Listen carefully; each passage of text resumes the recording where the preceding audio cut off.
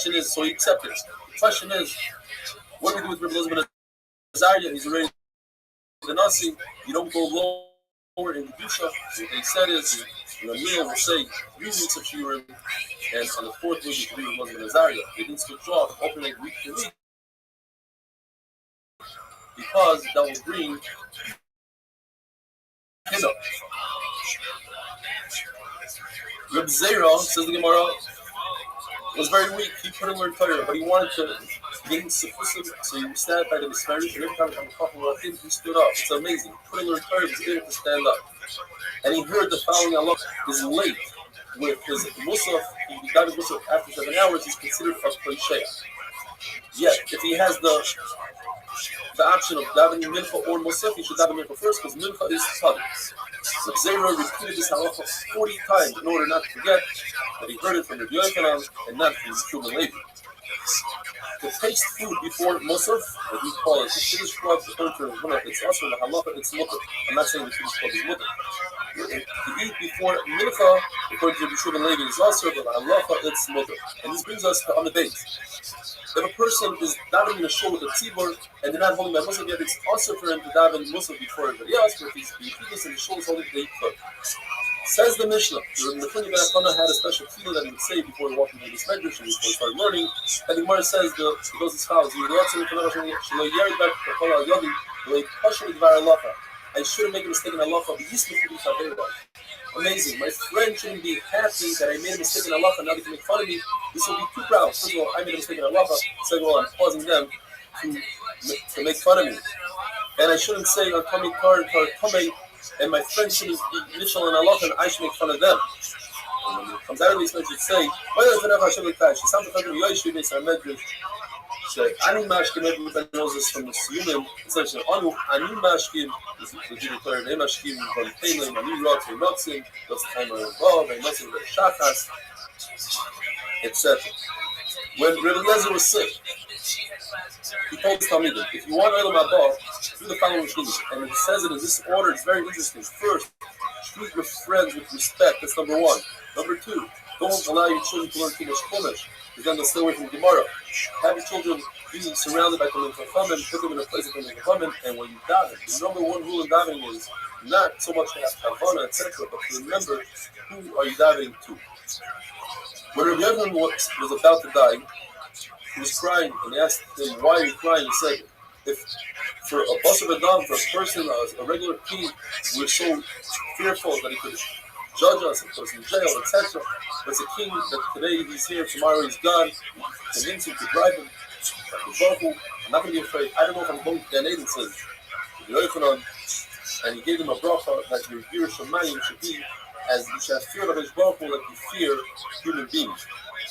And he said right before his death, he said, get the Kalim out of my house. They're about to be coming, and prepare a seat for Chizkiyahu, Melech Yehuda. He's coming to greet me. I'm going to be in his place in the Eden.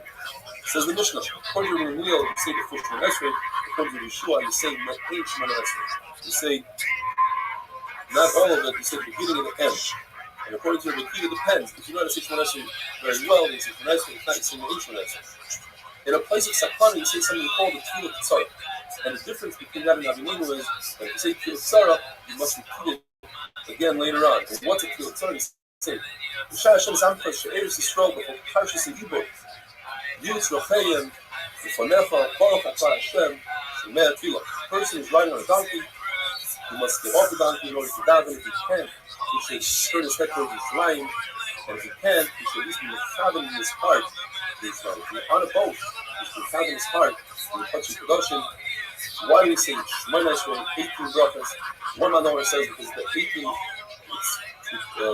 it represents the 18 Shemos of Hashem in the capital of Hagul Hashem in the Elam, or the 18 Shemos in Kirishma, or the 18 vertebrae that we have in our spine. Have a wonderful day.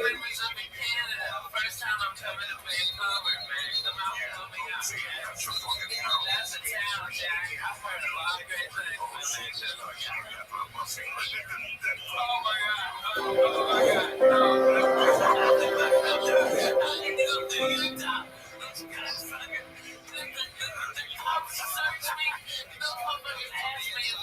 Bracha is Daf Chav Tes. As you might have heard, tonight is the Shalom Zachar of my first grandchild, my grandson. And I want to thank everybody from the bottom of my heart. We got close to 400 emails, WhatsApps, text messages. And I want to assure you, I read every single one. I just can't reply to that many emails and WhatsApps. I really thank you from the bottom of my heart. It means a lot. It's very touching and moving that people went the extra mile and sent me messages of encouragement and mazel tov and welcome me to the grandfather club, etc. We should all share in simchas together. The Gemara tells us that Shimon HaPikoili, he's the one that put together the Shemona Esrei, the 18 brachas that we say every day. And Shmuel HaKatan is the one that added the 19th bracha. Today we say it's called Shemona Esrei. We're saying 19 brachas. And the 19th bracha is V'lam Shinim. It's against the Minim, the heretics. And the Gemara tells us that a year later, after he authored it, he's davening for the Amid, he was a Shliach Tzibur, and he simply forgot his masterpiece that he put together. The halacha is that when a chazan forgets a bracha, we don't remove him. But if he forgets V'lam Shinim, we must be concerned perhaps he himself is a min, and that's why he's not saying it. Maybe Shmuel HaKatan became a min. Just because he's a tzaddik and just because he authored it doesn't mean anything. Says the Gemara, the reason why they didn't remove him is because he started the bracha. And that proves he's not a min. A min wouldn't even start the bracha. Now, if a person is a rasha, and then he did tshuva, it's very possible that he ends his life as a rasha. Because machlokes in Rabbi and Abaya, if a person starts out as a tzaddik, will he become a rasha later on in life?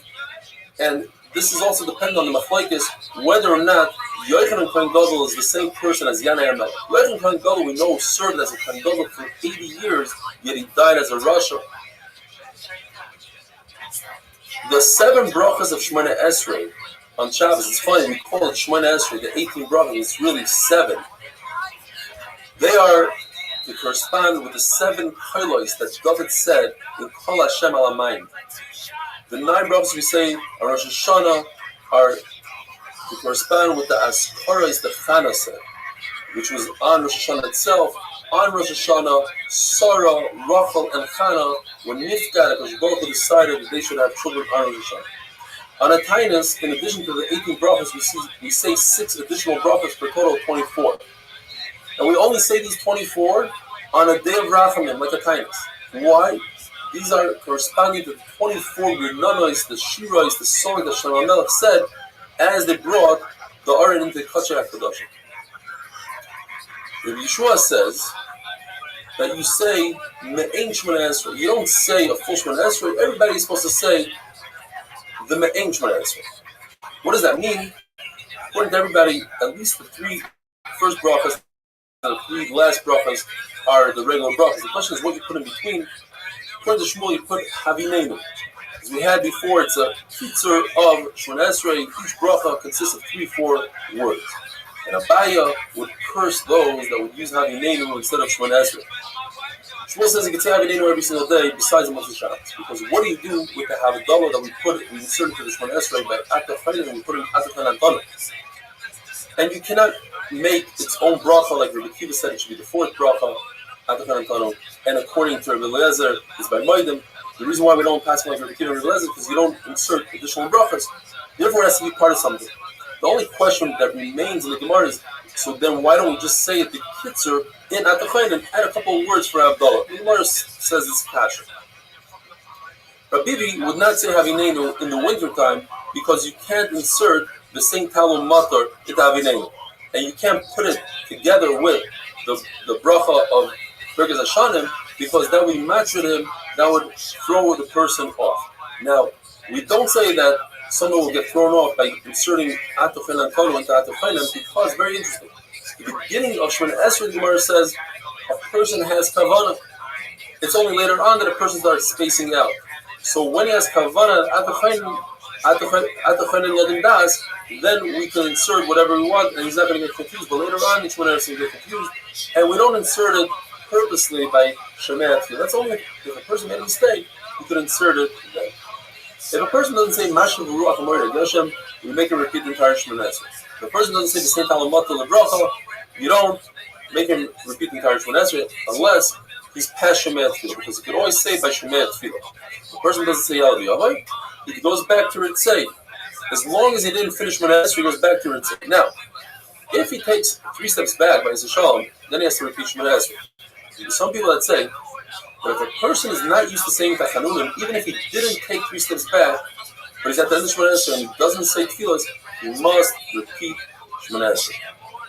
We learned in the Mishnah that you should not make your Shemona Esrei a kva, a fixed. You shouldn't make your Tefillah Shemona Esrei a fixed thing. Now, what does fixed mean? The Gemara brings numerous pshatim. One pshat is that you make it as a burden. Like, when are we going to get over with this? When is this davening going to be done with? Another pshat is he doesn't say it like a tachnunim. He doesn't say it softly as if he's begging for something. Another pshat is that it's a Shemona Esrei that you don't add your own words. You just read from a siddur and you're done. You're supposed to make it your own. You're supposed to show that you care and add words to it. But Zera said that's not true. I know how to add my own tefillah, but I don't, because that could throw me off. Another pshat is that he doesn't daven when the sky is red. In other words, you don't daven shachris by Besikim, and you don't daven mincha by shkia, when this all the way at the last moment.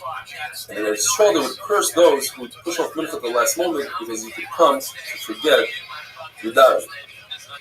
The Mishnah discusses tefillah k'tzara. If you're in a situation of danger, you should say tefillah k'tzara, shortened tefillah. One of the things you say in that tefillah is the whole parsha is Ibur.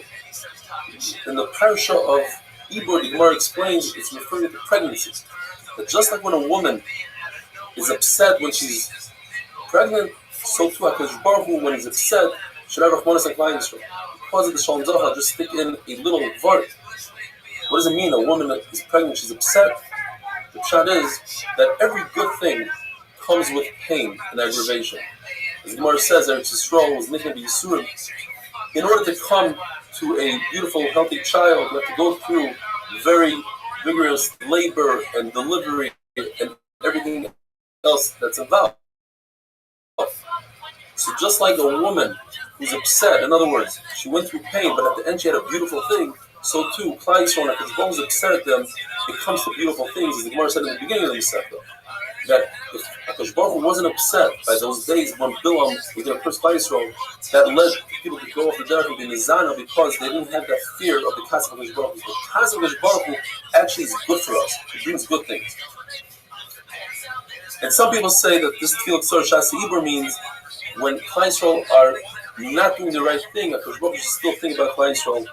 If a person is walking in the safari with dangerous animals or bandits, should say tefillah k'tzar. What is this tefillah k'tzar? Lezer says, "Aser ritzoncha b'shamayim now b'tum nachas ruach li'yiriyecha mitachas v'atoy b'necha asay baruch atah Hashem shomei tefillah." Rabbi Tzadok says, "Shema tzakas am for Yisrael v'asay meher bat hashasam baruch Hashem shomei tefillah." There's another one in there, and finally Acherim say, "Sorchei amcha merubim." I think this is a song. V'daydem k'tzara yiratzin shetitan kol echad ve'echad k'dei parnasasoy. You should give everybody what they need. And this is what tefillah k'tzar is. Al-Yanavi said, don't get upset, because if you get upset, that brings to an aveira. Shu aveiros. And you should always say tefillah saderech, and that we know what it is. Yiratzin, etc., etc. Have a wonderful day, have a great Shabbos, and Mazel Tov, and it's simchas by everybody.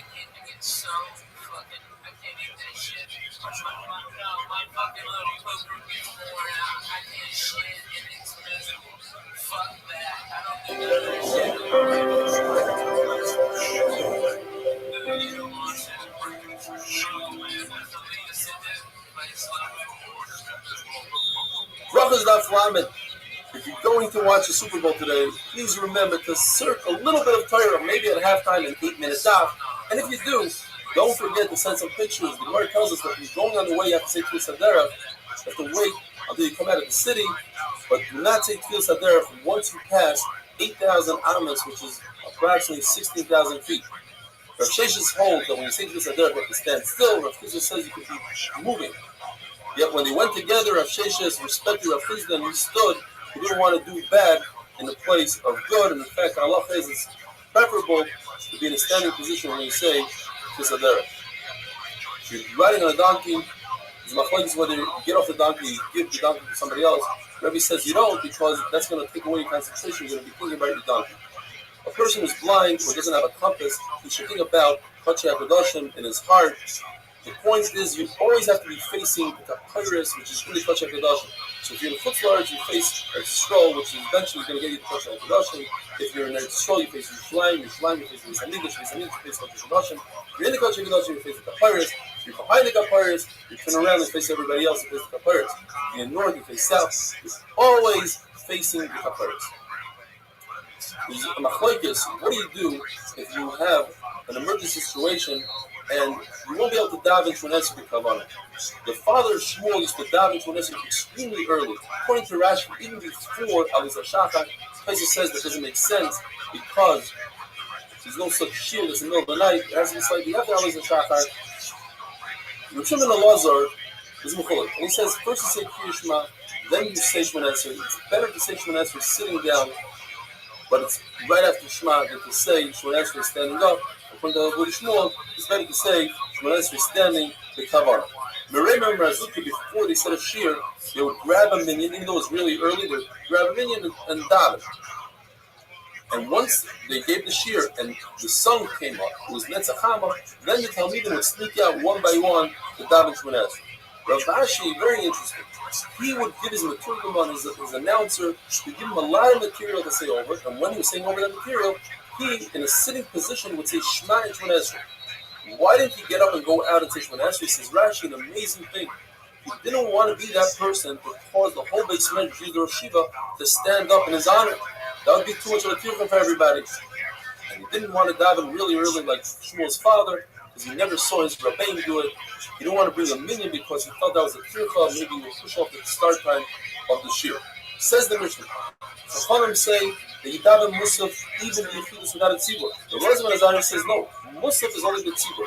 The Yehuda says in the name of Rabbi Elazar ben Azariah that Musaf, if you have a tzibur, then the shnei tzibur is moitzi. If you don't have a tzibur, then even a yachid is mechuyev to daven Musaf. And that, in fact, is how Rav and Shmuel paskin, and Rabbi Ami and Rabbi Asi passing like Chachanim, they say Musaf in the beginning. We had them in the beginning of the Sefer.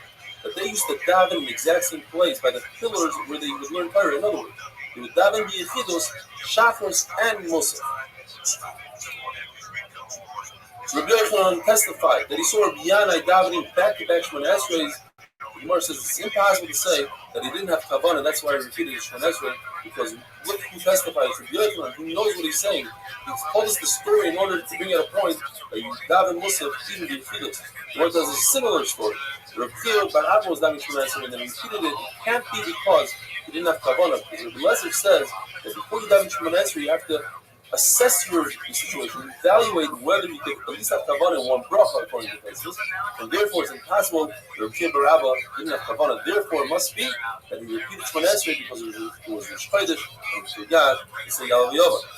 If one forgets to say Yalav Yava in Shachris or Musaf, he forgets complete Musaf instead of Musaf. He says at the final a week Shemona Esrei. If he's in a tzibur, he doesn't repeat Shemona Esrei because he could be yotzi from the shnei tzibur, and he himself is going to repeat Yalav Yava later on at Mincha. But if he's davening to Yechidus, be sure to repeat Shemona Esrei. If a person forgets Yalav Yava and Ma'ariv, Rav Ashi says you never repeat Ma'ariv with Yalav Yava. Why? Because Rosh Chodesh is Mekudesh in the daytime, not at night. He's not enough Kedusha in order for us to make him repeat Yalav Yava.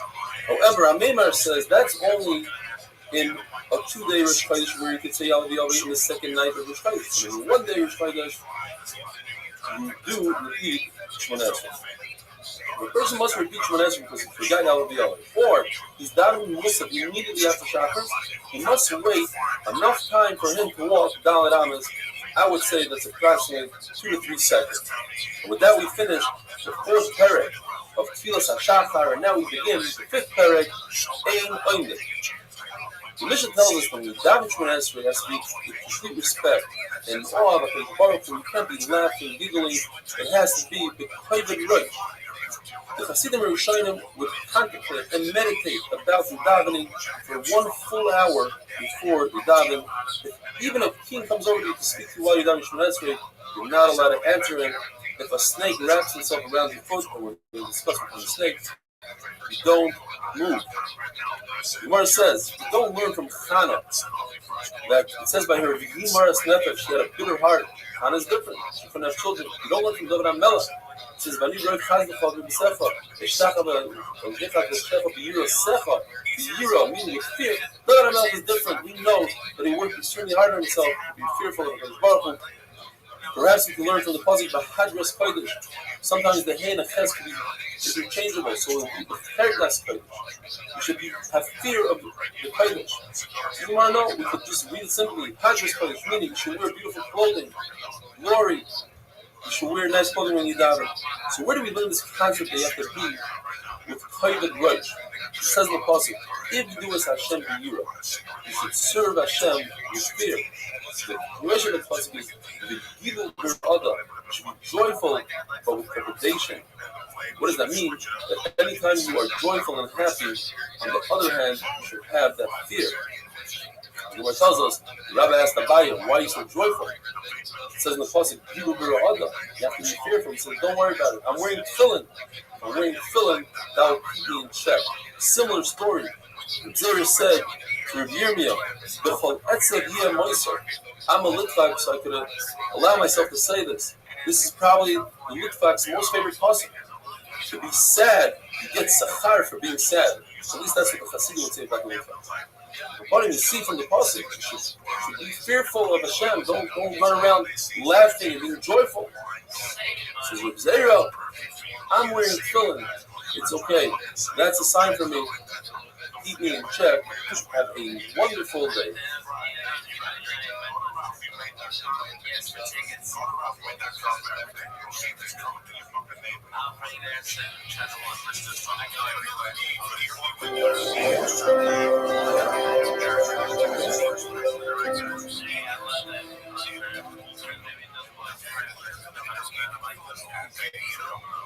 Roughly, Daf Lamed Aleph. The Gemara tells us we have to have a balance between Gila and Ra'ada, between being joyful and being in fear of HaKadosh Baruch Hu. And the Gemara tells us two stories that are identical. Rabbi and Rabbi Ashi were both at weddings at different times, and we saw that the crowd was very joyful. They took extremely expensive glass dishes and they broke them.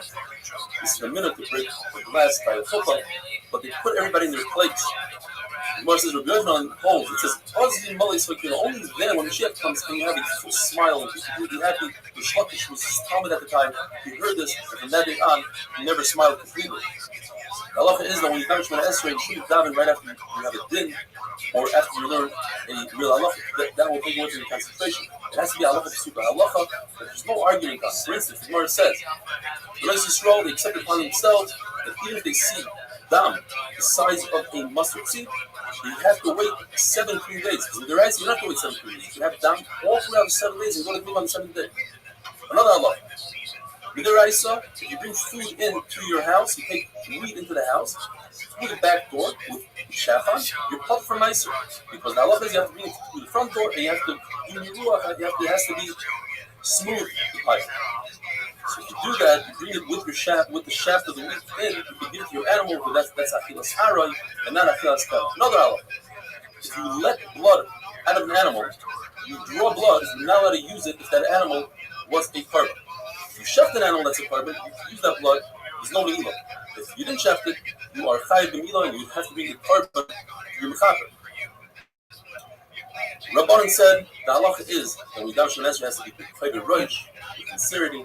And Rashi says halacha is that right before you say Shemona Esrei, you should say halacha p'suka.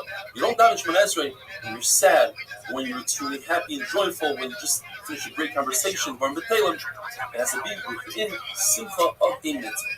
Same halacha applies when you say goodbye to your friend. It shouldn't be the kalas roish and the best thing is to give him a great heart that he can think about and remember you after he leaves. Rabbi Kanina says that the only places that are inhabited today on earth are places that other Marishaim said at the time they should be inhabited. Therefore, if you see a tree growing, that means that back then other Marishaim said there should be trees in that place. An amazing concept. The Gemara says that Rabbi Kiva, when he davened to himself, if you start out in one corner of the house, you end up in another corner, you do all these kriyos and shtachavos, you bow. Yet when he davened the tzibur, he was mindful of the other people around him, and he davened a really quick Shemona Esrei, so you don't have to wait for him. From Daniel, they wanted to kill Daniel, they threw him into the lions, and as we know, and he said, look, he doesn't listen to the Yavish. He asks his Bakash from his Baruch. The right is because he had windows in his house. He used to daven towards Yerushalayim. So you see that when you daven, you have to have windows, and you have to daven towards Yerushalayim, and you daven 3 times a day. Maybe, perhaps, you take all those 3 shields and you daven in one shot. That you learn from David HaMelech has to be Erev, Boidim, and Tzarayim. The way we daven Shemona Esrei, it's set up. We say 3 brachas in the beginning. There are Shvat HaKadosh Baruch Hu. Then 13 brachas that we ask for our needs. Why? Because David HaMelech says that the Rina, first comes Rina, then Tefillah. One should ask his needs in the bracha of Shemona Tefillah. But if he really wants to ask for a lot and talk a lot about his Baruch Hu, he should do that all the way at the end of Shemona Esrei. We know the famous story of Hannah. And the Gemara says amazing concepts in Tefillah. Hannah was an Aviyah. She was married to Elkanah the Navi, and she didn't have children. She went to the Beis Hamikdash to Shiloh to daven, and Eli HaKayin, and God was there and he thought that she was drunk. In fact, she ended up having Shmuel Hanavi. So from the words in the Psukim, many solutions from the Psukim. It says, Medaber Saliba. You see from here that one should be Mechadeh when he daven. Raps if say noise, for lips are moving, meaning that when you daven, you must move your lips. You can't just stare at the page. Even if the sound is not coming out, you must move your lips. It says, you didn't hear her voice, you didn't hear her sound, because it's also for a person to daven out loud, it disturbs people next to you, so it's both because it's Kaiba. The Shepara, 80 thought she was drunk, meaning that a drunk is also for daven. The person who's drunk for daven says it, he was Ayvet Hamadizara. And this brings us from the days, it says, when are you going to be drunk? In other words, you must rebuke your friend, even if it's a Derabbanah. She said, I thought that you have no complaints, I think you're Navi, I thought you'd be down in the Kaskus. I am not drunk. In other words, if somebody accuses you of something, you must tell them that they are wrong. Don't let them think that you are really doing something wrong. So you had to give her a bracha. He said, because if you're such a betrayer, but you must give that person a bracha. Hannah was the first person to ever call Hakadosh Baruch Hu in the name Tzva'itz. And she used different tricks in Tefillah. She called Hakadosh Baruch Hu. If you don't give me a son, I'll pretend I'm a soita. And a soita, you have to give her mine amamar. Give her the drink the water. And it says in the pasuk, the mitzvah, the nizra zera, according to one amar, means that if she's proven not guilty, she will have a child. She'll force Hakadosh Baruch Hu to give her a child. Because the other amar, the mitzvah zera means if she's proven not guilty, then she'll have easy birth if she's already pregnant. According to that amar, Roy Renisa, Roy Kira is not a drush. The pasuk says Amosefa, I'm your servant 3 times. But more, why? You can learn the word Amosefa from Lashon Nisa. Why don't you check me in 3 different ways that you check other women and give them Nisa? If they weren't marketed in Nida, Chala, and Abba Taner, I am marketed. Why do I deserve what you're giving me? She says that Zera Anoshim, give me Zera Anoshim. What does that mean? A man that's above other men. So the Gemara directions either that he, Shmuel, anointed David and Shimon, or it means that he was as great as Moshe and Aaron together, which is amazing. Or the pshat is that she asked that he should fit in to society. He shouldn't be greater than anybody. He should be a mediocre person, not taller, not smarter, not better looking, not whiter. It says in the pasuk, I'm standing there. So we learn from here, I was standing there because of Eli. In other words, we learn from here, Allah, that if somebody's davening Shemona Esrei next to you in Dalet Amos, you are not permitted to sit down next to them. The Word tells us that Eli told his people, we have to shech this bowl, go get a kain. Shmuel said, you don't need a kain for shkita. You only need a kain for the other 3 avodas.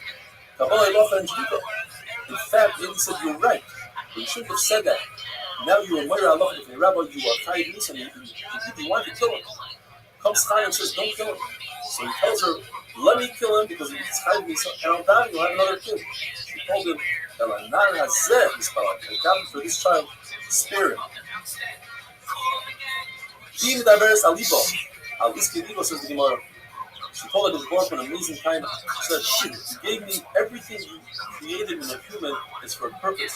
The eyes, the ears, the nose, the mouth. Why do you give me the ability to nurse if I don't have a child?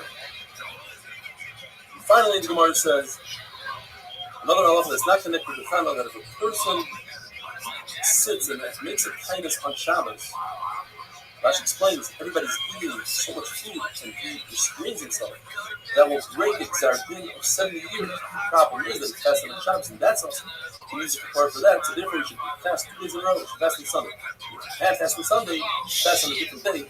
Have a wonderful day.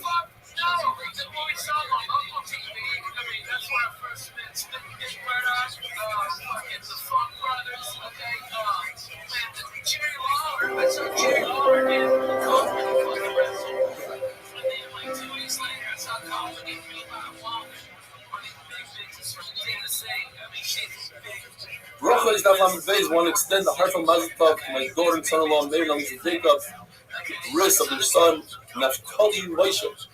It's very apropos. Today's daf discusses the tefillah of Moshe Rabbeinu, and Rashi explains that Naphtali means tefillah. It's the tefillah of Moshe Rabbeinu. The Gemara tells us that Klal Yisrael always has a good answer why they sin, because it says in the pasuk by Asher Hari Oisi, I'm the one that causes you to sin. Meaning the chaymer be'ali yotzer, like clay in the hand of an artisan. Because Baruch Hu, the one that molds us, it's his fault that we sin. Vasi Rosi Slave Evan, because Baruch Hu should remove the heart of stone that he put in us. It's his fault. Vasi Ruchi Heaven B'Kir, I'm the one that inserts the Ruach. And then finally, Vasi Spalel Moshe El Hashem. Moshe Dan Hashem, the Gemara Darshans El is Al Hashem, which is a strong lashon, a lashon about throwing the tefillah to Hashem like Chana did, which is not the best thing in the world. Dizov. What's this place? Dizov. It's the lashon of Dizov. Enough of this gold. It's your fault that it's powerful. But you gave us so much gold and silver that we sinned with the ego. Without that, we wouldn't be able to sin. The mashal is that the person had a very weak cow, a bony cow, and he fed him alive, and then the cow comes around and kicks him. Whose fault is it? It's the owner who fed him. Therefore, he got kicked. Like a father, another marshal, that gives his son everything. He feeds him and he feeds him, and then he gives him a lot of money. He puts him by the door of the house of the Zayner. It's the father's fault that we sin. Gemara says when you spoil somebody, spoil a kid, you fill his stomach, that causes sin. And finally, after the Baruch Hu, the midst of Moshe Rabbeinu says you're right. The chesed you're basing, I gave him a lot of money, a lot of silver, Yisav, Asma Baal, and a lot of gold, and what do you do? And you made the Zar called Baal. It's my fault. Baruch tells Moshe Rabbeinu, late rate, go down. What's this double lashon? Baruch tells Moshe Rabbeinu, I only give you your godless, your greatness to use for Klal Yisrael. Once I don't have Klal Yisrael, give it back to me, and therefore Moshe Rabbeinu became extremely weak. Until Moshe Rabbeinu realized that things happened. Like the Baruch said, Herav Mimeni Vashmidei, leave me alone so I could go destroy them. Meaning, if you don't leave me alone, I can't destroy them. So Moshe Rabbeinu was mischazik the tefillah. It's like a marshal where a king is beating up a son, and the king's best friend is watching in the corner, and he's scared to say something. And when the king tells the son, "You're lucky that my friend is here; otherwise I would have killed you," the friend realizes that he has power, and he steps in and he breaks up the fight. If the Torah wouldn't have said it before, it would be usher to say. But the Torah says that Moshe Rabbeinu held on to his Baruch and wouldn't let him go until he forgave Klal Yisrael. We say the famous passage on Hashem is by Yichal Moshe. What does it mean by Yichal Moshe? It should say Moshe David by Yispal Moshe. The Gemara gives us 6 options how to learn the word by Yichal. One is Bechilo. It's a lashon of maftir, to be persistent in Chila. Or Yachel, which is a lashon of a neder. A person makes a neder, he needs somebody else to annul it. As Baruch Hu said, I need Moshe Rabbeinu to annul my neder that I'm going to destroy Klal Yisrael. Or the lashon follow. Follow is the body of that person. As Rabbeinu said, Mecheni no mesukha, I'm willing to give up my life for Klal Yisrael. Or it's a lashon of kal, to rest. The midas haracham to rest in Klal Yisrael. Or it's a lashon of chulin, sacrilegious. Moshe Rabbeinu is telling it doesn't make sense that you should act in such a way. And finally, a lashon of Eichilu, it's a disease that heats up the bones. Moshe Rabbeinu said he died so much that he got sick. It says in the pasuk, the Baruch Hu swore bach in yourself. What does that mean? Had the Baruch Hu sworn in the heaven and the earth, just like the heaven and the earth, he could destroy that shvua. But since he swore in himself, just like he himself, and his breath was never is going to last forever, so too his shvua to Klal Yisrael that they're going to beat the person at Shomayim is going to last forever. But the Ber Alem, an interesting passage. It starts off Moshe Rabbeinu speaking, and then all of a sudden it switches off to his Baruch speaking. Which one is it? It says that the Ber Alem are Bezah, the person that's showing that's Moshe Rabbeinu. And then it says the Lord says Sharamarti, and Baruch is the one that's one, not Moshe Rabbeinu. So either you can learn that the pasuk in Blue is Moshe Rabbeinu and the red is a Baruch Hu, or you learn that the entire pasuk is Moshe Rabbeinu. So the Rebbe said, I repeated over the Klal Yisrael what you told me to say, that you're going to give them the land, so you have to keep your word. It says in the pasuk, Bilti Yicheles Hashem. It's a lashon nekeva, says the Gemara, that Moshe Rabbeinu said, the nations are going to say they became weak like a woman. You were able to protect Klal Yisrael against one nation, the Mitzvah, one king, and you did Moisim. These sounds essential, but against 32 nations, you can't protect them. Says the Rabbi Shalom, at the end of the day, you're right. That's what the Ummah Salam are going to say. So lachti kidvarecha, that's what they're going to say. And while the Talmud who is ready agrees with them, the person davens first, he should give a shvacha to the Baruch Hu, and then ask for what he needs. Tefillah is more important and more powerful than good deeds, because no one is greater than Moshe Rabbeinu when it comes to good deeds. But the Baruch Hu told him later, he's the most Yisrael because of his tefillah. Kindness is more powerful than tzedakah, because kindness you do with your own body, and tzedakah is with your money. And the tefillah, although it comes to replace korbanos, has more power than a korban. A kohen who killed someone, that's what the situation in Apostle, a kohen who killed another individual, no longer Yochanan can't do Nesis Kapayim for the rest of his life, even if he did tshuva. Once his korban abayis, those gates of tefillah were locked, it would be open, but it's difficult. The Baruch Hu put a mechitza of barzel, an iron wall between us and himself. However, the gates of tears are never locked. As Rashi points out, Hashem always sees the tears. He doesn't hear tefillah. He sees tears. He just has to be able to let the makabel those tears. Rabbi never made a kindness on a day that was cloudy. He said, cloud, stop the tefillah. If a person lengthens his tefillah, as long as he does not ma'ayin in it, as long as he doesn't believe that Hashem owes him something and has to give him what he asks, then his tefillah will be in his kabel. But if he believes that his tefillah is so powerful that Hashem must answer him, he's ma'ayin in his tefillah, then he's going to end up with a heartache. And what does he have to do if he has a heartache? He has to learn Torah. If a person's tefillah wasn't answered, he should repeat his tefillah. As it says twice, Kaveh Hashem, there are four things that a person has to strengthen himself in. Torah, tefillah, matzah. This one is interesting. In your job, in your profession, you have to strengthen yourself. It says in the Pasuk about Hashem Shkichani. Hashem forgot about us. Hashem. Even if a person adds another wife, he'll never forget his original wife. So we rebelled against you. How do you forget about us? Is it are you crazy? I never forgot about you. There are 3.6 billion times 300 million stars in the sky. I don't know, 16 zeros, but ruling the stars. And they're all for your sake. You think I forgot about you? It says in the Pasuk, well, can a woman forget about her own child? The Rabbi says, I'll never forget about your oilos, I'll never forget about your korbanos. However, I do sometimes lose my memory when it comes to Averis like the Egel. I'll forget that, but I won't forget the good deeds by Sinai. The Hasidim Rishonim, the Mishnah says, would prepare themselves an hour before davening. But the Gemara tells us that they also prepare themselves an hour after davening. Davening took them an hour. So it's 3 hours for each tefillah. It's 3 tefillahs a day. That's 9 hours. When did they have time to chazer? They had to see after Shmai, like they didn't forget the learning, but they learned before the tefillah. They had to see after Shmai, that the Parnasa came, which is really very minimal. And finally, for today, if you're a military answering, you see a king says something to you, you don't answer him. That's the Jewish king. The Goyish king, you quit. If you keep coming, the Goyish king, and you're able to finish what it's quick, say it quickly and run.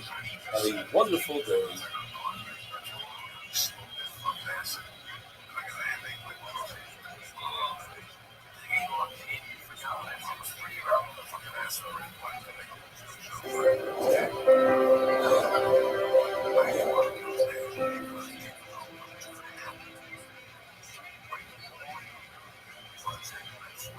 Rachas Daf Lamed Gimel, the Gemara tells us a story. There was a chassid davening Shemona Esrei, and a non-Jewish officer walked by and said hello to him, and he refused to answer because he was in the middle of Shemona Esrei. Says the officer, Reika, you're a poor. In your own Torah it says, you have to watch your soul. I can take my knife and cut your head off. What are you doing? She said, give me a moment to explain it to you. If you yourself were talking to a king, and somebody said hello to you, would you stop? No. And if you did stop, what would the king do to you? The guy says, he cut my head off. Okay, Kaval Chaimer. I'm talking to Melech Malchei Amlach Baruch Hu. How could I stop? We learned in the Mishnah, if a snake wraps himself around somebody's leg while he's down Shemona Esrei, you don't stop Shemona Esrei. Yet, if it's a scorpion, says the Gemara, scorpions are unpredictable, they'll attack for no reason, you must stop Shemona Esrei. In fact, if a person is thrown into a pit of snakes, we testify that that person is dead. Why? Because once you go into their domain and you cause them to be uncomfortable, they will attack you. However, if you're thrown into a pit of lions, you can't testify that the person is dead, because lions don't always attack unless they're very hungry, etc. If you see a bull coming towards you and you're down Shemona Esrei, you must stop immediately. If it's a bull that never attacked humans, doesn't have 3 attacks against humans, then if it's within 100 feet, 50 amma, you run. And if it's a bull that attacked humans, as long as you can see it, you have to get out of there. Because there's a saying in Aramaic, if you see a bull, run to the roof and take the ladder with you. Because a bull will attack, he's unpredictable. Shmuel says that's only a bull in Nisan times and a black bull because there's so much food around that he goes crazy. The famous story with Rabbi ben Doisa and the Aroid, some call it Arvad, there's a very special animal that's the product of a snake mating with a toad. And if it bites a human being, there's a race. Who can get to the water first? If the human gets first, then the Aroid dies. If the Aroid gets to the water first, then the human dies. And there was a Aroid causing a lot of trouble. They went to Rabbi ben Doisa. He said, show me where he lives. He put his foot on his hole, and the Aroid bit him. And a nace happened that there was a ma'ayan that opened up right below his feet, and there was water, and he got to the water first, and he killed Aroid. He took Aroid, put him on his shoulders, and brought him to the base of measure, and he said, Ein Aroid Memus. The Aroid doesn't kill. It's our sins that cause us to die. And then the people said, wow, we feel bad for this Aroid that bumped into Rabbi ben Doisa. It says in the Mishnah, we say Mashav Ruach, where? In the bracha of Mechaya Mason, because rain is the same thing as Tiyas HaMesim, it's the same power, it's the same nace. When we say the same Talmud Matal bracha, in the Birkus Hashanim, that's the bracha of Parnasa, because having our fields with rain and food, that's our Parnasa. Havdalah comes in the bracha of Choinen Adas. You need das, you need seichel to differentiate between Chodesh and Chol, Tomei and Tar. The Chacham say it's because it's the first bracha that they say in the weekdays. Every Shemona Esrei you say 3 brachas in the beginning, 3 brachas at the end, but the first bracha of the weekday is Atochain. Says the Gemara, there are 3 things, 3 words that are surrounded by the name of Hashem. One of them is Deya, Seichel. So it's a great thing to have Seichel and to use Seichel. And in fact, if you don't, a person that doesn't use Seichel, we don't have Rachmanas on it. The Beis Hamikdash is wrapped around with Hashem's name, also great. A person that uses the Seichel, it's as if he built the Beis Hamikdash. In the common revenge, we need to explain, because revenge seems like a bad thing. The Gemara says, no, in fact, revenge can be a good thing, it depends how it's used. If it's used against our enemies, then it's a really good thing. Rabbi Kiva and Rabbi Eliezer say that the bracha of Havdalah is not inserted into Atochain. Rabbi Kiva says it's its own bracha by itself, it's the 4th bracha. So that's right. Rabbi Eliezer says he inserted it in Mighty. The question is, where does this machlokes come from? If Klal Yisrael had a tradition to make Havdalah every single Motzei Shabbos, then where can you have machlokes? You just look at what Anshe Knesset said to do, and that's it. The answer is because there were 3 takanas from Anshe Knesset Goyla and Chachamim, and therefore there was a lot of confusion. The first takana was to say Havdalah in Shul, which one asked for, because Klal Yisrael didn't have money then to buy wine and say it over wine. Later on, when they became wealthier, they changed Havdalah. They said, no more Shul, let's do it on a cup of wine.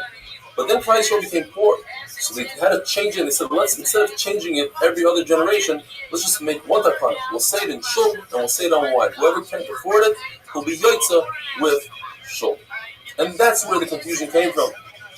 If a person only made Havdalah on the cup of wine, he has to say Havdalah in Shemona Esrei, because the first takana was to say it on Shemona Esrei.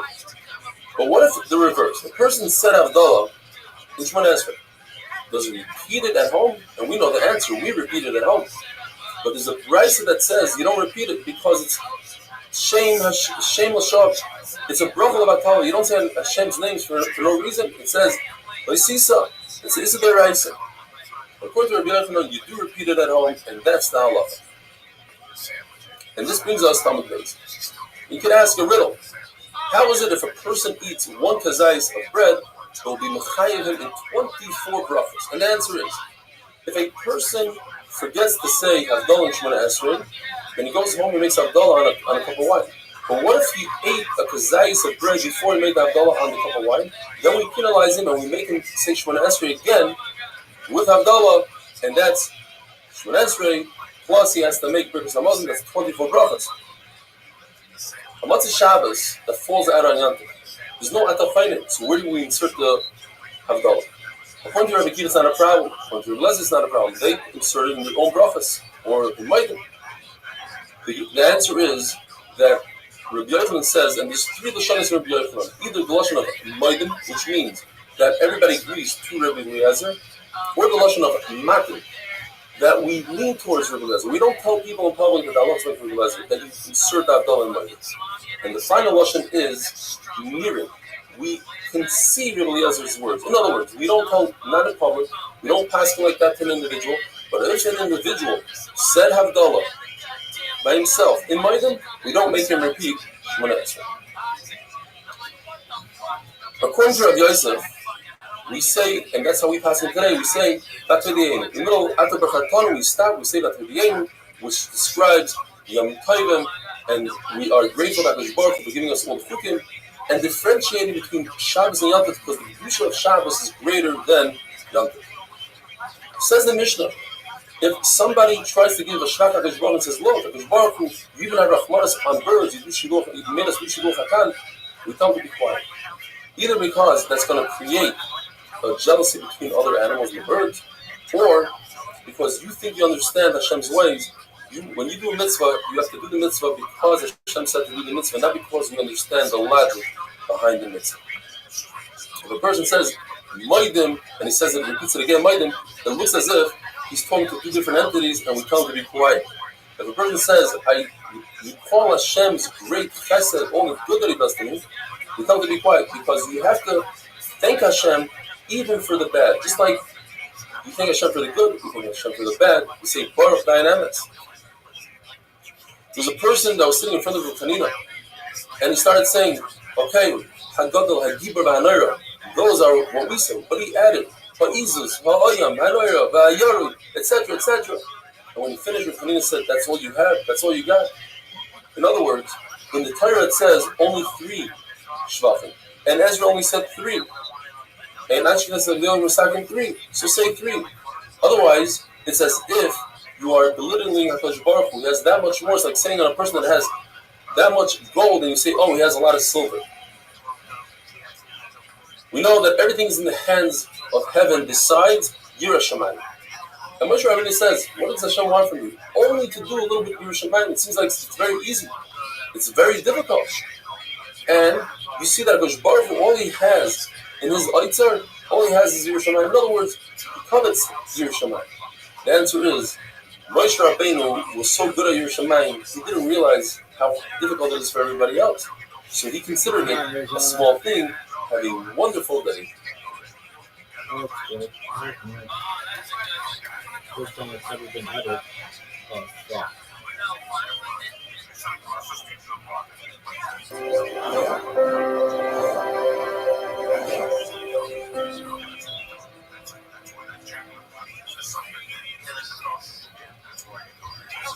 Bracha is daven on the dalet. If a person repeats words in the Shema, he says Shema Shema, V'ahavta V'ahavta. It's really not nice. It's mekuna. But if a person repeats the entire pasuk twice, then we tell him to be quiet. That seems like he's davening to 2 different entities. We teach a person to have kavanah, and if he doesn't, says the Gemara, we take a metal hammer and give him a nice whack. Says the Mishnah, if a shliach tzibur, a chazan, makes a mistake, he can't continue further. In Milshman, that's right. You need to replace him immediately with another chazan. Now, typically, when somebody's asked to be a chazan, there's a 3-step process. The first time you're asked, you refuse. The second time, you start getting geared up to go, and the third time, you go. However, in this emergency, there's no time for refusing, not refusing. When they ask you to get up to be the replacement, you jump and you go. A person who doesn't refuse to be a chazan when it's not an emergency, it's similar to a person who eats meat without salt. You can fix it. A person who refuses too much, That's as if he's eating food with too much salt, and that's not fixing. The replacement chazan, where does he begin? He begins from the place that the original chazan made his mistake. The typical chazan, when we get to Birkus Kahanim, he doesn't answer Amen because that will confuse him. However, nowadays, when we have Siddurim and we're not confused, the chazan should say Amen by the Sukkim of the Yerachim, but not the bracha of Birkus Kahanim. A chazan is a koyim. Should typically not do Birkus Kahanim because that will confuse him, unless he's sure of himself he won't be confused, and that's what we do nowadays. The Gemara says that there are three things that too much of it is no good: salt, yeast, and refusing to down for the amen too much, declining, sarvanas. The Buddha holds that if a person makes a mistake in the first three brachas of Shemona Esrei, he starts from the beginning of Shemona Esrei. The last three brachas of Shemona Esrei, he starts from the beginning of the last three brachas of Shemona Esrei, it's it. The person makes a mistake in the first three middle brachas, and it begins from the beginning of the 13 middle brachas, which is after and we hold the Buddha, that all 13 brachas are considered one. So the last one holds that the middle brachas don't have an order. According to Rashi, you could say any one in any order you want. If you make a mistake, just continue from the according to places, you have to go back to the place that he made the mistake in its original place. The Gemara describes the way Shemona Esrei works. The first three brachas is like a servant setting up praise for his master. Once he praises him, then he goes in the 13 middle brachas and asks for his needs, and finally the last brachas are thanks to his master. I'm meeting people with Lezer and said, this chazi is no good. So long as it's davening. So Lezer told him, what's the big deal? Moshe Rabbeinu davened for 40 days. He said about another chazi. The chazi is way too quick. So what's the big deal? Moshe Rabbeinu was also very quick. He davened for Miriam in a very short tefillah. In this passage we learned that if a person davens for a friend, it's not necessary to mention the name. Because Moshe Rabbeinu didn't mention Miriam's name. You know, when we daven Shemona Esrei, we bend our knees, and we bow forward, we shake them. We do this 3 times, actually 4 times in Shemona Esrei. 2 in the first bracha, right when we start Shemona Esrei, and Magen Avram is the end of the first bracha. And then we do it once by Magen, and the end of Magen, which is protection for Alchana Loikas. If one wants to add extra chiyos, he cannot do so. A couple of reasons: it looks like haughtiness, etc. Now, if you're a kohen gadol, you bow at every single bracha at the end of the bracha. If you're a king, you bow at every single bracha at the beginning of the bracha and at the end of the bracha. According to Shulchan Levi, if you're a king, you bow once at the beginning of Shemona Esrei, and you remain in that position for the entire Shemona Esrei. There's 3 types of bow. There's one called kida. Kida means put your head forwards until it reaches the ground. You do that by Nefilas HaPayim, by fasting. Not in our days. Kriya is where you get on your knees and you put your head forward. The Shachava is to lay flat out on the ground, hands and feet. Abaye and Rava would only do Nefilas HaPayim, but Tachlan would lay on the ground, but it would be on your side, not to have his face towards the stones. And nowadays, we just put our hand and we put our head on top of our hand like that. Says the Mishnah, if a person makes a mistake in Shemona Esrei, that's a really bad sign for him. And if he's the chazan and he makes a mistake, that's a bad sign for the whole congregation because he can't do it. For others to make it. Rava saw that Rav Nachman and Rav Shimshis bowed twice by Moedim, one at the beginning of Moedim and the end of Moedim. The price that says you should not bow by Moedim is referring to the Moedim in Birkus Hamazon. You don't bow there, you don't bow during Hallel. When people would come to ask you Tanina ben Daisa for a bracha for somebody that sits, he would tell them whether they would live or die. Based on the flow of his words, if it came out nicely and smoothly, he knew that they would live. We say that if a person makes a mistake, it's a bad sign for him. Some say that means in the first bracha. Some say the first bracha is referring to if you can't have kavanah, you should have kavanah at least in the first bracha. There is a machlokes what Rabbi himself in regard to nevuah, which is a nevuah of good things that are going to happen in human, says Rabbi Yochanan is referring to a person who marries off his daughter to a Talmid Chacham, or does business for a Talmid Chacham instead of the Talmid Chacham and gives him the profit, or somebody gives the Talmid Chacham from his own.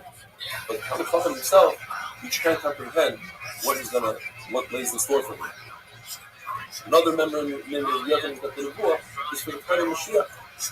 But the Rabbi, which is different than the time of Mashiach, nobody can comprehend. According to Shmuel, the time of Mashiach and our days is identical. We're going to have the same homes, the same cars. We're not going to have Shidduch Machuyos. We won't have being Golos. We have the Beis Hamikdash. It will be the same. And another shot is that the Nebuah was given to the Bali Tshuva, that Tzadikim who are greater than Bali Tshuva. We can't comprehend what their Sefar will be. According to Rabbi, it's the opposite. Bali Tshuva are greater than Tzadikim, and Mokish Bali Tshuva, or even in Tzadikim, we're in the Felim Lamad. The Pasuk says, Ayin Lo Yira'asa, and eye has never seen. What is it referring to? The wine that's there from the 6 days of creation.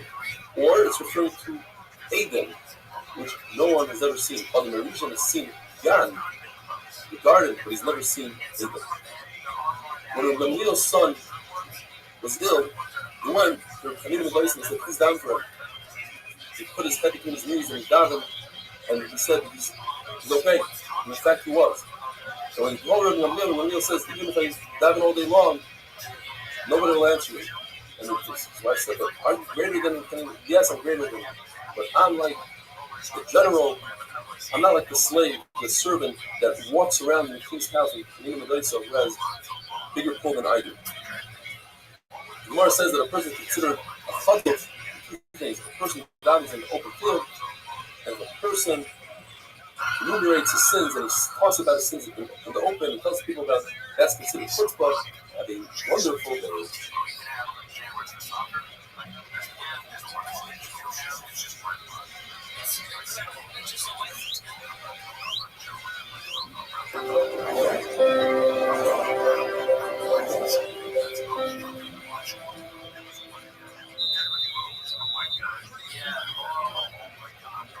Bracha is Daf Lamed Hey.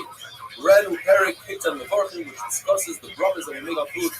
We all know that the fruit of a tree make better create. Besides, on the wine, which is better priyagafim. The fruit of the ground vegetables make better priyagafim. Besides on bread, which you make a mitzvah from an art. The Yehuda says that if they are greens, they are ruggers, like cabbage, lettuce, you make better minay dishes. Where do we know the concept of brachas? How do you know that you have to make a bracha? And the Gemara is Maskonas that it's svara, it's logic.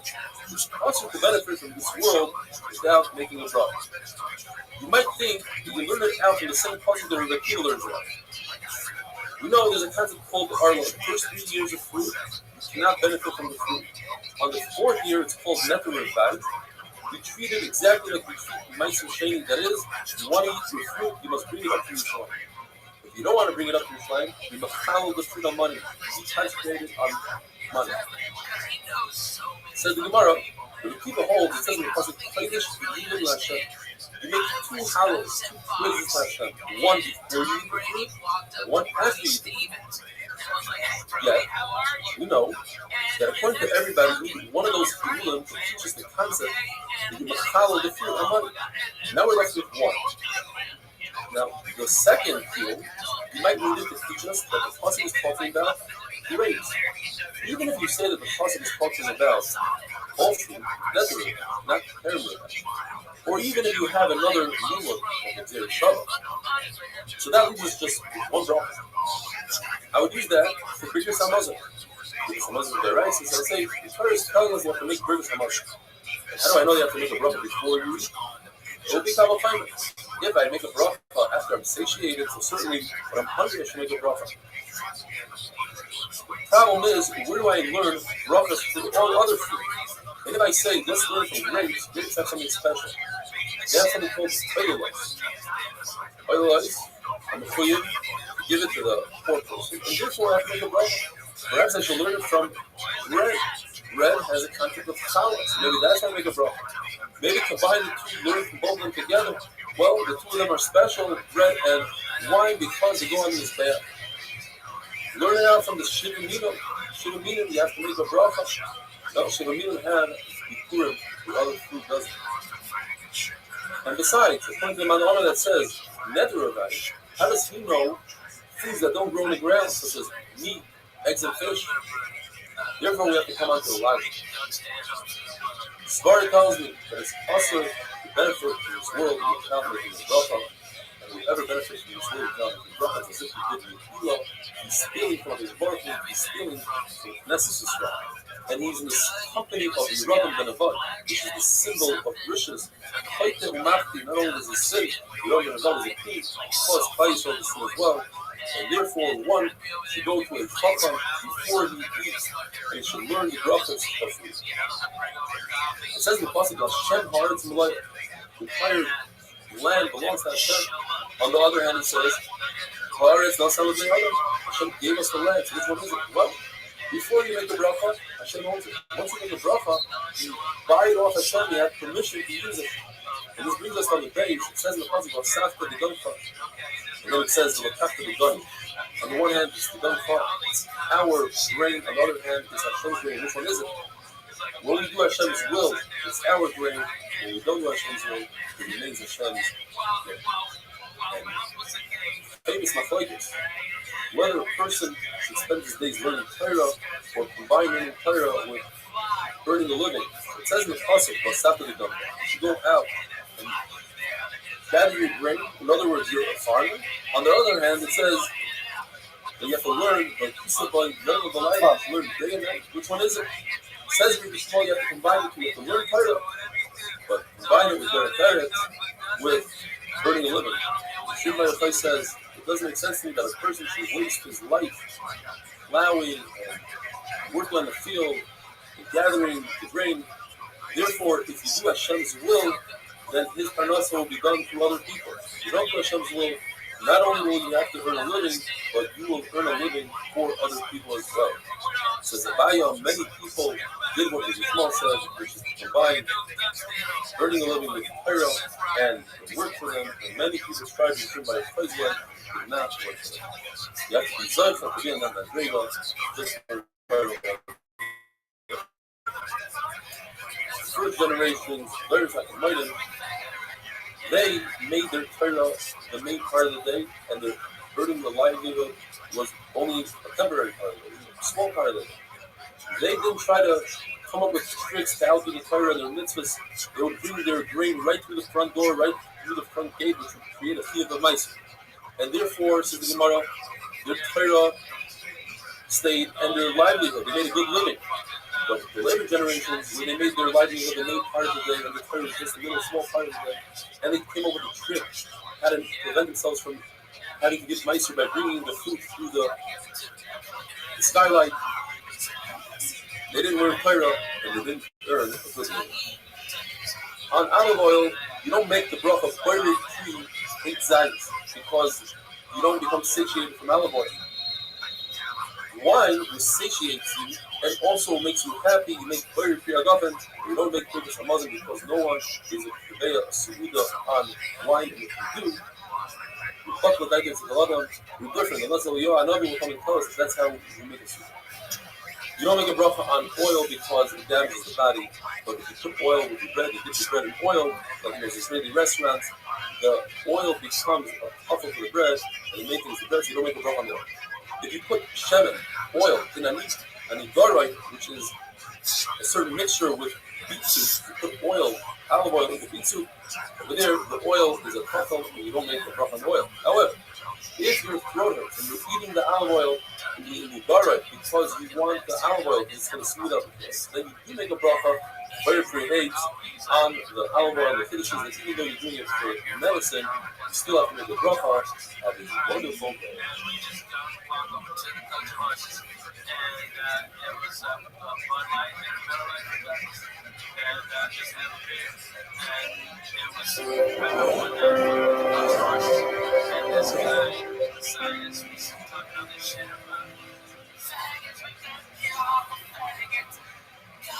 Bracha is not flamet vav.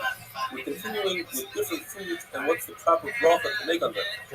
People plant olive trees for the olive oil, the final product, and therefore, if you were to drink olive oil as is, in a way where it doesn't harm your body, the bracha would be Boirei Pri Heit. When it comes to flour, if you take grain itself is an adama. But once you grind it and you make flour out of it, according to Shmuel or Yochanan, you continue to make adama. According to Rabbi Nachman, since it's not its final stage, you make a shahakol. Flour from barley is different. Since it causes harm to the body, it's worms. Yet on the other hand, it does give the body some sustenance, it's carbs. Therefore, you make a shahakol on it. salt or salt water, you also make a shahako. Because there are people that sometimes taste it and they eat it, and therefore it's a shahako. The Gemara discusses kaira. Kaira is something that comes out of a palm tree. Some say it's some shoot that comes out. Eventually, it becomes part of the tree, becomes hard and part of the tree. The question is, right now that it's edible, what bracha do you make?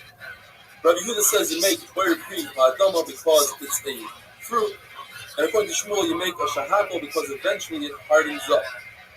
Shmuel tells his student, Rabbi Yehuda, Shinana, you're the sharp one. You know, I can prove it to you. From a turnip. Turnips, even though they become hard, right now they are adama. The Gemara says it's not a good raya because turnips, people plant it for eating it now when it's moist, and therefore it's a adama. But nevertheless, the halacha is like Shmuel, that the halacha is you make a shahako. The Gemara discusses at great length slav, which are caper berries. Caper berries have 4 parts to them. You have the actual berry, and you have the husk that is around the berry, falls off before you have a chance to take the berry. In addition to that, you have the leaf, and you have dates, which seem like to be small seeds that grow on the leaf. Allah says the Gemara that since you plant the caper berry for all 4 of these, therefore you have to make a bracha on everything. And you make 8 on the berry itself and on the husk that surrounds the berry. And on the leaf and on the date, you make an adama. We know that Arla, the first 3 years of it, in Chutz La'aretz, it's the Rabbanan. And we have a concept that we go in Chutz La'aretz like the most lenient position in Eretz Yisrael. Who's the most lenient in Eretz Yisrael? That would be Rabbi Akiva. Rabbi Akiva holds by Meiser, when it comes to a caper berry, you only take Meiser from 1 out of 4 things. You take Meiser from the berry itself, and not from the husk, not from the leaf, and not from the date.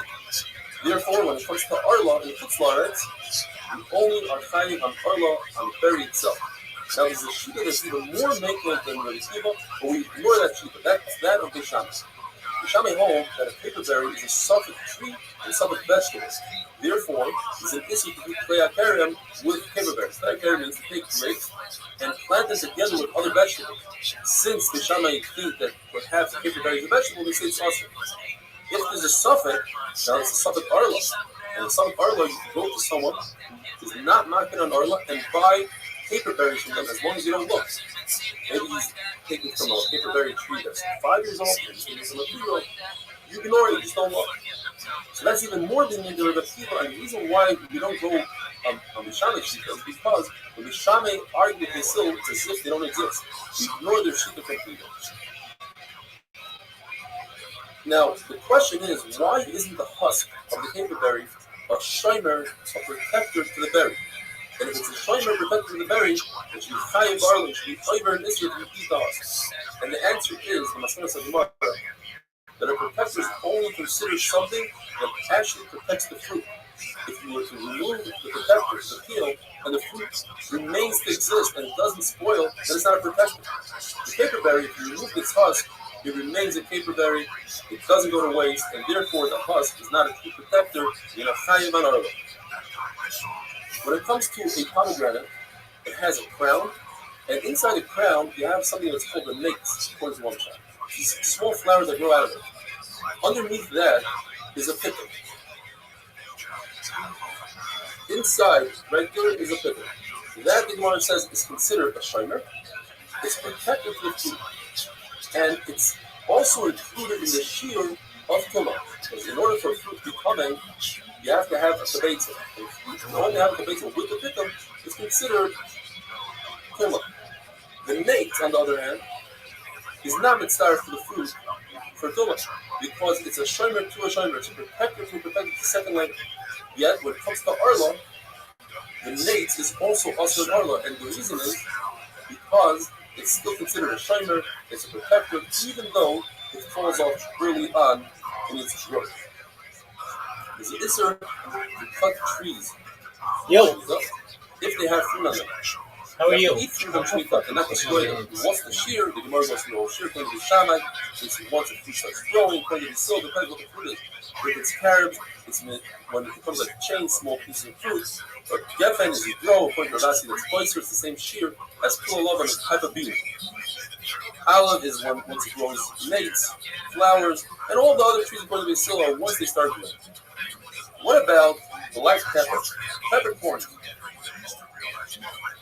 The halacha is that you are chayiv in arla. In other words, they would seem like they are fruit because the Torah says it's machal that if you have a tree that its fruit has the same flavor, like a black pepper, it's chayiv in arla.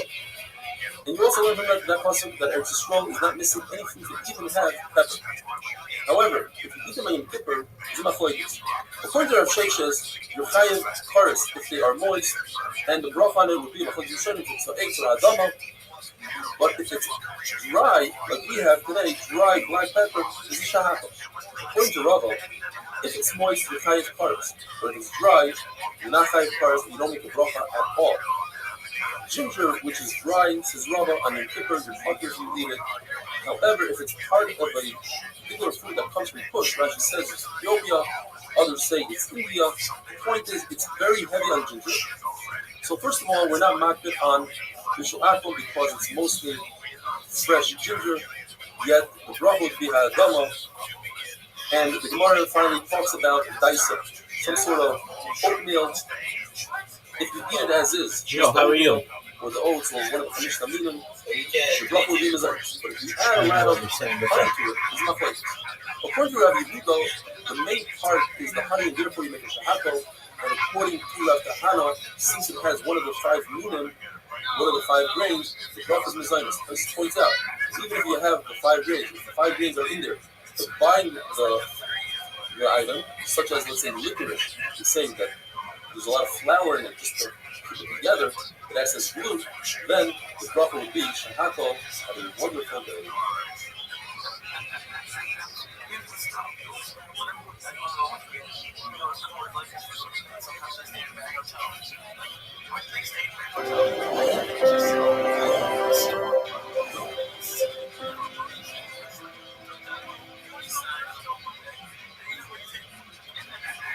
Bracha is Davlan Zayin.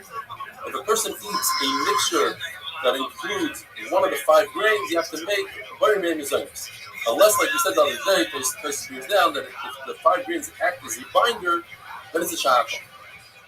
Now we're going to be discussing the sugya of pas oirez and pas doichan. Bread of oirez and doichan. What is oirez? Rashi says oirez is milk and doichan is panic rest.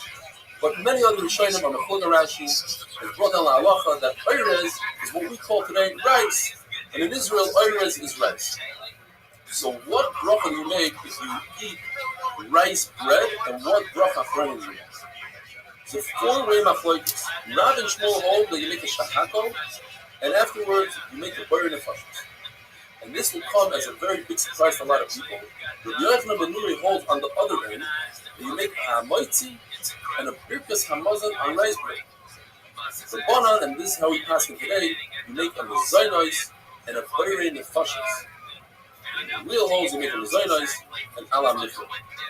But once we mention bar nefashos, we have to mention Taisus. Taisus explains what the words of Bar Nefashos means. Beautiful Taisus. Taisus says, Bar Nefashos rabbis the chesronos. What does the chesronos mean? It means what's essential to life. Bread and water. So you take a shot of bread and water. Says Taisus. It means all the luxuries that are not essential to life. Imagine if HaKadosh Baruch Hu gives just bread and water. All we eat all day long is bread and water. How boring. But Hashem gave us steaks and chocolate and candy and pizza. All the great stuff.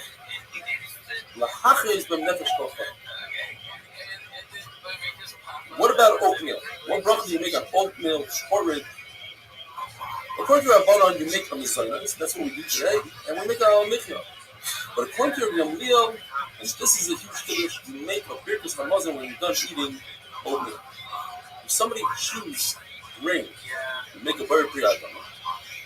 But if you ground it and baked it and cooked it, it depends. If it remains as a bread, it looks like a bread, you make a maitzi, and if it doesn't look like bread, you make it a zaynos. According to Rabbi Yehuda, he says you have to be more specific when it comes to very priyadama. So in the Mishnah he says that if you're eating cabbage or lettuce, you have to make boyer minei t'shayt. Over here he holds that if you chew grain, you have to make boyer minei zirayt. What if you chew rice? You make also boyer priyadama. And if you ground it, baked it, and cooked it, and it remains looking like rice bread, you make a mezayis.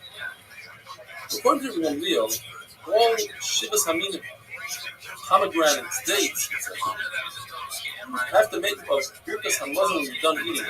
It's unbelievable. The Gemara tells a story that Rabbi and Rabbi Kiva, they were eating dates. And Rabbi told Rabbi Kiva, you say the bracha achayna. Rabbi Kiva jumped ahead and made a halamikya. Rabbi was upset.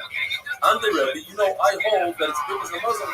So Rabbi Kiva told Rabbi, but you yourself paskin that you should go by the right, and right hold you make on dates, which is something you make halamikya. The Gemara brings different types of food. One of them is a chavitza, which is almost like challah, let's say. It's a capsule that has bread in it.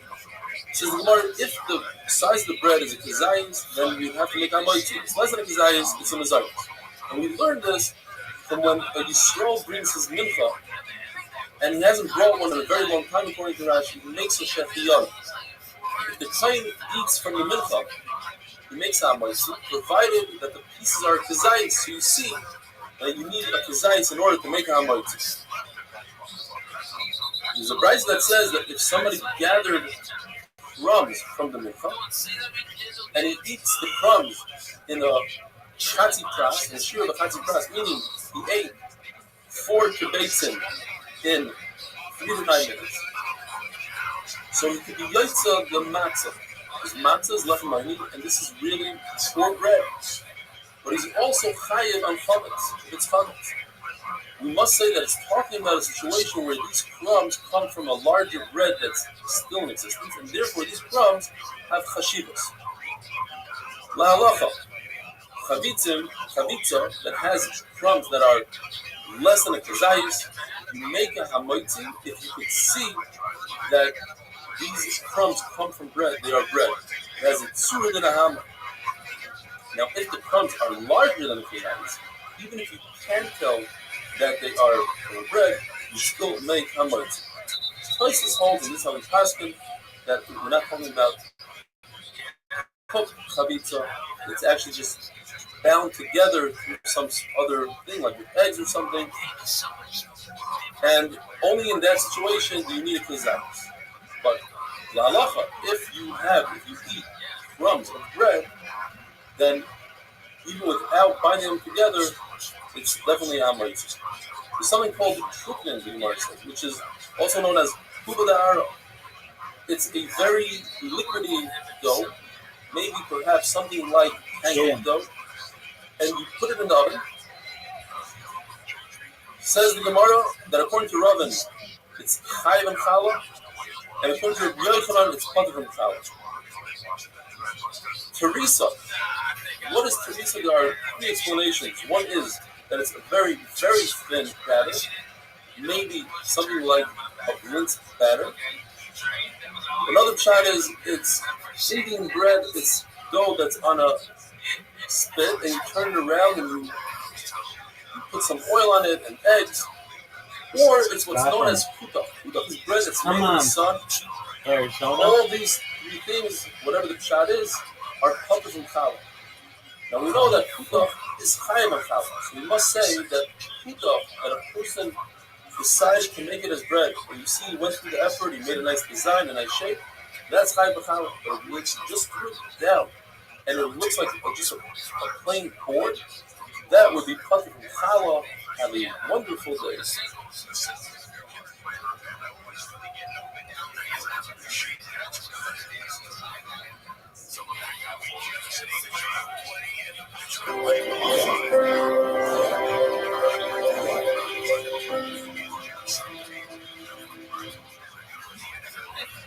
Go, baby.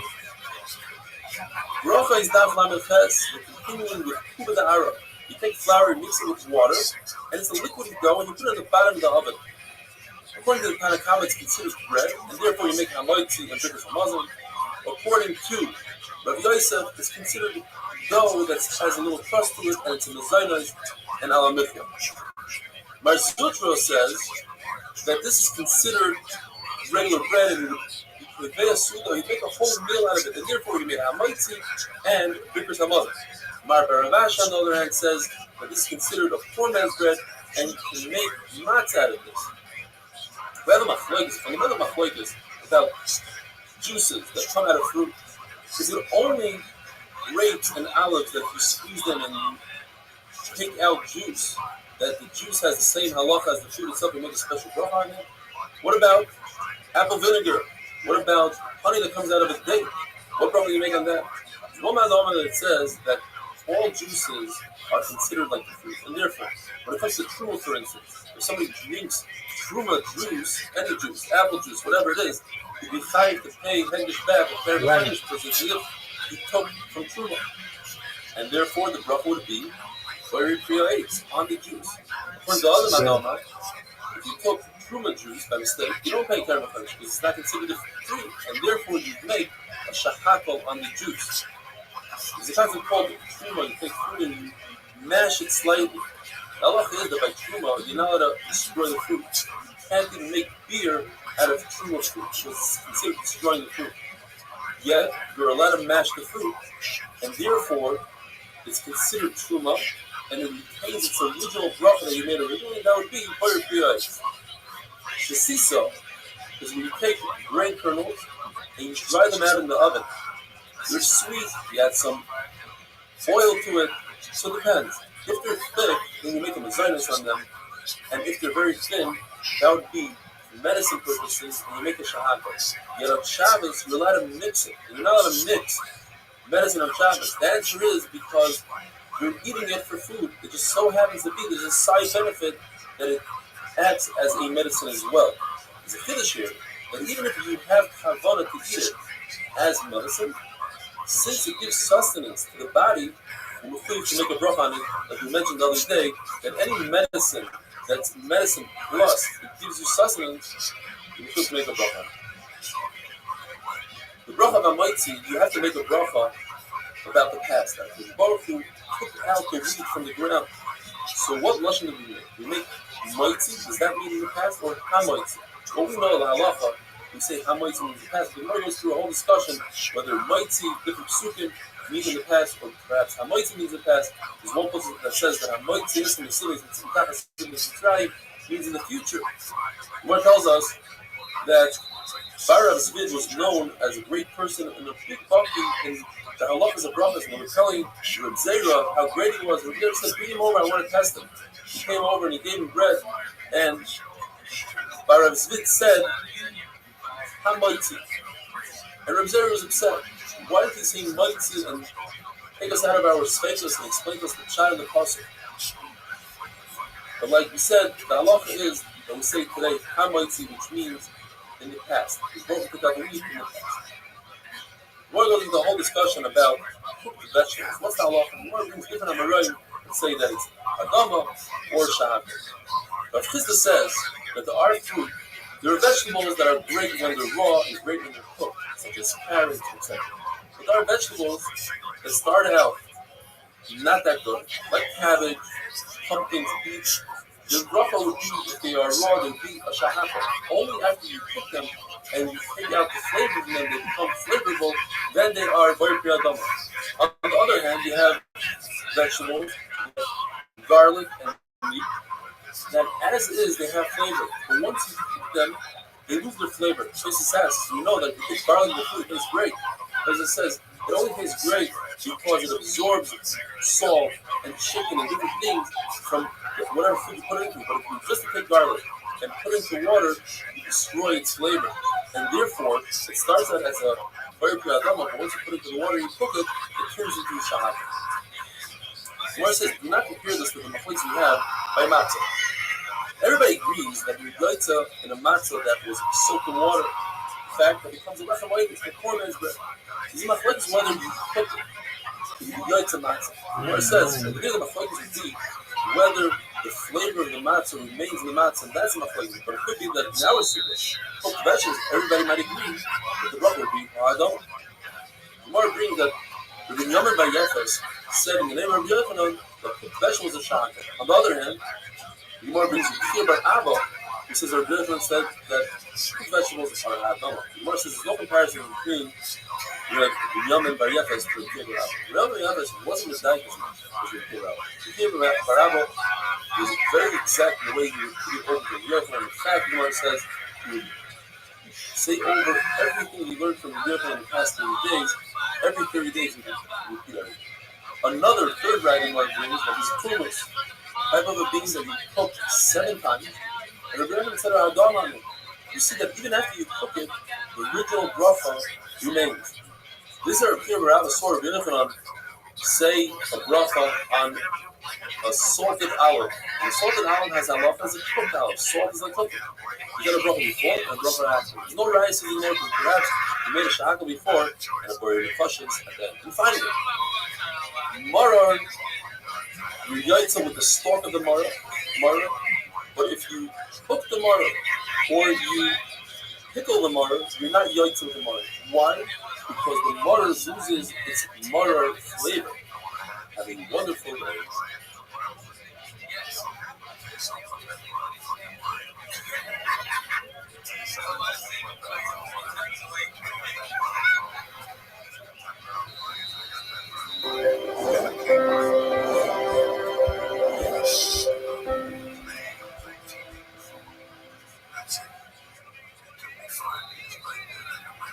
Bracha is Daf Lamed Tes, continuing with the story that Rabbi Yochanan ate a very salty olive. The question is, how did you make a bracha chreina? In order to make a bracha chreina, you have to eat a shear of an olive size. But every olive has a pit, and therefore that olive that he ate was less than a shear. So you must be talking about the very large olive. The shear of a kazayis is a medium olive. So even without the pit, it still had a shear of a medium olive. If you have 2 foods in front of you, one is a hadama and one is a shahaka, you make the bracha of hadama first. Let's say they're both hadama in front of you. Just you like one of them more than the other, you must make the bracha on the one you like more. Says the Gemara story, with 2 talmidim that were sitting in front of the Bar Kapara in the meal, and they brought out in front of them cooked cabbage. And then we had the whole discussion yesterday, what's the bracha on cooked cabbage? Is it a shahaka or a hadama? They brought in front of them kargiyot, which is partridge bird, the meat of a bird, and also dumaskin, which is mountain spinach. And Bar Kapara told one of the talmidim, go ahead and be mighty us with the bracha. So he went ahead, he jumped ahead without asking questions, and he made the bracha on the meat. So his friend laughed at him. Bar Kapara was very upset about him. He said, I'm upset at you for laughing at your friend. Your friend did it because he likes meat more than anything else. And I'm upset at you for making the bracha on the meat. You should have asked me. I'm older than you. The Gemara says, in fact, both of these tanaim were nifter that year. The Gemara says, but don't prove from this story that there's a machlokes what the halacha is in regard to cooked cabbage, which is cooked vegetables. Because it's possible to say that everybody holds that cooked cabbage is a shahaka. There's another question though. The machlokes between these 2 tanaim was, when you have a situation, you have 2 foods in front of you. One, you both have the same bracha, the cabbage and the meat have the same bracha. But one you like more, you like the meat more, and one is more filling, the cabbage is more filling. Which one should you make the bracha on? The one to make the bracha on the meat, he held that you make a bracha on the one you love more, and the other one held you make the bracha on the one that fills you up more. So one comes about Gardidei Lifta. These are turnip heads that are uncooked. The Buddha says it makes a difference how thin you cut it. If they're very large pieces, it remains the original form, and therefore you make a hadam. If you cut them very thinly, then it loses its form and it's a shahaka. Rabbi says it's not true. When you cut them very thin, you do so because you want to take out the sweetness, you want to make it sweeter and better, and therefore, in both cases, it's a hadama. Bakana says if you have a dish made out of beets, and it doesn't have that much flour in it, you make a hadama. What about a turnip dish that you do put a lot of flour in it? It says the Gemara, you don't make any zeros on it, because the flour is there only to bind the ingredients together. The Gemara tells us that beet dish is really good for your heart, it's good for your eyesight, and it's good for your intestines. So the Rabbi provided that you put it on the stovetop and you cook it until you hear the sound of tuk tuk. You want to sound really smart if you ask your family a trick question. They're going to know it's a trick question. What bracha do you make on vegetable soup? Just the liquid that comes out of vegetable soup. no chicken, no other ingredients, just vegetable. And the halacha is that it's ha'adama. It's exactly like the vegetable that it comes from. Not only that, the Gemara says even dill, don't think that dill is there to remove foul odor. It's there to impart the flavor, as the Gemara brings, that if once you put dill into liquid and it imparts its flavor, you're no longer over on eating truma if the dill is truma, and it no longer is becoming truma. We view the dill itself as just a piece of wood because it already imparted its flavor. So you see that it has flavor through impart. The Gemara brings a three-way machlokes. When do you cut bread? At what point of the bracha do you cut the bread? Rav says that if you have a very tough piece of bread, you want to be able to eat it, so you soak it in water. And soaking in the water creates a situation that it's as if it's cut. And you make the bracha afterwards. That means that Rav holds that you make a bracha after the bread is completely cut. Rav himself holds you should make the bracha, you should cut the bread at the end of the bracha. It's as if you made the bracha on a whole bread. Rabbi says that's not true. Since you cut it right before you finish the bracha, it's as if you made the bracha on broken bread. Therefore, says Rabbi, and that's how we pass in halacha. You make the bracha, you cut the bread after you make the bracha. And that brings us down the base. What happens if you have in front of you a choice of two breads? One is a small, whole roll, let's say. Oh, no way. And the other one is a large piece, but it's broken. He's got two players. What it says, you make the bracha on the broken bread. It's more important to a chashav, and therefore, even though the other one is short. The other one says, three players. You make the bracha on the whole one. Where it brings that the Tana came and said, what you should do is, and Amar said, take both of them together. Take the broken one and put it under the whole one, and like this. He was about Shitos, and not what Yisrael said. That's amazing. He asked the guy, what's your name? He said, my name is Shalom. He said, your Torah is called Shalom, and you make Shalom between Rav Huna and Rav Yochanan. The Gemara says, this case of a broken bread and a whole bread is not similar to the case that we have in Truma, where the halacha is that if you have a large half an onion, which tastes better than a small whole onion, you should give it the half onion as Truma. Everybody holds that. The machlokes is in a case where there's no kain around. If you designate, you put aside the half an onion, it's going to go to waste. So one mandama holds, you set aside the whole smaller onion, and the says no, you always separate and designate the better one, the more kosher one, even if it will go to waste. If you have a broken piece of bread that's made out of wheat, there we go, wheat flour, and a whole bread that's made out of barley flour, the halacha is to make the bracha on the broken wheat, because wheat is more kosher than barley, as it says in the pasuk. Eretz Kito Sa'ira. Kito comes before barley. Rabbi Ravina is the one that said before, we mentioned before, you could do both of them together. And therefore, on Pesach, the Papa says on Pesach, everybody holds that you take the broken matzah and you put it underneath the whole matzah, and that's how you make hamaitzi, because in Pesach, there's the concept of lechamayni, poor man's bread. And when you do so, it shows as if you are breaking off from the broken piece of matzah, which poor people usually have broken bread. So the Abba says that on Shabbos you need to have two talis, lechem, mishnah, and Rav Ashi saw that Rav Kahana cut only one out of the two breads. Rav Zera says, according to Rashi, Rav Zera would cut a very large piece of challah, and he said it doesn't look like a rafton, like a chazer, like a fresser, because everybody knows that during the weekday he would have a smaller piece. It's only the covered Shabbos that he made a large piece. Other Rishonim learned that Rav Zera cut both pieces, both challahs. This is the last one for today. When they would get challah for an eruv, they would make hamaitzi. If they had a choice of different challahs, they would use the eruv challah, because the eruv challah already had one mitzvah in it. And the eruv in it, it's better to do two mitzvahs out of one challah than to use a challah that they never had a mitzvah done with it. Have a wonderful day. Exactly.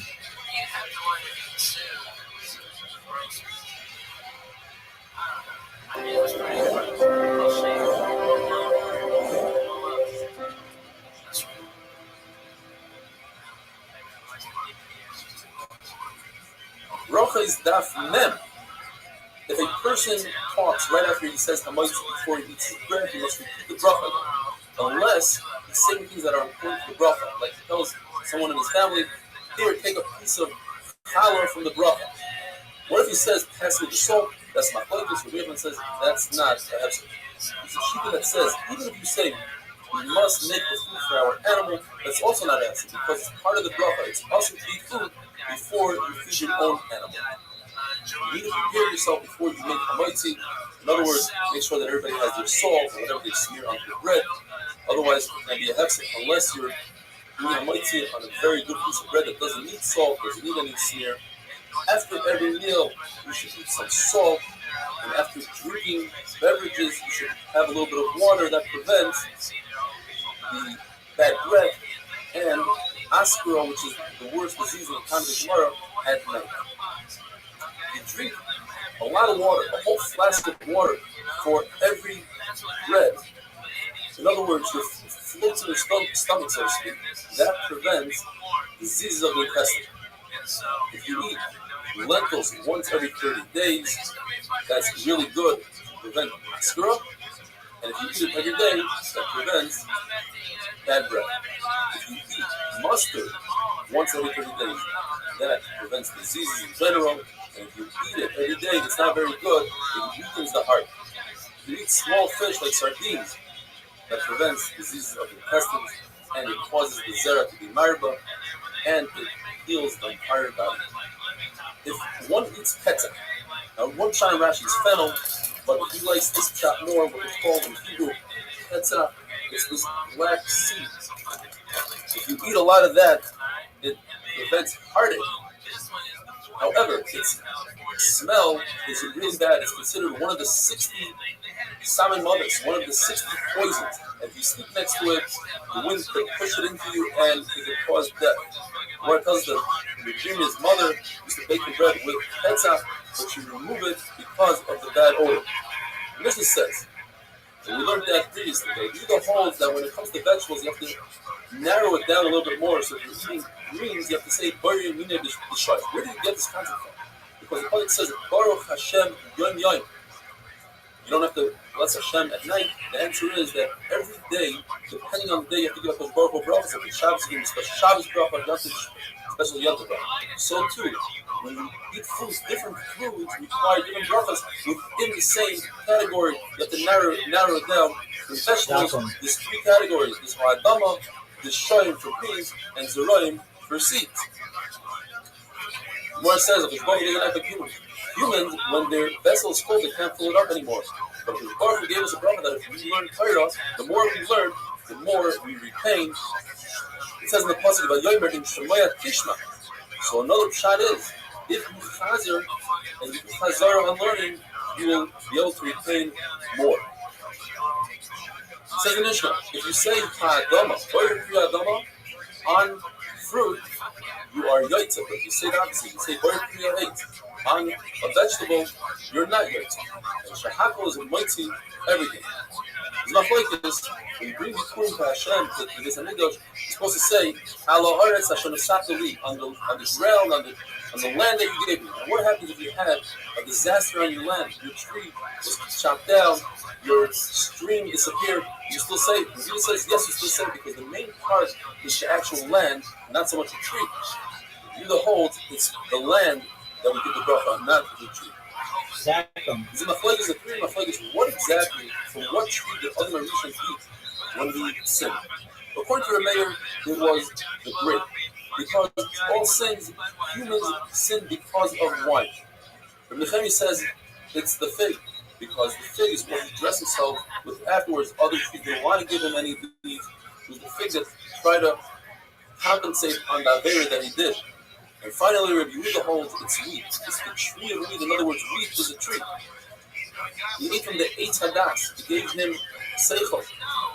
A child only has seichel, can differentiate and call his mother, and father after he has wheat. In other words, that's how he had that. And I would think that if you say eight on wheat, the answer is that wheat, although it might be a tree, but since it doesn't grow from you, once you pick it, that's it. So you don't say eight on wheat. Rav Huna says, if you say shahakol you are yotze on everything besides wine and bread. And Rabbi says Shahaka will be moitzed even wine and bread. This is machlokes. Rabbi says if you change the words of the brachas of what Chachamim and actually this of Goyim or Misakim, you're not yotze. Or Meir says if a person uses his own language and he says, how beautiful is this fig? Baruch Hamakar, blessed is HaKadosh Baruch Hu, says the Meir, he's yotze.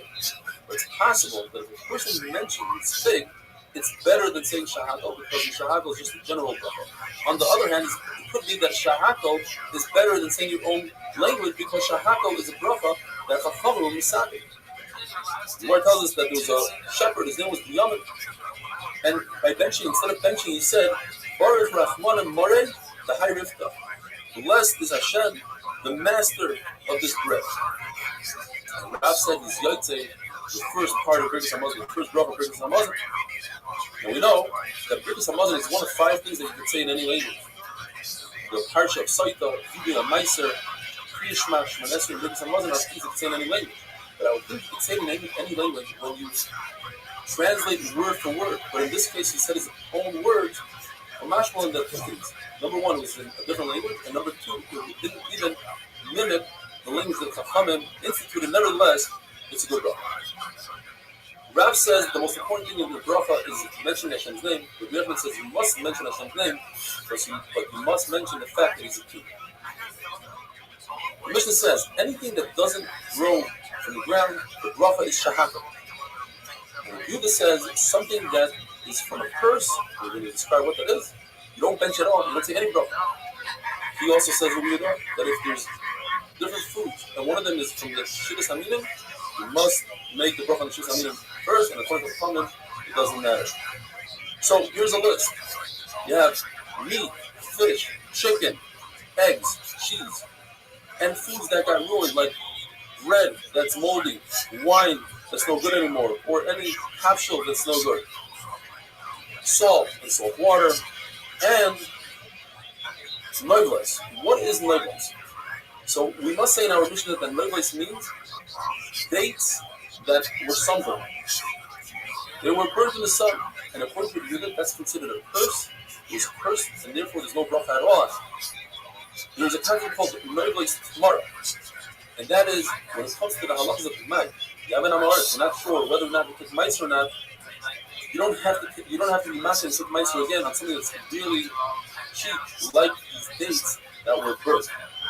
So the machlokes is whether it means dates that are burnt or dates that fell off the tree. Dates that fell off the tree should be hefker, and they are hefker. Over here, we're talking about we made a pile of them. They are tired, and therefore, when they're at bottom, they're tired. The micer. Have a wonderful day.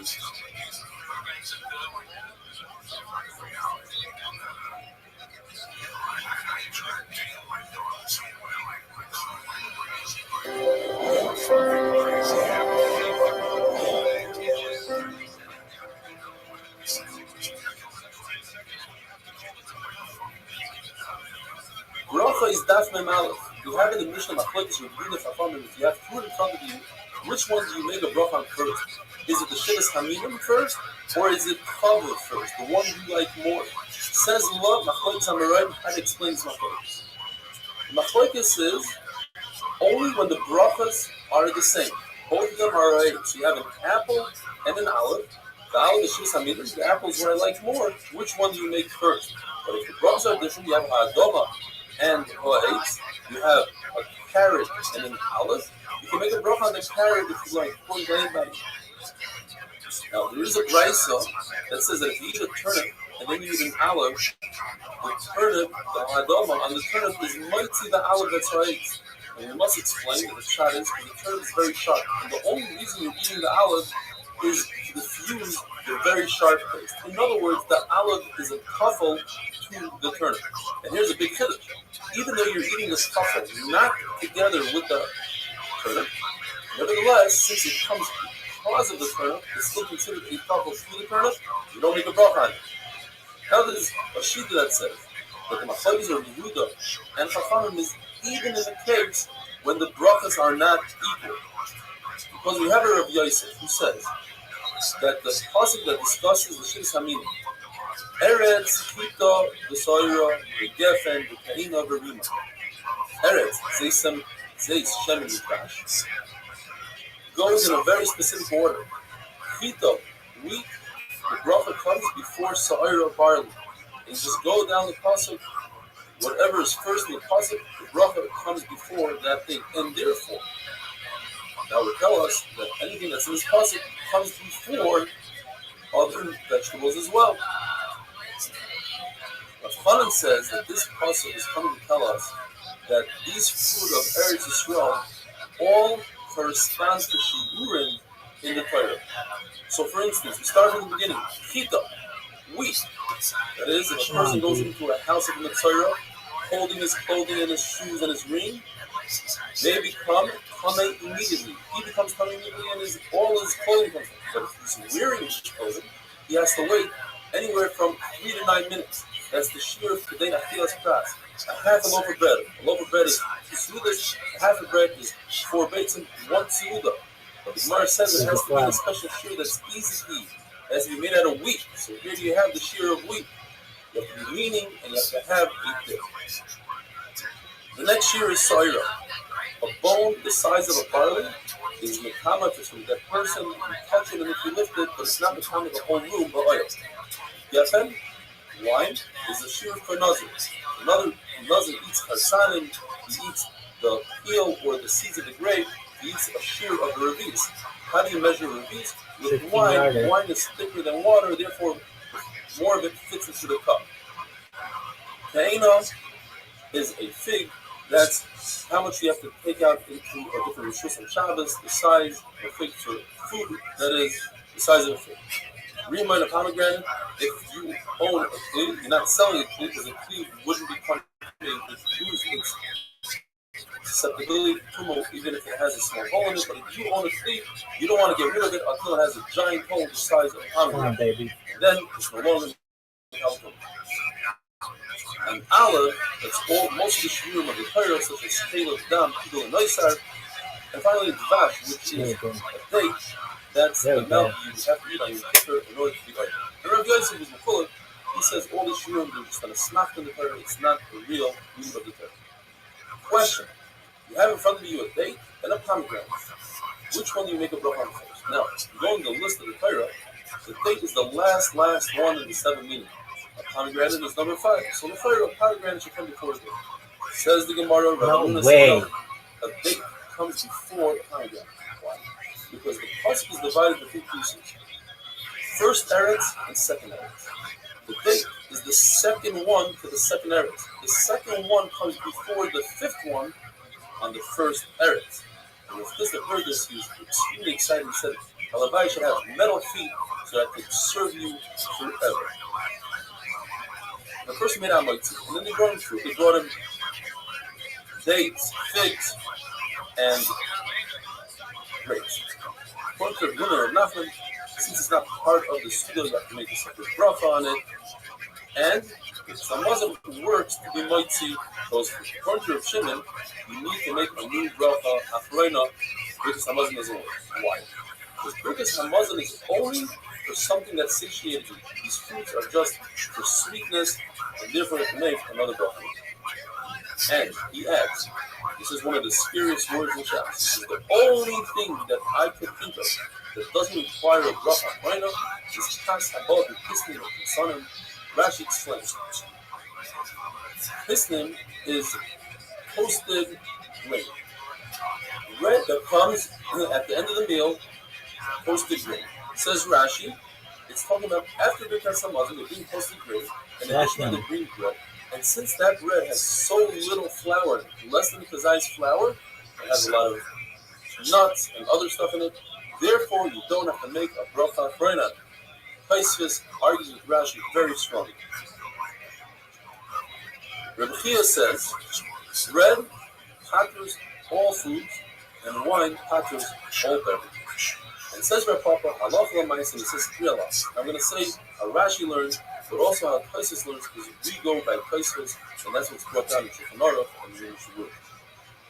Things that come because of the Suda, in the middle of the Suda, don't need a bracha, not beforehand, but not after. It says Rashi, that's talking about anything that you dip your bread in. It says Paisvis, no, it's talking about meat and fish, and that's what we do today. We don't make a bracha on meat and fish because of this halacha. It comes out of the bread. You don't eat it with the bread, but because you have a suda with bread, you bring to the table fish and meat, and you're not going to make a bracha. Second halacha, if it doesn't come because of the suda, then you have to make a bracha beforehand, but not afterwards. What does that mean? Says Rashi, it's not for a dip, it's to satiate yourself, such as eating cabbage or turnips. Taisa says, no, it's talking about fruit, sweets, and Rashi uses this as the third element. Sweets, in other words, fruit, you don't come because of the bread, and therefore, if you make a bracha before, but you go to the difference in the. And finally, the third element. Anything that comes after sukkah, you have to make a bracha before and after. According to Rashi, it's fruit. And according to Taisa, it means even meat and fish that come after you're done. You say, I'm finished eating. You didn't make bracha when you're done. You have to make another bracha, Rishayna, and finally, last halacha before. The Zayma says that when you make hamoitzi on bread, it's not moitzi the wine. Why is that? Because wine is special. Wine is goyim a bracha for itself. Meaning, there are times that you make a bracha on wine, you don't even want to drink the wine. But you have to make it on wine, such as Kiddush and Dal. Therefore, it's a very special bracha, and if you're not yotza through the bread, it's wonderful.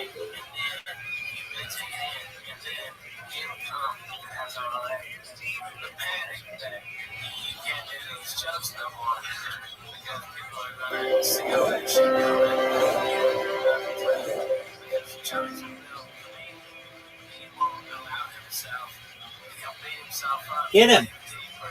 Rocha is that base, continuing with the sugya of kasaba b'kisnin, bread that comes together with kisnin, which is toasted grain.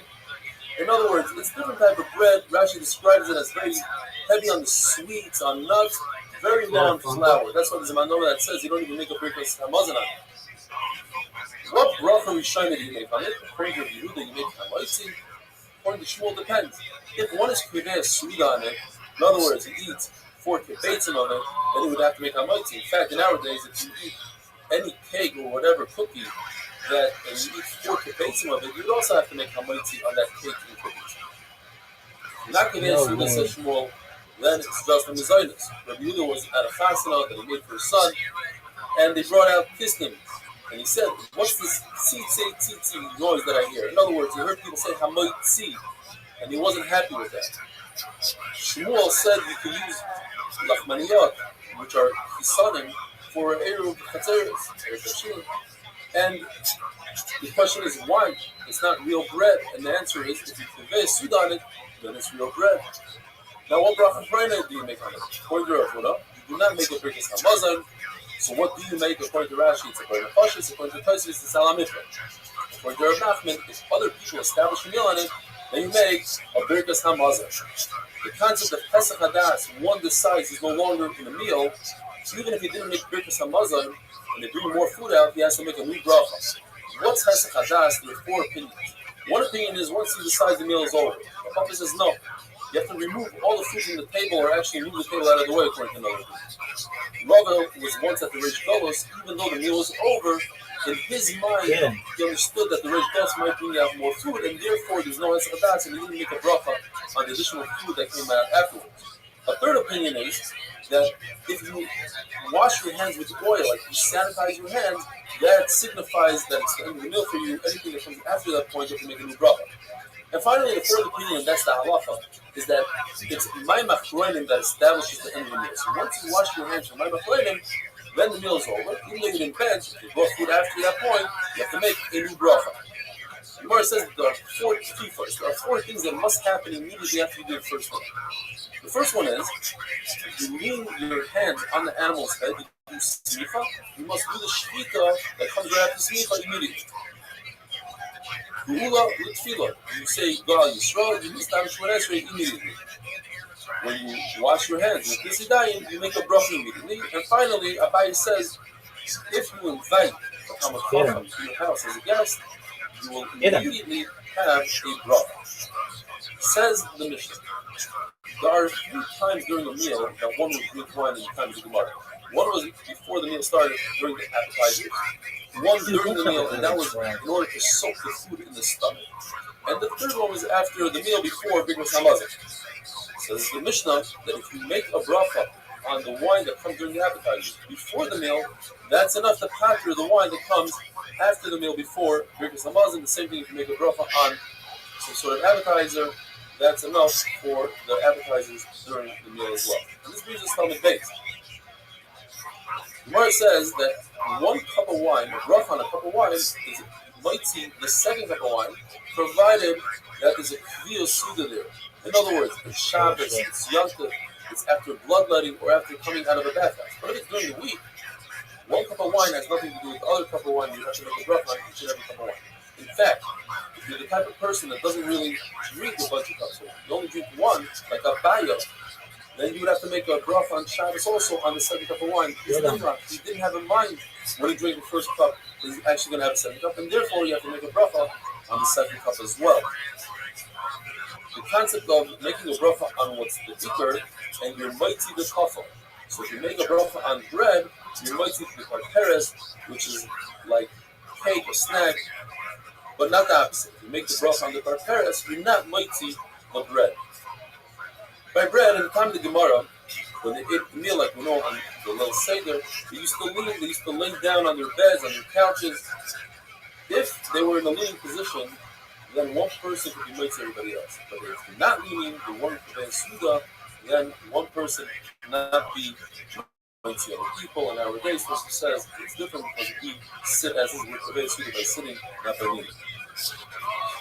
During the Suda, when we drink wine, it's to soak the food that has less of a chashivos than drinking wine for enjoyment. And therefore, there's a machlokes whether making a bracha on the wine that's there to soak food is mighty, the more important one of after the meal when you're drinking for enough. When wine comes in the middle of the meal, everyone should make their own bracha. One should not be mighty to other people because they're busy swallowing and they're concerned that they might choke and they want to have kavanah to your bracha. If it comes after the meal, then one person makes a bracha for everybody else. The Mishnah says that only when they're all eating, one could be mighty to everybody else, unless they planned initially to sit down and have the meal, and that is considered as the Keveya, they decide to do so. The word says a story that after Rabbi was lifter, the Talmidim went to Rabbi, and they all decided, they got together and said they're going to eat on the banks of Nahar Dan. And when they got there, they weren't sure if that's considered to establish a Suda. And they were very sad because they had nobody to ask. They felt like the Rebbe wasn't there anymore.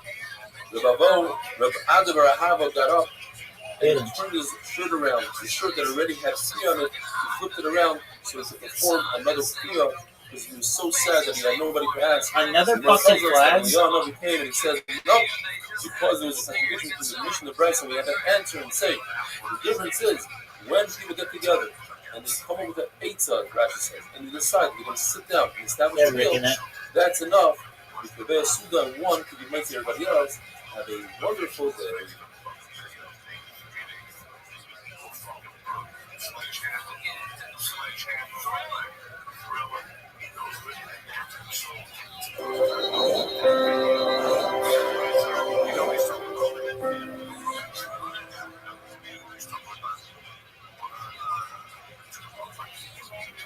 Get him. Bracha is that Mem Gimel. We learned in the Mishnah, everybody's gathered around it, all leaning on the couches. One person can make a bracha to everybody else.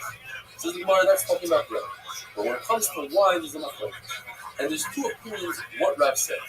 The first lashon says, the Rav said, so when it comes to wine, if everybody's leaning, then one person could be right to everybody else. The second lashon of Rav is, it doesn't matter. Everybody could be leaning, it won't help. Everybody must make their own bracha. Or a good knows, as long as everybody's leaning, one person should be making everybody else. How do we explain the price? There's a wealthy person that invites many poor people as guests. And the guests start coming in and they sit down in the front room. And they're waiting for the rest of the guests to come in. And as they're waiting, he serves them wine and tells them to wash one hand. Rashi says because of because he says because of cover the bracha. And each one makes an individual bracha on the That's wine. what I'm talking about. Why can't one person make a bracha for everybody? The answer is because they're all transitioning to the second room. And therefore, in this room, they're not considered kavua, they're not considered mizuman together, and each one should make their own bracha. So now, all the guests show up, and they transition into the second room, where they have beds, and everybody lays down, they do a seva, and they all wash both of their hands, because they're going to be eating bread. Now, one person makes bracha on the wine for everybody. The question is, according to the second opinion of Rabbi, how can one person make a bracha for everybody? The answer is, since one person is making a bracha on bread for everybody, so Migun that is doing it for bread, we might see other people for wine as well. It says in the Mishnah that the person who is honored in Zimah, he's the same person who's going to make the bracha on the summon, and he might see everybody else. And it seems like there's another greater person than him in the room. And why is that he's doing all these brachas? So because he washed his hands first for my machridim, so he gets to do zimun. And once he gets to do zimun, we say finish the mitzvah, make the bracha on the summon as well. What does the story that Rabbi was eating by Rebbe's house together with Rabbi, and Rabbi looked at Rabbi and said, "Go wash your hands." Rabbi started shaking. He thought maybe he did something wrong. And Rabbi explained to no. Rabbi wants you to go wash your hands first. And my machridim, like you said before, the one that washes first, he's the one that's honored in my machridim zimun. Why do we make a bracha on smell? It's not a physical thing. It says the Gemara, because it says the pasuk, "Kol neshama t'halal kaf." What is it that a neshama benefit from that the rest of the body doesn't? The only thing is the smell, and the pasuk says, "Make a bracha." Rabbi Bar Yirmiyah says that just like when you eat food, you eat bread, you say "Almighty," and then you put it in your mouth. Even before you eat and benefit, you say the bracha. So too, when it comes to the smell, you make the bracha before you actually smell. As long as it's going up in smoke, you can make that bracha. It says Rav, mugma, which is incense that you put on coals and it creates a nice fragrance in the smoke. The bracha is actually something besides mush, which in English is musk, which comes from animals. The bracha will be burning it. The Brisa says differently. The Brisa says that the only thing they say actually summon is Farsiman of Rabbi and Hadassah. Now, what bracha do you make on a farsiman, the oil of a farsiman? Don't bring a rag from Rabbi Yehuda. Yehuda loved Eretz Yisrael, and therefore inserted in the bracha, "Boirei shemen atzenu our land." Bracha is like Rabbi Yehuda who says, "Boirei shemen harei." The Gemara gives a list of things they say, "Boirei atzei b'samim." The sharta, which is pastas, also known as punch, which is one of the samimanim of the pirates. Simlak is jasmine. Ute Puma is spikenard, also one of the pirates, which is shboilisneh. And narkoim, which is garden roses, all atzei b'samim. What do you say? Isbei b'samim, the Gemara brings an example of sigle, which is violets. If you have a fruit that's edible but also has a very good smell, such as an esrog or a chabusha, which is a quince, then you make a special bracha. Shnosan reach koyim bat peres. In Nisan, when trees start blooming and you see a blooming tree, what you say is, nothing is missing in this world. You don't need these beautiful trees. You can live without them. Why did he create these beautiful trees? It's nice by having Adam to give us pleasure. Says Gemara, in the future when Mashiach comes, Bachur Yisrael, young men will have the smell of Levana. The Word says an amazing thing that the Lord created the world in a way that everybody enjoys their job. Even a tanner enjoys the smell. It's used to the smell, even though it's a really bad smell. It says Gemara, similar to a mushel where a person puts a palm shoot on the back of a pig and it's clean. The pig will find his way and roll into the mud. Even if this person, this tanner, finds another job, eventually will end up back tanning. If a person walks by himself at night, he might encounter a shade, and the shade could damage him, could harm him, and he'll see the shade. But if he holds a lamp in his hand, then it's as if he's walking with another person, it's as if there's two people. He might see the shade, but the shade won't harm him. If he's walking to the light of the moon, then it's as if there are three people there, and he won't even see the shade. The Gemara says it's better for a person to throw himself into a fire than to embarrass someone in public. We learned that from Palmer and Yehuda. The person is holding in his hand oil, it smells good, and hadas. According to the still, you make the bracha on hadas. According to the Shani, you make the bracha on shemen. So the real Shani is right, because shemen accomplishes two things: you can smear it on your skin, and it also smells good. And the real says that the Shani is right.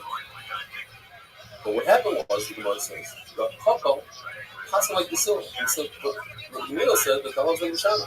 So the Rabbi, yeah, but I heard that from Rava, that the halacha is like the silver. So the Gemara, very interesting thing, the couple was embarrassed. So he made up a story that Rava passed like the silver. The person has two things. Oil and wine. Which one does he make a bracha on first? The Shammai says you hold the oil in your hand, you make a bracha on oil, and they still say you hold the wine in your right hand, you make a bracha on the wine. What do you do with the oil? You anoint your servant. If your servant is Talmid Chacham, don't put this good smelling oil on him, because Talmid Chacham should be careful not to go out with good smelling perfume. Where brings a list of things that Talmid Chacham should be careful. First of all, Talmid Chacham should not go out into the marketplace smelling good, especially in a place where there's a shot of Mishmah Zafar. And the Gemara says he shouldn't put on his clothing, but put on his body to act as a deodorant, whereas his shayla machlokes, what how does he put it on his ear? Is it like clothing or putting it on his body? But the Talmid should not go out by himself at night, because people will make rumors about it. Unless he has a chavrusa learning, people know that he's going there, and that's why he's out by himself. But the Talmid should not have shoes that have 2 patches on them. It's not nice. And only if it's in a place that it's seen, and only if it's in the summer days, there's no mud outside, and only outside. The Chacham should not be talking to a woman in the marketplace, even if that woman happens to be his wife, daughter, sister, because people don't know that they are related to him. And the Chacham should not be in the company of an Amaretz, because that Amaretz might bring him down. And he should never be the last one in the Medrash, because people will say that he's negligent, and he shouldn't walk very wide steps, because where it says every wide step takes 1/500 away from his eyesight, and if he does do so, he should be kiddush and never restore his eyesight. And finally, Chacham should not walk upright, because that's Gaiva, of course, of Baruch Hu. Have a wonderful day.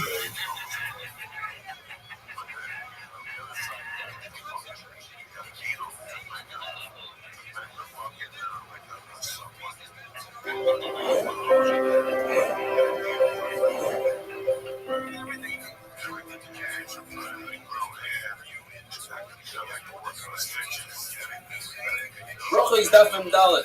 The Mishnah tells us that when you eat the main food and the secondary food as well, you make one bracha on the main food, and the secondary food is called from a bracha. 99% of the time when you eat bread is the main food. The Mishnah tells us that there's an exception to the rule. These are extremely sweet fruit that are found in Eretz Yisrael. So when you eat them, they're so sweet you have to add salt to diminish the taste, and you eat a little bread with it. That bread is a kafel, and you don't make a bracha on that bread. The Gemara tells us that Yochanan loved these fruit very much, and his Talmidim would bring him 1,000 of these fruits at a time, and he would eat them all and swear that he's not even satiated. He would eat them until the fly that would land on his forehead would slide right off from the oil. Rabbi and Rabbi would eat so many of these that they would have hearing loss. Their ear would simply fall out of their head. Rish Lakish would eat so many of them that would become delirious and become shiver. Rabbi Yochanan had to call the authorities to have them drive him home. The Gemara tells us about Eretz Yisrael. Yana had a city that had so many figs that he needed that many employees to pick the figs that they needed 600,000 bowls of tuna per week. Yana had a tree that had so many birds in it that he would take 3 times a month 40 saw of chickens out of the tree. It was a city called GUINNESS that had 80 tiers of Kohanim that married 80 twin Kohanim girls. The Gemara says it's so rare that only happened once. There were Chizda's twin daughters, and he was a Kohen, married 2 brothers who were Israelim, which were Rabbi Bar Chama and Ukva Bar Chama. A meal without salt is not considered a meal. A meal without soup is not considered a meal. Says the Mishnah. The Hillel holds that when you eat Shivas Haminim, you have to make a Birkas Hamazon. You have to beg. Why? Because the pasuk of Shivas Haminim comes 2 psukim before the pasuk about Birkas Hamazon. Chacham say yes, but there's a pasuk in between, and that separates them. And that says that when you eat Shivas Haminim, you only have to make Alam Mifya. The Hillel says the pasuk in between because he tells us that if you eat shu, wheat, you don't bench on that. If you drink water because you're thirsty, the Bible says you make a shahakol, you make a boirei, you're cautious. And this is soon, there's machlokes whether you make a bracha at all, a bracha on water. The Ala Mikra on fruit is very similar to how we do it today. There are a few variations, very minor variations. Ala Eid Al Perez. Balpus HaSadar is coming to Chava. We say Shur Tzis over here. The Gemara does it. Shur Chava is saying, Lecha Mekriya, but it's very Mekriya. Rachan Hashem Mekriya, Yisrael HaMecha. Yerushalayim Recha Ba'am is Bechecha, B'Sibnei Yerushalayim Yikochecha B'Meir B'Yomin V'Alein Zecha, Zalkein Upa, Yachal Toiv U'Mekri L'Akvay. And on the 5 meanings of grain, Ala Michla, Yachal Adnuz HaSadar, Ala Oretz V'Ala Michla. We know there is Chodesh, we finish off the bracha, Mekadesh Yisrael, there, Rosh Chodashim. That's 2 things that we say. We say the same 2 things. We say 2 things in Ala Michla. For instance, according to Rav Chisda, in the first large you say, Ala Oretz Val Periseh, according to one lashon. In other words, you're benching the fruit of Eretz Yisrael. And Rabbi Yochanan in Eretz Yisrael would say, Ala Peris, in general. So that would say we have to flip that around. That in Chutz La'aretz you say, Ala Peris, our food. We're not going to bench. We ate food here. We're not benching another food in Eretz Yisrael. In Eretz Yisrael you say, Ala Periseh. Yehuda Rav Dima says that when it comes to vegetables and water, there's no bracha farina. You don't make a burner cut. Rabbi Yitzchak says there is vegetables, but you don't make a bracha farina on water. And Rabbi says you do make a bracha farina, a burner cut on water and on vegetables. The Mishnah Nida says that there is a bracha. There are things that you need a bracha beforehand, but not afterwards. According to Rabbi, everything needs a bracha afterwards, even water. You must say that's referring to mitzvahs. You do mitzvah, you don't make a bracha when you're done. Although in Eretz Yisrael, they would make brachas when one would remove his tefillin and tzitzis, they would say bracha. So we must say that according to the Man Omar is referring to smell. When you smell something, you make a bracha beforehand, you don't make a bracha afterwards. Gemara tells us that an egg is healthier than any other food. If it's lightly roasted, it's better than 3 dozen egg worths of flour.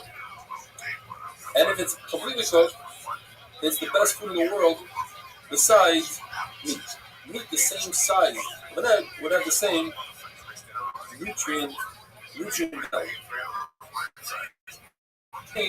Says the Gemara, is good for your teeth, but very bad for your intestines. What happens if you eat it? You should chew it and spit it out. Leek is bad for your teeth and bad for your intestines. What happens if you eat from it? You should swallow it. After bloodletting, you shouldn't eat raw vegetables. It causes the face to lose color. According to one lashon, raw vegetables, causes the person that eats them a lot of damage if you eat them within the first 4 hours of the day. Another lashon says that it causes damage to the person speaking to that person that ate it because of the foul odor. If you eat very small animals, in other words, animals that are supposed to grow a large size, and you eat one animal that's only 25% of its potential growth, it prevents a person from growing. Animals, live animals, bring life. So even if you eat a small fish, that brings life. If you eat from the throat area, which is where the life goes in, where you breathe from, that brings life, that revitalizes the body. And Rabbi was marked to eat from the place of the shvita. The Gemara tells us there are 6 things that are medicinal, and that is cabbage. The Gemara says not only is cabbage good, it's a good medicine, but it also satiates a person, beets, pennyroyal water, moth, a wound, and the diaphragm. Turnip is really bad for your health unless you eat it together with meat, according to one shita, according to another shita, unless you cook it really good. The Gemara calls it eitzim, and another shita, which is rava. If you eat it together with wine, then it's actually good for you. And that's why Rabbi would tell his servants, when you see turnips, don't ever ask me, just buy it, I would like to eat it. Have a wonderful day.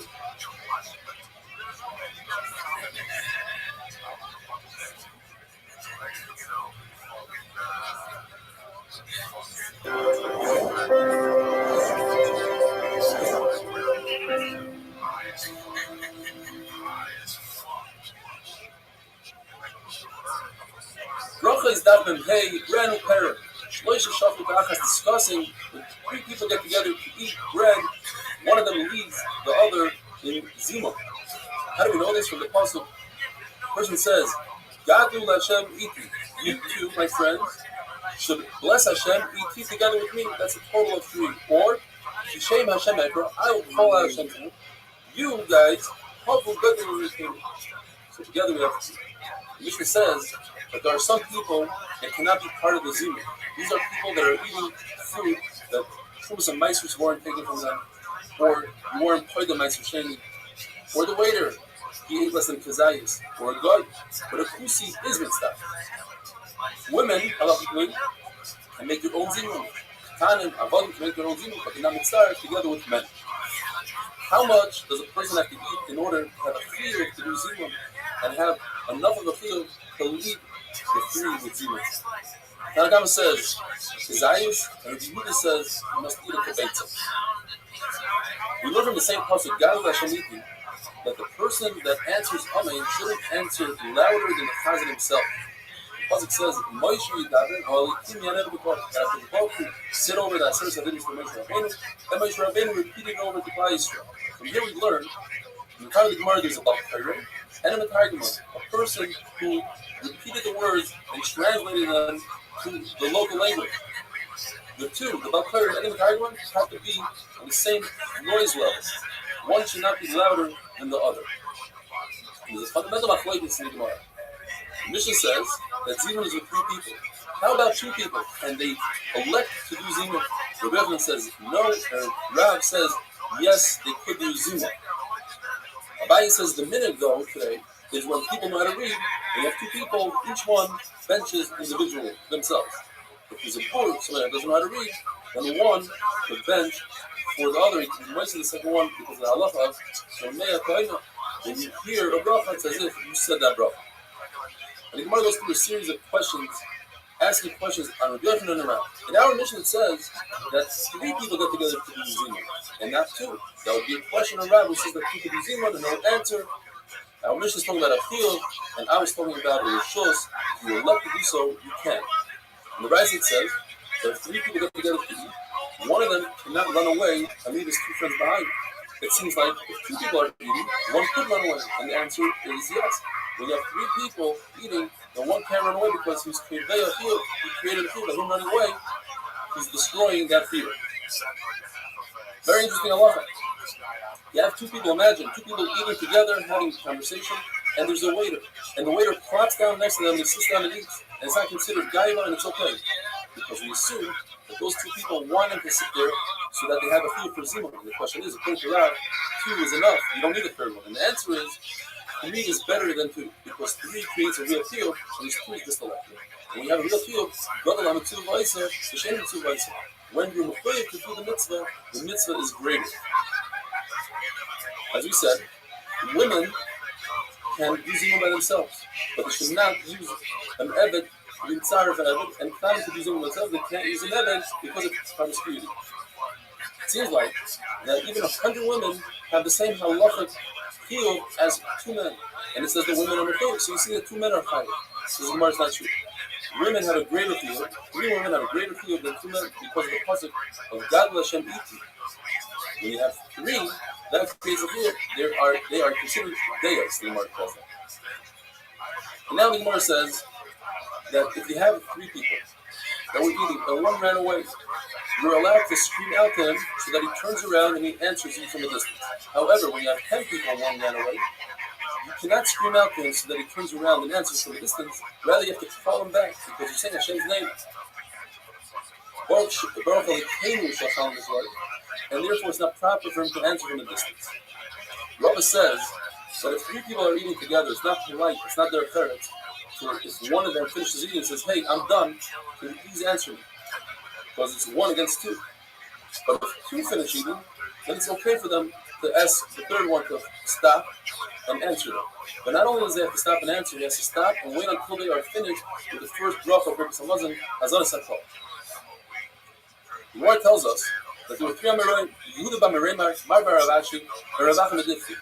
And they were all sitting together eating, and they said, we're all on the same level in learning and godless, so who's going to lead us in Zimun? There's no one greater than the other. Therefore, they decided just to bench on their own and not to do Zimun. The Remar heard about this and he wasn't happy. He said, you weren't yet to the mitzvah of Zimun, you were yet to the mitzvah of Rabbi. And to go back and do Zimun retroactive doesn't work. Here's the halacha l'maisa. You walk into a meal on Shabbos and people are about to start benching. What do you say? You can't say Baruch Shachal Mishlei because you didn't eat with them. So what do you say? The Gemara says you answer Baruch Mevarach. And Tosfos brings the Bahag, and it's brought down in Shulchan Aruch, the halacha, minus the word who, that you answer Baruch Mevarach Shemai Hamid Lo'elam Baruch. And if there's 10 people, you walk into a Sheva Brachas, and the 10 people about to start zimun, you say Baruch Elokeinu Mevarach Shemai Hamid Lo'elam Baruch. What if you walk in when they're already at the end of zimun? So there you just say the word Amen. The Gemara says that only the bracha B'nai Yerushalayim you say Amen on your own bracha. B'nai Beracham Yerushalayim Amen, or according to the Goyin you say B'nai Yerushalayim Amen. But other brachas that's ignored. And Rashi points out, and that's how the Sfardim do, that when there's a series of brachas, the last bracha you can answer Amen to yourself. So the last bracha of Hallow you would say Amen, or after each Shabbat you say Amen. This is argument in Rashi. Like this Amen and B'nai Yerushalayim, you say it out loud, and you say it quiet. Abaya would be motzi his employees with bricks on muscle, and when he got to B'nai Yerushalayim, he would scream out Amen to indicate to them that their time is up and they must go back to work and they shouldn't bench the fourth bracha, which is only the Rabbanan. Rabbi on the other hand held that the fourth bracha is in the Rabbanan, and if you say it aloud, it will come to a zilzul. People won't treat it respectfully, and therefore he said the Amen wisely. Have a wonderful day.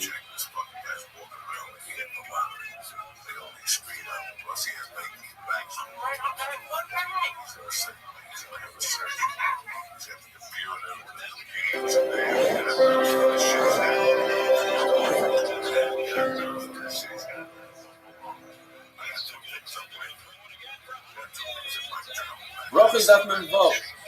Who is Moitzi everybody with Hamoitzi with Chas Techala? Who hosts the Balabais? The Gemara tells us that Reb Zera was very sick, and Rabbi accepted upon himself that if Reb Zera has her full shlema be healed, he'll throw him a huge party. The Gemara says that he used to call Reb Zera the short burnt one. His legs were burned. Reb Zera would test himself out once a month, put himself in the oven, and see if he could be burnt, like he'd be burning at him. 1 month is the Ayin Hara, and in fact, his feet got burnt. Reb Zera had a full recovery. They threw him a big party. Rabbi says, I want you to cut some bread. And be might say everybody, Reb Zera says, no, the Balabais has to use. She said, okay, but I want you to do Nizam and lead us with Zimun. She said, Reb Zera, no, I hold that the person that cuts the bread, he's the person who does Zimun. The other holds that the Balabais cuts the bread. That's true. But Zimun, the guest should do Zimun. Why? Because the guest will give a bracha to the host and will say Yiratzah. The famous Yiratzah, Shalayevash Balabais Hazeh, Loy Bailam Hazeh, and Loy Bailam Hazeh. The owner shouldn't have any embarrassment now in this world, not in the world of America. Yes, that. The Yisach Moed L'chol Chasam. You need a Chasam Mitzlachim Koyim Le'ir. You need a Chasam Mitzlachim Mitzlachim Koyim Le'ir. Bayishal Tzot Le'Lemasi Yodod Le'Lemasi Delim Vayizdak Le'Lemasi Le'Lemasi Shum Vayir Vayir Vayir Vayir Vayir. According to Rav Nachman, Zimun is like what we do today. It's a Rabbi sign up, right? And when you finish, you start Baruch Hashem, Hazanas Olam K'Lev K'Vay. According to Rav Sheshes, and this is only according to Rashi, it's incredible.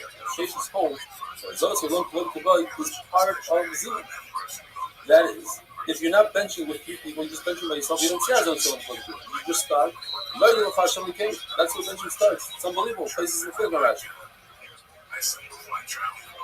Same thing would be, let's say 3 people are benching together, and they ask one of them to stop eating, because 2 have to go. So the one that stopped eating and he continues eating later on by himself, is machlokes. Where does he start from? According to Chachamim, that's the Allah. According to Rashi, he would start from later, because he's all by himself. According to Abaya, he goes back, he says, 2 brises that seem to contradict each other. How do you explain these brises? According to Nachman, according to one brisa says that sometimes benching is only 2 brachas, and sometimes it's 3. The second brisa says sometimes benching is 3 brachas, and sometimes it's 4. According to Rabbi, to explain, the first brisa is referring to workers. The workers, they say B'nai Yerushalayim as part of our art form. So that's 2 brachas are actually 1. So if there's only 2 people, you only have 2 brachas. They have a Zanas Olam, and they have Haaretz. If you're benching the Zimun, you add 1 more, because the Zima is considered a bracha. The second brisa Rav Nachman would say is talking about regular people. And regular people say B'nai Yerushalayim, that's a bracha. So either you have 3 brachas when you're benching just by yourself, or 4 brachas if you add zimun to it. According to Rav Sheshes, zimun goes all the way to Razon Salam all the way to Nizer. Therefore, the machlokes between the brises is whether or not the final bracha by Teva Meitiv is the Rabban of the Raisa. We took it for granted up until this point that it's the Rabban. There's a Madama that says it's the Raisa. And therefore, the first Raisa holds that it's the Rabbanon. So if 2 people are benching, you have only 2 brachas. Because you only start by Nizer. And if it's 3 people benching, you add to that the Zimun, that's the third one. And if you hold, like the second Raisa, that Teva Meitiv is the Raisa, so now you add to everything a 4th bracha of Teva Meitiv. More proofs, 3 proofs that Teva Meitiv is the Rabban. One proof is from the fact that workers could skip Teva Meitiv. They have to skip Teva Meitiv. In other words, it's the Rabban. Another proof is that Teva Meitiv starts with Baruch Hashem, but doesn't end with a bracha. And if it was part of benching, it was part of the Raisa, it's called a bracha. It's a bracha that's next to its friend, and it should not start with Baruch. So the rule is the only brachas that start with Baruch are short brachas like brachas appears on food or brachas on mitzvahs. 2 exceptions to the rule. Bracha of Kriya Shema, for instance, Emes V'Yatziv starts without a baruch, but ends with a baruch. Now, another raya is that in the Abel's house, you don't say, I'll tell you I made the point of the truth. And that would prove that it's not a very Raisa. The Gemara says that Marzukra went to Beis Abel, went to be Menachem Abel, and this is my halacha. That in benching, you say, okay, Lavim Makina, Derin, Barin, Galin, etc., until you get to the Malam. You say, I make it. And then you say, Kail Emes, Dayan Emes, Shoifet Tzedek. He judges with truth and with tzedek. Lokeh b'mishpat, Yishal b'Elam, he rules the world. Lasts b'Kitzani as he wishes. Yichol Bracha Mishpat, Shakol Shaloi, everything says. L'chal, Anachnu Chayim L'Hoydis Loi. We always have to bench for everything. L'varchai. Goyder Pritzes b'Yisrael, he knows how to mend the holes in Israel when we have a loss. U'yigders ha-Pritzes Zoi, he should mend this Pritz to Yisrael. L'chai. What tells us interesting conversation that the Rishgolos had with Rav Sheshes. He tells him the Rishgolos, the Parsi, the Persians, they know how to have dinner etiquette. In fact, when a very important person comes in, he would sit down first, he would lean, lay down and lean, and the second to him would lean right above his head. In other words, there's an issue here. The important person, if he wanted to converse with the second in command, he would have to sit up and turn his body. And that's not proper for an important person. But the Parsi, they know sign. They would go like this with their hands, and the person behind them would understand it. Ma'im Rishonim, they would start from the most important person, and they would bring a small little table immediately, so you didn't have to worry about keeping his hands clean. Ma'im Achronim, they start from the least important person, but they would keep the table in front of the important person, so we have what to do. Rav Sheshes says, I don't know anything about Persians. I know about brises. And in the brisa, it says, yes, that the most important person sits down first. However, the second to him sits below him, so that the important person can converse with him without straining his neck.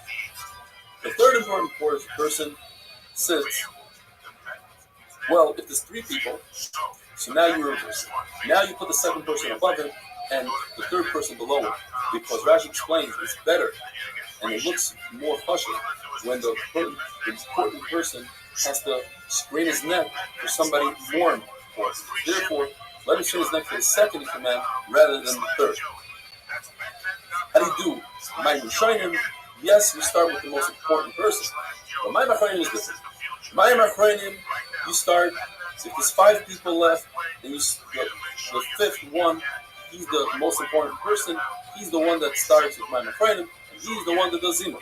However, if there's a lot of people, 100 people, you start from the least important person until you work your way up 95 people later, until you have 5 people left. You have 5 people left, then the most important person washes his hands and he does Zimun. Have a wonderful day.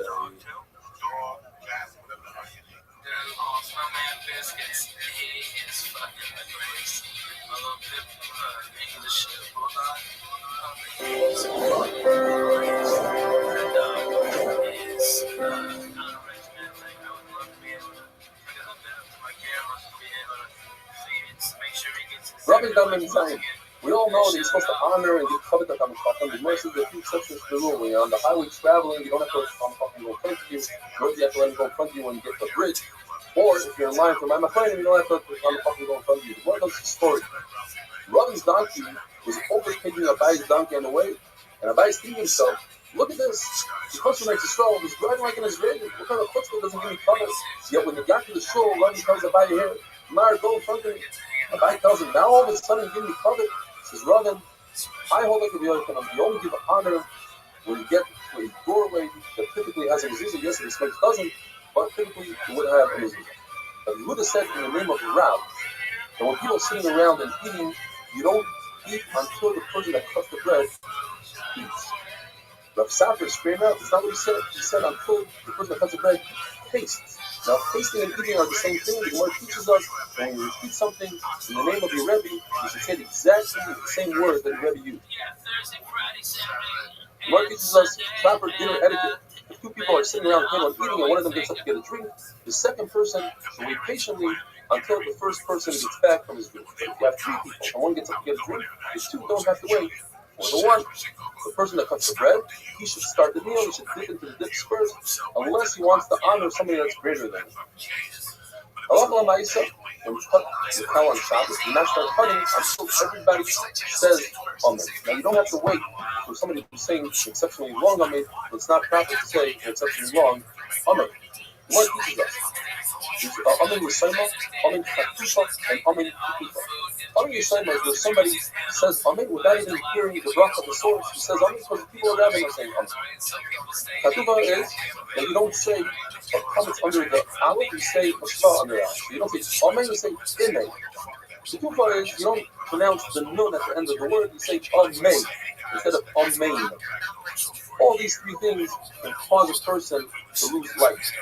Yet if a person prolongs his Amen, says it properly, that will actually give him additional days. Arichas Lamed. A person should not say a bracha as if it's a burden he's trying to get over with. He should say the word nicely and slowly. Rav holds that two people are eating and they're basically done eating, and the first person comes along and joins them. He cannot join for Zimot. Shmuel holds that as long as the dessert would come out, you can eating, that means your meal is still going on, and that third person is mitzvah for Zimot. Rabbi says, who's mizamen? The ikir shubasuda. The main person of the meal, meaning the person who's going to come to begin. While Rabbi basket, that is the most important person, the most prominent person, even though he came in the meal as long as he ate some bread. The Gemara tells us that the list that we had in the Mishnah, different foods that people were eating, that some of them aren't starved for Zimot, some of them are not starved for Zimot, you can't take the list at face value. First, the Mishnah says that the person eats my second part of the Zimot. Now, the Mai is also ate after the part of the Zimot. The Gemara tells us because the Mai is a mutter for a army and a soldier, a Jewish soldier, and every person, even a wealthy person, could be considered a poor person at any given moment, as long as he is master all his belongings. It'll become poor instantaneously. Therefore, it's not the end of the world if a person eats money in its stock. Now it says that if you give Meiser to a lady, you give 10% of all your food, and the lady took 10% of his 10% he gave to the party. That fruit, when he ate from that, he could even stop. What's the difference? The answer is because the scroll never took the step one. He went at it while he gave the lady before he took Truma Gdaila, the 2%. And the Chiddush is that the lady is not responsible for that Yisrael's 2%. All the lady has to give is 10% of what he received.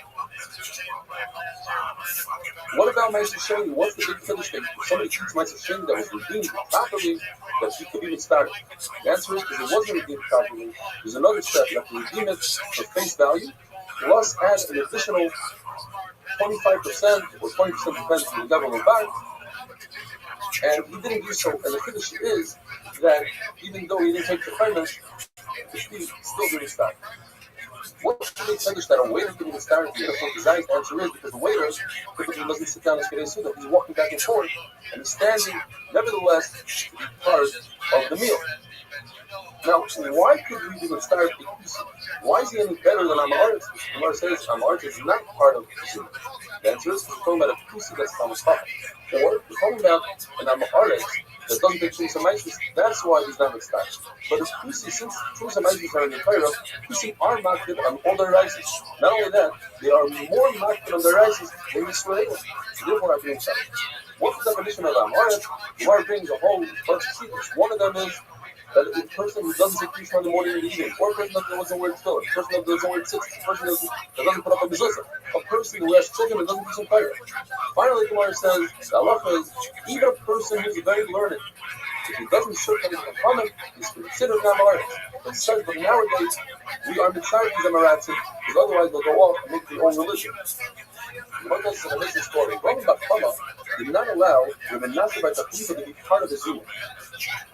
Because he held the Menashe by Takiva, didn't serve him in Muhammad, even though he himself was a Muslim. Rabbi says that's why Rabbi Muhammad died. He wasn't inside the Menashe by Takiva. The question is, why? If he didn't serve him in Muhammad, he shouldn't be part of the Zuma. The answer is because Menashe by Takiva did serve him in Muhammad, and Rabbi Muhammad didn't know that. The other shot is that he didn't serve him in Muhammad, but he was a kind of Chacham. He listened to the Torah and he repeated it in Chacham, and that was enough for the Menashe by Takiva. Muslim tells us that if you eat Teva, you cannot be mitzvah. What's the big finish in that? It's also a eat Teva. The answer is because we're talking about Teva D'Rabbanan, we're talking about food that grew in plant food that didn't have holes facing the ground and didn't nourish from the ground, and just look at people that are only us from the Rabbi. If you don't take Ma'aser Sheni, of course, you can't be mitzvah to Zimun. The answer is you did take Ma'aser Sheni, but you took it at the wrong point. You took the flat holes that don't have the picture on that. Of course, a guy cannot be inspired, and the answer is we're talking about a guy that went through a path of passive years. He has a Mila, but didn't do Tila. But the he's still considered a complete guy. Even though he cannot be inspired from the of the Zimmer, yet there's a tremendous finish. You have 9 people who could use a puppet as a test, even if he's a extremely small child or infant, but they all did it quick. So Shuma lady says they could be inspired as a tenth a slave. The question is, if that's the case, why did Eliezer feel the need to free a slave in order to create a minimum? He had 9 people, and in order to get a tenth, he free a slave. Why didn't he just be inside the slave? The answer is, because he already used one of the slaves as the knife, and he used the second slave, he had to free the second slave. He had to use the slave. And how can you do that even though it's not there? The answer is because it's a mitzvah for the community, and therefore you're allowed to free yourself. And the person has a earlier, when it comes to shul, one of the 10 first people in shul, he gets the same amount of schar as everybody else gets. Very interesting halacha. If 9 people look like they are 10, they are considered a minyan, in a place whether they're together or they're spread out. And finally, two of the community that are learning together, the halachas that they're learning act as a third, and they create a zimun. Have a wonderful day.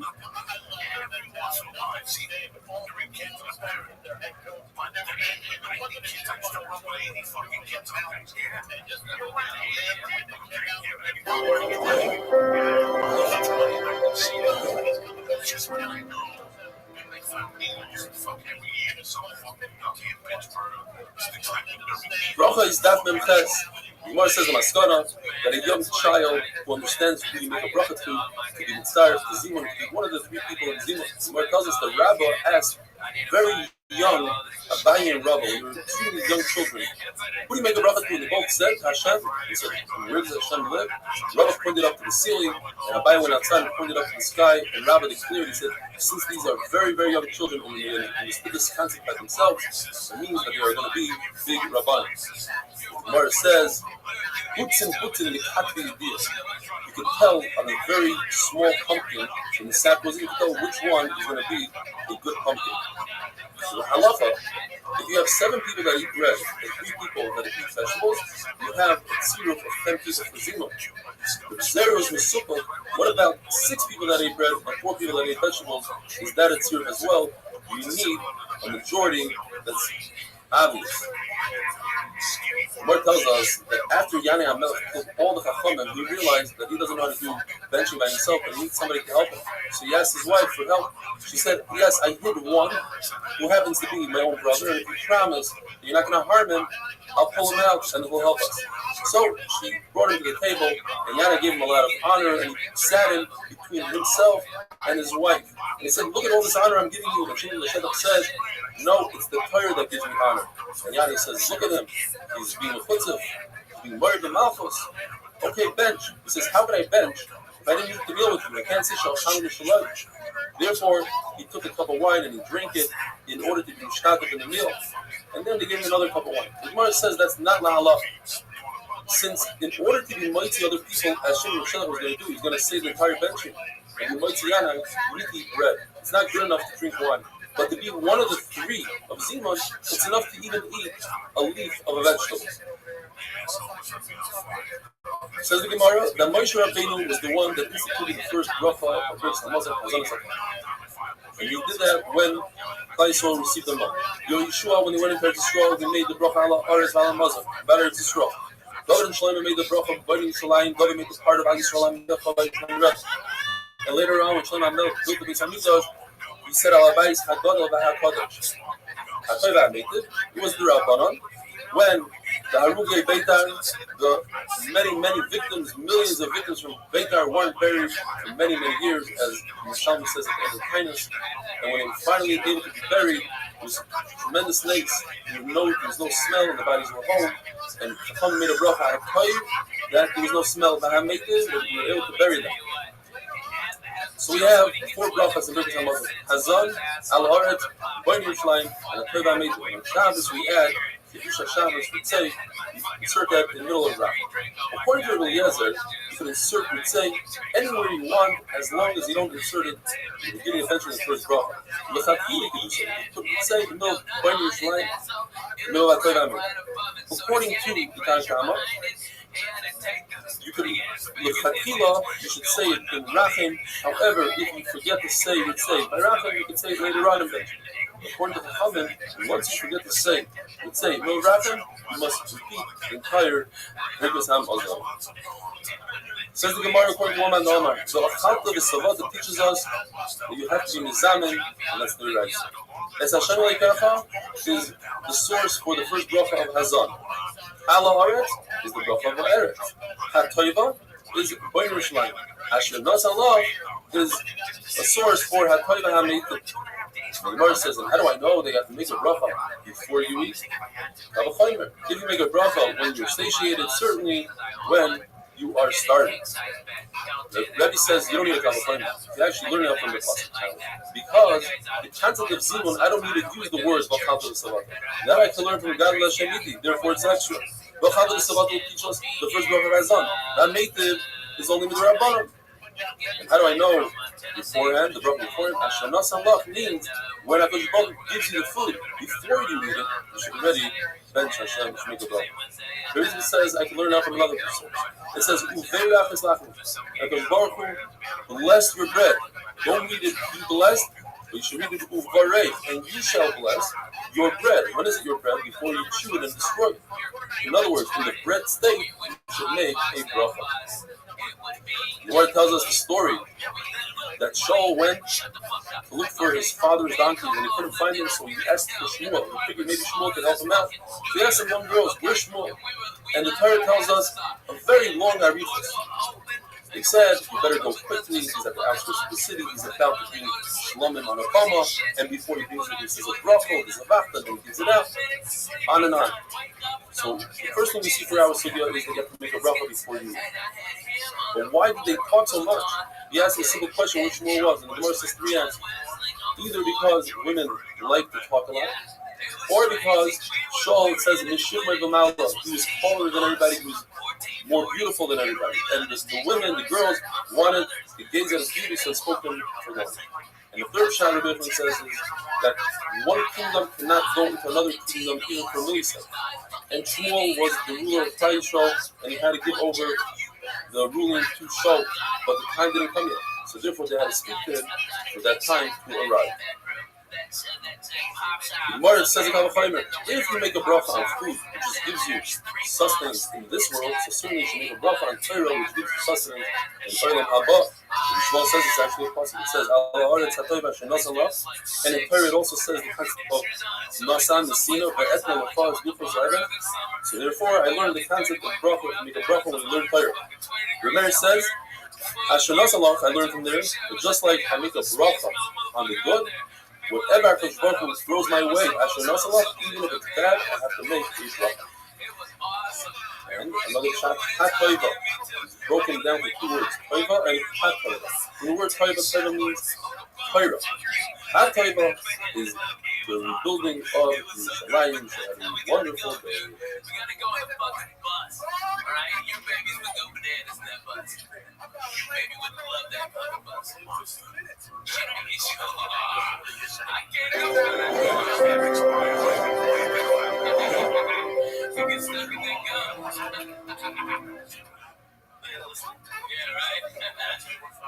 Bracha Daven Test for continuing with Hilchos Birkas Hamazon. There are certain words that must be inserted in Birkas Hamazon, otherwise you're not going to Birkas Hamazon. According to the Lezer, you must say Eretz Chemda Toiva, and you must say Umakis B'Dagan. If you don't, you're not Yotze. According to Nachman Zaken, you must say the word Bris. According to Rabbi Yossi, you must say the word Torah. Flamer says, and by the way, you must say Bris before Torah, because when the Torah talks about Bris, it mentions the word Bris 13 times, whereas Torah only 3 times. The Bible says that the bracha ala haaretz starts with Noida l'Chai Hashem. We thank you, Hashem. You must insert that, and in addition to that, you must say Moida Anachalah. But if a person doesn't even say one Eidah, he's Meguna. Machlokes in the Gemara, when you say Ratzin, Yisrael Amecha, by Yerushalayim Yerecha, how do you finish off the bracha? When you finish it off, Yerushalayim. What if a person wants to finish it off like you started? Yerushalayim U'Mashiach Yisrael. According to one man, the Omar, that's considered an Amara, it's a board. It's very Yehuda, but actually finish it off. Yerushalayim U'Mashiach Yisrael. The Gemara tells us that Rabbi Ravuna would start one out of the two. You wouldn't say Yisrael Amecha by Yerushalayim. You would say either Yisrael or Yerushalayim. However, in the Chasima, when he said Yerushalayim, he'd say Yerushalayim U'Mashiach Yisrael. He'd say two. When it says the Rebbe holds that when you finish a bracha, you never talk about two things, because that shows he's trying to get rid of two mitzvahs in one shot. The Gemara says, but what do we do? Ala aretz ala peiros. The Gemara explains, it's the land that brings out fruit. Ala aretz ala mazak, the land that brings out sustenance. What about Shmoneh? We say, Mekadesh Yisrael Vazman. So there, it's not Yisrael Vazman, it's Klai Yisrael that are Mekadesh Vazman, or Klai Yisrael that's Mekadesh Vazman. The only issue that the Gemara has is, what do we do when Shabbos and Yom Tov fall out of the same day? So you say, Mekadesh HaShabbos, Yisrael Vazman. How do you explain that? So the Gemara, that must be referring to HaKadosh Baruch Hu, who's Mekadesh all three, Mekadesh Shabbos, Klai Yisrael, and Yom Tov. Now this is dependent. If you start rapping, just talking about Klai Yisrael, then you can finish it off with Yisrael. Otherwise, you finish it off with Klai Yisrael. The Nachman says, regardless how you start off rapping, you always finish it out only with Klai Yisrael like you do today. One tells us a very interesting story. Reb Zera tells Rav Chisda, come, let's learn, teach us some Gemara. He says, Rav Chisda, how can I teach you Gemara when I don't even know how to bench? He says, what do you mean? He says, I was in the Rosh Golos' house, and I benched, and Rav Sheshes jumped up like a snake, wanted to attack me. He was really terrible. Why? Because I forgot to say Bris, Torah, and Malchus. He says, why? Why do you do that? He says, because Rav said you don't have to say it. If you don't say it, you're Yaitse. He says, Gemara, but all the Tanaim on around say you should say Bris, Malchus, Torah. Why pass me like Rav? The Gemara tells us, if you hold that the fourth bracha mentioned Hakeva Meikud is Meraisa, there's no need to mention Malchus kingdom. You don't have to say Baruch Atah Hashem Elokeinu Melech. You don't have to. But you hold that it's the Rabbanon that insert the words melech. Says Reb Zera, since you're already inserting the word melech into the fourth bracha, you might as well say it twice in the fourth bracha. Once for Bnei Yerushalayim that's not mentioned. And why do you have to say that? Because in Bnei Yerushalayim we talk about the Malchus of David, the kingdom of David, and there's no mention at all of the Malchus of his brother. That's not appropriate. So say it twice in the fourth bracha to make up for the third bracha. Says Rabbi, if you're already making it up and you're sticking in Malchus, you might as well say it 3 times in Bnei Yerushalayim. That's what we do. And an additional one for the bracha of Aaron.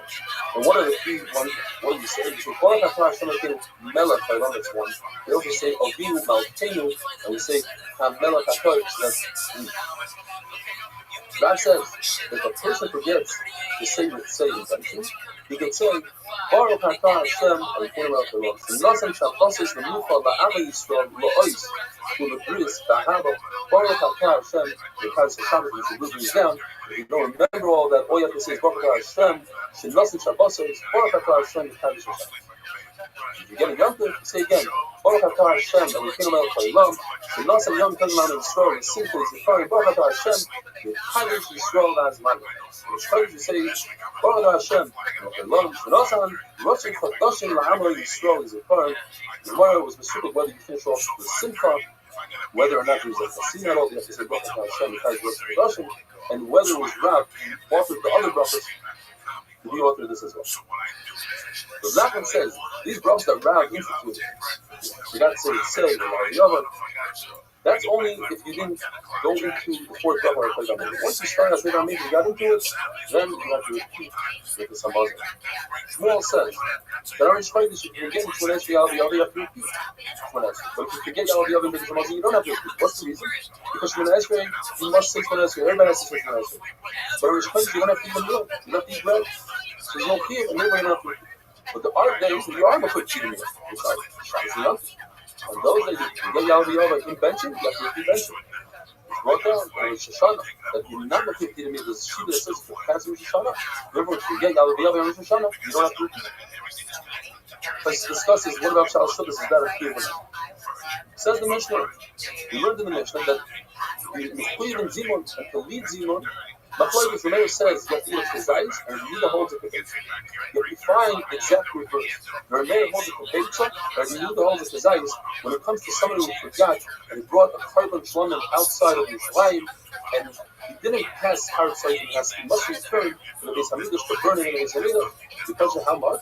Well, the Meir says Kebetza, and he says Chazayis. Why is it different? So one shot is that you have to flip the shittus you right, the Meir says Chazayis, and he says Kebetza. Or the shot is that the Machlokes is in the Pasuk. The Meir learns the words, a falta is talking about food, Savat is talking about drinking. How much is an akila usually? A Chazayis. But he says, no, a falta is Savata, you have to eat to be satiated, and that's the Kebetza. But when it comes to touching, Machlokes says, we prepare Tumah. So going back to the Beis Hamikdash, and Tumah is always a Kebetza, so you have to go back to the Beis Hamikdash with the Kebetza. Or you can hear the Isser, going back to the Beis Hamikdash, and Isser is always with the Chazayis. Says the Mishnah, you have 3 people by Zinu saying the Baruch Shachal Shalom. If you have 4 people, you could say, Baruch, you tell the 3, you shall bench Hashem. You have 10, you say, Baruch Elokeinu Shachal Shalom. You have 11, you could tell the other 10, Baruch Elokeinu Shachal Shalom. According to the people, there's no difference between 10 and 100,000. You always say, Baruch Elokeinu. According to the Yosef, since it says in the Pasuk, it's not Kelais, and we'll discuss tomorrow, there's a difference between numbers. If it's 100 people, you say Baruch Hashem Elokeinu. If it's 1,000 people, you say Baruch Hashem Elokeinu. Elokeinu Shvatim. Yosef Akhubu Malay Mazal. Have a wonderful day.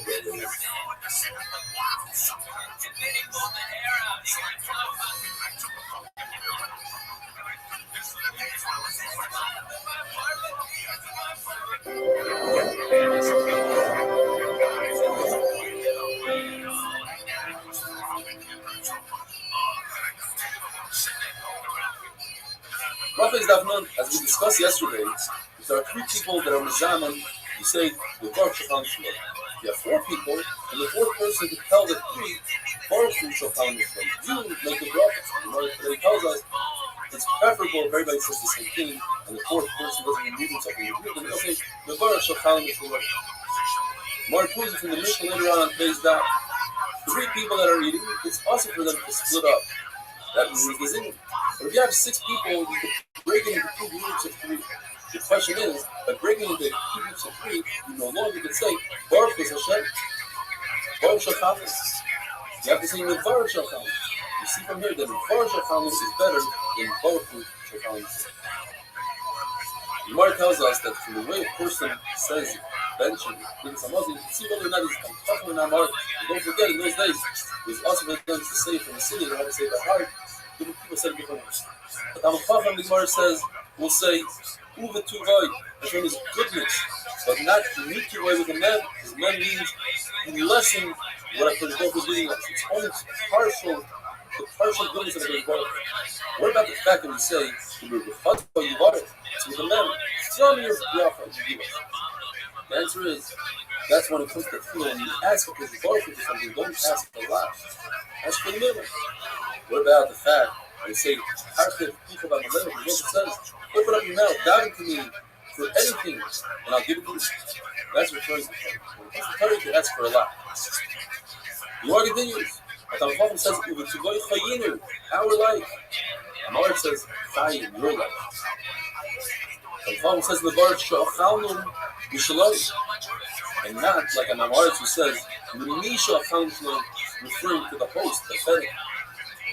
When we say on Pesach, in the Haggadah, Misha also of the Lav, saying, V'lo V'chtaris in the Haggadah, it's obvious that we call it the Baruch. And Chacham says, Baruch Sha'achalnum Mishaloi. And Amar says, almost making a bracha on the food rather than on the broken. But when it's 10 people, you're allowed to say Alamazan because everybody understands the bracha is broken. You just mentioned his name. That's what he describes. But Yosef learns from the word B'machalois that depends how many people are being examined. 100 people say this thing, 1,000 people say that. And the people says, we're all the same. Everybody says, the Baruch, so when the people do the word B'machalois, you learn that even the babies in the mother's stomach says Shira, like Kriyas Yamsha. This is right. I learned that from the word Mikhar.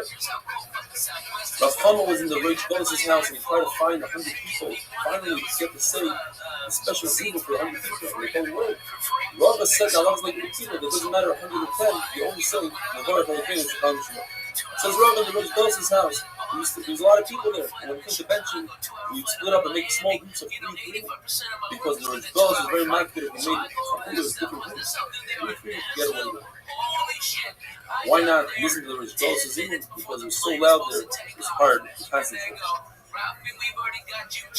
3 people that were eating, and one of them benched on his own. The 2 that didn't bench, they could force the 3rd one and start from the Zimum, but he is not Yoitzer Zimum.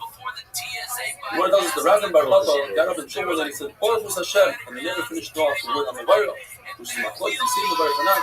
And the congregation, they answered, Baruch Hashem Amavayra. The Rabbi said, Hasya Ukma.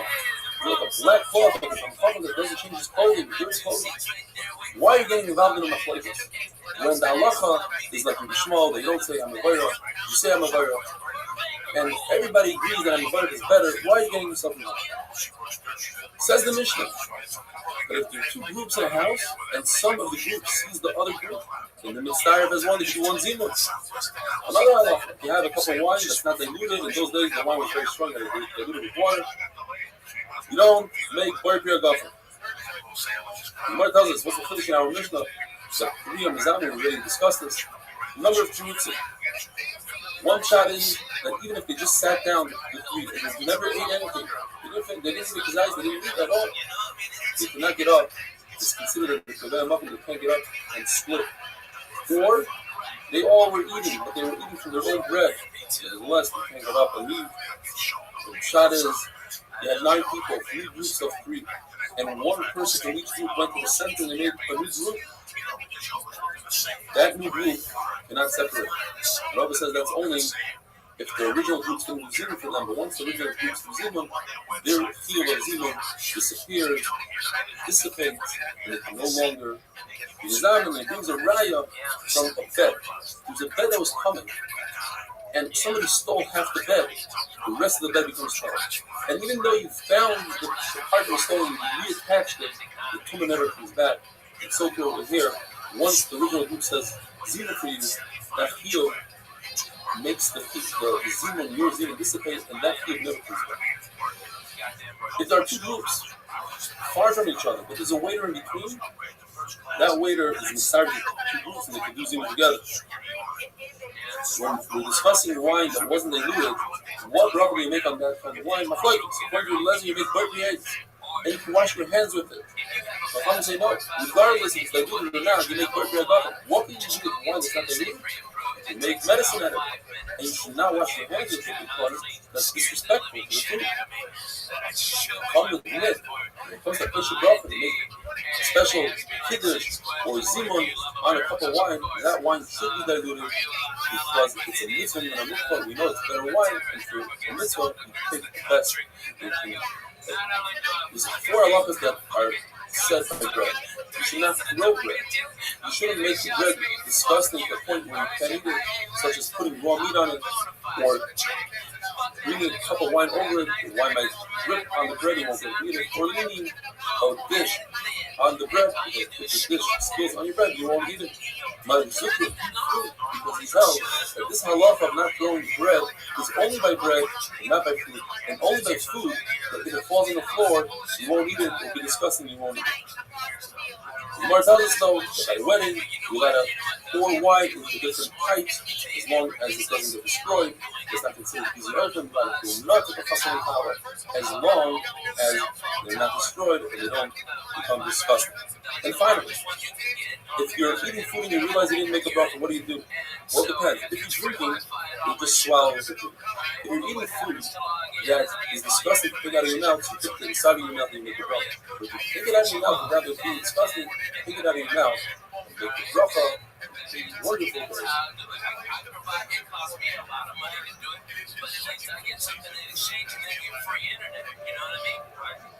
It's really cool. That's what you gotta do for me. But business is all around you. But you know what they do? It's not like that on the Saturday. You give them an email, and you got like an iPad or something. You can watch real TV, and they got movies on there. Brothers, that from is the same. If somebody has bad breath because he ate a lot of garlic, should he eat more garlic? This is for Fista. If somebody forgot to say a bracha in the middle of eating, you shouldn't continue eating. You should stop and make a bracha. If so, even if you finish your meal completely, you should make a bracha after the meal, and it brings a raya from a person who cannot make a bracha before he's toivel in a mikvah, he's about carried, or unless he's a ger. You should make the bracha afterwards. So too, you should make a bracha after you finish eating. The Gemara says there's no raya from there because a person who's a ger cannot make a bracha. The only time you can make a bracha is afterwards. But a person who's eating could have made a bracha beforehand, and since he didn't, he lost his opportunity. The Gemara discusses this very interesting green called asparagus. It's made out of wine and cabbage. And it's extremely dangerous if you don't know what you're doing. There's 2 types, 2 varieties. One is made out of wine, one is made out of beer. The one that's made out of wine is very good for lak and very bad for ramak. It's good for your heart, eyes, and spleen. Very bad for your head, intestines, and the tiniest hemorrhoid. If the wine is old, it's 3 years old, then it is good for your intestines. If you drink the wine variety, you should eat immediately afterwards bread. Or if you drink the beer variety, you should eat immediately afterwards whatever that beer is made out of. If it's made out of dates, eat a date. If you're used to drinking this, it's really good for your body, but if you get drunk from it, it's terrible on your body. If you drink the wine variety, do not spit afterwards because that causes a lot of damage to the body. The beer variety, you should spit, and you have to spit. Therefore, if you're in front of the king, you should spit in front of the king.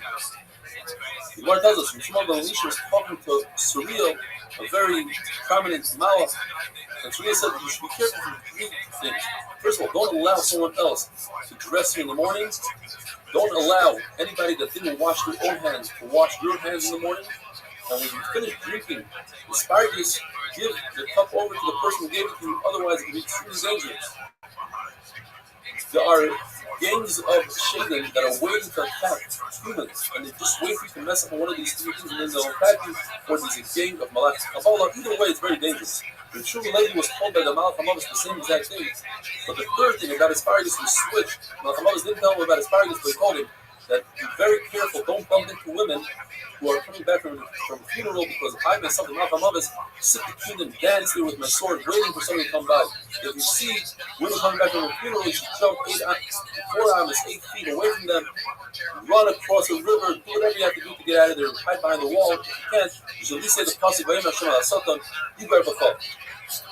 There are 10 halachas that are said by a special bracha. You should wash the inside, you should wash the outside, you should use undiluted wine and only later on dilute it. You should have a full cup. So if you do, you'll have nachla b'yim tzarim. In other traditions, you'll have oil hazeh, haba. You should do itur, round your cup, either with talmidim or with other cups, full of cups of wine, according to one shot. Itur means, in addition to your head covering, you should wear a special head covering just for Birkas Hamazon and Kiddush. You should wear rings by Allah, that's what you should do. Some sort of hat, or some are even makbid on wearing a jacket. You should lift up the cup of wine with 2 hands, or have somebody else lift it up with 2 hands and put it into your right hand. It should be above the ground, at least a tefach, and above the table, if you're using a table, 1 tefach. Gaze into the wine so that you can concentrate on the bracha, on the kiddush, on the Birkas Hamazon. The Rebbe was only makbid on 4 out of the 10. On washing the inside and out, it should be full and it should be undiluted. This points out that the Rebbe was also makbid on the 5th one, that should be in your right hand. And the Amirayim were very makbid on all 10, therefore we should also, if we can, be makbid on all 10. The Lord discusses if the cup is too heavy, or if it's Shabbos from Chodesh Chanukah and the bench is really long and it becomes heavy, can you use your left hand to help you out? And since we don't have any conclusion, you should be machmir and not use your left hand at all. You should try to send your wife wine from the Kosher Bracha. The Gemara tells us a story. Rabbi had Ula as a guest, and he honored him with a zimun, and then he told Ula, give some to my wife. And Ula said, I don't have to, because you drink from the Kosher Bracha, that's enough for your wife. Yalta, Rabbi's wife, was very upset, and she went ahead and she broke 400 barrels of wine. Rabbi tried to calm her down and said, look, just take a little bit of wine from the barrel, the Kosher Bracha goes into the barrel. She doesn't really think I'm fool. You're talking silly talk like a peddler that just talks here. Another 2 halachas the Gemara says, once you look at the Kosher Bracha, you're not allowed to talk anymore, and if you drink a full cup of wine during the meal, do not drink the second cup that's called tzubas. You should not drink some other than that second cup. It's dangerous to drink here. Anything in here is dangerous. When it comes to Birkas Hamazon halacha, you should always sit down, even if you're walking, if you're standing, if you're leaning, you should always be in a sitting position so you can concentrate on Birkas Hamazon. That we finished Perek Shloisha Shaflu, and now we're going to begin Perek Elu Dvar. We have a very long Mishnah which discusses many machlokes between Misham and Silo. We're going to go into all the machlokes later on in the sugyos one by one. We'll mention them briefly here. And all of them, the halach is like the Silo. We have a machlokes between Misham and Silo. If you make, according to the Silo, you make the bracha on the wine, then you make kiddush. First you make kiddush according to the Silo, and then you wash your hands. You wipe your hands on a towel, and you put the towel on your cushion, not on the table, like the shaman. First you wash your mind of writing, and then you sweep up the floor from crumbs, or the table from crumbs. But if you only have 1 cup of wine, and that cup, you want to use it for Abdallah and for Birkas Hamazon, what is the proper order? According to Beisilo, you do Ner, the candle, then Besamim, then Birkas Hamazon, and then Havdalah. And Beisilo say, you say the words Me'orei Ma'orei, not Me'orei, meaning the different colors in the fire. If a person forgot to bench, and he walked away, he should just do Birkas Hamazon wherever he is. On a weekday, if they gave him a cup of wine, according to Beis Hillel, you make a bracha on the Birkas Hamazon, and then you make a bracha on the wine. And the Mishnah says, in general, you don't make a bracha on a candle in the summon of a guy, the person, and that of Avodah Zarah. Birkas Hamazon can be said until the food is digested in the body. The Gemara goes into that, what exactly the shear is. If you hear a half a bracha from a Jew, you know what bracha he's referring to, you're allowed to answer Amen. But if a Pusi says half a bracha, you don't know if he said a bracha to his God or to his Baruch, therefore you don't say Amen at all. The first machlokes between Misham and Silo is What comes first, Kiddush or Yayin? It still says, you say bracha on Gefen and then on Kiddush. The reason is because the wine is what causes the Kiddush. Without wine and challah, you cannot have the Kiddush. And wine is Qadr. You use wine for Abdallah, for Samazim, for Kiddush. Therefore, wine comes first. It's two reasons against Misham is two reasons. And Allah is like the still. What's the big Kiddush that Allah is like the still? We know that Pascal came and said that Allah is always like the still. It's very possible, says the Gemara, that this is before the heavenly voice came out. And it's possible that we don't go by a Pascal. The Yeshua says, when it came to Rabbi Lezer, they said Allah is Rabbi Lezer. We don't listen to Pascal. Have a wonderful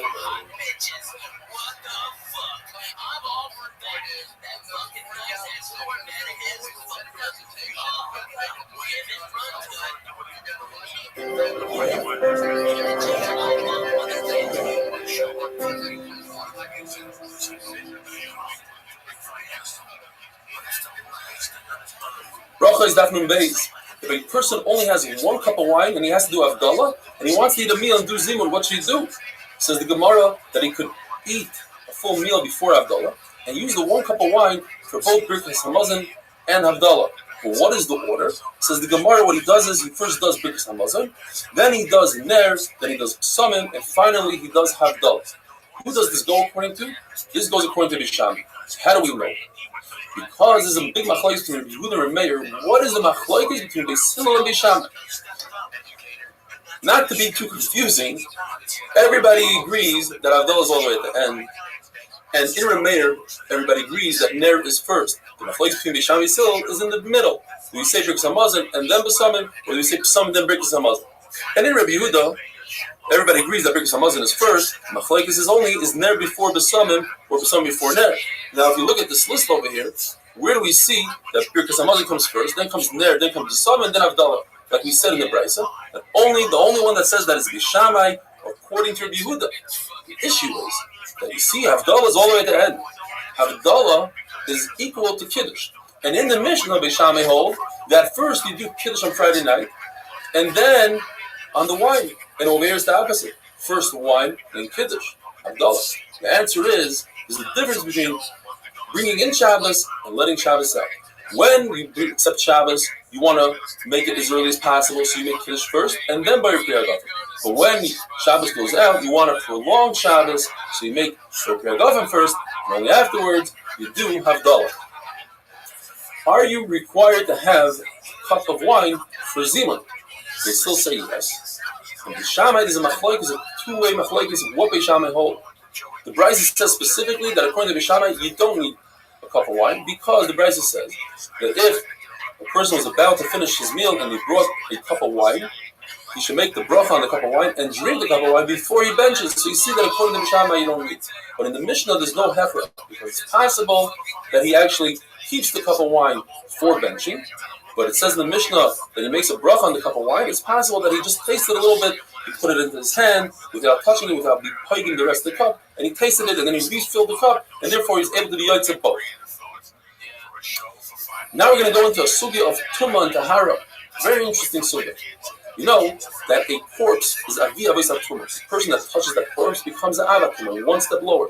Avat tumah, who touches food or kelim, they become a rishon. A rishon touches another food, becomes a sheni. And that's pretty much it for kula. Unless you truma, which becomes a shlishi. There's one exception to the rule. Usually you go down one madrega, one class of tuma every time you touch it. But when it comes to mashkin, the 7 liquids, let's say water, wine, if a person who's a sheni touches that liquid goes up a level. It becomes a rishon. And it has the power only the Rabbanon to be mekama something else and make that a sheni. Therefore, we have a machlokes in our Mishnah. What comes first?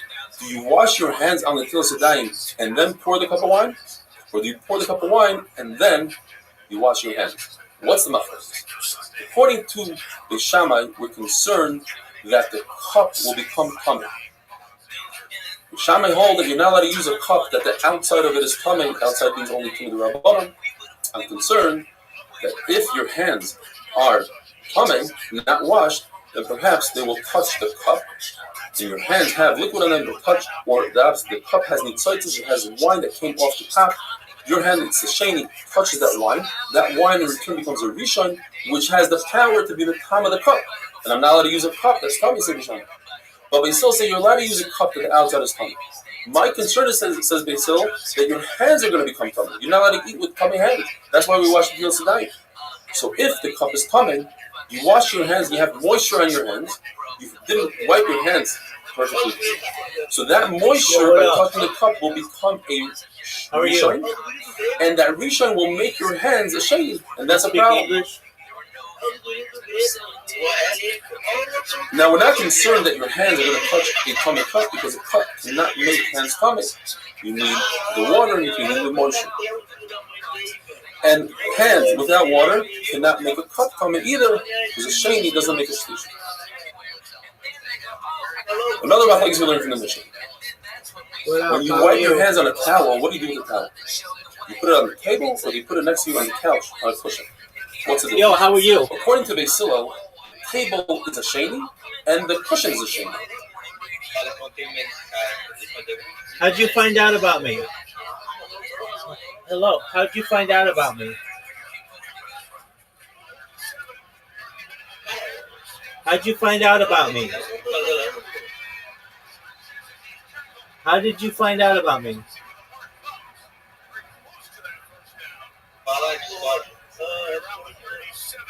From where? Okay, cool. How are you? Do you speak English?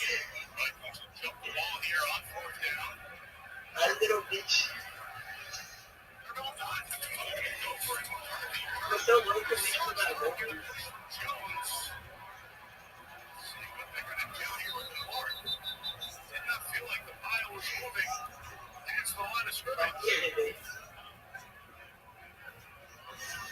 Referee for a peek where it's marked in his short. And it is Falcons ball. It's the Vikings 36-yard line.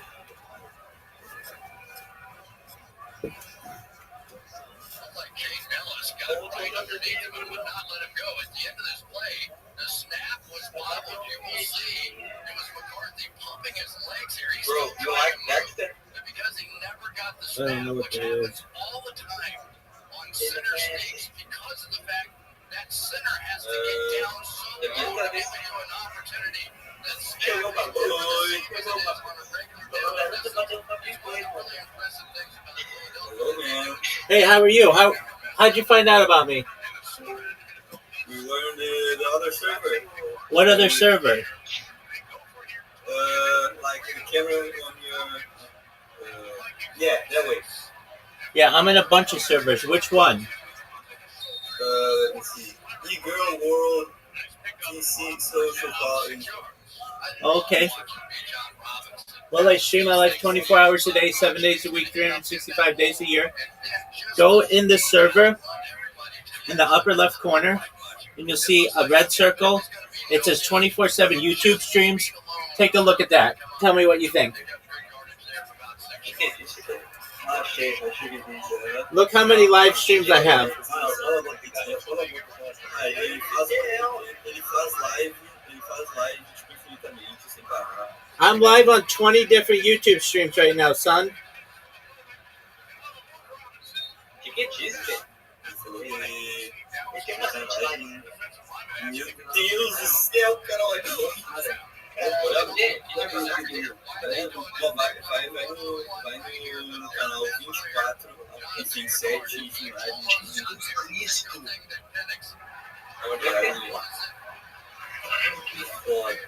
Cadê o foto? 24, 7 é um ponto vermelho, tá aqui, aí aperta ele fica assim lá infinito com 1 milhão de câmeras. Meu Deus, tem uma que fica filmando o pé dele.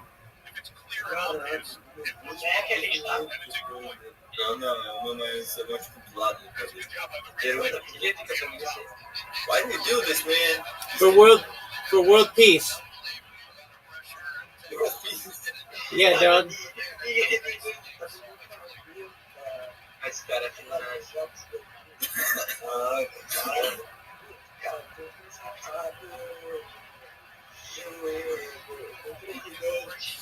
O cara que morreu lá, não tá o nome dele. Entendeu? Não pode falar.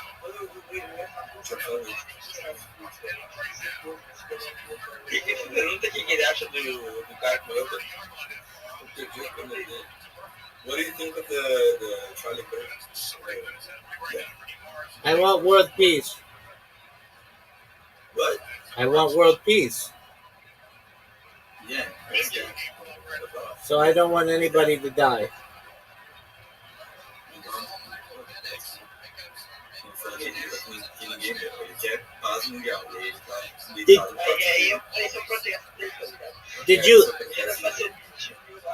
Did you look at all my YouTube streams? Yeah, that's it. There you go. Thanks, big dog.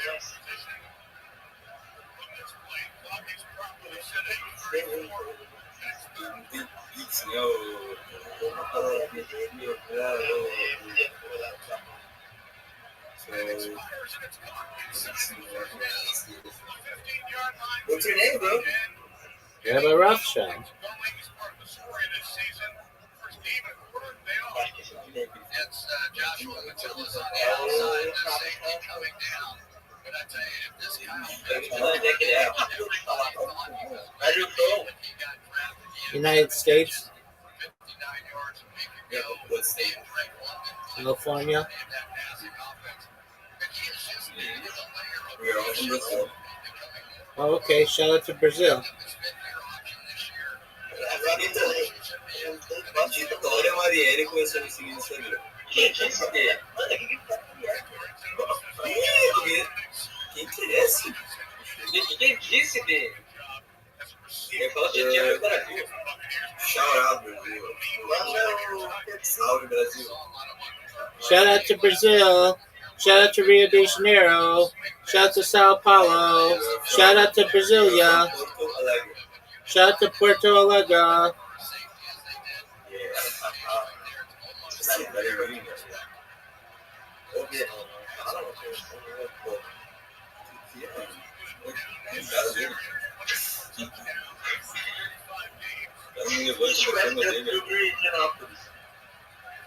Não é Higienópolis, cara. Não é Higienópolis.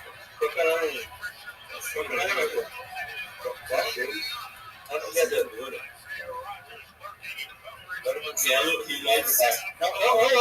His address. No. Eu, Luiz.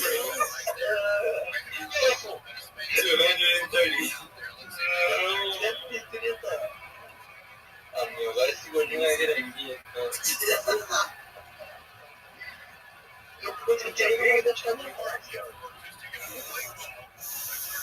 Nossa, agora o bicho é velho. Extra Gilton, Harvard CT. Muito pro cara de visão, você tá falando de palavras da prova. Agora eu vou pra televisão. Só assim, quando eu falo desse tempo, gente.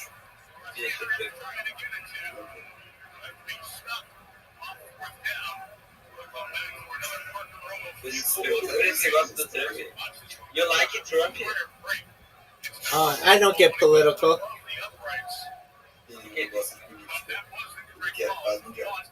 World peace, man! World peace. That's right, my friend. Ele fala pra você que é tanto por causa do diabo, fala que tem que dar a comidinha dele. Aí sim eu consegui fazer um céu e ser. For you to get world peace, you get same elements. Okay. That's the only way that the world will get world peace. I'm working on it, dog.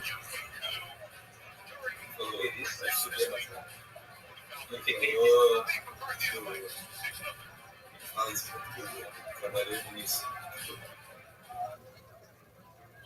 Eu vou fazer.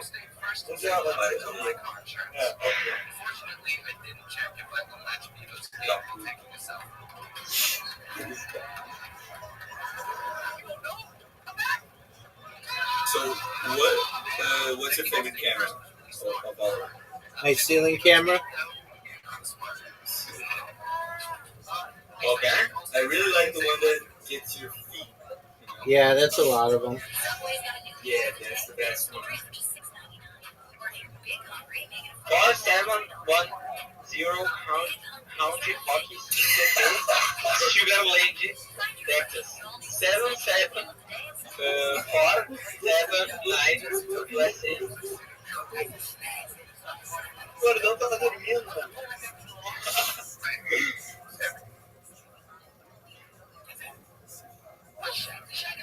So, do you like Dexter? I don't know what that is. The TV show. My name is Dexter. I don't know what they do there. But whatever they did, it's how you go to bathroom? Like, I just go? Don't worry about it.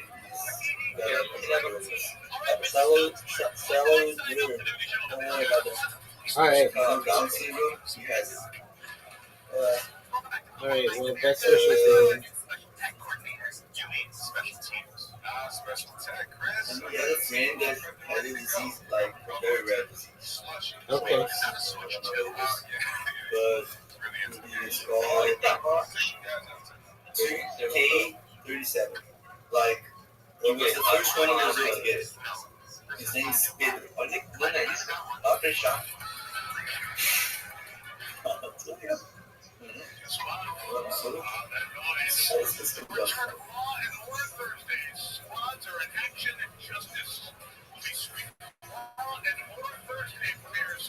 Falar como é que ele paga lá com aquele outro. Existe real. Eu adorei esse cara. I'll be right back. Uns 10 pessoas lá. Porra, ele vai bem. Jogou a bunda, né? São todas as câmeras dele. Os câmeras do YouTube depois a gente falando.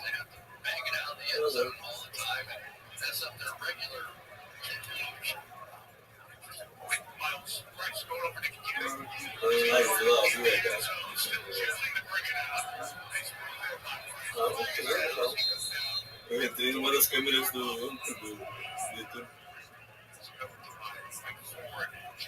Tô molestando esse cara virtualmente. Tem um cara, acho que tem um cara.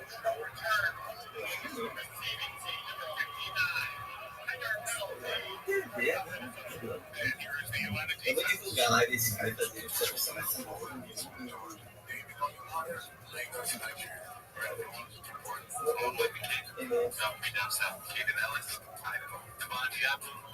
York, eu nunca falar dele. Ele falou que ele faz live todos os dias, é verdade, é isso.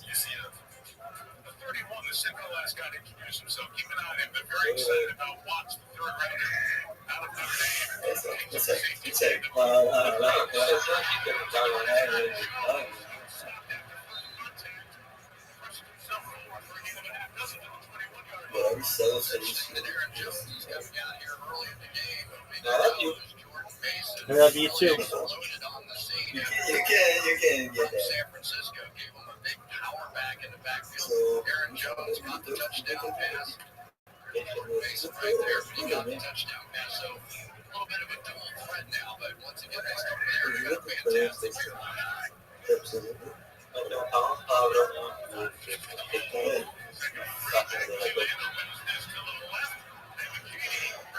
The Sharks is now.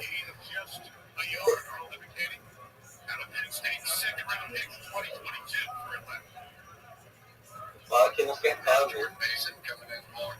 Sharks is now. See these 5-man lines coming up here. They've been dropping linebacker Jay Nellis down on the end of the line of scrimmage. I think they're trying to make sure they don't get that running game. Joe starts here for now. Getting up quite a bit. So, do you play any games? Yeah, I like to play chess. I like to play Grand Theft Auto, Fortnite, chess, Madden, college football. I like to play checkers, Connect 4, Scrabble. I like to play mini golf. What'd you say? Like the top game of your life. Grand Theft Auto. Check out, brother.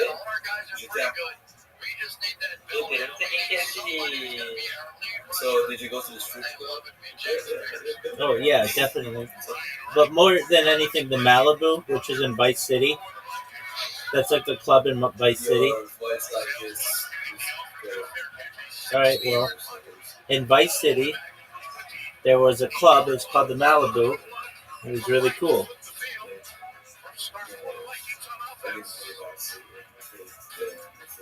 How didn't you play Vice City?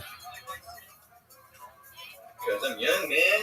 Well, get your shit together, man. It's like 6 months away until Grand Theft Auto 6 comes out. You could play all of Grand Theft Auto Vice City in the meantime.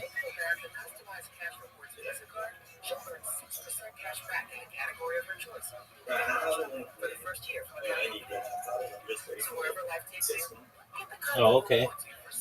Why aren't you playing any other Grand Theft Autos? No, I'm not interested in those. Like, just like the fifth one, I played the fourth one with the Rabbi. That's it. The Liberty City one? Oh, that's cool. You played the Liberty City one? Yeah. Okay. And was it good? But like a long time ago. Did you do well?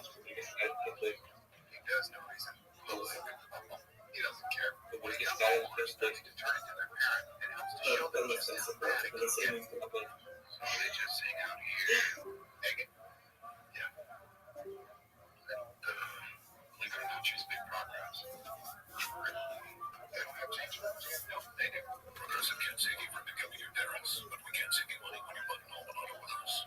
Rising is watching you. You're asking the right questions. The national anthem back on NFL Network. Your rock stars come out as one. The fraternal blood. Double birthday. It's Sunday morning for the NFL National Anthem. Hi everyone, I am your new editor-in-chief. How many of you have written for a paper before? You read it, really very time. Terrific. I hope it's not too disruptive to have me sort of shake everything up.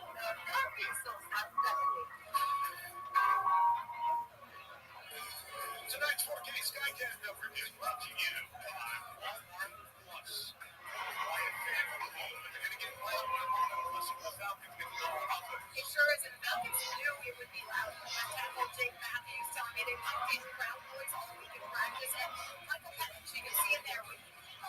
1993. And immediately said, I just couldn't hear anything to his coaches. Over on the Vikings sidelines, players and coaches pointing to the crowd saying, that's all that. Typical of this place, it's like the library or church of the Vikings have to walk in. It's super quiet. It doesn't want to eat. The lights are on in.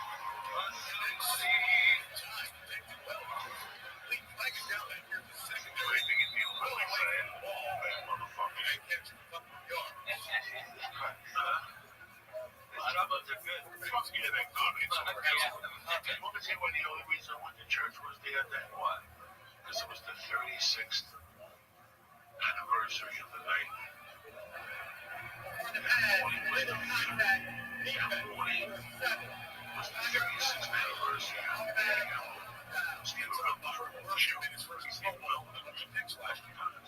So far in this game, it looks a lot like it did last week. The Falcons on offense, they've got 12 plays now. And Cheatham on the shot, and then with the Tyler Algier, the other running backs, and they're just trying to keep it under control. You don't want this tremendous pass run up the Vikings to give you one. And all of the picks that they know are playing for is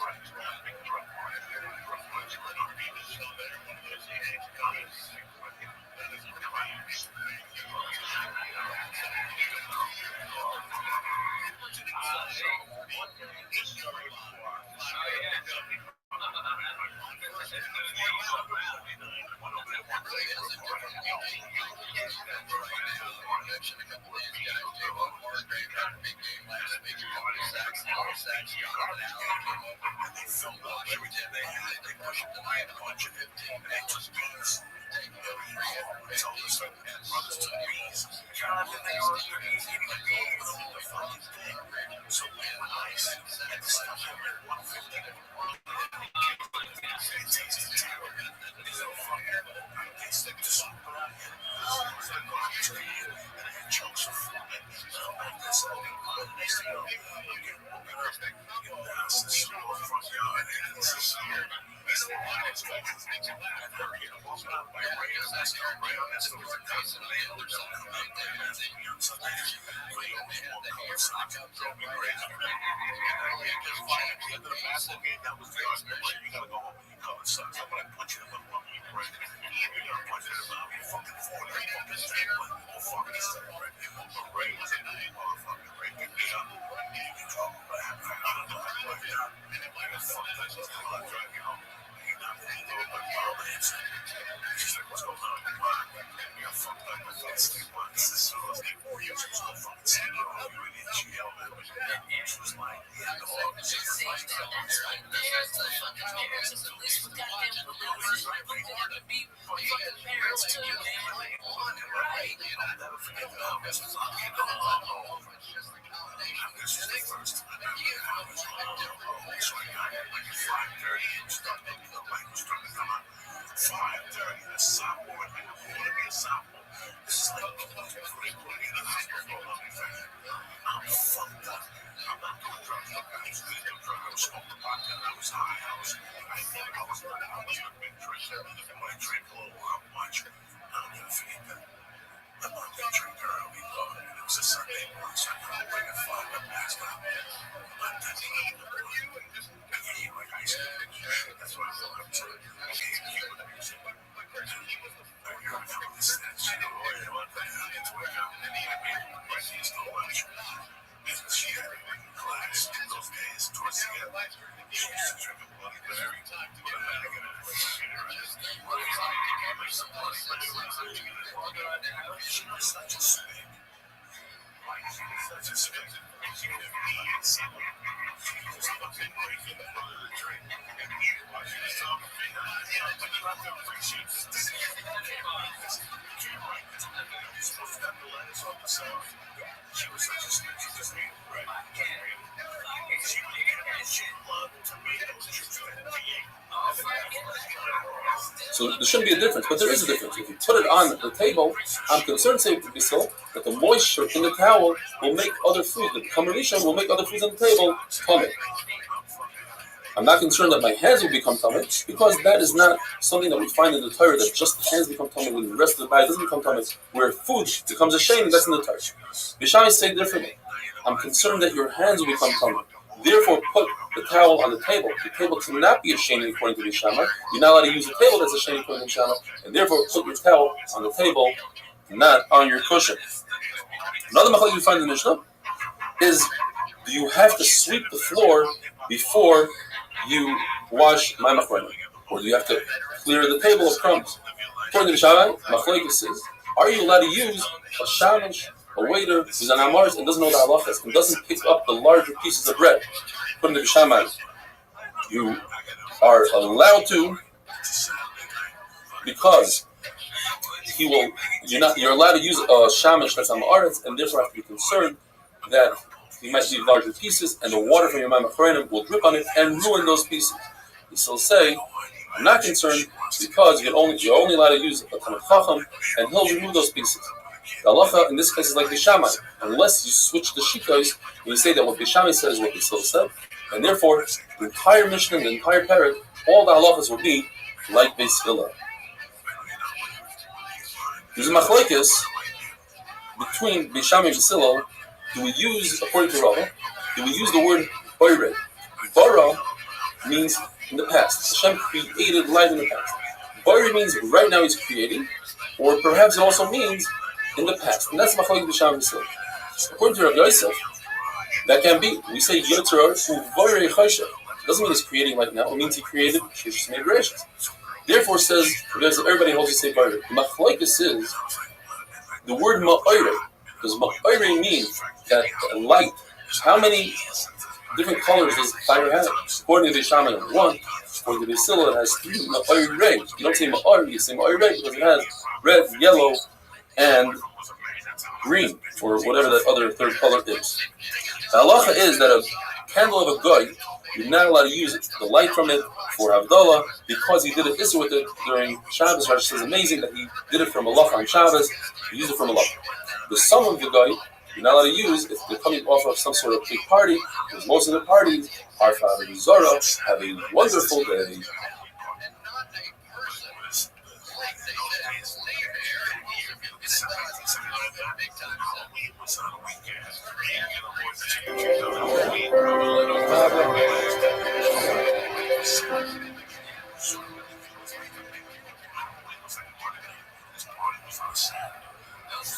Bracha is Daf Nun Gimel. Today we're going to be discussing mainly the Havdalah candle and the summon.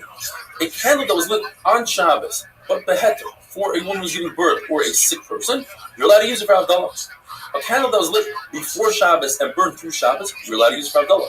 But a candle that was lit before Shabbos by a guy and used on Shabbos for Isurim for the guy, you're not allowed to use after Shabbos. A candle has a combination of a flame that existed beforehand, an old flame, and every second it regenerates and becomes a brand new flame. Therefore, if after Shabbos a guy lights a candle from a Jew, or a Jew lights a candle from a guy, you're allowed to use it for Havdalah because it has a brand new flame in it. On the other side, if you take a candle on Shabbos from one domain and place it in another domain, you are chayiv because you're taking the old flame and moving the old flame into the new domain. So why is it that it's also to use a flame that a guy lit from another guy's candle? That's just the gzeira that you might use the original guy's candle right after Shabbos. There's a concept that the flame must be for light and not for any other purpose such as heat and cooking. Therefore, if one sees a very large flame coming out of a furnace, well, it depends. If it's the beginning of the process of heating up stones for lime, then you don't make a bracha on it. But if it's at the end of the process and they're using that light, that fire for light, then it's mutter. What about the light in a shul? It very much depends. If they lit up a candle in honor of an important person, then you can't use it for Havdalah. If it's there for the caretaker, even though there's an important person there, but the caretaker needs his own light, you could make a bracha on it. And if there's a full moon, but the caretaker doesn't need light, so even if the caretaker is there, you cannot use it for Havdalah. If they brought a candle into the basement for Havdalah, Machlokes, Beis Shammai says everyone should say the bracha to themselves. Because if one person makes the bracha for everybody, that could cause a big bittul kara. Just like if somebody sneezes in the middle of Beis Medrash, you don't say, bless you, because that's bittul kara. They still argue and they say that one person should make the bracha for everybody because of the concept, like one person makes kiddush for everybody, hamaisi for everybody. It's better that one person should be maisi everybody. A candle that was lit for the dead depends. If they would light that candle during the day in his honor, then you cannot use it for Havdalah. But if they're lighting it to see the way, then you do make a bracha on it. Perfume, fragrance for the dead to counteract the bad smell, or for the bathroom, or for your hands, you do not make a bracha on it. But if a person has perfume in a store because he wants to attract customers, then you do make a bracha on it. A city that is mostly goyim and a nice fragrance comes out of that city, you cannot make a bracha on it. It's for Avodah Zarah. Therefore, if you have a city and a minority of the women that are Jewish use the fragrance for sorcery, for kishuf, and a minority of the Jewish women use it to put fragrance into their clothing, which doesn't count for Havdalah, and you have a minority that are goyim, the total amount could be a majority of smell that's not for Havdalah. If a person smelled a nice fragrance that comes from Avodah Zarah and he decided in his mind that he wants to benefit from it, that is an Avodah. There's two conditions when it comes to the flame of Havdalah. First, you must see the flame and you must benefit from the flame. Seeing the flame means it cannot be behind a bend, behind a corner. And benefiting is machlokes. Rav says you don't have to physically benefit from it. You can stand at a distance as long as you could possibly benefit from it and it's not dimming out with the aleph. But Rabbi says no, you must stand right next to it and you should be able to differentiate from the light different Look who the fuck it is. How you living, pimp? Rav says that you don't have to search for a candle on Motzei Shabbos. What up, big like dog? you would search for. What's good, son? Yo, can you hear me? Yellow, can you hear me? SBNC. Hello? Can you hear me? SBNC. SBNC. Yo, what up, Rabbi? Yo, there he is. How you living, pimp? Doing all right, man. I rolled over under the phone. Yeah, you did. It sounded like that. All right. Well, very well. How have you been? Doing all right, man. Excellent to hear. Hang on one second. Let me. Yeah, with I rolled over under my phone, man. No problem at all. What's that going on? We're closing in on 2,000 members, so that's great. Oh yeah. I've got 2 people who are really like close to taking out your record in here. We've got one of them in here now. Oh, really? Yeah, but you've lasted like a year, so that's good. Yeah, man. So the person who is coming closest, her name is Miss Aquarius. She's in here all the time. And then we've got Brandon in here who also is in here a lot. Actually, and there's one other girl, Audie, you've met her. She's used multiple accounts, but she's closed in on you as well. You know how it is? You got football season, Right. just living life. How are things in your neck of the woods, big dog? Doing all right, man. I'll hit you up in a little bit, though. I'm busy with the wife, but I just wanted to say hi to you. Absolutely. You take care, big man. Later, brother. Peace. Right up the middle, and so you did in fact get the one-on-one, not on Justin Jefferson, but on your other receiver, Jalen Naylor. Remember, Jordan Addison has been suspended for 3 games. Typically, he would be the guy that could take pressure off of Justin Jefferson. Esrig and other mitzvahs. If it comes to you, easy, great. If not, not. We learned in the mission that if a person forgot to say Birkus HaMazon, and he walked away from the place that he ate, according to Beisil, he doesn't have to go back. According to Beishamai, he does have to go back. But Beisil admit to Beishamai that if he did it on purpose, he walked away, the amazing, he must go back. The Gemara tells us, there were 2 Talmidim. One was makri like Beishamai. He forgot, he walked away, but he came back. He was awarded with a pocket full of golden coins. Beisil, the other Talmud on the other hand, did like Beisil, but on the Mezid part. He walked away on purpose and benched far away. He was eaten by a lion. The Gemara tells us an amazing story about Rabbi Barbachana. He was on a trip, and he stopped to eat, and he ate, but he forgot to bench, and he got back on, and they continued on. He said to himself, if I tell them that I forgot to bench, they'll laugh at me, and they'll say, bench right here, Hashem is everywhere. So he lied to them, and he said, hey, I forgot at the rest stop a golden dove. Please go back. So they went back, and he benched. And the Gemara says that he found a golden dove. The reason why he used a dove is because Klal Yisrael is nimshal to a dove.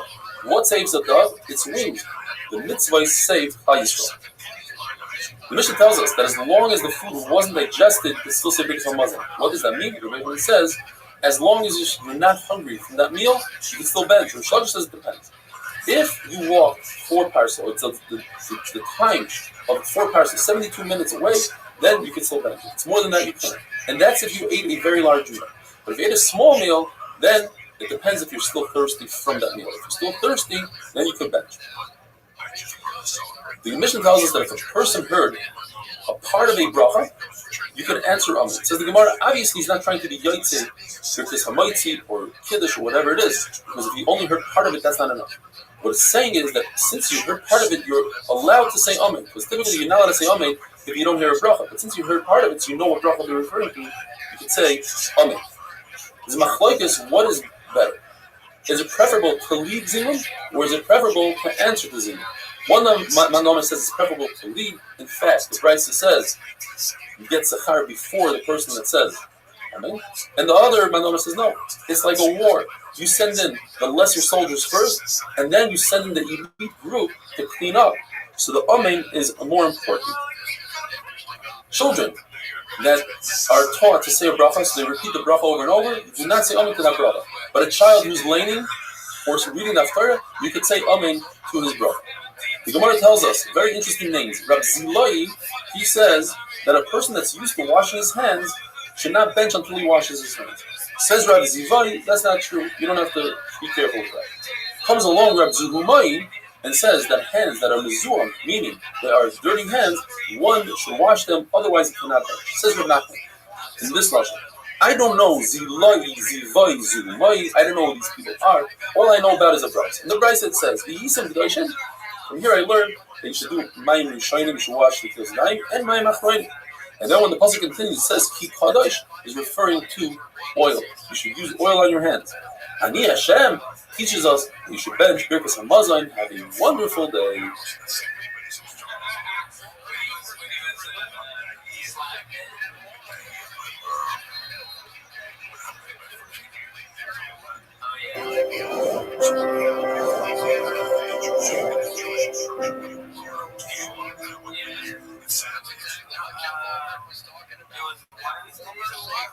Bracha is Tafnun Dalet, a brand new Perek Haroya, which discusses many different types of brachos, as we say, in different situations. The first one is if a person sees a place where a miracle and mace happened to his forefathers, he says, Baruch She'asa Nisim Laviseinu B'Makom Hazeh, because it points out, in the entire paragraph, we say Baruch, it means Baruch Atah Hashem U'Kinu Melech.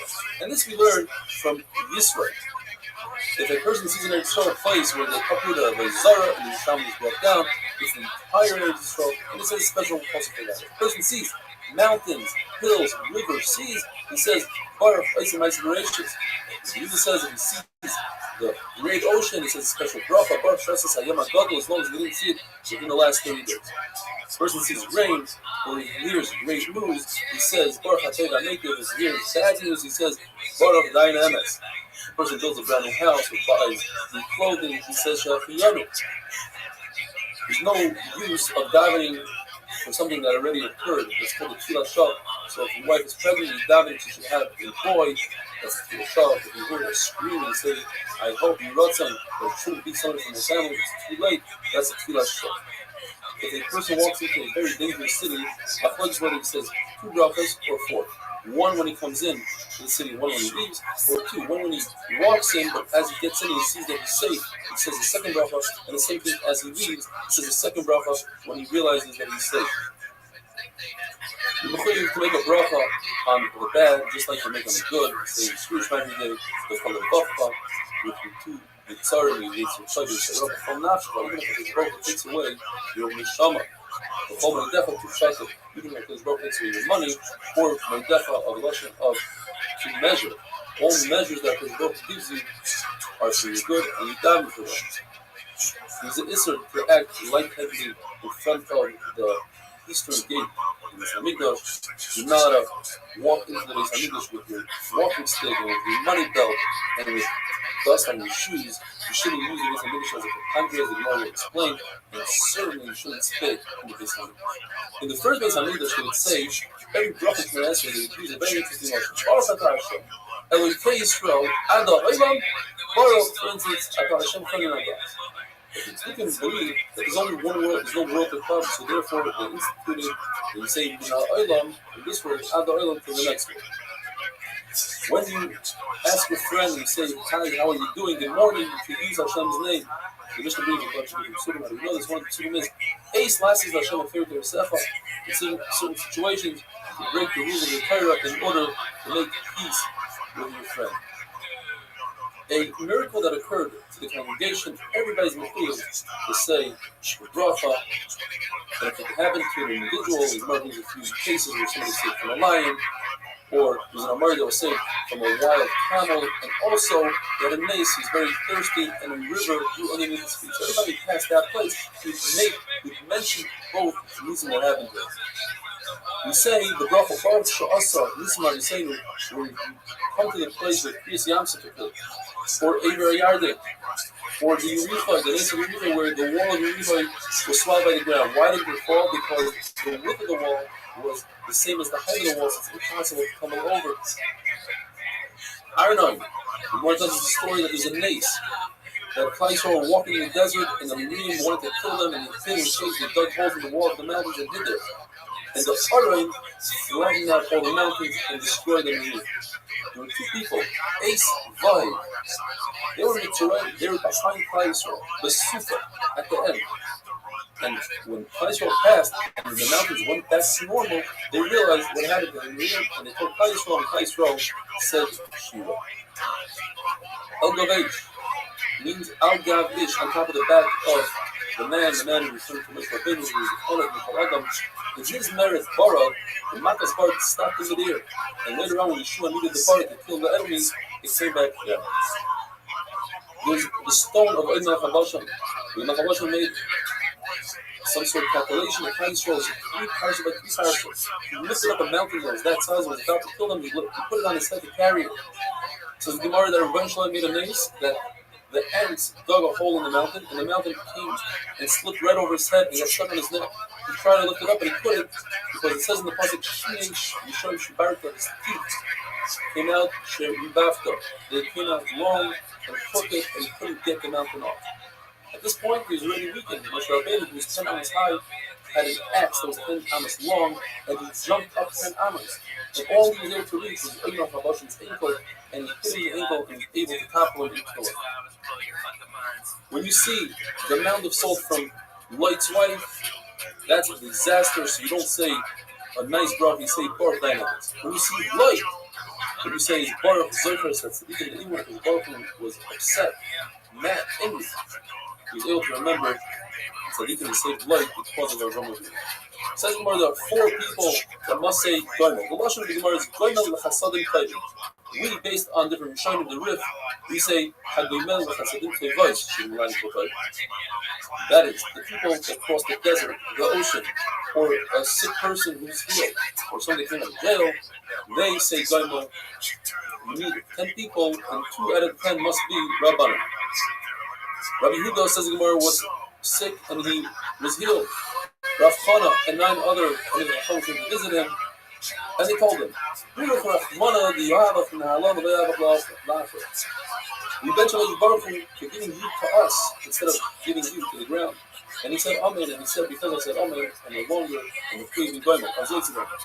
There are 3 that need special protection, and they are people that have bad mazel, a sick person, a woman who just gave birth, and some say even somebody that's in mourning, and there are 3 people that have, because of jealousy of Shadim, they are in danger. That's a chassan and a kala, and some say even a chacham.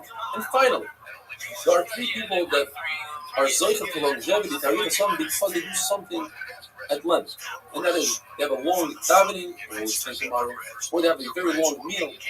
They have a lot of company, a lot of poor people as company, or they spend a lot of time in the bathroom for medicinal reasons. Have wonderful days.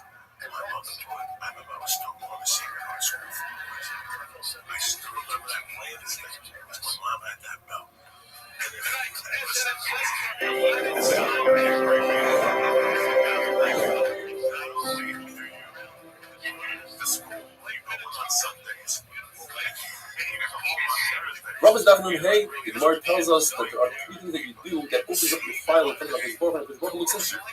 If you put yourself in a danger, you sit underneath a leaning wall.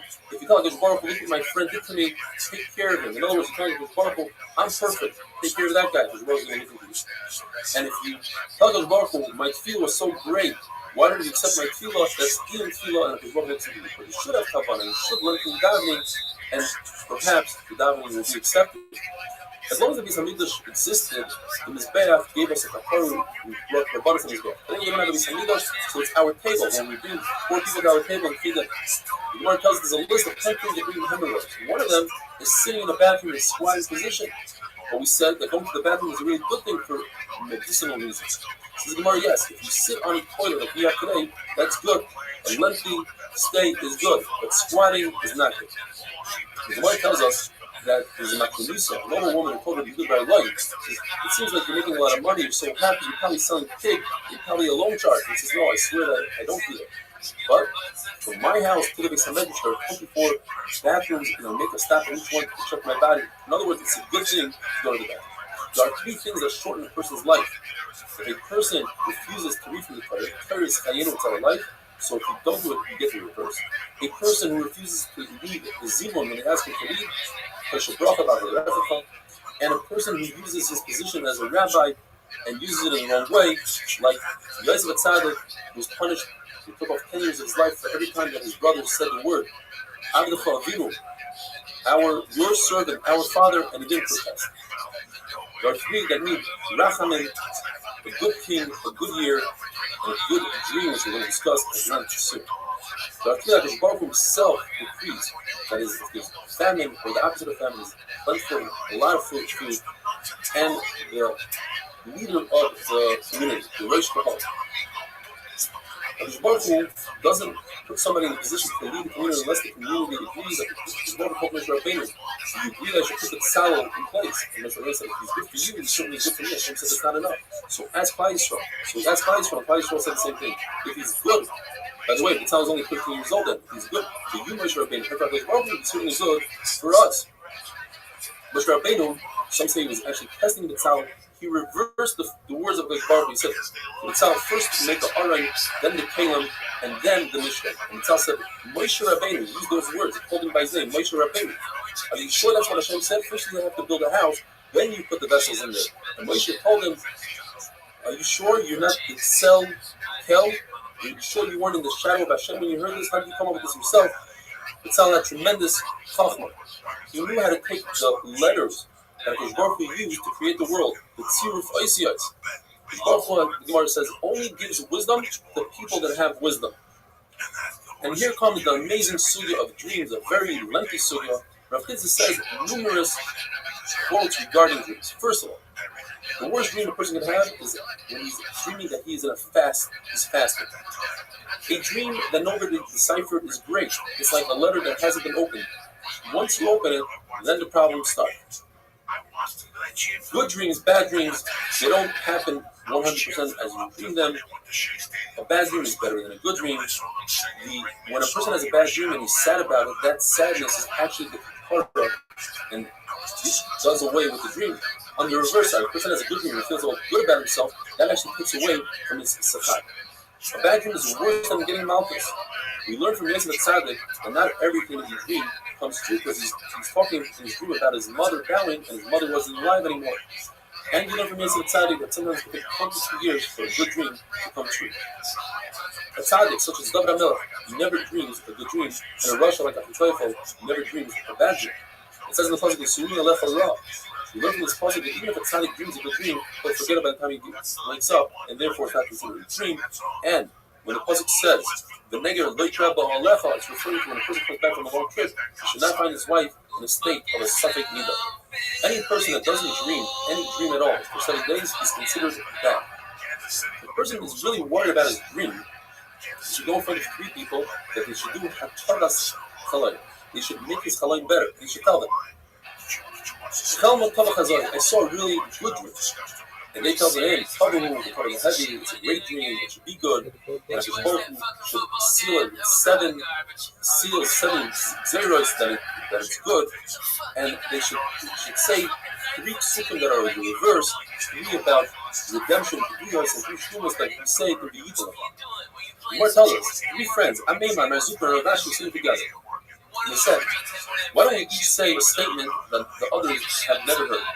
So the first one got up and he said, if you don't know what the dream means, and you're worried about the dream, so you should talk about, you should say in the Yiratzon, when there's Birkus Kahanim, and that's what we do today on Yom Tov, is a Yiratzon that says, I'm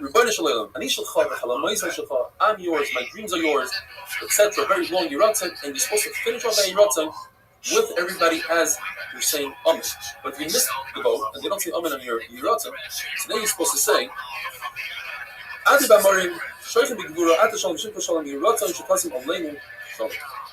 second one gets it. Whoever is afraid of an ayin hara should take his thumbs and go so, grab the thumb of the other hand, and then he should say, I'm complaining, I'm so and so. Yosef, I'm a descendant of Yosef. Even if you're not a direct descendant, you probably have some Yosef blood in you, and therefore Yosef Tzaddik, his descendants don't have ayin hara. If you're worried about your own ayin hara, try to steer at your left nostril. And then the third one gets up and says, a sick person should not announce and tell everybody about his disease on the first day. But after that, he showed so that people should down for him and be healed through their davening. As Rabbi, she was once sick, and he told his Gabbai, don't tell anybody the first day. But after that, he said, tell everybody, whoever loves Rabbi should daven for Rabbi, and whoever hates Rabbi should be happy that Rabbi is sick. Because when an enemy is happy that somebody's sick, that disease disappears. Shmuel says that when he had a bad dream, he would say the pasuk, they're nothing. On the other hand, when he had a good dream, he would say them in a question, Chalaim are nothing. And in fact, it says in the pasuk, you should consider a dream. Rabbi had the contradiction. You consider dreams of Chalaim Shari Daberu. He said, well, if the dream comes from a malach, then you know it's true. If it comes from a sheikh, you know it's false. Rabbi says, in Yerushalayim, there's 24 people that knew how to be placed for Chalaimos. They knew how to decipher dreams, and he went to them, and each one gave different opinions about the dream, 24 different ones, and all 24 came true, and will continue with dreams. Tomorrow, Be'ez Hashem, have a wonderful day. There was a game I was in class maybe 8 years ago that they actually showed the fucking picture. Just go on like I don't want to say this is not baseball. Because it's slow motion. Every night something happens. There's always something happening. Every time you let that ball go, it's either a single or Bracha is Daf Vav. We're continuing with an amazing sugya of dreams. Behind me is a mural that a Rabbi Goyin Rabbi Yeshua Pesach drew himself and gave me as a gift. Picks all the dreams of today and tomorrow's daf. Gemara tells us that whatever you think during the day, that's what you dream at night. Gemara tells us 2 stories where Goyim came to Jews and said, if you're so smart, what are we going to dream tonight? The Jews inserted something in their mind during the day so that they think about it and they dreamt about it. For instance, they said, you're going to be captured by the Persians and you're going to use a golden staff to graze the sheep. That's what happened. Or you're going to use a golden grinder to grind baked goods. Gemara tells us about Bar Hedia. Bar Hedia was a good interpreter. Depending, if you paid him, he gave you a good interpretation, and if you didn't pay him, he gave you a bad interpretation. Abaye and Rabbi had 22 dreams. We're not going to go into all of them. But the bottom line is that whatever he interpreted to Rabbi in the negative, he interpreted to Abaye in the positive. He told Rabbi, your wife is going to die, your children are going to die, your business is going to be terrible. The king is going to accuse you of breaking into his palace. In fact, the king did accuse Rabbi of breaking into his palace. Then he told him, you're going to get whacked on the head by 2 clubs. In fact, Rabbi walked into the shul and he saw 2 blind people fighting and trying to break the fight, and he got hit twice. He was about to hit him again, and Rabbi said, stop. I only dreamt I'm going to get hit twice. He interpreted Rabbi's dream that he's going to divorce his wife. 2 pigeons flying away is a symbol of divorcing a wife. And finally, when Rabbi paid him, he told Rabbi that the fact that the wall is falling down means that you're going to have unlimited amount of properties. Abaye's house fell down. Now all of a sudden he throws Abaye under the bus. Even though Abaye paid him, he said Abaye's going to die. You're going to take all of Abaye's talmidim. My house is falling. Your Torah is going to go everywhere. And Rabbi says, I saw my dream that my head split open, my brain fell out. No, that's just the feathers out of your pillow. And finally he tells him, I dreamt that you're saying Hallel of Mitzrayim, meaning the regular Hallel. So he tells him that means you're going to have Nisa. So the Gemara says both Bar Hedia and Rabbi were about to embark on a ship. And Bar Hedia remembered that Rabbi's going to have a nace. He said, why should I be on a boat with Rabbi? If the boat sinks, he'll have a nace. I'll die. So he jumps off the boat. In his hurry to jump off, his book dropped, and Rabbi peeked in his book and saw it says, all dreams are interpreted based on the interpretation. Rabbi looks at Bar Hedia and says, Rasha, why do you interpret my dreams that way? Look what you did to me. You killed my wife and my children and my business. I forgive you for everything. I cannot forgive you for killing the daughter of Rav Chizda, my wife. And he gives him a purse that his head should split open and his brain should fall out. Now that's a very difficult thing to happen. Bar Hedia said, if Rabbi cursed me, I better do tshuva. Let me go to Golos. He goes to Rome, and he opened up shop in Rome. And sure enough, a customer comes, he's the head of the treasury, and he says, I dreamt that a needle is in my finger. He says, Bar Hedia, pay me and I'll tell you the interpretation. He says, the treasurer, no. He says, I won't interpret. The next day comes to him, he says, I dreamt that I have worms between my fingers. Pay me. No. Following day, he says, my entire hand is wormy. He says, Bar Hedia, you don't have to pay me. I'll tell you what's going on. The king's clothing are wormy. You're in charge of watching it. You know they're wormy. In fact, that's what happened. They took the treasurer out to kill him, and the treasurer said, well, Barhedia knew about this and he didn't tell me. They took Barhedia, they tied his 2 legs to 2 cedars, they bent the cedars down, tied his legs, let the cedars go, and Barhedia's body was split in half, his brain came flying out, and that was the end of him. The Gemara tells us that Rabbi Shmuel also knew how to interpret dreams. Bardoma came to him and said, my 2 jaws fell. Says Rabbi Shmuel, don't worry. That means that the 2 Romans that were after you, they died. My nose fell off. So that means that the anger of HaKadosh Baruch Hu fell away. My hands fell off. Says Rabbi Shmuel, that means you're not going to need parnas anymore. My 2 feet fell off. You're not going to need to walk anymore. You're going to have a luxury horse. I dreamt that I'm going to die in Adar, and I'm not going to make it to Nisan. He says, no, that means you're going to die with honor, and you're not going to have Nisayim, the Lashon of Nisan, Nisayim. The Gemara tells us about probably the worst character in all of Shas. It's Duki that came to Rabbi Shmuel and says, I dreamt that I was pouring oil on top of olives. Says Rabbi Shmuel, that means that you had relations with your own mother. I dreamt that I grabbed a star, and that means that you kidnapped a Jew, and I swallowed a star, that means you sold a Jew, and you already used up all the money. My eyes are touching one another, that means you had relations with your own sister. I kissed the moon, that means you had relations with Asia's sister. I stepped on the side of a shadow of a hadas, that means you had relations with the Naira Amorosa. I saw a shadow above me, but it was under me. That means that you had relations the wrong way. I saw ravens around my bed. That means you were with many women. I grabbed onto 2 pigeons and they flew away. You sent away your 2 wives without giving them a gift. I killed an egg. That means you steal from the dead bodies. Says this Duki. Unbelievable. I agreed to everything. I did all of those things that you mentioned. But I did not steal from the dead.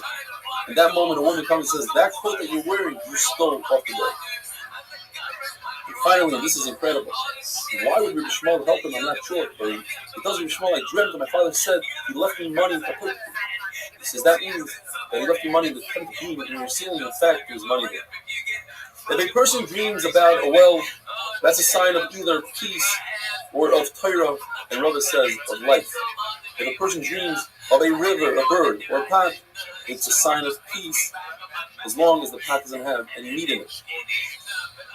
There are 11 things that the Gemara brings down, and we can't get into it because it's very lengthy, but each one you have to say a specific pasuk, and not a different pasuk that could be detrimental to the dream. If a person dreams about a river, about a bird, about a pot, about grapes, it's supposed to say special psukim, about a shoy for a dog, a lion, if you're shaving, a well, a reed, or not. If a person dreams about a reed, he should anticipate chachma. If he dreams about weeds, plural, he should anticipate dina to understand. If a person dreams about gourds, hartzapam, and wax, it's very good for a dream. Gourds are dreamt only by people that have Yirah Shamayim. There are 5 things that are said about an ox. If you eat its meat, you become wealthy. If it gores you, your kids will be great in learning. If it bites you, you'll have yisurim. If it kicks you, that means you have a very long journey ahead of you. And if you ride it, that means you're going to climb to greatness. But if it rides you, then that means it's a sign of death.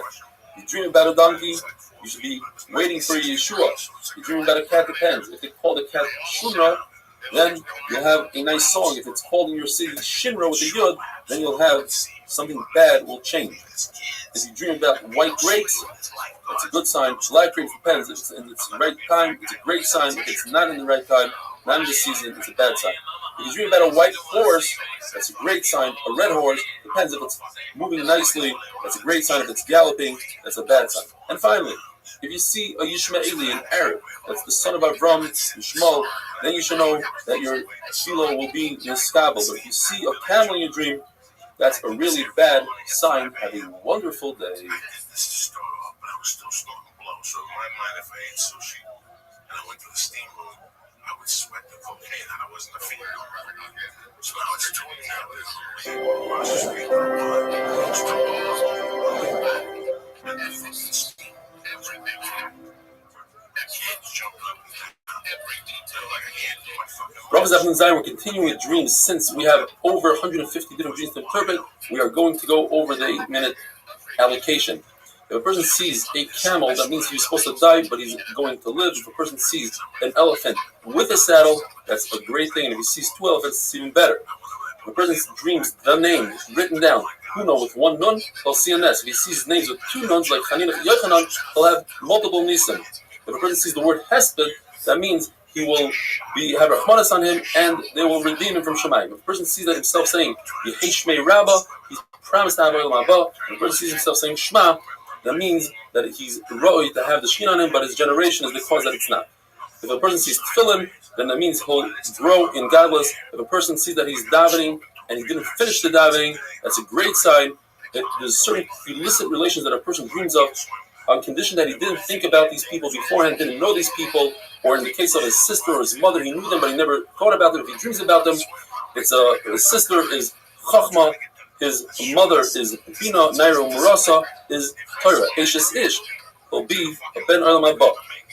If a person dreams of the Shivas Aminim, he dreams of wheat, is peace, barley is, he won't have any Averis. If a person dreams of grapes, that means his wife won't miscarry. The grape branch is Mashiach. A fig means that his Torah will be kept. A pomegranate depends if it's small or big, his business will expand or multiply or grow. If it's split, then he's Talmid Chacham. It's a sign of Torah. If he's Amar, it's a sign of mitzvah. If he sees olives, then his business will get better. If he sees olive tree, he'll have many children. And if he sees olive oil, that's the light of.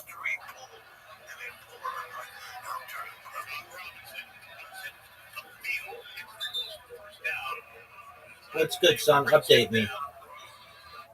Oh, just hanging out, married, looking for a place to live. You say married. What do you mean by that? I got married. No way. Yeah, like I actually got married again. Went down to the courthouse, got married, license, signed, sealed, delivered. I'm hers. Wow, look at you. Okay. Are you guys in the her location or your location? Mine at the moment. Are you? Yeah, working on the way out. Okay. Very well. And you are, what's the plan? Finding a place, moving. That's really it at the moment. You know, just looking for that. Are you Applying for jobs. okay? What are you looking to do? Working home customer service, basically. Okay. So hopefully that works out. Very well. So did she move down to you? Yeah. Wow, that's big. Okay. And you are, what does she do? She does work from home customer service. Oh, okay. It's more than that. It's more than that. But you know, it's like talking to people about health insurance. So there's a little bit of Right. It's more than that. It's more than that. But she takes calls from people and helps them like navigate their health insurance. Okay. So you guys just A lot more detail than what I just said. no, I understand that. Are you guys just with your parents right now, or how's that? Yeah. And they were okay with that? Yeah. Okay, well that's cool. Excellent. How's the dog? Dog doing well. Being a little annoying, of course, but that's how she goes. Always a little extra. Sassy. Are you gonna take the dog with you, or is that your Yep. pet? Oh, no way. Okay, very cool. And what's the timeline on this? Just as soon as possible, or ASAP. Yeah, ASAP. okay? Aren't your parents gonna be like, man, without losing a dog? No, I don't think so. Oh, okay, I mean, they know. They know if they know I'm taking the dog. okay.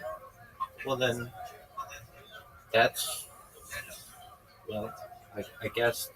Then I mean, you'll be in town though, still, right? Maybe, probably, hopefully moving out of this town, but we'll see. Where are you looking to move?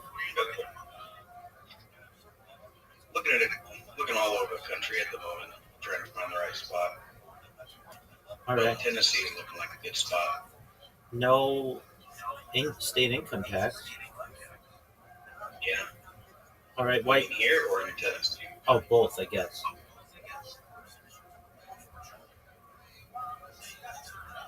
Yeah, I'm not sure. Both, I guess. I think There's both. open spaces. Yeah. There's forest and part of the desert. Why Tennessee? Home prices. She had family that lived there, so Okay. it's kind of out of the way.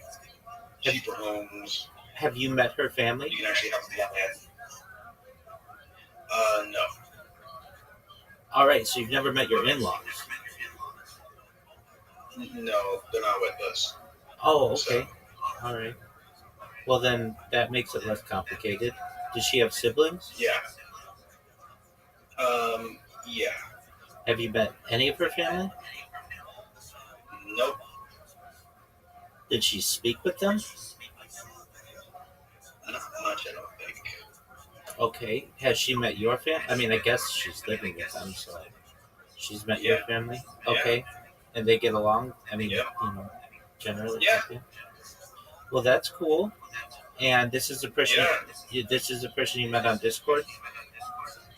Yeah. All right. Well, you know, social media brings people together. That's great. And you don't think you rushed into this at all? Maybe, but when you know, you know. Okay. All right. I get that. So you just went down to the courthouse, and I mean, like, if I may ask, I'm just asking questions. Why didn't you wait longer? Why wait? Well, so that like you're 100% sure, or like, I mean, I know you probably feel like you are, but usually people date in person for like a year or two to make sure that they have found the one.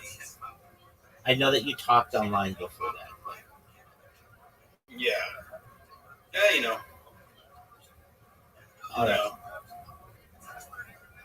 Yeah, I guess I'm different. Yeah. Okay. Well, that is certainly your decision, and Both ours, yeah. yeah. Okay. So you're looking at Tennessee, and have you been to Tennessee? Yeah, no, well, I mean, I've driven through, but never really stopped for too long. I went to Nashville for a night or two. All right, Nashville's nice. Nashville's nice, yeah. Grand Ole Opry's nice. I'm not sure if that's what we're looking at. No, that's boring as fuck. But Yeah. Broadway's nice. Hopefully somewhere that's closer to the forest or something, you know. Yeah, I mean that's like anywhere 15 miles out of town. So, all right. Well, In-N-Out is moving to Tennessee, so you still may be able to get that there. So, Sure.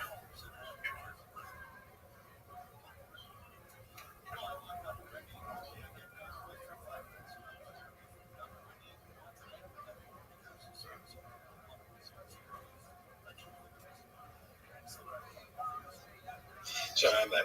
You're good. In-N-Out has moved from Irvine to Tennessee, so you may be able to get In-N-Out there soon. So that'll be Really? yeah, that'll kind of be a comfort from home if you choose to do that. Where else are you looking aside from Tennessee?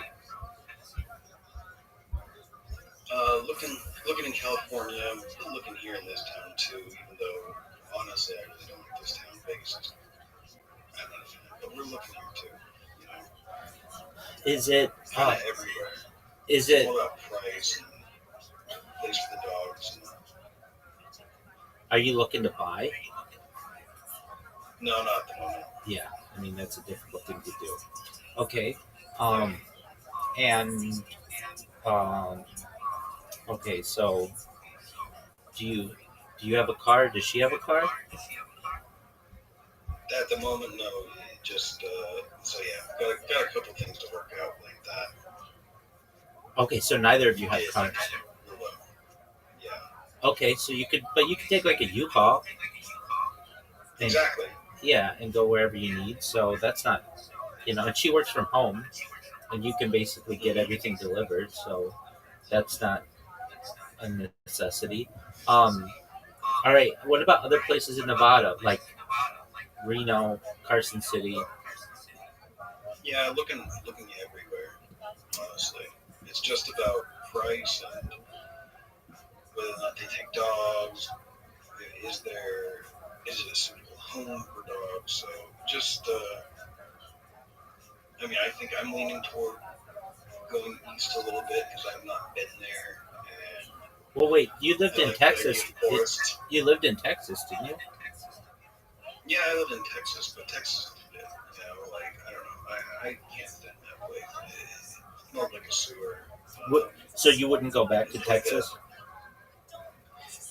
not any of the cities that I've been in. Maybe like the outskirts. There's like places way down south that we've looked at, like McAllen. It's basically on like the Mexican border. So we've looked at some spots, but very open to locations at the moment. Okay. Um. Well, what about Los Angeles? Yeah, we moved around that area too. Not really many houses for rent in the price range at the moment. Oh yeah, definitely. Yeah, if you're looking for a house, Yeah, oh yeah, yeah, okay. So like basically, L.A., Orange County, San Diego, they're kind of out of reach right now, right? yeah. At the moment, a little out of reach because of price in those locations. What about Riverside? I think, yeah, I mean, I'm open for anywhere. yeah, Whatever pops up on Zillow, is what I'm scrolling through there all the time. okay. Um, what about Arizona? Yeah, we moved there too. Okay, New Mexico. Basically, yep, Okay. Um, Colorado. yeah. Okay. Does it have to It's, be? it's easy to look. It's easy to look through all of the states pretty quickly because of kind of how few listings there are. Oh, there And, aren't a lot of listings. it doesn't seem like there's a big. I mean, there's listings, but some don't take dogs. So, and then there's trying to find something that we like. It's really about what the place looks like, not really where it is. Okay. But Does your wife get I along would with? like, Does your wife get along with the dog? yeah, yeah, And yeah. does They get along great. okay, that's good. And did the dog? Is it done teething or is that still a process? Yeah, she's a herding dog, so she play bites and she'll bite me, but she doesn't bite her. Okay, that's good. She's much more become like her dog now. Oh, okay. Well, that's good. And she has a dog too. Well, now we have two dogs now. So and her boy really likes me, and Kaya really likes her. So it all worked out pretty well. Okay, so she's got a dog. You get so two dogs, two people. She has a boy. You have a girl, right? Okay. Well, I mean, no children, so that's good. That would make things a lot more complicated.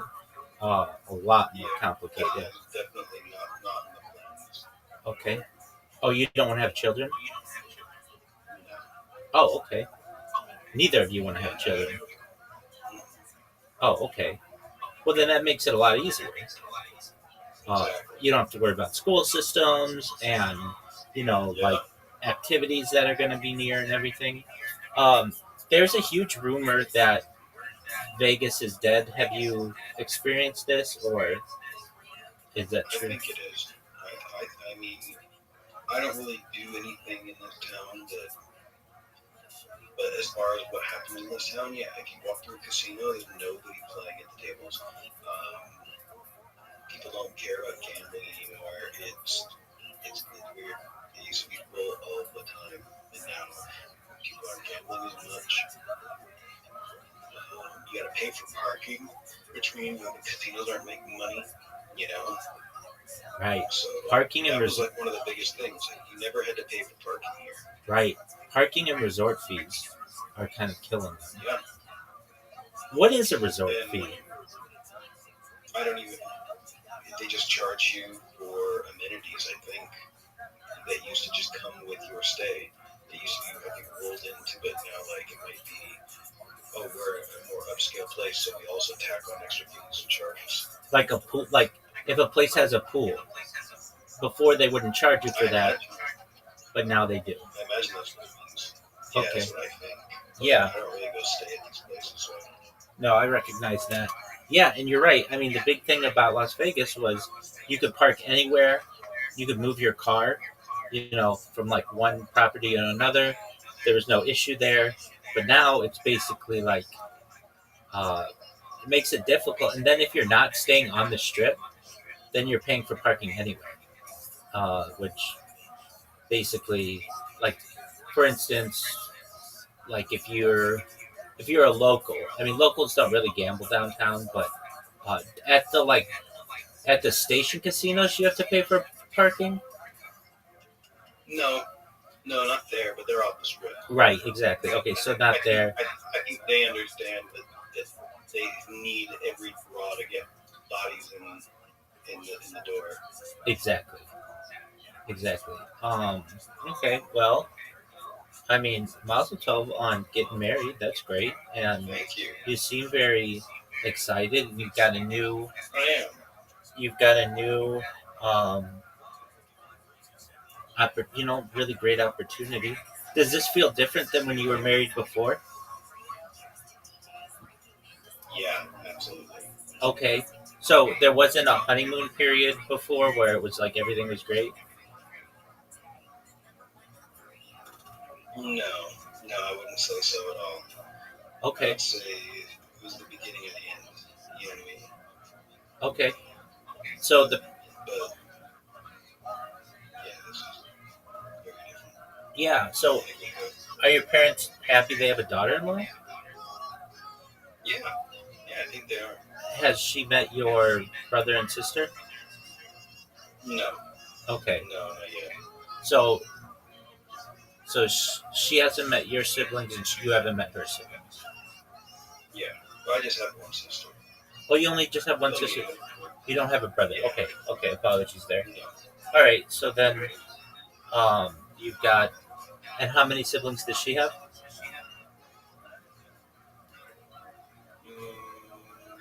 One. Okay, but you don't even know. Yeah, That'd be a good question to ask. yeah. Okay. What do you guys like to do? What are her interests? Hanging out online, like to go hiking a lot. Went out hiking today, but it wasn't feeling too great. Have you been to Red Rocks? Not yet. We're waiting for it to get a little bit cooler for that, but it's cool. How about Mount Charleston?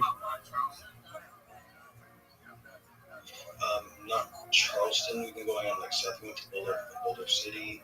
Oh, yeah, checked definitely. out there's like a couple trails down there. We went through one of them, and then went into the Hoover Dam tour. And then there's another place not far from us that has like petroglyphs. So we saw a couple petroglyphs, not as many. Okay, Hoover Dam tour. Is that where you like go into the power plant and everything? Yeah, we got to see the power plant. That was like the whole draw. Well, that's cool. Does she like Las Vegas, or is she like, this is cool temporarily, but I got to get out of here? No, she likes Las Vegas. I think it's just about finding the right place. So we're open to staying here. This isn't a bad spot. It is pretty hot in the summertime. I don't like that. She doesn't like it all that much either. But who the hell would like 120-degree weather? Right, and your parents Can't do anything outside. right, and your parents aren't like saying like you have until this date to get out or anything. No. Okay, that's good. How have things been on the job trail? Pretty good. Hopefully getting a job in the same field that she works in, so she might have it in for me. And so got a couple couple applications going and just waiting to hear back, but companies take forever. Hey, Kaya, get out of my shoe. Your dog is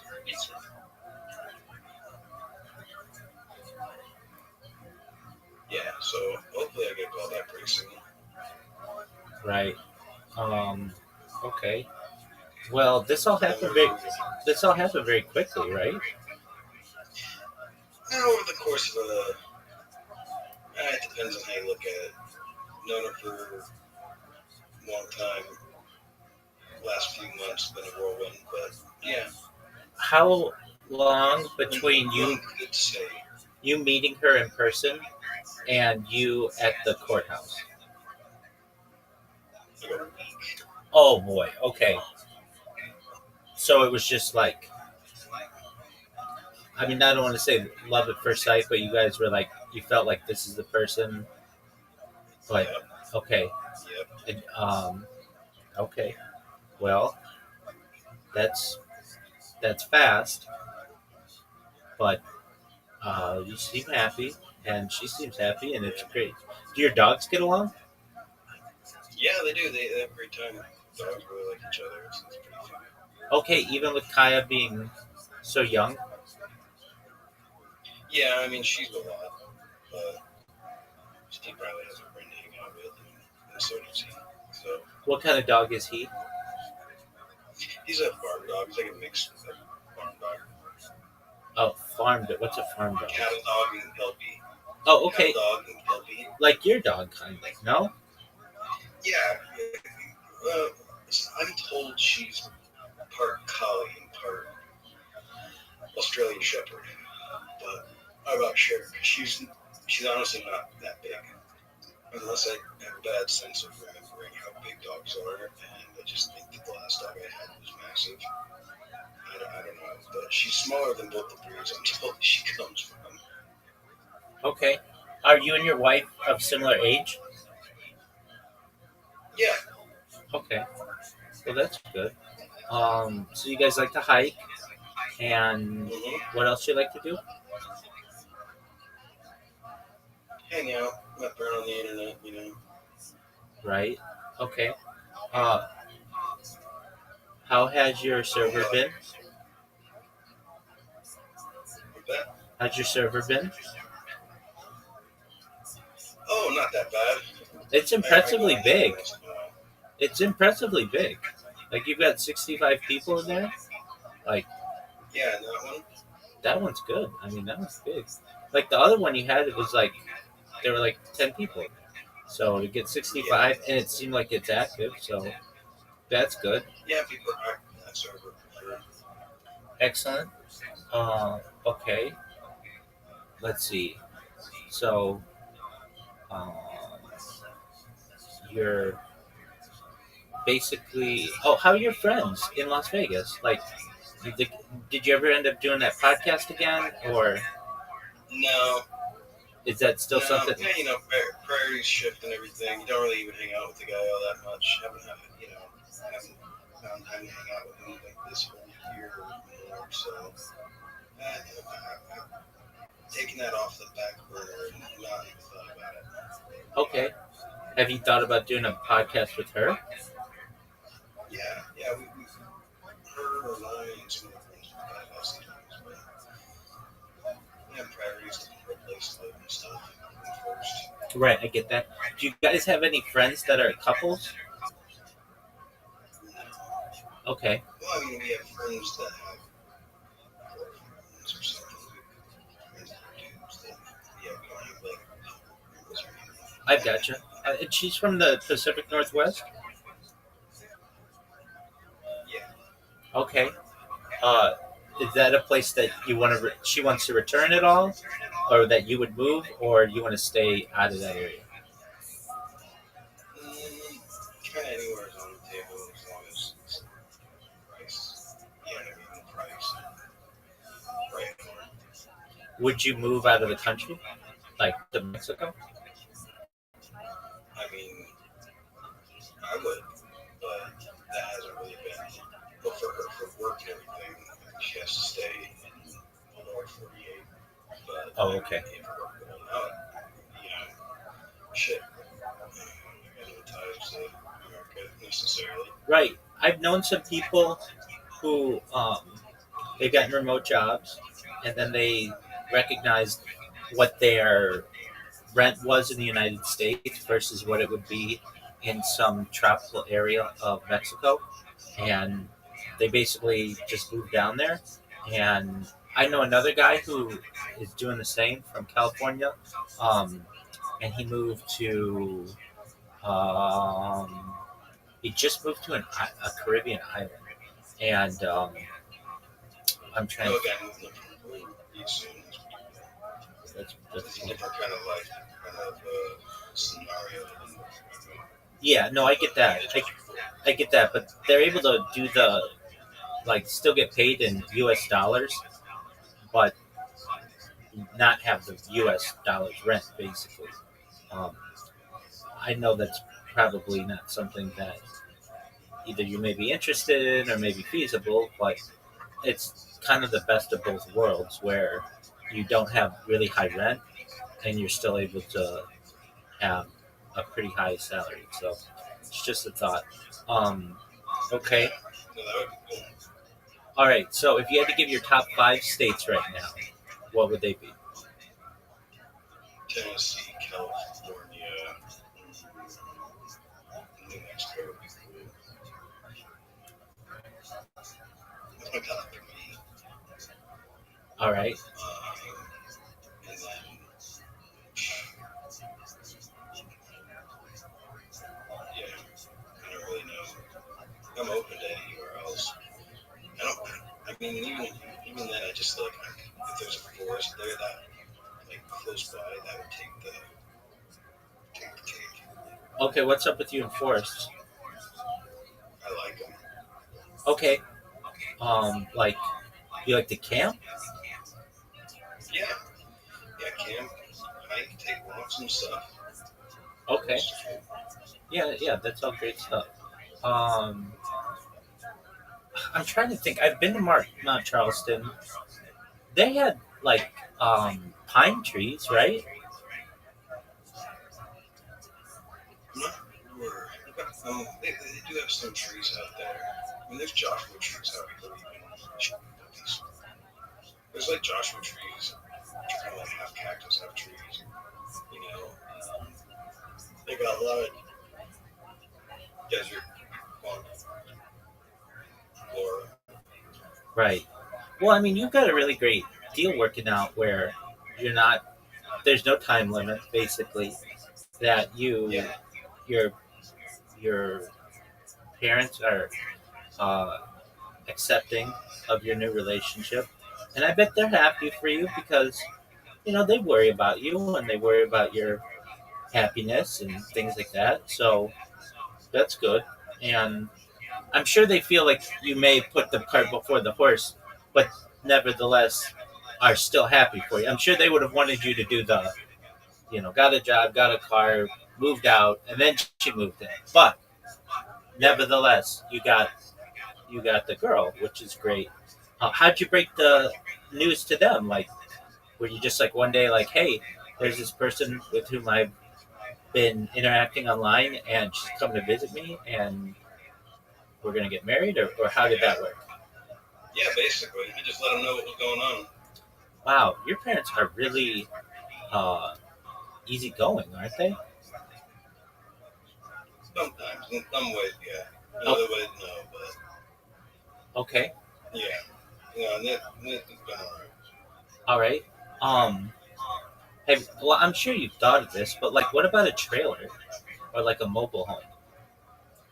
Yeah, I'm not really good for the dog. Okay. Why not? I mean, they're you need yard. You mean? Yeah, Oh, okay. So you need land. just a little bit, a little yard at least. Yeah. Okay. Because I was thinking, I also know people. I know a guy who's from Arizona, and he was living with his in-laws, and he just recently bought a trailer, but it's very nice. Or it's not even a trailer; it's just a manufactured house, and it's very nice. And he's got a yard. Anyone for dogs, the trailer would be bit more.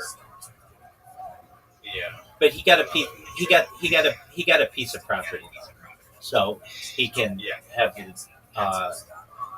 He has kids, so like they're able to run around in the backyard. I think he's got a pool too. But okay. All right. So, and you, I mean, I want you to say yes, but you think you'll be married for like 50 years in the future? If I live that long, Okay. definitely until I go. Okay. So you're like, okay. How long have you guys? Like, when did you guys first meet? Not online, but in real life. A couple months ago. Oh, so only like 2 months ago. Yeah. Okay. So you've been married for like a month and a half? Yeah. Okay. When's your anniversary? August. Oh, okay. That's nice. All right. And you didn't have to do any paperwork or anything, like no prenup or anything? Yeah. No. Okay. Well, that makes it easier. And did she just move all her stuff down to you, or does she still have stuff where she was living? Oh yeah, we got it all. Did she come in like a U-Haul? Yeah. Okay. We got a U-Haul came in. Oh, so you helped move her out? Mm-hmm. Okay. Because you had hinted at that or something like that. Like, Yeah, when I got her. Yeah, okay. I picked her up and brought her back. Okay. Well, so what are her interests? You say being online. I get that. I mean, and this is cool. If this is your ideal night, is it just like watching Netflix and chill? Is that what you like to do? Basically, yeah. Okay, that's what a lot of people like to do. So I get that. Okay. Does she gamble? No. Okay. And she makes a good living, so she's like able to provide for herself, and you don't have too much to need to provide at this point. Big key is no children for both her and in the future. That's like, Oh yeah. that makes it like you have like, oh, it makes it so much easier. Like, Yeah. for a lot of reasons. I can't think of a bigger nuisance for our life. Oh yeah, I mean, can you imagine? Not just a nuisance, but now you have like someone who, like, let's say she had a child, and now you have to bond with that child, and you're like the stepdad, and you've got to go to school events and all. There's no Netflix and chill. There's only that child and like tutoring them and making sure that they mature correctly. And then you've got all the problems that come with kids and bullying, and then you've got to get them to college. You don't have any of that. So that's amazing. How do I deal with that with being an online bully myself? Talking about that in a second. That's true.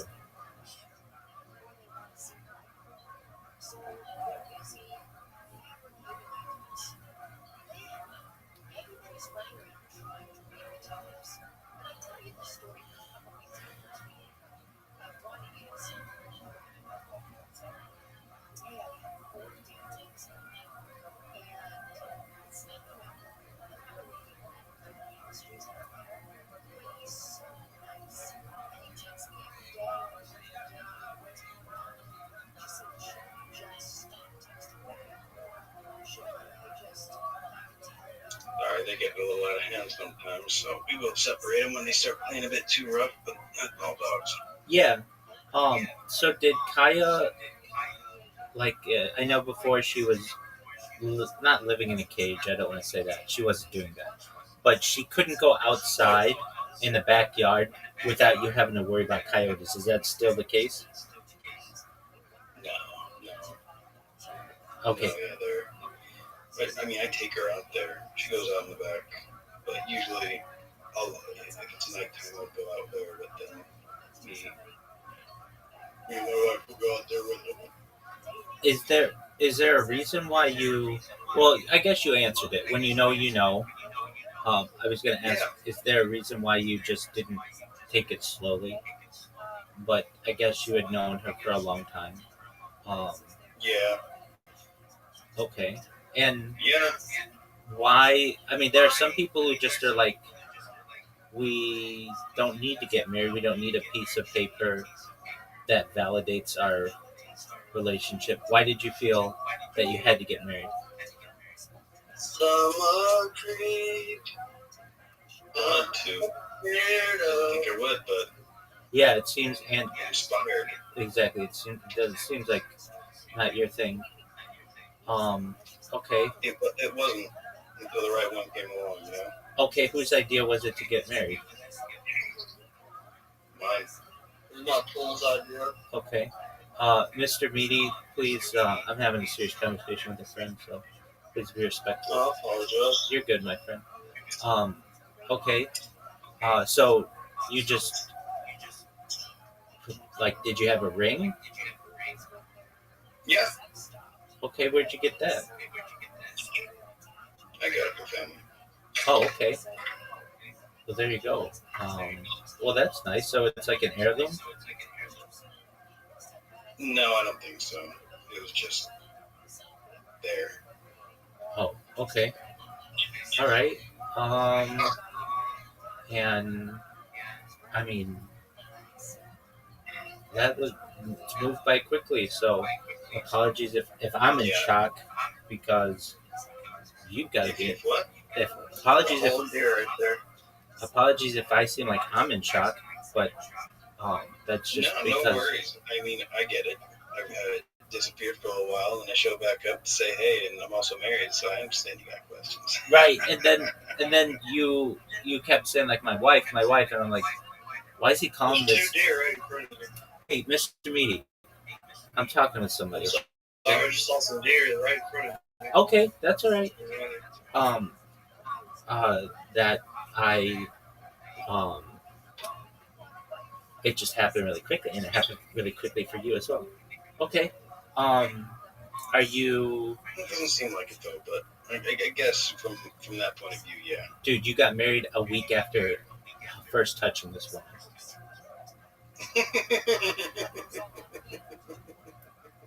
Yeah, basically. Yeah. And you said that you said that you were about that. You normally you wouldn't have wanted to get married, but you just had a different feeling about this person. Mm-hmm. Yeah. Okay. Did she want to get married? Yeah. Had she ever been married before? Yeah. Okay, so you both have been married before.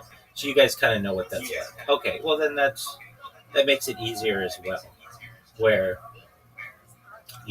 like you know that you there are aspects you gotta get used to with someone and living with someone and all of that stuff.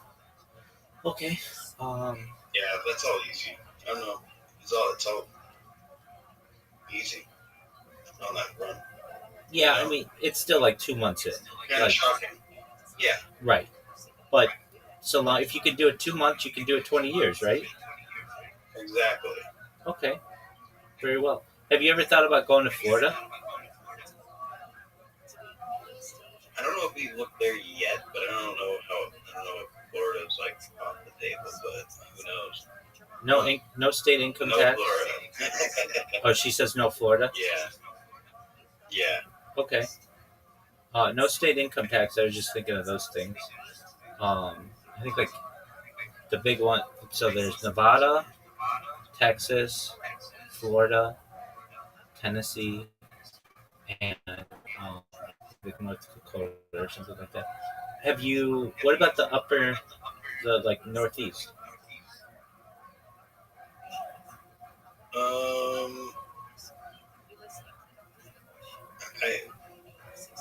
I think we've talked about it, but not sure exactly where. Okay. All right. So top contender is Tennessee. Is it her brother or sister or somebody who lives in Tennessee? No.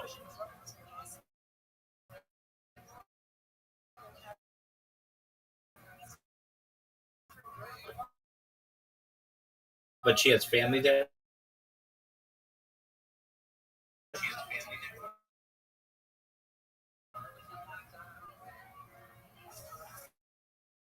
No, not anymore. Like ancestral family, you know. Oh, okay. And you've been through there, so you know what that's like. And all you want is for a forest. I'm gonna say all you want is a forest, but like that's a big thing for you. Um, well, it's seemingly pretty popular, so that's Yeah. cool. Like, what's your goal of? I would like to be in, let's say, Tennessee in 6 months, in a year, in 5 years. What's in 3 months? And 2 months. Two Oh, months. Yeah. okay. Um, like before the winter. Yeah. Honestly, before winter would be the best. Okay. So the thing that's you can basically move anywhere. You just need internet, right? Yeah, exactly. And the company will provide that. Okay, that's cool. So like with her situation, the company provides her internet. Yep. Oh, we can't beat that. And phone and computer and everything. Yeah. Yeah. For work, yeah. Okay, well that's great. All right. And didn't you have you done remote work before? Say again. Have you done remote work before? Yeah. Yeah. Okay. Was that with Yeah. your, For like short time. Not that much, but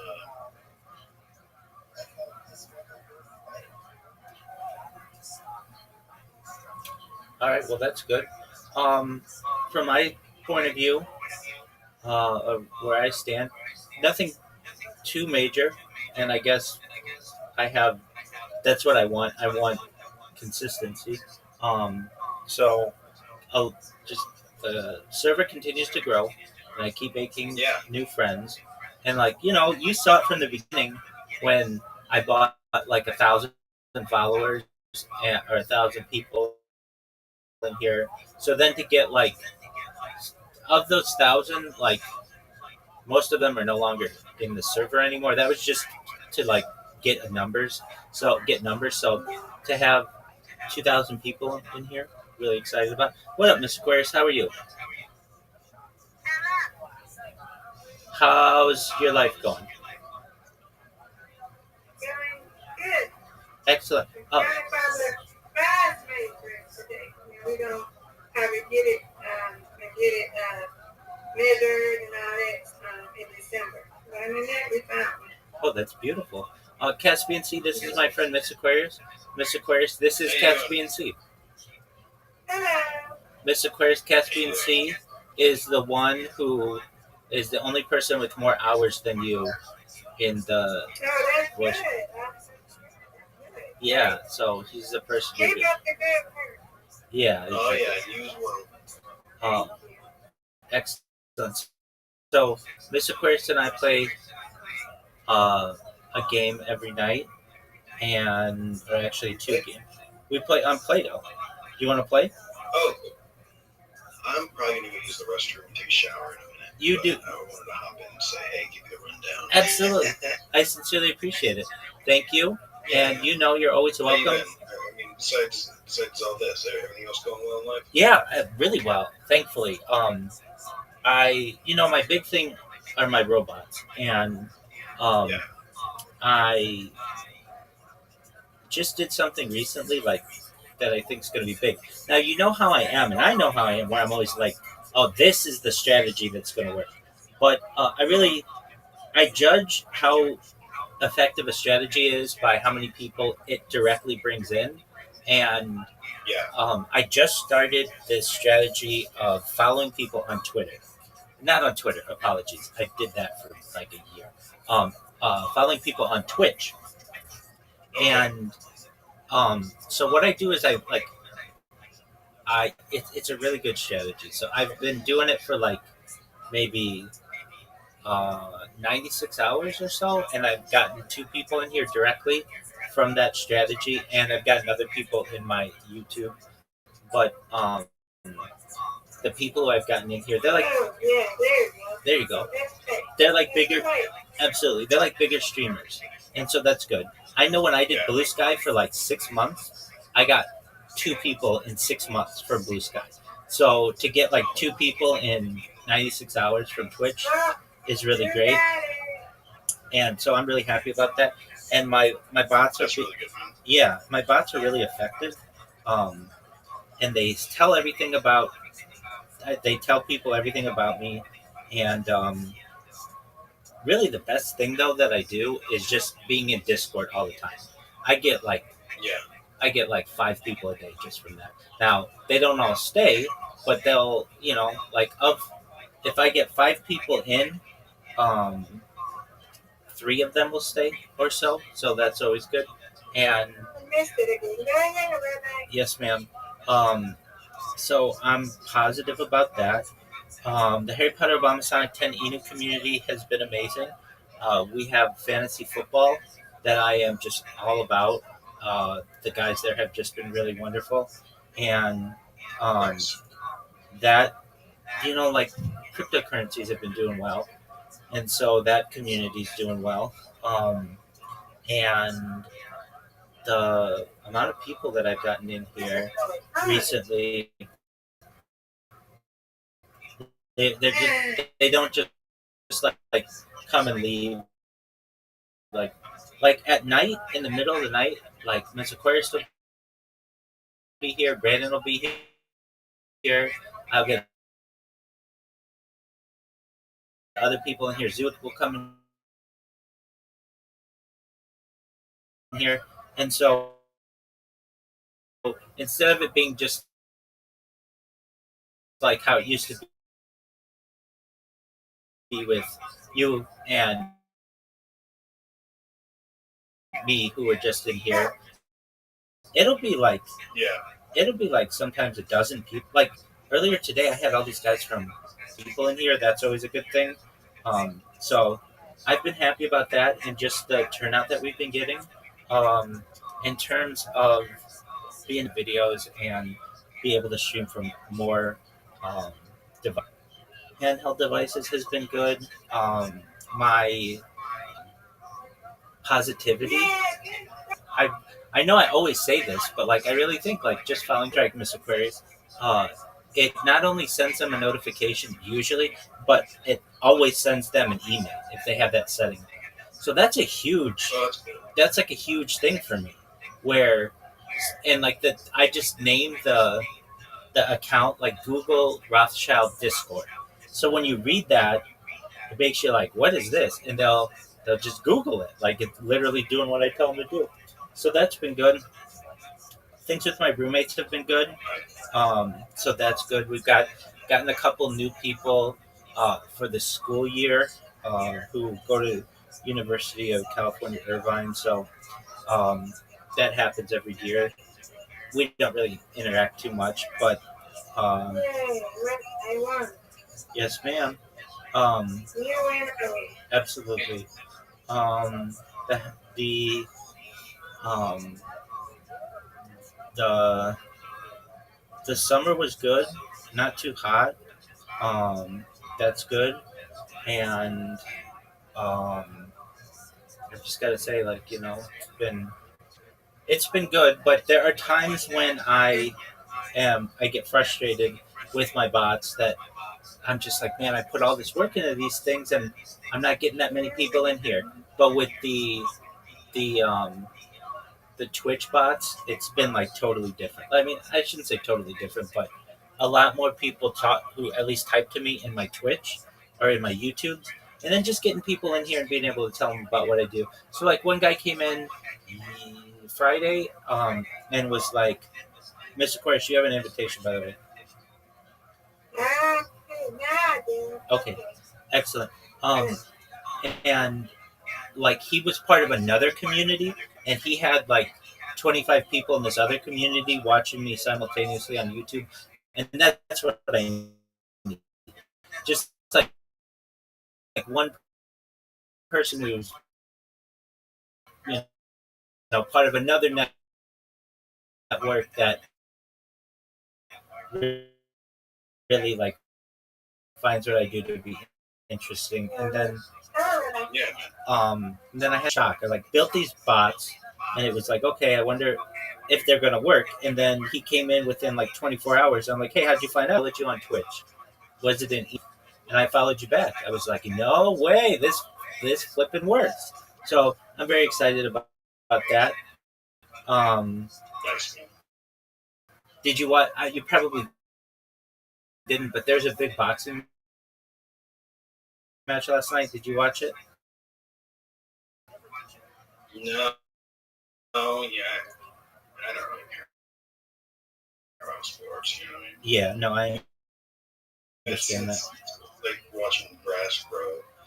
I like grass. I get that Aiden Roth server, which allowed me to plug my Discord to everybody in there when I'd be like, like in between rounds, and that got some new faces in here and some just grinding every day. We got the holidays coming up in this fall, so I will do a few different things on stream. Nothing too major, but um, frankly, yes, ma'am. I'll be um, excited to celebrate a new year, so it'll be 5,786, and that that'll be I'll be buying some different foods and things like that, which is always cool, and basically celebrating in the way that I can on stream. But I gotta be honest with you, uh, Caspian C. I'm gonna be very happy when I go viral to get back to my normal life, no doubt, with the community and with normal synagogue activities. I do miss them, but um, Yeah, it is something that like I knew I had to sacrifice. I wouldn't have to do it. I didn't think I'd have to do it this long, but it's kind of grown into its own thing. I mean, when I first started, we were streaming our classes for synagogue, and we were actually streaming synagogue services, and so that's how I kind of got into it. And now it's like, all right, well, I'll be celebrating like 4 years this fall, and I'd never thought in a million years I'd be doing it this long. So I say this every year, but hopefully this is the last year that I have to do this. And you know, um, I've said it before. It's kind of like a dike of like a well, you just saw like of a dam. Yeah, exactly. Thank you, Miss Aquarius. And the more that I put pressure on a certain spot, eventually the levee's going to break. And when it does, it's going to be, as I say, the biggest event in global history. So, hell yeah. exactly.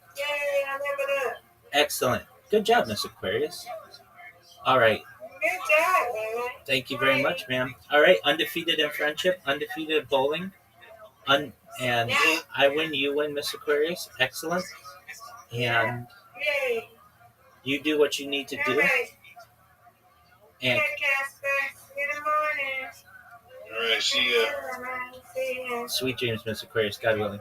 All right, and Caspian, so you go do what you need to do. Thanks for updating me. I mean, it hadn't been that long since we had talked, but I mean, you've had a much more eventful past couple months, and I wish you and your bride many blessings and hope that your positivity with this relationship continues for the rest of your life.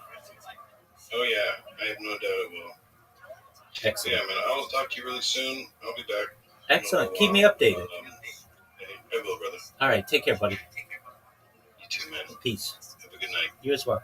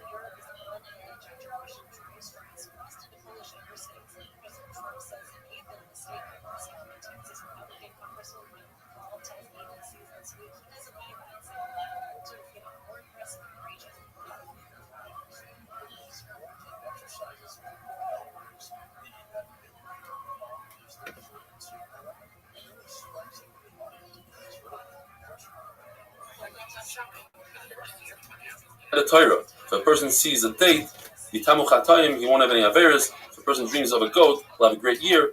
2 goats, he'll have 2 good years or more. If he sees Hadas, that means his business will be successful. If he doesn't have a business, he'll inherit one. If a person sees an Esrig, now we're going to the Arba Minim. If a person sees an Esrig, that means HaKadosh Baruch Hu thinks he's beautiful in front of HaKadosh Baruch Hu. If a person sees a Lulav, that means he's one heart to HaKadosh Baruch Hu. If a person sees a goose, that's a sign of Chachma. And if he has relations with the goose, that's a sign that we come to Rosh Hashiva, like Rabbi said he dreamt.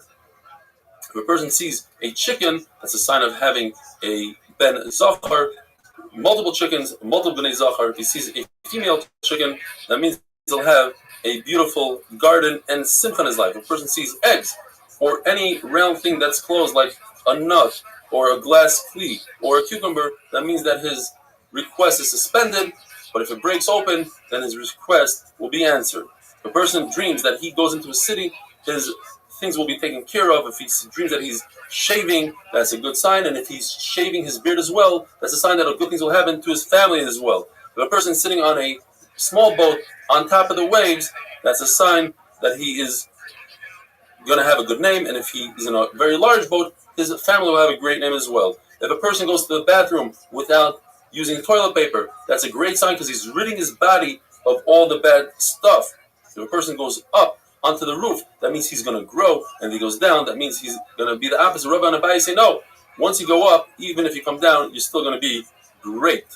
If a person is ripping his clothing in his dream, that means currently Gzar Din. If a person is naked in Chutz La'aretz, that means he's stripped from all Averis. But if he's naked in Eretz Yisrael, that means he's stripped himself of all the mitzvahs. If the cops grab a person, that means he'll have protection. If they chain him up, he'll have double protection. If a person sees himself in a marsh, then that means he'll be a Rosh Hashiva. If he sees himself in a forest, he will be the head of the Rosh Kala. If a person sees himself with a snake, that's a great sign. That means they'll have parnasa, because snakes don't have to work for their food. If the snake bites him, he'll have double parnasa. And if he kills the snake, that means he won't have parnasa, even though Rav Shesha said that his parnasa will double. That's because Rav Shesha dreamt it and he wanted to give a good interpretation for himself. All liquids are a great sign besides wine, which if he's a Talmid Chacham is a great sign. If he's not a Talmid Chacham, it depends, so there's no real interpretation for it. The Gemara says, if this person sees Sefer Malachim in his dream, that means he'll rise to greatness. If he sees Yecheskel, that means he'll have Chachma. Yeshaya is an Achama, Yirmiyah is Puranas. The person sees Tehillim, Shir Hashirim, David HaMelech, Ben Azai, that's a sign of Chasidus. The person sees Mishnah Kohelsh and Rabbi and Ben Zoyma, that's a sign of Chachma. The person sees Iyov, Kinois, Achav, and Rishmol Ben Elisha, that's all a sign of Puranas. If he sees Megillas Esther, Yana Dayoima, that is a sign that he'll have a nace. If you see Rebbe Loz Ben Azariah, that's a sign of wealth. If a person sees metals in his dream, that's a great sign. However, that comes to exclude if he sees a hoe, a mattock, and an axe with a handle. Those are all items that you could do great damage with, so it's a bad sign. All fruits are a great sign besides dates that are not ripe. All vegetables are a good sign besides the heads of turnips, which resemble a club like we had the other day. Rabbi got hit with a club. All colors are great besides the color blue, which if a person is blue in the face, that's a bad medical sign. There are 3 things that go into the body and you don't benefit from them. Cherries, inferior dates, and unripe dates. There are 3 things that don't go into the body and the body benefits from it. That's bathing and anointing oneself and going to the bathroom. There are 3 things that have resemblance to Olam Haba, and that's Shabbos, the sun, and the bathroom. There are 3 things that calm a person down. That's good sound, music, or a good voice, Rashi brings, of a woman, and good sightings, like nice pictures, buildings, and good smell. There are 3 things that expand a person's mind, and that is a beautiful house, a beautiful wife, and beautiful vessels. There are 5 things that are 1 of 60th. Fire is 1/60th of Gehenna. Honey is 1/60th of the man. Shabbos is 1/60th of Olam Haba. Sleeping is 1/60th of death, and a dream is 1/60th of a nevuah. There are 6 things that are great for a sick person. That's sleeping and dreams. 6 things will heal a sick person, and that is cabbage, some people say small fish, beets, and dry pennyroyal. 10 things will cause a person to become sick again, and even worse. That is, if you eat the meat of an ox and a bird, if you eat roasted meat or an egg, if you shave or you eat cress, milk, or bathe, eating nuts and cucumbers. Cucumbers are very difficult on the body, like swords, but that's large cucumbers. Small cucumbers, the Gemara always says that Rabbi Antoninus always had small cucumbers on their table. They were very wealthy, even in the summer, even in the winter. If a person dreams about a dead person in his own house, that means it's a sign of peace. If the dead person is eating or drinking, it's a good sign. If the dead person removes shoes from the house, that's a bad sign. Anything he removes is good besides shoes. Anything he gives you in the dream, that's good besides if he gives you dirt and mustard. If a person sees Avodah Zarah, the Gemara mentions Markulis, he should say, Baruch atah Hashem Elokeinu melech haolam, orech apayim lo'ovrei ritzonos. Hashem has rachmanis even to those who do against his will. If he passes by a place that Avodah Zarah was uprooted in Eretz Yisrael, he should say, Baruch atah Hashem she'akar Avodah Zarah ma'aretzeinu, ukeshem, just like this Avodah Zarah was uprooted, shenekra me'makom zeh, came to akar mikol mekamis Yisrael, from all of Eretz Yisrael,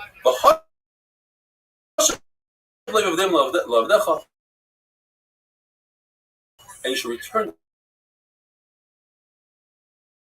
the hearts of these people to do tshuva. In Chutz La'aretz, the Tanakh says you don't say that because they are mostly goyim. Or Shimon Lezer says even in Chutz La'aretz, since all the goyim are going to become gerim, you should say that there as well. Have a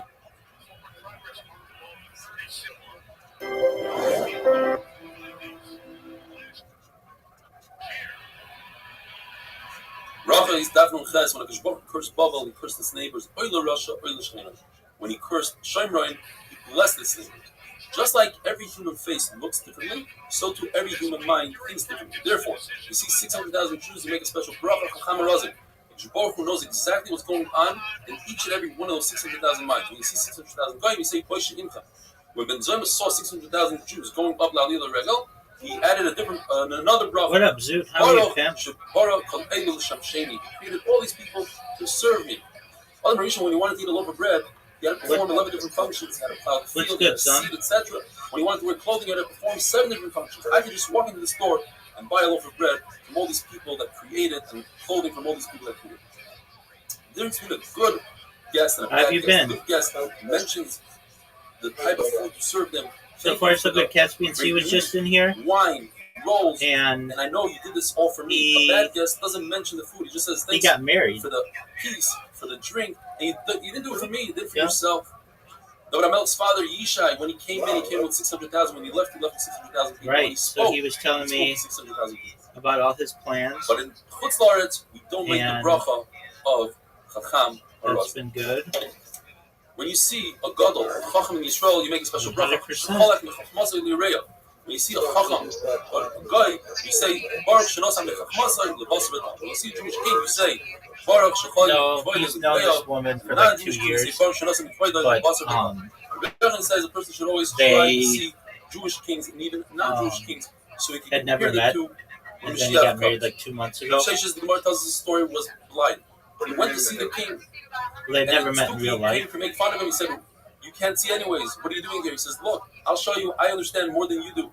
So when the first troops walked by, there was a lot of noise. The Tzuk said, "Oh, here comes the king." He says, "Rav Sheshes, not yet." The second troops come. He said like the third troops came and it was complete silence. Said Rav Sheshes, "Oh, not even that. They meet each other." That's how it goes with the Baruch Hu. When Baruch Hu comes, it's complete silence. Before he comes, there's a lot of wind. There's earthquakes. But when he comes, I'm not the one who made the decision. Then the king came happy, and said the bracha, and I support his happiness. happiness. Why are you making the bracha? You can't even see him. Says the Gemara either the Tzduki's friends poked the Tzduki's eyes out, or Rav Sheshes looked at the Tzduki and he turned. Do you remember that time I sent you an invitation and you accepted? Another great story. Rav Shela gave Malchus to a Jew who was Bayal. Dude, you have an invitation. The king summoned Rav Shela and said, "Why did you take things into your own hands?" Says Rav Shela, "Because he was Bayal, a donkey." Oh no, definitely not. He says, "No, once we left Eretz Yisrael, we're in Galus, we don't kill people anymore." And he said, "Do you have a witness?" He says, "Yeah." Yohanavi came and testify. Maybe if I knew this who guy the person indeed was. spoiled a donkey. Yeah, Says the Gemara that while all this was going on, Rav Shela started saying, says the king, what are you whispering? He says, but I would want to know her family. I'd want her to know my family, all that shit. Take this back, take this stick, and do din for yourself. Whoever needs, will dish it out. Says Gemara, they were leaving the palace. I would play with you. Snitch Jew tells Rav Shela, what a Baruch Hu sends witnesses for lies. Says Rav Shela, it wasn't a lie. You were Baal Chamar. That's what said Chamar. And Rav Shela noticed that the guy was turning around to snitch on him once again, to say that Baal called Chamar. So he took the stick and he killed him. Because he was a roidef. Gemara says, since he was saved by this pasuk of the Chashim Agdula, say darshan it. The Chashim Agdula means Ma'aser Bereishis. Rabbi Akiva says it's referring to the Yamos. Vagvura, Rav Shela says as he sees in Mitzrayim. Rabbi Akiva says it's not because B'chayres. Bateferes is the sun that stood still for Yeshua, and Rabbi Akiva says Matan Torah. Netzach is the fall of Rome, and Rabbi Akiva says it's Yerushalayim. Bahoy is the war of Arnoin. Rabbi Akiva says the Hamikdash. Yichol Hashemayim, the Sisra, the Chashim Amach. This is Shela, who says Reb Shela is a good Magig in the future. L'chol Aroy, that even the head of irrigation, Hakadosh Baruch Hu decides that should be his job. If you see houses of Klal Yisrael that are settled, you say the bracha Baruch Matzil Kula Mana. If they are in a rubble, you say Baruch Dynamics. If they're in Goysha houses, you say Beis Geim Yisach. In other words, they should be uprooted. And when they're in the Churban, you say Kel Nekamas Hashem. Says Gemara, a story. Hula Rav Chizda walking by the rubble of the house of Rav Chizda, and Rav Chizda let out a sigh. Says Hula, how did you sigh? It's going to ruin your body. A little bit, but how can I not me. sigh? In this house, there were 60 bakers day and night, 24/7, giving out food to all the poor people. There were 4 doors. The people coming from all over. Kona had his hand in his pocket, so that if somebody asked for money, he didn't have to be embarrassed for those few seconds that it takes to stick your hand in the pocket. He put wheat and barley on the outside of the house in the days of famine, so nobody should be embarrassed. They can take it at night. How should I not sigh?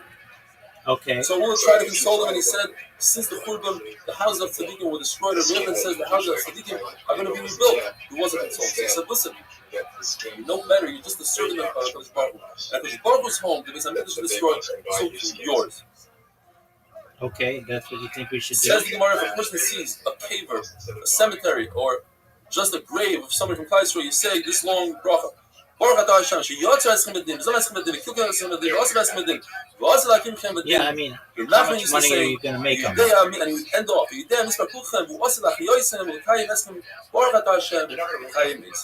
say, okay, so why would we do that? Rabbi Shimon says, if you see a friend that you haven't seen in 30 days, you should say Shechiyam. So why would we do that? 12 months, you should say Mechayim Mesim. As Rabbi would say, it takes 12 months to forget about the dead. And we should move down nowadays, we don't really say this bracha. Rav Huna, the son of Rabbi Shmuel, Rav another great story. They were walking and they bumped into Chanina Breder Aviko. Isn't that exactly what this game is? Except second of all, they said, people, you can do tokens. Says Rav Chanina, let me do one more than you. I'll say a third bracha. Let me say Chacham Razim because you are equal to 600,000. Isn't that exactly what this game is? Except people just do that with tokens. They looked at him and he died. It said in the Mishnah, if you see different types of people, so one of the says in Gemara, if you see a Bahamkin, somebody that has major freckles, this colored face, yeah, you can. If you spent like $10, you could get all the DLC characters. That's if he was born like that. But if it happened later on in his life, you say, Dayina Emes. You see a Kushi or a white person, very white, maybe even less, a very heavy or elongated face, a warty face. You say Baruch Mishana Es Habrios. If a person doesn't have hands, doesn't have feet, or he's blind, or he has hair that's matted, it's one piece, and you say Baruch Dynamics. If a person sees an elephant, a monkey, or an owl, you say Baruch Mishana Es Habrios. You see beautiful creations, you see beautiful trees, you say Baruch Shekafalei Bari Lama. We learned in the Mishnah Zikin. What's a Zikin? It's a Shavit. Some say it's a comet, a flying star. It says Shmuel, I know all that's in heaven.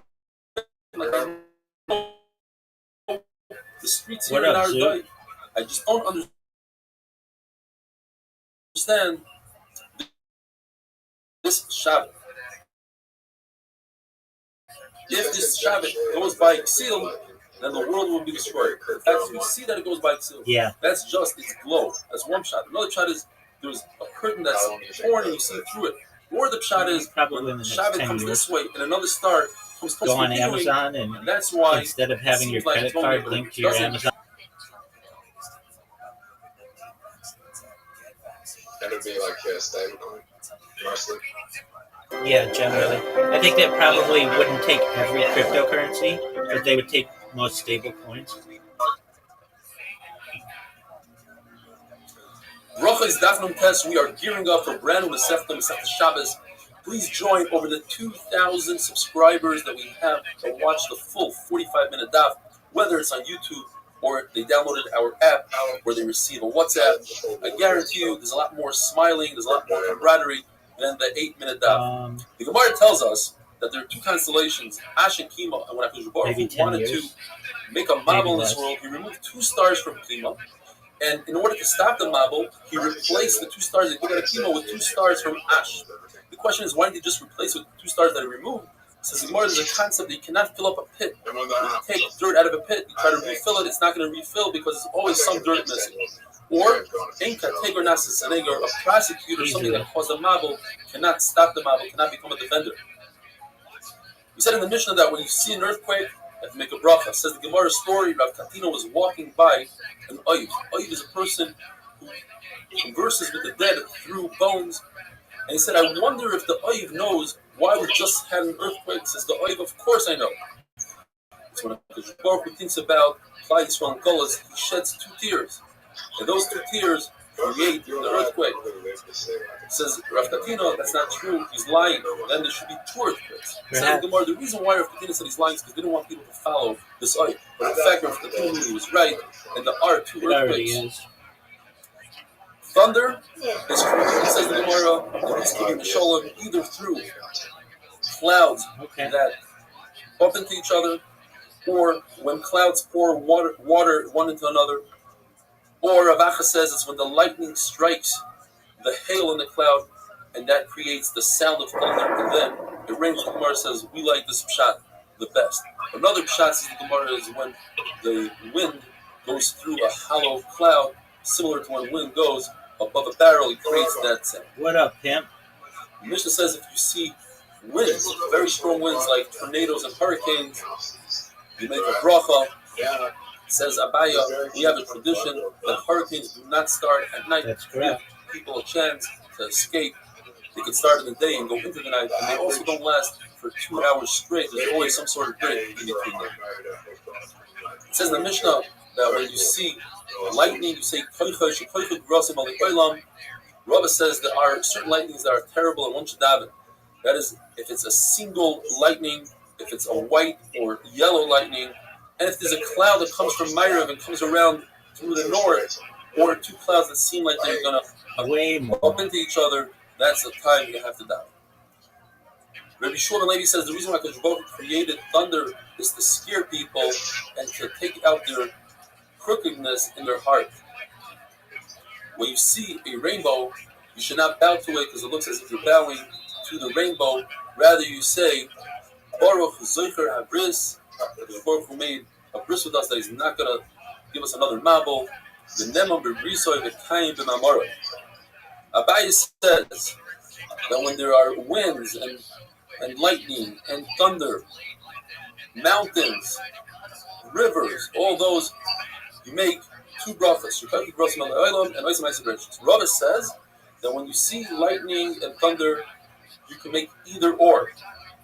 But when you see mountains, you can only say Oisa Maisa Bereshis. You can't say Shekoti Grosim Alei because this particular mountain is not in the entire world, whereas lightning exists in the entire world.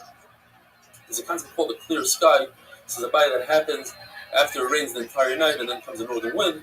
And according to Yeshua Levi, you say Oisa Maisa Bereshis. The physicist says that once there's a Churban Beis Hamikdash, there's no such concept as a clear sky. As soon as I go viral? The Gemara says, when you see the sun as it was created, all over the world. In other words, the sun was created according to this Omar on Wednesday, Tuesday night at 6 o'clock. Word, dog. The only time that the sun will be back at that position is every 4 years, since the year is 365 days and a quarter. Divide that by 4 for the 4 seasons. Each season is 91 days and 7.5 hours. In order for the sun to be at its position at 6 p.m., that can happen only every 4 years. But to happen at 6 p.m. and on a Wednesday or Tuesday night, early Wednesday, My that only mailbox, happens every 28 sending a years. friend request to That's like someone 28 years on at the same Twitch, time, that they get a Saturn, notification which is and also an created email, at 6 p.m. which causes them to on look Tuesday at the night, profile. Wednesday evening. Looking at the It profile has to be at that causes them exact time to that click Saturn was on created the at links 6 that I p.m. have, That's when which we are say like it at 20 7 live in the streams morning, so everybody simultaneously gets together and in my says it. Discord That's and my giant Fast, blog Hashem, and all my when social the media, like created more social the media sun. than any person ever. And they Say, say, what the fuck is this?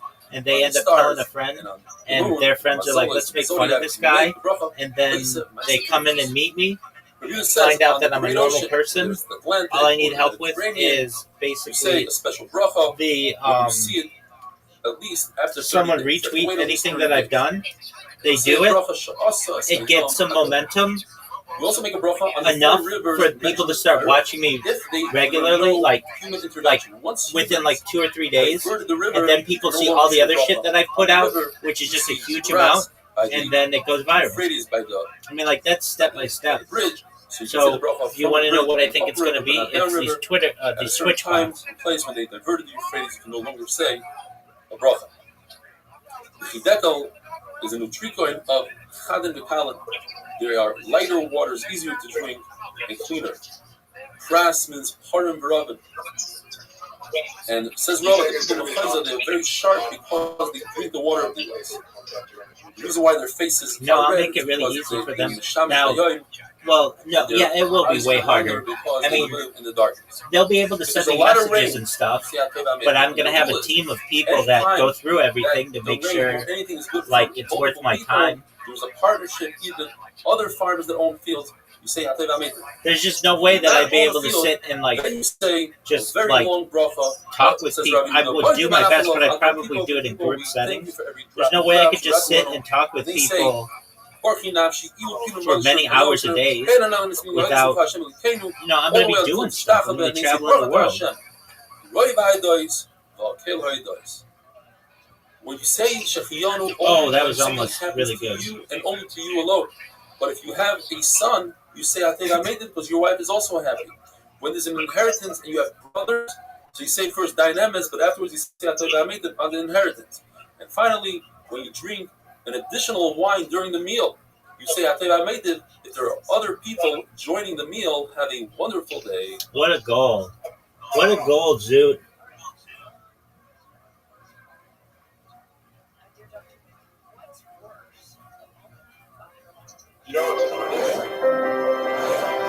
What's tonight, Zoot? What is it? Bracha is daf samach. According to everybody, if you What buy happens every random second clothing Monday of the or month? any vessel, Oh, you're going to do stand-up comedy. The question is, what if you already have that exact thing? Word, dog, are you excited? Well, it depends.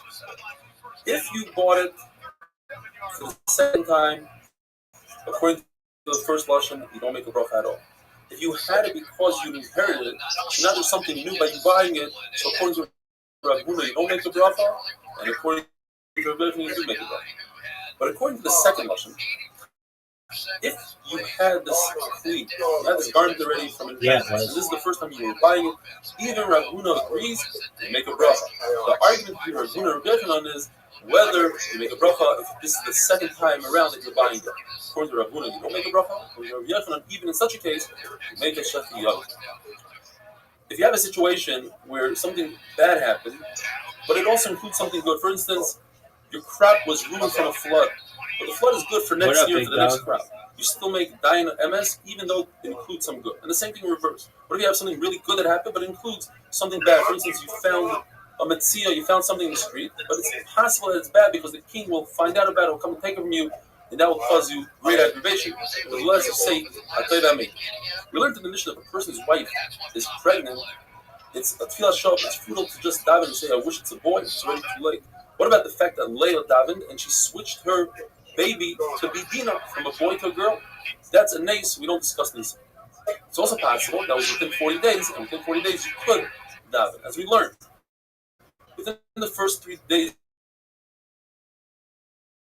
of pregnancy, you doubt that it should be a pregnancy. No way. From 3 days till 40, What you the can daven fuck? that it should be a baby should be squashed by another. And from 3 months to 6 months, you daven pregnancy, you daven it should be a good birth. Now we learned this throughout Shas, that if a woman fertilizes first, it turns out to be a zachar. You must say that in our so you're talking about the man and the woman both fertilize simultaneously, and therefore you can still daven that should be a zachar. Mar tells us a story about Hillel HaZaken, who heard screaming coming from the city, and he said, I'm sure and certain that it's not coming from my house. The Gemara says that Rabbi Shmuel was walking with one of the students, and he noticed that his student was shaking out of fear, and he said, is it possible that you sinned, and that's why you're shaking? He says, no, I'm mafkin on the pasuk. Ashri adam mefachik tamid. A person should constantly be in fear. So Rabbi Shmuel, you didn't understand the pasuk. The pasuk is talking about Torah. You should always be fearful that you're going to forget your Torah, and therefore you should review and chazer your Torah over and over. We learned in the Mishnah that the Nazi says if you go into a dangerous city, you should make 4 brachas. What are the 4 brachas? When you walk in, right before you walk in, you say, Yiratzin u'fanecha Hashem elikai, shedachniseni lekrach zeh l'shalom. You should bring me into the city in peace. Once he gets into the city, he says, No way, good goal. Hashem elikai shechnastani Proud of that goal? Thank you for bringing me in peace. When he's about to leave, he says, Yiratzin u'fanecha Hashem elikai, I should leave in peace. And once he's out, he says, just like you took me out in peace, like we say in Gemara says, this is in a place that there's no judge, there's no court system, but in a place that there's a court system, there's no reason to daven, everything will go according to the law, as long as you keep the law. Says Gemara, no, or you could say that perhaps even in a place that there's a law and court system, nevertheless you should daven, perhaps you won't find someone to testify for you. In those days, the bathhouse was a very dangerous place. The only way to heat up the water was to suspend the water on an upper level and have fire underneath that floor. And occasionally it would collapse. So you had to say a special davening that included vidui, believe it or not. You'd say, Yiratzin u'fanecha Hashem elikai will give us save me from this and others like it. And nothing bad should happen to me. And if something really bad happens to me, it's basically you. Rabbi says, you should never open your mouth and say something negative like that. And when a person leaves the bathhouse in one piece, he should say, you saved me from the fire. The Gemara says the story, the Bava was in the bathhouse and the floor fell out from under him, and with a nace he was saved. He held onto one of the beams and he was able to save 101 people by them holding on to him. If you go into bloodletting, you say, this business that I'm doing here should be for medicine reasons, to kill, you're healing his whole. Gemara understood that one should not try to heal himself. One should just daven. Says Abaya, but that's not true. The pasuk says, that the Torah gave us permission. Oh, are you serious? Doctors and medicine. When a person leaves the bloodletting, he should say, Baruch Roifei Finam.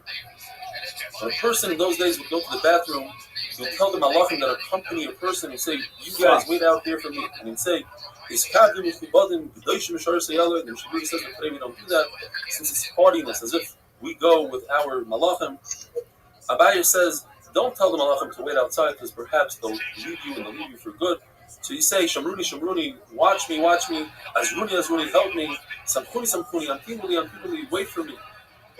And when he goes out, the Gemara brings the whole language of Asher Yotar, as we know. And at night you say, Kriyash Malamita, as we know, you say, until Bahayim Shemaya, and then you say the bracha of Amapel Tevli Shema.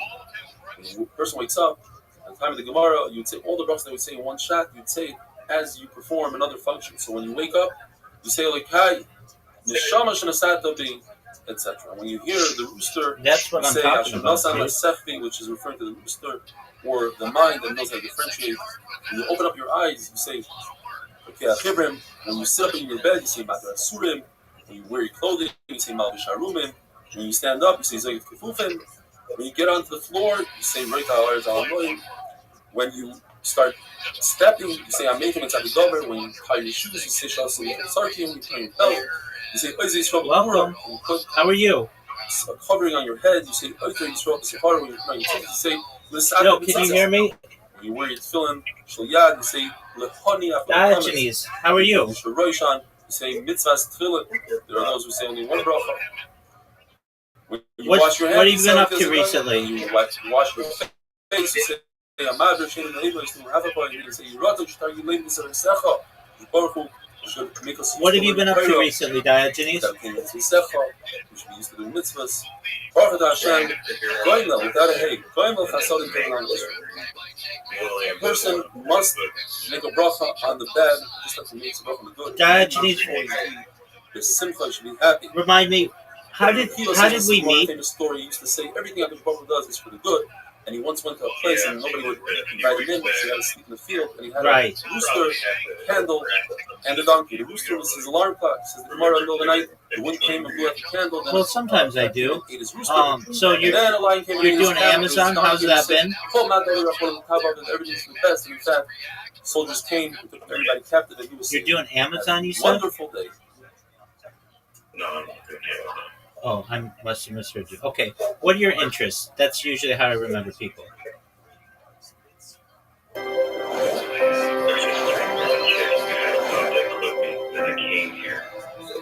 Oh, yeah. Excellent. You're the man. So how's your kick streaming been? Why not? As few words as possible. It says Nachman Bar Chizda. It says in the pasuk Vayitzer with 2 years. It means that God created man with 2 Yitzers. It's a ra and Yitzer type. 2 inclinations. Okay. Says Shun Pazi. If so, how do animals create destruction and bite people and all that stuff? They don't have a Yitzer. Therefore, the 2 years, one comes to talk about the Rebbeinu Shalom. You should fear him. How many followers do you have on your Yitzer? Rabbi Yirmiyah ben Elazar says that Adam Rishon was created with 2 faces. In other words, he's asking you, how many followers do you have on Kick? When it says in the pasuk Tzela, does it mean the side? Meaning Chava was back to back with other more, does it mean Adam Rishon's tail, snipped off his tail and created Chava? There you go. Says Gemara, a beautiful thing that because he wanted to create Adam and Chava like the animals. All right. Individuals, and then he decided to make them one. We should explain. Yes, it was. Okay, so that a mother and child you haven't been streaming recently. Do you think you're going to get back into the streaming soon? Which is a contradiction. God created man last and first. Do you think you're going to get back? Created man last, but man is. Do you think you're going to get back to streaming soon? What is practical is what I always ask in myself. Okay. It's working. Yeah, I got you. No, I understand. Do you do multi-stream? Do you do multi-streaming? Yeah, I'm usually like doing YouTube and shit. I was trying to get. I had Twitch connected at one time, but I don't know something. I gotta update the RMPT. Yeah. And feed the link for the stream for Twitch after we do that. Yeah, isn't that a pain in the ass? I don't know. It was if it's something that happens like annually or what. So it depends on the service. Sometimes you have to do it with every single stream, and other times it just is something that's like monthly.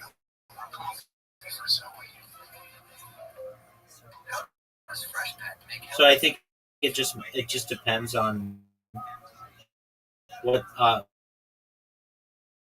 do you use to multi-stream? What software are you using to multi-stream?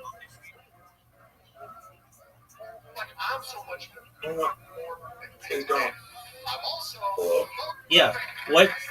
What software do you use to multi-stream? Streamlabs, okay. Yeah, then that could I do it. used to do OSP and then Prism, but like the phone Streamlabs is real convenient for the phone. There's not that kind of availability. Yeah, I totally get it. Using the phone.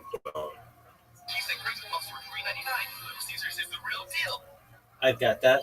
It's been All right. Well, how have other things in your life been recently? Change lives. I feel like I'm living through trials of Job. Things have been tough. Okay, talk to me about it. What's happened?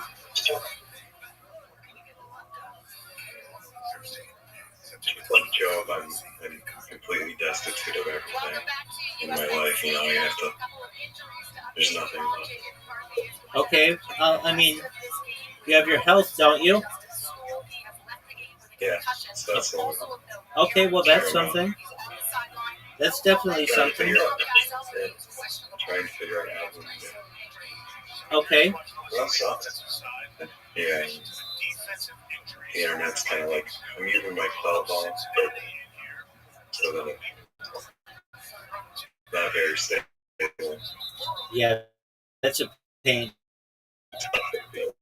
Hard to understand earlier. It's coming in a lot clearer now. I got disconnected.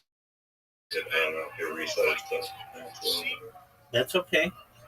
All right. So things have been have been difficult. Have you? Are you employed? Yeah, I'm out of work. Okay, you're out of work. Are you looking for a position? I'm in the odd job. Work now and again. Certainly. Have you been applying for jobs online? Okay. Any interview prospects? I had a recruiter reach out from like some Boeing contract to teach. That's interesting. That's definitely interesting. So, any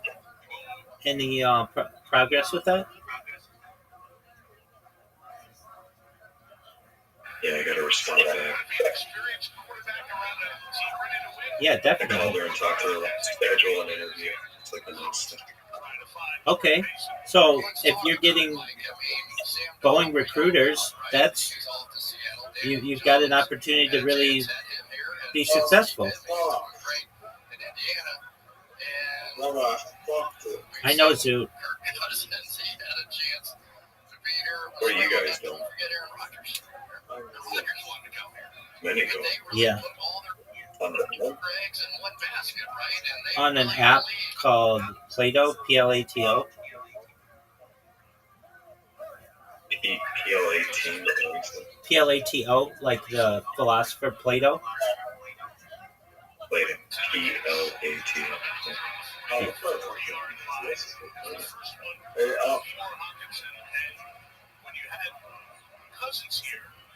Oh, Zoot, no way. If you make this, I'm going to be pissed. How do people normally end up here? Usually my bot, Your bot is people. yeah, so like my bot will like clip somebody or follow somebody, and then they're like, what is this? Zoot, can't you hear? I'm in the middle of talking with this person. Okay, so you got to think to yourself before you speak, is anybody else speaking? So, basically, my bot gets a lot of people in here, and then also I'm live in like 6 different Discords, so I give people a portal into my life and allow them to view what I'm doing, and that gets people in here as well. How long have you and Food known each other? Like more than a year. Since 2023. We met in a cryptocurrency Discord. Telegram. Oh yeah, apologies, it was Telegram. You guys like met each other in real life yet? No, he's in Australia.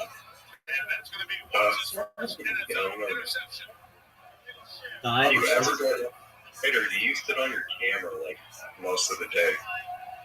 I'm live 24/7, man. That's what I do.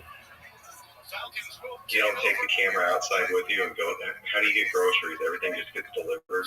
Yeah, generally, yeah, I do some IRL streaming, but it's difficult if I don't have data, and the amount of data that I go through is preposterous. So it's easier for me to just stay by the Wi-Fi router. But I've streamed as far north as Santa Barbara, as far south as San Diego, as far west as the Pacific Ocean, as far east as the desert and mountains. I've streamed in Beverly Hills, in downtown Los Angeles, in Disneyland. I've streamed basically everywhere in Southern California. You live in California. We're based out of Irvine. Okay. Irvine's pretty nice. Yeah, it's gorgeous.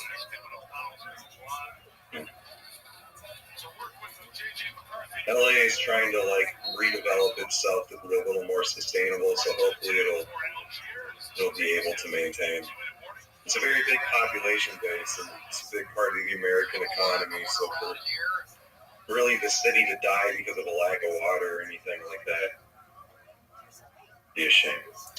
Yeah, it'll be fine. If anything, it may one day. If anything, it may one day overtake New York City. You think it's gonna, yeah. It just has to keep soaking up the rain whenever it can. Yeah, I mean, with desalination technology, we could just pump the Pacific Ocean onto land and make it fertile. What about desalination is going to destroy the fisheries? Who said?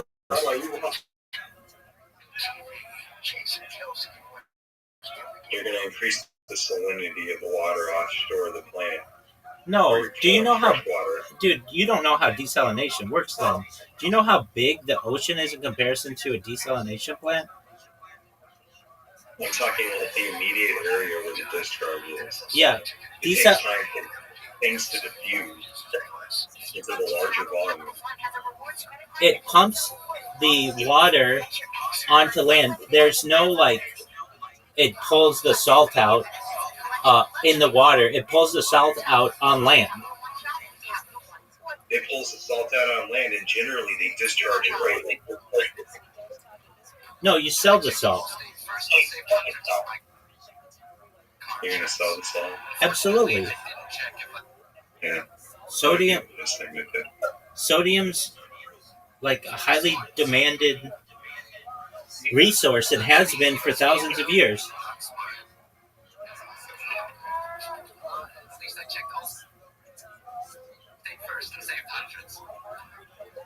But I mean, that's just one way. You can do it through cloud seeding. There are a lot. You're going to get the energy for all the decontamination. Nuclear energy. You think nuclear energy is like any cleaner than any other form? It is much cleaner than any other form of energy. It's the cleanest type of energy that we know. Except for the way that we're processing the waste for one half of the reaction. I mean, it's a very safe alternative to fossil fuels. Carbon generally doesn't have a very long life cycle in the atmosphere.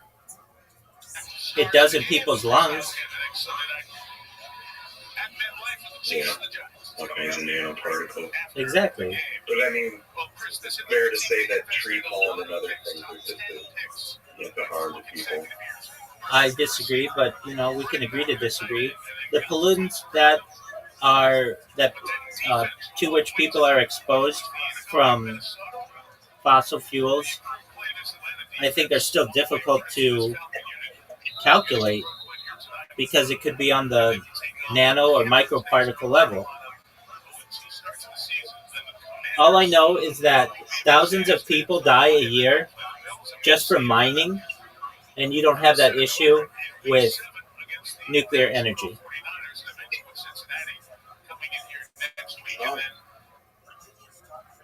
The deaths are just slower, and it's like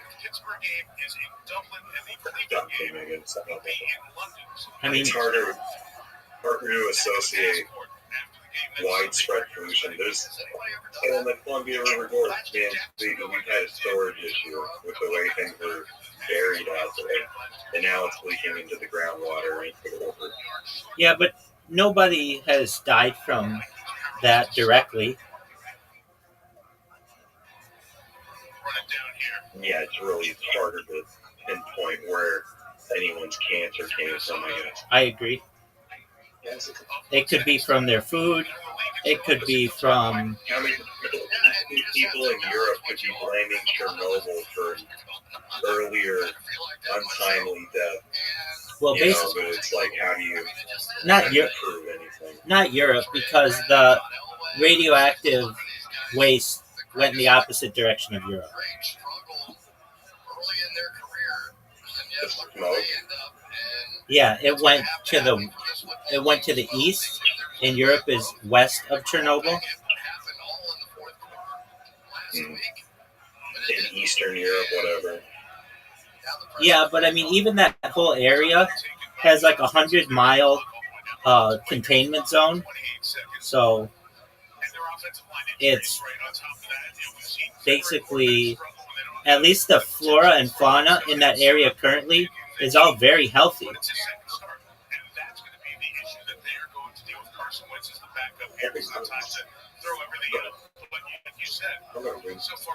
All right.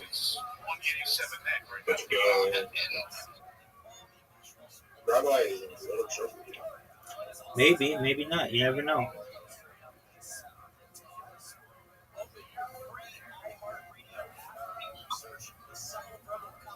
Do you like sports? So, yeah.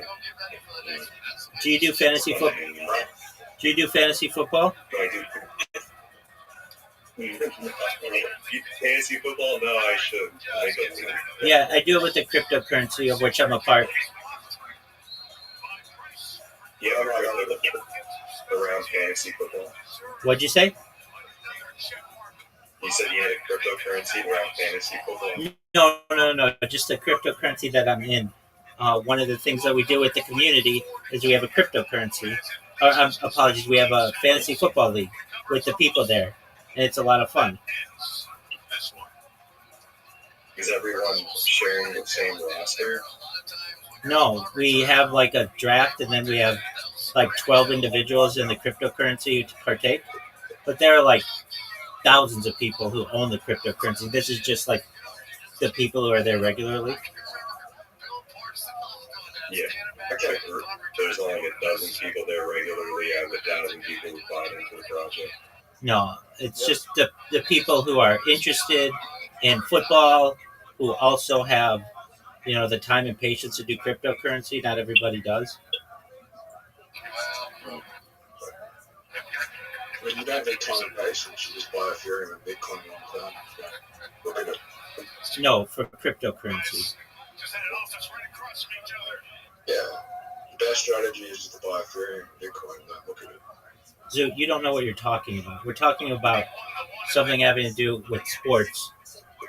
The people who are in the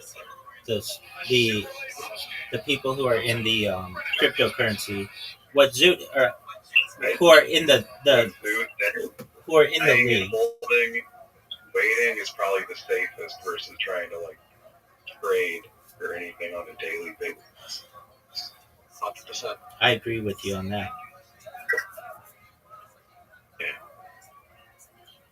Buying and thinking long term is always a lot better. But if you really want to make change faster, you need to be making gains at all times. So it's like taking the risk sometimes. Absolutely. Buying and holding. If you buy and hold all the time, you miss out on big swings in the market that you could have consolidated more capital under your control if you just only purchased it. 100%. Do you partake in cryptocurrency? Yeah, I've been doing things here and there for a few years. All right. And have you done well? Frustrating because I'm saying if I had just bought and held and never looked at it and tried to do anything with it, I'd probably be in a much better place. Yeah, no, I understand that. A lot of people say that. I would have been in a better place. Well, you're not in too bad a place right now. You got your health. We talked about that. What did you trade? Huh? What did you trade? What did I trade? Yeah. like in Binance, for example, different periods, even before they had like the separate trading app,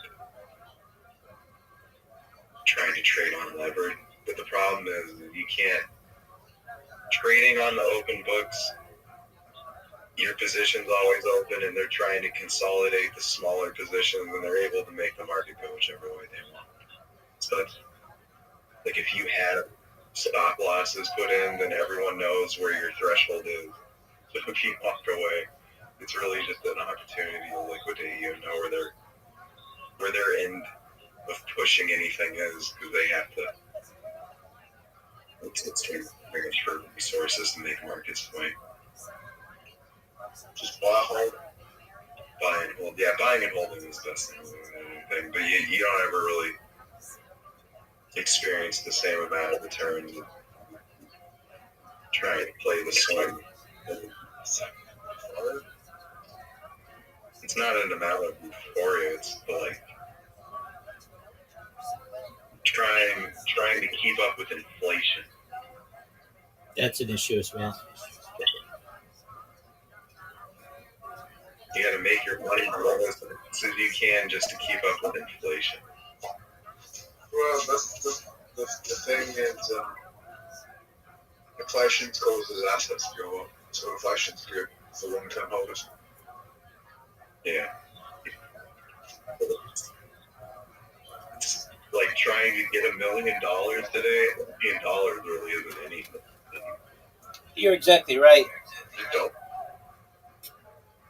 Like getting $1 million today and then trying to turn that into $1 trillion, like one, the odds in that are so for the general population. Definitely. And $1 trillion still isn't even enough to like affect anything.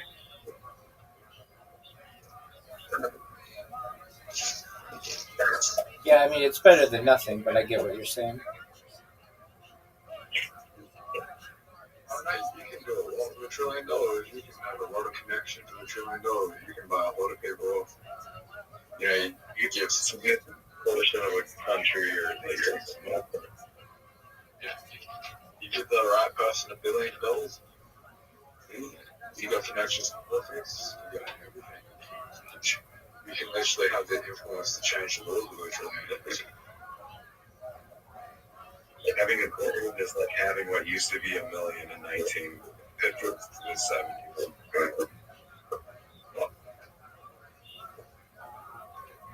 Having a trillion? Not like $1 billion.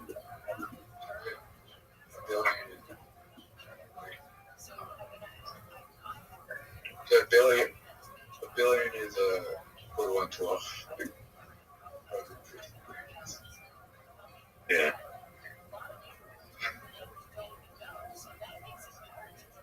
Like 100, you know, it's the Austin Powers joke.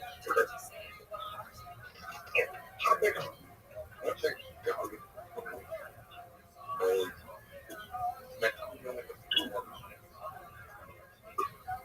Used to be. I don't think it's going to last. First, that is like a very tempting amount of money to spend really fast.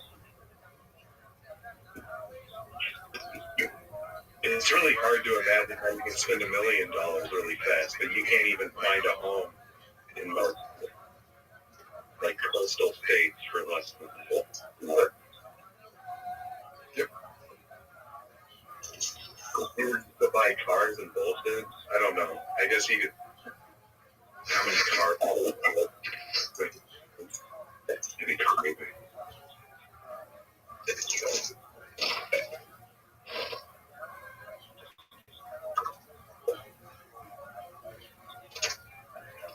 You feel like housing after growing up in Australia. Hey, Rabbi, did I ever tell you this benefits of Russell Simmons? What'd you say? What is Russell saying? Of marijuana? Like, he was one of the biggest music producers of all time. Did I ever tell you the time I spoke to Russell Simmons? No. What did you guys talk about?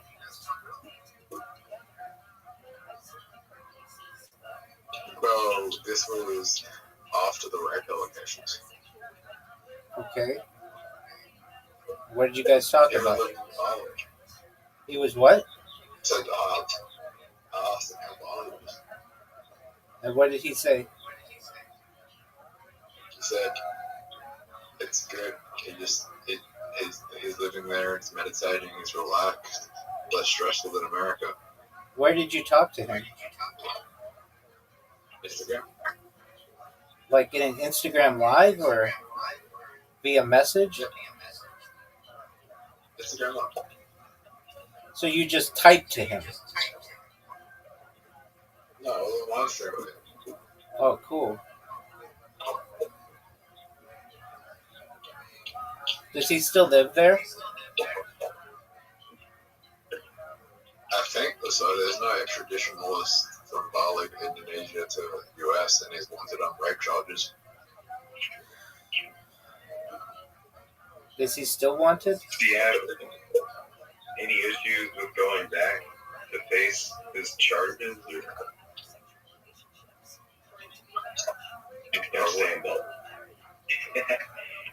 What were you? What do you mean by you smoked him? I spoke to him enough. Like I'm smoking in a debate? No, he said spoke to him. Spoke.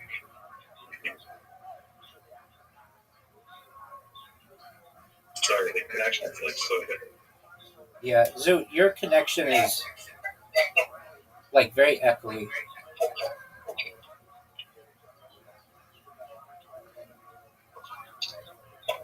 What else did Russell Simmons talk about?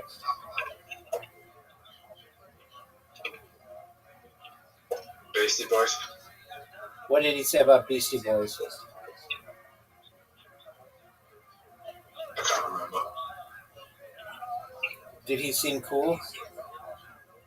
This was like 2019, man. Okay. He still could have seemed cool in 2019. Russell Simmons still live streaming it? No.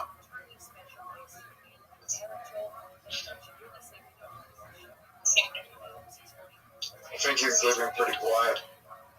Yeah. That's trying to keep a lower profile. It's crazy. He's wanted for rape allegations, streaming in other countries, like big.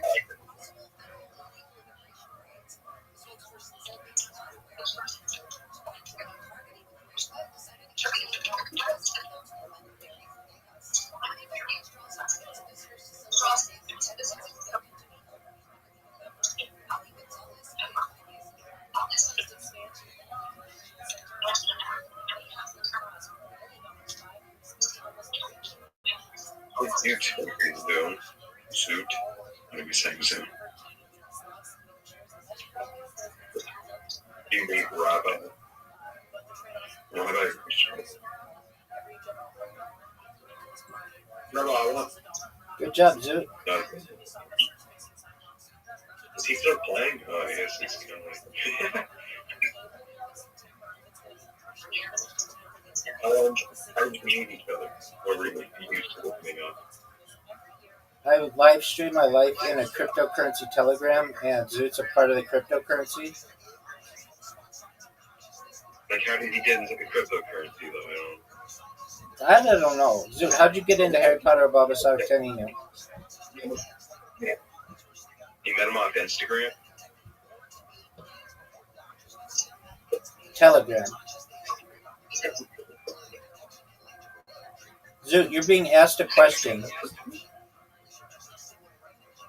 Yeah, I met him on Instagram. No, we didn't meet on Instagram. We met on Telegram. How did you find out about Harry Potter Obama Sonic Tenino, Zoot? It was on Telegram. I know, you were just randomly on there, and how did you find out about the cryptocurrency? It was on very 10 months. Sorry. Oh, okay. It's like, I don't want to buy the whole.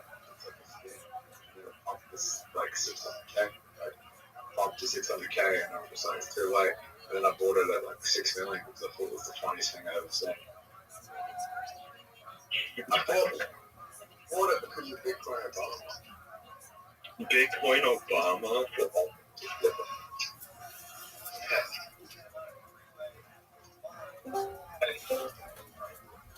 Bitcoin Obama? Yeah. You still watch Bitcoin Obama?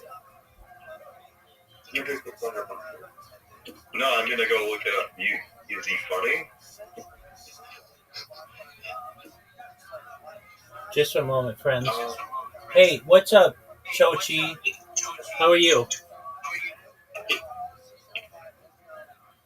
Chochi, can you hear me? Okay, whatever.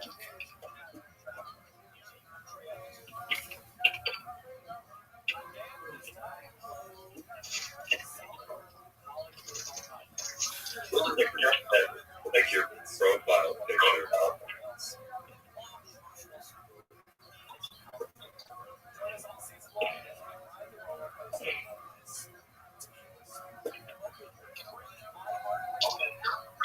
McDonald coin? Yeah.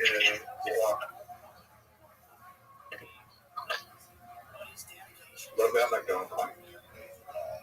Did you invest in McDonald coin too?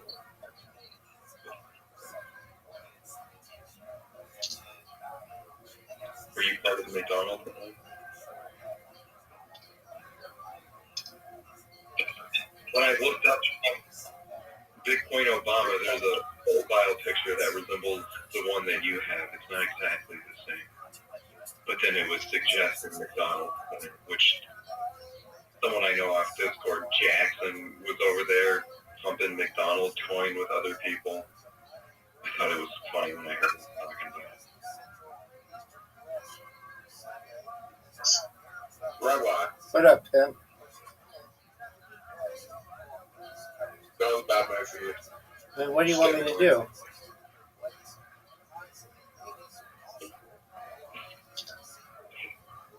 $17 to 31.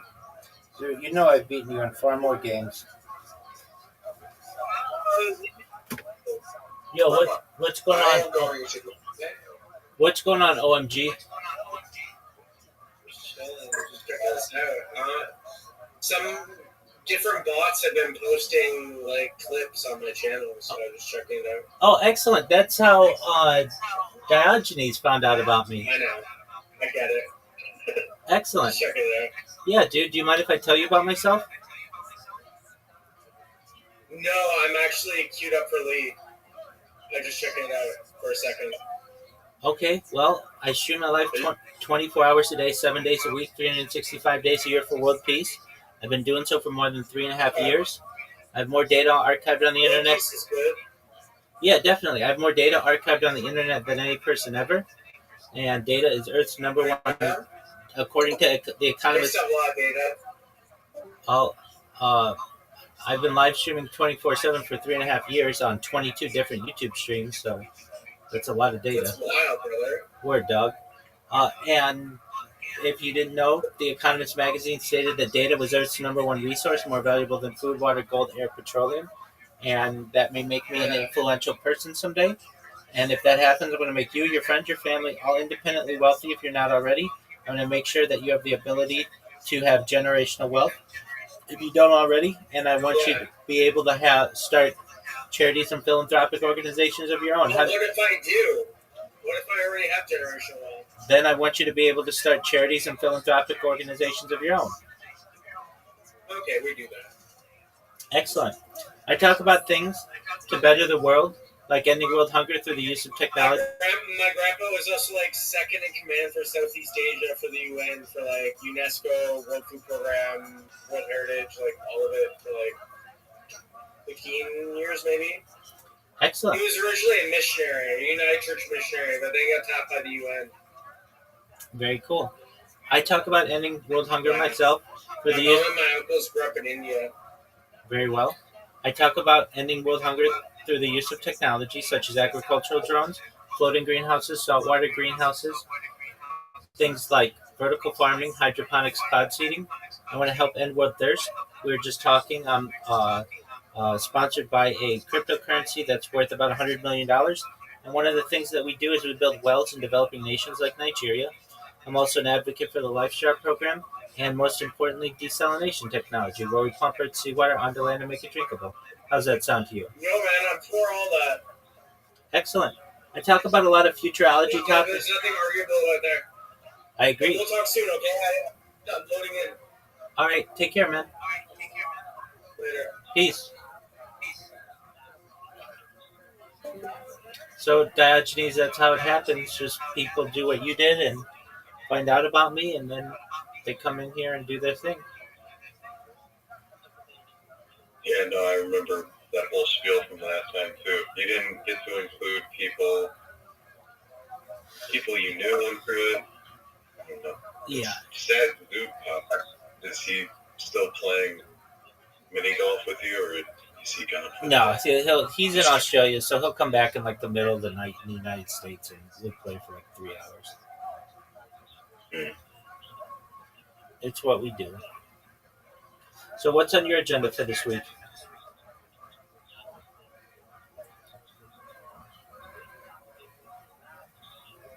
Not too sure yet. Okay. Laundry's gonna be today. All right. Are you going to do any streaming? Yeah. Maybe. All right. I'm not really sure what I'm doing.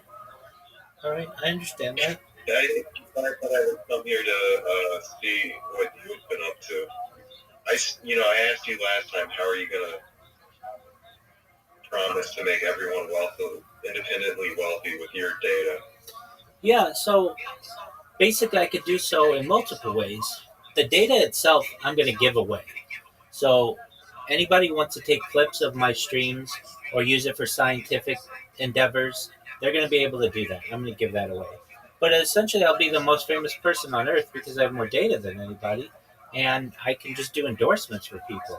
So I could do $1 billion endorsement for Boeing, a $1 billion endorsement for Lockheed Martin.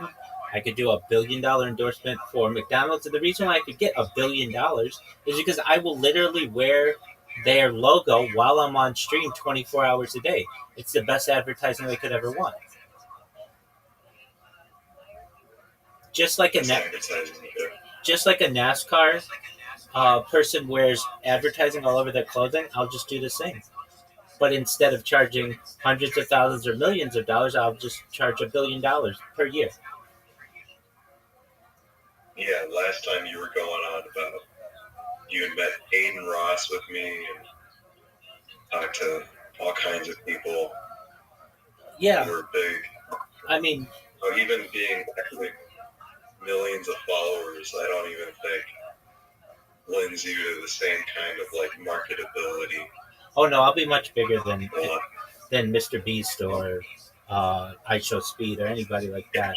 It's about data. It's about data. But now you were like that you'd met all the bigger people on IP too. I mean, I've met some people on there. You met some, yeah. Yeah, but I mean, they're small streamers in the big scheme of things. Literally overnight, I'll go from relatively unknown to the biggest influencer of all time. I don't even think Mr. Beast is getting that rich doing it. He's a billionaire. Yeah, is he? Yeah. He's trying to play it off like everyone's trying to make ends meet. Yeah. He spends a lot. It's an extravaganza. Like, how much is it costing? Well, I know he's got $1 billion. He recently surpassed that threshold, but he doesn't have that much data in comparison to what I have. And it's about data. His data is heavily edited. Mine is raw, and that's what people will want in the future. Just like when we're looking back on early photographs, we don't want people who have tried to do like rudimentary photoshops. We want the raw pictures that people have or the raw video. That's what's important, and that's what I give people. And I don't just give it to them in one angle like many of these influencers. They get it from 360 degrees. And like this giant treasure trove. It will take years for people to dissect what I've done. Like literally right now, just on one of my streams, it would take one individual person 4 years to watch what I've done. That doesn't include any of my other social media. That's just on one channel. And I'm live on 22 different YouTube streams simultaneously. And that doesn't include Twitch and uh, uh, Twitter and any of my Instagram content, any of my TikTok content, any of my Twitter content, any of my Blue Sky content. I mean, it's going to take the world a lot of time to basically go on this huge treasure hunt of what I've done. And I don't even expect it to be done within a generation. But there will be like academic programs dedicated to what I've done and the strategies that I use to get famous. And that's not even why I do it. I do it for world peace, but I do it for all the things that I like to talk about, which is ending world hunger, ending world thirst, anti-gravity, antimatter, faster than light travel, all of that stuff.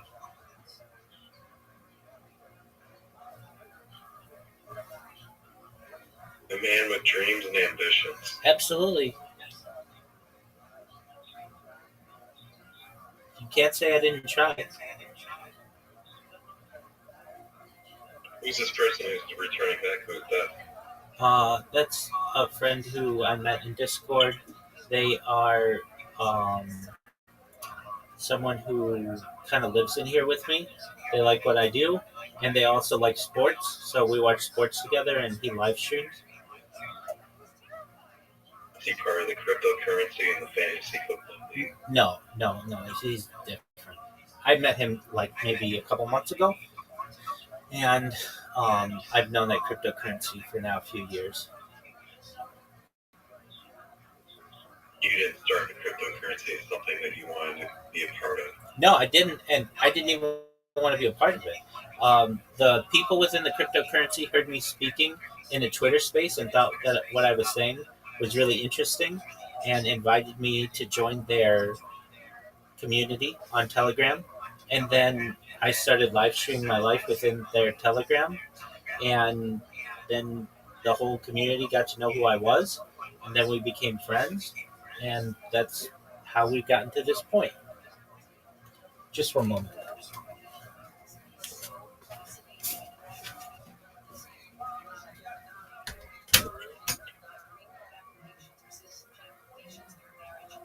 Was it Theo?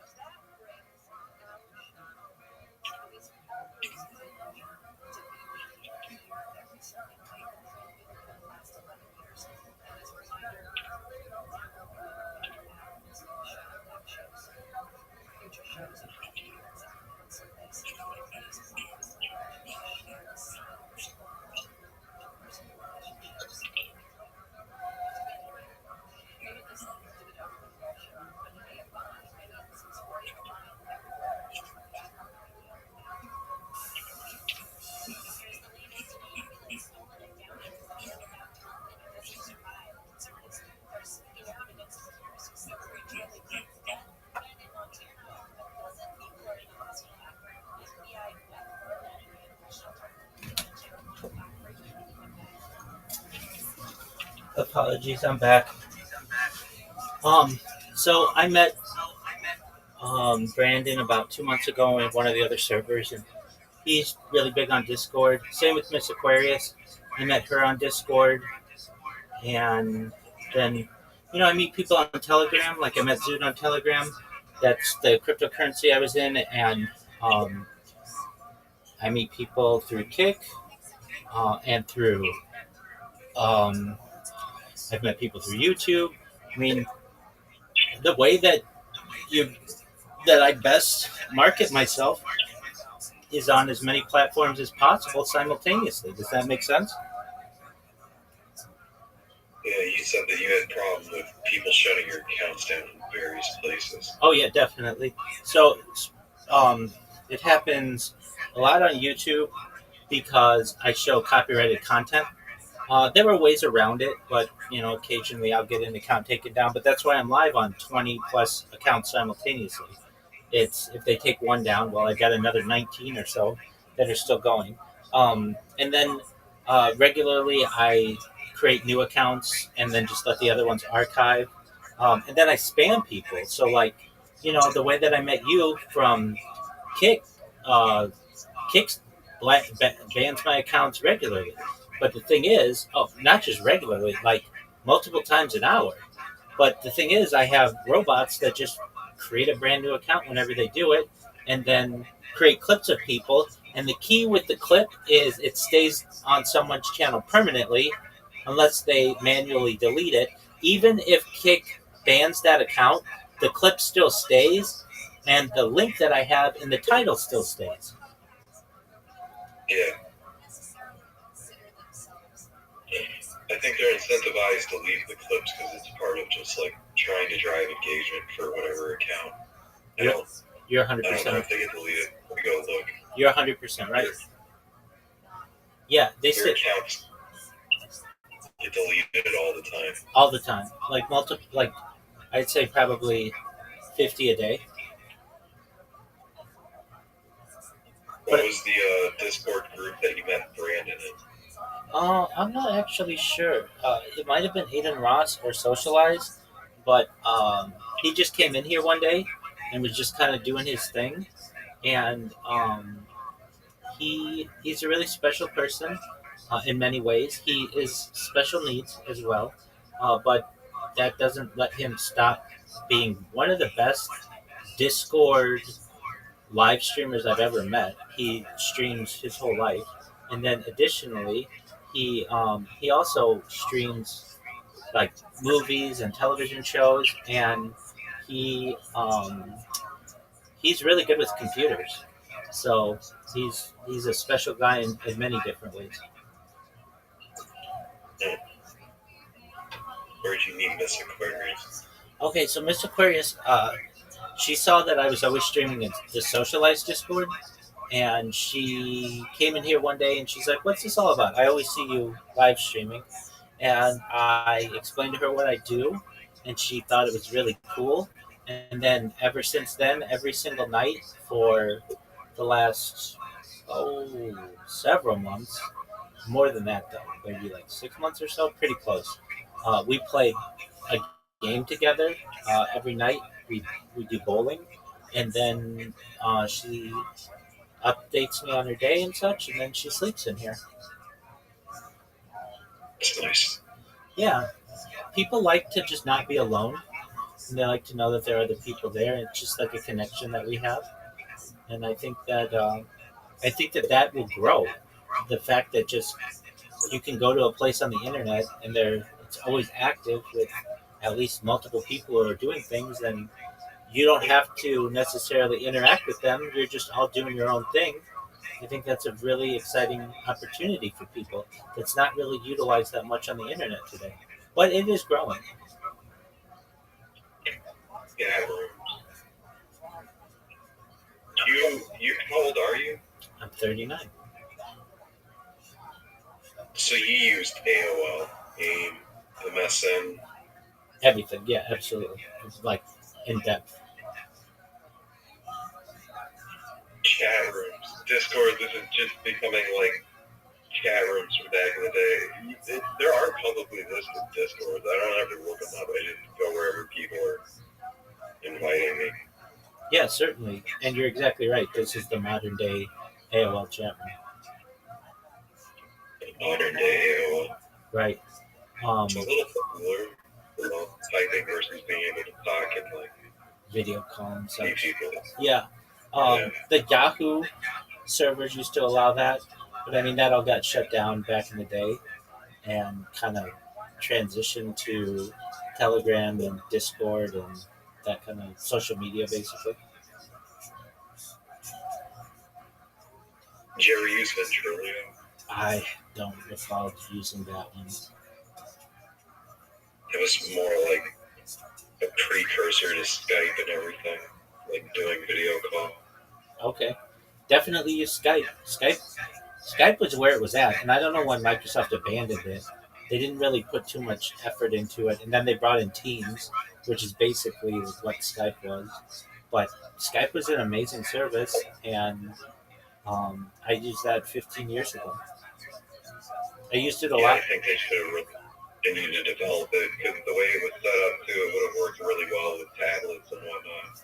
Definitely. I think, pardon me, I think the reason why they let it die was because it was a free service and they wanted to force people into using the Microsoft Enterprise, specifically Teams. They can force people to pay for that when Skype was free and nobody was going to pay for that.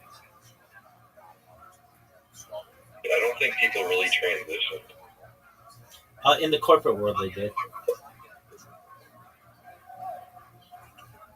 I never used Skype for corporate meetings. It was always like calling family and stuff.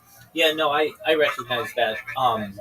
But at least video sharing between like 2005 and 2015, it was Skype from Microsoft, and then Microsoft transitioned to Teams, in the years thereafter. Um, I was a part of, they were mostly startups and such that used Skype almost exclusively. I didn't like it, but they did. Teleconferencing is a very expensive thing in the 80s and the 90s. Like by the time Skype came around, it was a free service anyone can use, and then all of a sudden you're saving this like huge multi-$100 bill just to be able to call people on the other side of the country and have a meeting. Right, or the world. Yeah. Yeah, that was definitely a whole thing. Absolutely. Yeah, it was sad it kind of didn't get more investment or attention. And it should They have. could have figured out a way to, like Discord for the most part is free, but they figure out a way to monetize it, right? Yep, with boosts and nitro and limited advertising. They seem to make enough to make it work for them. I don't know. I don't purchase anything. I'm just here to use the resource, which is this right here. Right. Building in for Skype is a different thing. Yeah. I used to like it was people I knew in the world. Now this is like just meeting random ass. Right. I don't know anything about these people. I understand. Several years ago, Microsoft contemplated purchasing Discord for $1 billion, and Discord refused, rejected their offer. So, they at least thought it was worth more than that, and like Amazon bought Twitch for like $990 billion, like $990 million, like 10 years ago or so. So, we're at a point where like Discord is bigger than Twitch was then, at least from a valuation standpoint.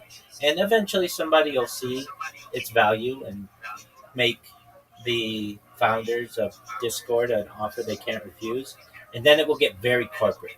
Then it will have advertising in between video calls and running banner ads and all kinds of garbage. But as of right now, it's like the wild, wild west of the internet. How do you feel about Discord streaming? Because, you're saying you're streaming in different Discords. You're just connected to a bunch of different Discords, and you're doing what you're doing right here. Yeah, you're doing your video. Yeah, there are cameras on me, and I give people a portal into my life, and I've got people, all kinds of people, to see what I'm doing. You have multiple accounts, or you're just calling into a whole bunch of different Discords you're in from the same account? I do. Well, I have multiple Discord accounts, but I do the latter. So I have one account that is in like right now 1, 2, 3, 4, 5, like a half dozen or so Discords with the camera on, and then people come in. They don't know what to make of me. They always try to talk to me in there, but I just have them muted. And then eventually they click on my profile, and they come in here. And I say, how'd you learn about me? And they say, you're in this such and such Discord. I see you every day. I've seen you in there for 6 months, and I've just gotten curious about you. Why don't you unmute any of those Discords and talk to those people and try to see if they'll come in quicker into your Discord or whatever. Why do you have to have your presence be there but not receivable? You don't want to. If another Discord is like so active in the conversation, you could just mute yourself at that point, I guess. Yeah, 3 reasons. If no one's in there saying There it's empty. are 3 reasons. 1, you're not allowed to self-promote, generally. 2, I don't want to talk with children. And 3, I don't want to interact with trolls. You don't want to interact with trolls, but you're still like pulling in random people that you're not really filtering. Yeah, I mean, if I don't like somebody, or they're rude or something like that, or they're using inappropriate, like, language or whatever, I can warn them in here and explain to them that their comments aren't appreciated, and I would appreciate if they would express decorum. And if they want to be mean, then I can give them a final warning. And if they want to continue to do that, then I can kick them out, and I don't ever have to deal with them ever again. Though if they want, there's an appeal server, and so they can appeal there. I've gotten people who are like, Rabbi, I was drunk, and I was just trolling you, being an asshole, and now I've sobered up. I apologize. Is there any way you let me back in? And I let those people back in. But yeah, so like I can control that you have to be 18 to be in here. I can't control in these other Discords who is in there. And a lot of times, you get people who aren't 18, and I don't want to interact with them. Not that I have anything against children. I think they're our future, but I don't want to talk with them. A lot of times people want to have conversations with me that are very mature, and those aren't for necessarily children's ears. But I don't do anything on stream that doesn't mean they can't see who I am, or other people can't see who I am. And it gives people a portal into my life. And so the big 3 reasons are what I said. But then there are other reasons as well. When I'm like live in like half a dozen or a dozen different Discords simultaneously, I can't keep track of all the conversations. It just becomes one huge amount of chatter, like the hoi poi. It's just I can't discern all of that. So I just filter everything. If you want to talk with me, I'll be happy to talk with you under a couple of conditions. The main one is that you're 18. I'm hard and fast on that. I'll get people who come in here and say, hey, I'm 17 and a half, or I turn 18 next week, or whatever, and that's cool. Talk to me when you turn 18. I'll also get people who come in here and just really want to troll me badly, and they'll have adult content on their video screen. I can't tolerate that. I mean, that's just, I'll warn them though. Or I'll get somebody who just wants to troll me and play chainsaw songs on the Discord. Nobody wants that. That's just trolling me. And I'll warn people, and then, if they're going to continue, then they get the boot. But most people see what I'm doing. They think it's really interesting. There are some people who become obsessed with me right away. And they come in here every day, just follow up, check in, or at least a few times a week. And they get it right away. They're like, this is so cool. It's like the Truman Show. It's like, yep, it's just like the Truman Show. And then they see all of the different, all of the content that I have. And they just recognize that, wow, there's like one person who's taken over the internet and nobody knows it. But when the people of the world do find this out, this person's going to be extremely famous. And I recognize that people won't be able to do this forever. I mean, eventually, very soon, YouTube will make it so that you can't have more than one YouTube account. But as of right now, their policies are kind of open. I don't want to say open. You're not supposed to have more than one. But if you know the system, you can have more than one. Or you can't have more than one TikTok. Well, I've got 1,000 different TikTok accounts. Basically, I've done this before their systems are hard and fast. And eventually they will be, where you will be tied to an internet license, perhaps, or your IP address, or basically you won't be able to anonymize yourself on the internet. But as of right now, we live in a world where if you know how to do it, you can basically be unbannable on some platforms. And I generate as much content as I can, basically for the world to one day discover. And it will be very exciting for people to find out. And let's just say, God forbid, something happened and I just disappeared forever right now. In the future, internet sleuths and almost like internet archaeologists, or whatever we want to consider it, would find what I did and find it very interesting. It's just a day in the life of someone's existence from the pandemic until the current age. They think that would. I think that they think that would be really cool.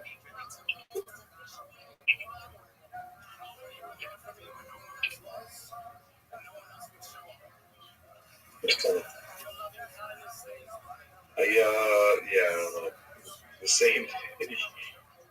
You spend most of your days giving that spiel for the most part, don't you? Yeah, and the reason why is because it's condensed, and I have like different levels to it.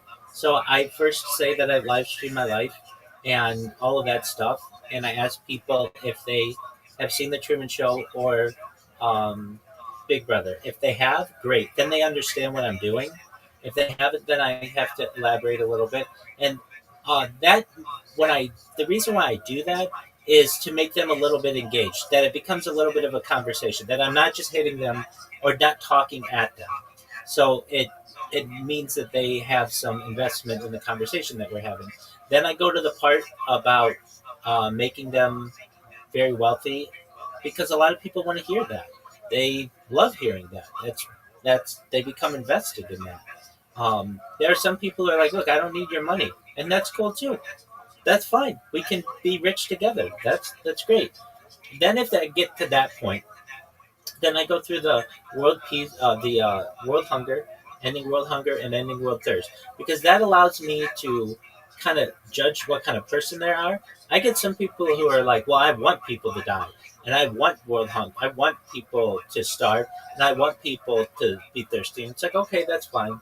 I still will go through my spiel if they'll let me, but that basically tells me everything that I need to know about that person. Do I really want to be invested in this person? I mean, yeah, I can try to convince them, but um, if people are cool with that, and many people are there, very rarely does it happen. But I get people generally who say, very rarely does it happen where people don't think that's really cool, and generally people think like they're like, wow, I want all of those things too. Okay, great. And then I hit them with the futurology topics, and it's a lot of words that they've never heard before, and I can just sit here and just list them. And then I go, there's one that like I kind of elaborate on, which is de-extinction, because many of them have heard about the dire wolves, and woolly mammoths would be really cool, and it's something that's tangible. I could sit here and talk about anti-gravity to people, but generally people aren't as well versed on anti-gravity and artificial gravity, and it's a much less studied topic than something like woolly mammoths. People can understand woolly mammoths, and that we might be able to de-extinct them. Once I get to that point and I'm through that part of the spiel, then I go into life extension with them, and I always make sure to say, or uh, to the best of my ability, that this is all with your consent.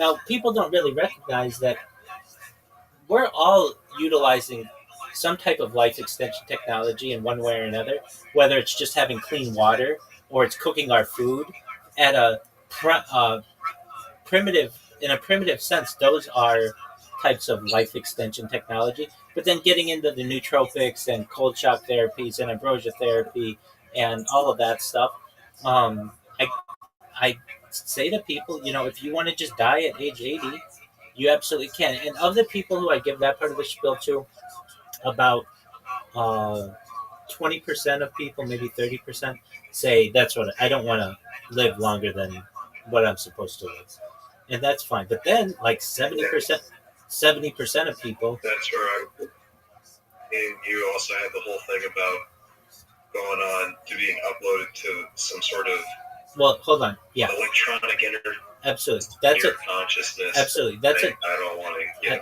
That's fine. That's another segment. And so once I get into that, usually people are about 50-50 on that.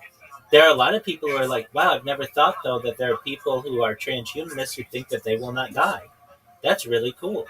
It's like, yeah, it is really cool. And that we might be the first generation that may be able to experience this. And so, all in all, it's usually about 3 minutes. The way that I developed it, and I would go on Twitter Spaces, and a lot of times in Twitter Spaces they would have like you could share your project with people, and so I would get like one to 3 minutes to be able to tell people about what I do or whatever. Maybe you have a cryptocurrency, maybe you have an NFT, whatever your project is. And so I would just go and I got this down. I mean, it didn't all come to me at once, but over the course of the past few years, I've been able to develop it, and it's enough that it gets people engaged. I mean, basically, I'm going to tell them, if you want, I'm going to make all your dreams come true. I'm going to make you rich. I'm going to be able to make it so that you don't die, and perhaps you might be able to live as a different being in the future, all while experiencing the most exciting realistic time frame and keep people from dying, because a lot of people are probably going to die before you can promise to extend their life into perpetuity. Well, yeah, to some extent, but we're already able to transfer memories of mice. So perhaps within the next 10 years, we'll start to have human trials of mind uploading. I mean, people would have said the same with Neuralink 5 years ago. And now we have Neuralink that is already implanted in people, and they depend on it on a daily basis. I hear you. Neuralink is still not to the point of being able to save anyone's consciousness to like a disk drive so that they can live on and have a computer brain. Yeah, but I almost think brain computer. There's people you talk to today who are gonna die that you promise these things to. That's what I was asking you last time. What do you think a realistic time is? Welcome, Marlon. To be able to get. Welcome, Marlon. How are you? Just one moment. To deliver all the. Just one moment, Diogenes. I'll answer that. Marlon, how are you? Excellent. How'd you find out about me, if I may ask? I saw a Rabbi Rothschild account just chilling in a email server. Absolutely. Yeah, definitely. Yeah. Do you mind if I tell you about myself? Sure. I was unaware. Excellent. I'm Rabbi Rothschild. I stream my life 24 hours a day, 7 days a week, 365 days a year for world peace. I've been doing so since the pandemic. We've seen the death of a queen, the birth of AI, the coronation of a king, and everything in between. Are you familiar, Marlon, with the television show Big Brother or the movie The Truman Show? Yeah, it's a Truman Show. Excellent. Well, that's what I do. If you weren't aware, The Economist magazine stated in 2018 that data was Earth's #1 resource, more valuable than food, water, gold, air, petroleum. And I have more data archived on the internet than any person ever, which may make me an influential person in the future. And if that happens, Marlon, I want to make you, your friends, your family all independently wealthy if you're not already. I want to make sure that you have generational wealth if you don't already have it.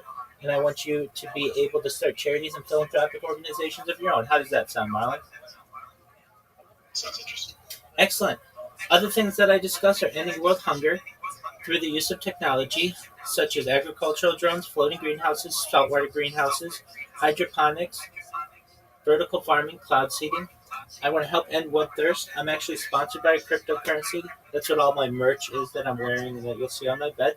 And it's worth about $100 million. And one of the things that we do is we build wells in developing nations like Nigeria to help the less fortunate. Additionally, I'm an advocate for the LifeStraw program and, most importantly, desalination technology, where we pump Earth's seawater onto land and make it drinkable. How do those things sound to you, Marlon? Definitely sound interesting. Yeah. Very hopeful. Excellent. I talk about other things, specifically futurology topics, things like anti-gravity, antimatter, faster than light travel, faster than light communication, things like Santa Claus machines, replicators, invisibility cloaks, space tourism, space elevators, terraforming of other planets, interstellar travel, de-extinction. People don't know this, but the first successful de-extinction took place in the year 2003 with the Pyrenean ibex, which was a goat located in northern Spain, southern France. Fast forward to the year 2021, a company out of Dallas, Texas, is founded known as Colossal Scientific. They've made it their goal that within the next 3 years, or by the year 2028, to reintroduce the woolly mammoth into the Arctic Circle using Asian elephant surrogates. I just think this is a mind-blowing goal, and I'm excited to be able to document it. Additionally, following the reintroduction of the woolly mammoth, they want to reintroduce Tasmanian tiger and the dodo bird, which I think is really exciting as well. They recently made headlines with their direwolf project. Their direwolves are over a year old now. Other things that I discussed, when you were born, Marlon, the average life expectancy for you or someone like you was about age 80. I want to increase that if you want through the use of life extension technology such as oxygen therapy, human growth hormones, things like perhaps stem cells, things like testosterone replacement therapy, peptides, things like cryonics, cryogenics, nootropics. But eventually you may get to 120 years old. You may say, Rabbi, everything that you said came true. It's been a wonderful life, but my body's starting to break down. What's the next plan? And again, this is if, with your consent, if you want, you may be able to utilize a type of technology known as mind uploading technology, where, again, with your consent, we scan your brain into a computer like a CAT scanner or an MRI, knowing where every atom is in your central nervous system and your peripheral nervous system, to later download as an android, an avatar, a cyborg, a cybernetic being, a clone of yourself, a robot, an ethereal being, whatever you want to be. But essentially what I'm saying to you, Marlon, is in the future you may have that opportunity at a digital immortality. What are your thoughts? Just like digital immortality. Right? Digital immortality is an interesting concept. I absolutely agree. It throws out basically almost every faithful interpretation of immortality, which is an interesting butting heads to see. Absolutely, I agree. So that's what I do. If you're wondering what are you doing in an e-girl server, it's one of the biggest servers on Discord, and so it's one of the many servers that I'm in. Basically, I'm in the largest ones that will let me stream, and I just keep my camera on 24/7. Give people a portal into my life, and if they get curious, they come in here and get to learn about what I do, just like you did, Marlon. How's that? That's interesting. I always love learning about people. Absolutely. What is the specific? It's, I believe, called e-girl world. Yep. Like some specific person, it's just a random. What's e-girl world? It's got like 500 to 1 million people in it, depending. It really doesn't have many people who stream it. Like who's streaming there? birds? Is that what's going? Pardon me? People stream. Are there e-girl birds? Generally, no. It's usually one of the lesser populated servers from the VC standpoint. I don't really look at the chat, but it does have so many people in it that regularly I will get people who join the VC. They'll get in there, they'll check out what I'm doing, they'll talk with a friend, and then they'll come in here and learn about me.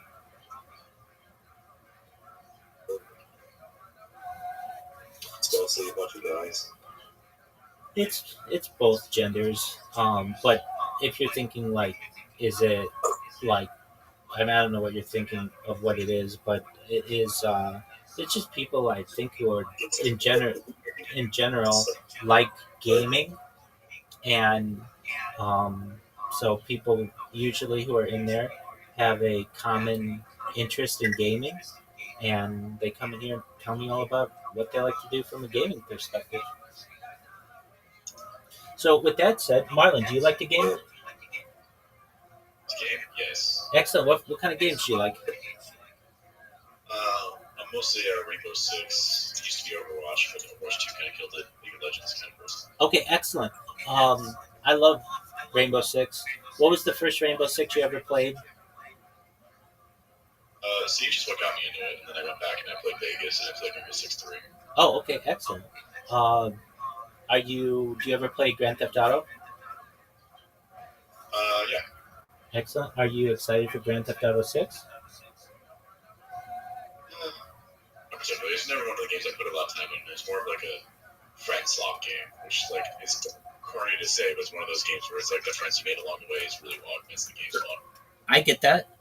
Absolutely. All right. If I may ask, are you a fan of any sports games? Uh, Probably not particularly. I Okay. used to play some Madden, but that was like very casual. Yeah, that's what I was gonna ask. Okay, so Madden, do you play any FIFA or college football, anything like that?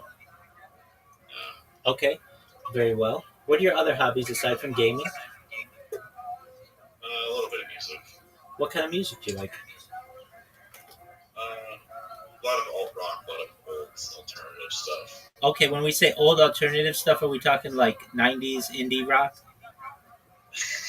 What would now be referred to as like divorced dad rock is probably my current like biggest interest, but a lot of like Pink Floyd and Okay, so before like then. Monster Mouse. Okay, excellent. All right. So I'm Yeah, gonna, Modest is Dad Rock. Well, Monster Mouse is what I consider like just after dad rock, so it's like periods afterwards, but like the Creeds, the Stone Temple Pilots, stuff that old divorced dads listen to, you know? Yeah, That makes kind, sense. doesn't it? okay. Don't worry, I'll get my medicine soon enough. Sabrina Carpenter will be like old dad rock in a few years. Oh, for sure, dog. Yeah, Okay, so do you like Weezer? A little bit. The amount that other people like Weezer kind of ruins it for me. Okay, I understand. Dad Rock. Yeah. Do you like Dave Matthews Band? I love Dave Matthews. It's like the dad rock final boss. Yeah, exactly. Wonderful, man. Okay, have you ever seen Dave in concert? Other dad rock bands hear Dark Souls music when Dave Matthews comes in the room. That's true. Yeah, 100%. Have you ever seen Dave in concert? No. Oh, it's amazing. If you ever have an opportunity to see one of his summer tours, it's amazing. It's absolutely unforgettable. All right, yeah, you're right. Dave is like the final boss of divorced dad music. Okay, excellent. What about Red Hot Chili Peppers? They're a band that I used to not like. I would get older stuff a little bit more lately. Okay, now you went back to like Pink Floyd. Okay, Pink Floyd's amazing. Usually, I consider that classic rock. I don't know what the kids call it these days. Okay, so are you a fan of classic rock? Yeah, I'd probably say. Okay, now how about before then? Like, are you a fan of '60s rock? The 60s, so I feel like my interest drops off like once we get to the 60s for most of that century. But then when we get back to the romantic or broke eras, that's where I'm back in it, boys. Okay, all right. So do you like the Beatles? The Beatles are cool. Okay. I do acknowledge what they do a lot for music. How about the Rolling Stones? The Rolling Stones are cool. I feel like the Who is the Rolling Stones, but good. Okay, very That's well. a hot take I'm always gonna have. Absolutely. Actually, on the stream, I saw the Rolling Stones at SoFi a few years ago. I saw them 20 years ago as well. They still somehow are putting out music after 60 years, so I think all bands should hope to be as successful. Who knows what they'll do in the future? Maybe they'll have holograms or robots of themselves, but they still rock out. Okay, so you like The Who. Do you like AC/DC? AC/DC is one, yeah. Okay. What about Aerosmith? Aerosmith is cool. Okay. They're like a very mechanical band. I don't say like they're writing so much, but they're a very mechanical guitar band. Absolutely. Okay. What are your thoughts on Oasis? Oh man, that's white girl. That's like the beginning of like white girl music, you know? Yeah, no, absolutely. And they just reunited and went on tour and everything. All right. What about Nirvana? Nirvana's cool. What do you think about David Albarn? Who's David Albarn? So he was in Blur. He was their front man, and then after Blur, he is now the Gorillaz. He is Gorillaz. Oh, love Gorillaz. I did not know that's who that was. Yeah, I feel that. Yeah, if you listen to Blur, you ever listen to Blur? They have like that's their song 2. Is there like one song? Yeah, I think so. I think I know that. Yeah, it's like one song. And David Albarn was in that band. It was like a very commercialized rock band, and so Gorillaz was like a big strikeout against that kind of culture. He didn't like bands that were like made to succeed and very like synthetic, like made, like created and curated in a lab. And so he made Gorillaz, curated them in a lab to kind of like make fun of it. So that's why if you listen to a lot of early Gorillaz and watch like early stuff, it's like making fun of MTV culture. Right. like clinical band stuff. I'll never forget when I saw Gorillaz, Clint Eastwood, first time on MTV, and thought, no way, I'm watching a cartoon band. I really think Gorillaz has the opportunity to be bigger than all of the previous bands that were mentioned because they can just continue forever. Just one moment. Springtrap, how are you? Springtrap, can you hear me? Springtrap. That's all right. Springtrap, feel free to. Oh, can you hear me? Hello. How are you, Springtrap? That's all right, Springtrap. I feel like Gorillaz could go for like a century, right? And they could just keep producing new music, and no one would know the difference. Am I wrong? Yeah, a lot of the core sound is a lot of like what Damon Albarn does. He's very good. He's very good at clicking with other people, and kind of like what a lot of they do is like mixing with other artists. And I think it's almost as like good a skill he has at writing music that like blends into those skill sets for them. Okay, so I don't know a lot about Gorillaz, but are they all different people in real life, or does one It person? is one guy. Oh no way. Okay, so it's all that It guy. is, so yeah, the whole point of Gorillaz, I think, like one of the original like points of the band was to always like collab with people. Because I think he's just like the idea of like mixing. So it's like a lot of rap features in it. I think he's just like experimenting with a lot of music. It's like Tame Impala's and stuff. So it's like a lot of like collaboration and mixing and seeing what happens when you like mix very different genres together. And so it's always just Damon Albarn, but he does feature a lot of people. Okay, amazing. All right. I think that people will be listening to Gorillaz in 1,000 years, just because of, and they'll be able to produce new music, and it, if people are still listening to music or however art is digested at that point, I think it was brilliant what he did. I think it was a brilliant take on society and what MTV and the music industry was doing to people. And so, thank you for connecting the name with that band. Excellent. Okay, so do you like Gorillaz? Yeah, and if you want one last fact, so technically Gorillaz has two members. One guy doesn't know music at all. Have you ever heard of Tank Girl? I think so. Why would I know Tank? It's an old comic strip, and there's like an obscure late '90s, early 2000s maybe movie made out of it. Okay. And it's got these Teenage Mutant Ninja Turtle like kangaroo guys in it. It's crazy, but it's like about a girl who like finds a tank, and it's like a future thing. It's a really weird, hard to describe movie. But the other guy in the band drew that comic. That's the guy that draws all the Gorillaz art. So like, okay, it's like a collaboration between that artist and the guy that makes all the music, which is like an interesting thing about it. And are there four members of Gorillaz? Like in the cartoon band, there are four members, kind of five, because like in the last album they had a Powerpuff Girls villain, like guest star as a bassist. Oh, okay. Which is cool. But the original core. As far as like the sound recording happens, it's just one guy makes all the music and one guy draws all the stuff. And they drew four original characters. Original, right? Okay. Yeah. And one of the characters, what's the one? There's like one crazy guy. What's that guy's name? Murdoch.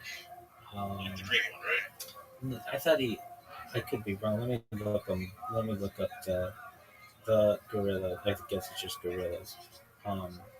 Have they ever reached? I mean, like when they came out with Clint Eastwood, was that their biggest hit? I think their second to latest album actually also was pretty like culturally notable. They had let me look up the name of it. It's that Island song. Plastic Beach, the album. Plastic Beach is awesome. But I think their most notable song, like recently, is Cracker Island. Cracker Island has gotten like a lot of play. Okay. That's like a song they made about like cultism and stuff. Very interesting. Do they still make music videos? Yeah. Okay, I guess that's the only way that people.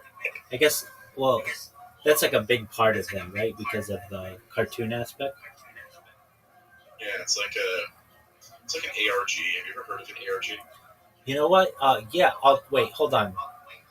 It's somebody was just telling me this about this yesterday. So previous to yesterday, I hadn't heard of it. Is it some kind of role playing game, or maybe I'm wrong? So an ARG is like a genre game, kind of first-person shooter or RTS. It's an alternative reality game. That's what It's it was. where That's what it was. Yeah. It's where the game takes place in the physical world that we inhabit. Right. A funny thing is, my dad used to play an ARG. Worlds? You know Pokemon Go? Yeah, definitely. That the company Niantic that actually like programs that and like manages it had a game before that. It was like super obscure. They didn't release any like their lore. There's like 3 teams you could be a part of. You have to like scan things and like different monuments of the world. Or like scan it more, like if you claim for that team. It was like really interesting. People like trying to figure out like what it was all about. Oh, very cool. Are you familiar with Worlds.com? Okay, that was one that this person brought into my life yesterday, and then they had one other one that they showed me. But yeah, I hadn't known this term until yesterday. So very cool. Okay. I think one cool application for the ARGs is like some people use it for marketing. Like Halo 5 did it kind of horribly. They tried to recapture it, but in Halo 2, I don't know if you're a big Halo fan. Big time Halo 2 fan. Halo 2. One of my favorite games back. When Halo 2 came out, they had that I Love Bees thing. I don't know if you saw that at all. I don't know if that was like I Love Bees 20 years ago. And Halo 2. It's like this whole website, and there was like a Marine in the universe of Halo. The website was like in his perspective leaking documents to like that like the Covenant was coming. It was like you were getting a snippet of the Halo 2 story from like the people's perspectives in world. And that's like kind of the perfect ARG where it's like mixing our world and their world. And it's like you're not seeing things as like a story. You're seeing things as like someone's communicating with you, like you, a person. Oh, that's really exciting, and like a totally outside the box way of marketing a game. I think the best ARG related thing wasn't a game, but it was a show/movie where they like blended reality with fiction. Have you ever heard of Marble Hornets? I have not to my knowledge. We learned some origins today. You know Slender Man? Yeah. He comes from an obscure YouTube miniseries called Marble Hornets. Okay. The creators like simultaneously thought of the concept of Slender Man on forums like other people, but they made a show, and it's like the show is not like a show to be watched like where it's a fiction. The show is from the perspective of a guy who finds his friends' tapes and he's looking through them and posting to YouTube. So it's like expected to be the fiction of the world is supposed to be in our actual reality. He like posts to YouTube, and it was interactive. If you were watching it during the time, he had like a Twitter account and you interacted in the comments. It would change how the story was going. The fans were like solving the puzzles and stuff. That's very cool. Yeah, it's like one of the most interesting things I think I've ever seen. If you ever look into Marble Hornets. Okay, so it's Marble, M-A-R-B-L-E. Yeah, marble isn't the ball. Yeah. Hornets isn't the bug. Very cool. Okay, I see it. I'm gonna bookmark it. Take a look at it later. Dude, so it's found footage? Yeah, it's. I think the Blair Witch Project came after it. I think it was like trying to capture that, but like I think it's the best found footage thing ever. It's kind of that essence. Dude, I love found footage, even though I'm not all that. I don't want to say like I haven't seen that much of it, but did you ever see Cloverfield? Yeah. Yeah, I love it. And Blair Witch is really cool. That's baller, amazing. Okay. I mean, I guess you could say you relate to like found footage characters since you're shooting yourself 24/7. You're almost found footage yourself. 100%, exactly. I mean, people have said that before, and I think that that's very accurate. In fact, we could make this like the world. It's already the world's biggest documentary, I guess. But like once I go viral or whatever, and I want to condense it, it could start as found footage, and just however we want to do it. Just somebody finds a device that has it somehow this huge archive of footage on there, or somebody just finds it on the internet. There are many ways that it could be developed. So yeah, I love found footage. Excellent. Well, I don't want to take up all your time, but I did appreciate having the opportunity to tell you about what I do. Are you big on Discord? Do you like go on Discord often? Yeah, I usually just go to like have background noise if I'm doing something, or like just like being conversations with people. Absolutely. Well, you should know more than anything of making you rich and live forever, as long as you want, or whatever. I'm just here to be a positive person. I'm here to have an optimistic view on the future, and just here to give people hope. So if there's anything you ever need from me, Marlon, I'm here for you. Okay? Alright. That's Excellent. cool. And then kick the server around and like cooking. Please do. Always welcome. Excellent. Alright. I'll let you explain the should do to new people. Absolutely. Well, thank you so much. Just like that person taught me about what ARG is it? Yeah, ARGs, alternative Yeah, reality games. absolutely. I'll have somebody perhaps come in tomorrow and want to talk about marble hornets, and I'll be like, "Oh, you'll never believe this. I was just talking to somebody about it yesterday." So I appreciate it, Marlon, and hopefully, I consider this a start of a beautiful friendship. So if you ever need anything from me, I'm here for you. Okay? Awesome. Thanks. Peace, my friend. Take care. Is first for destruction, for piranhas, about this by the fantasy Mabel, football team, destroyed girls. the humans before he destroyed the animals. When it says in the pasuk, according to the Manda Omer that says that it was a tail, the explanation is that Baruch Hu had to just This fantasy heal that football wound team. where the tail was. If they were back to back, then it was a real surgery. There's a lot of flesh that Baruch Hu Fucking so had to healthy. fit in there. Vayiven, he built, meaning, according to Manda Omer, it was only a tail. What did he build? He built up Chava. He did her hair, he braided her hair, he did her makeup, perfume, and then he presented her to Adam Rishon. According to Rav Chizda, means that he created her like a storage, for storage to hold a baby, wide on the bottom and narrow on top. By the Yel Adam, Baruch Hu became Sheshvinim, he became their best man, so to speak. He created happiness and simcha at their wedding. You learn from your derech eretz, even though it's below Baruch Hu's dignity, nevertheless, it was necessary at the time, so he did so. We have halacha. You're not allowed to walk behind a woman so that a person should not come to a chet. And even if it's his wife, it's also. And if he finds himself behind a woman, he should put himself to her side. So from here we see that if Adam and Chava were connected, Adam went in front as not to be in the back of her. The halacha is, if a person gives a woman money in order to look at her, even if he has Torah Masim Taivim like Moshe Rabbeinu, he's not going to be saved from Gehenna. Manoach, who was Shimshon's father, one man says he was an Amaretz, because it says Vayelech Achrei Ishta, he went behind his wife. Says the Gemara, well, wait a minute. Elisha also says he went behind his wife. And over there the pshat is that he went with his wife's advice. So too Manoach went with his wife's advice. Rabbi Yochanan has the same. Walk behind a lion rather than walk behind a woman, so you don't come to a chet. Walk behind a woman rather than walk behind Avodah Zarah, that you shouldn't come to a chet of Avodah Zarah. And walk behind Avodah Zarah rather than walking behind the shul that people are davening, because that's disrespectful to HaKadosh Baruch Hu. Unless, of course, you have a great reason. You're carrying something heavy, you're on a donkey, there's another opening to the shul, you're running like the Gemara says in the beginning of the Sefta. We have a picture in our mind what the Yitzhahara looks like. The Gemara says, no, the Yitzhahara looks like a fly. And it sits at the two openings of a human's heart. A human being has two kidneys. One to give him good advice on the right, and the left kidney gives you bad advice. The heart understands, the tongue articulates, and the mouth finishes off the words. The esophagus brings in and out food. The windpipe is to speak and to sing. The lung absorbs liquids. The liver gets angry, where the gall throws in a drop into the liver and calms the liver down. The spleen laughs. The intestines sleep. The gizzard grinds, and the nose wakes up a human being. Now, if you reverse the intestines with the nose, where the intestines wake up the person and the nose goes to sleep, you'll have big problems. And if both the intestines and the nose go to sleep, or they both wake up a person, the person dies immediately. The Yetzer Tov controls Tzadikim, the Yitzhahara controls the Rishaim, and mediocre people are controlled by both. Says Rabbi, we are mediocre. Says Abaye, if you are mediocre, how can anybody survive?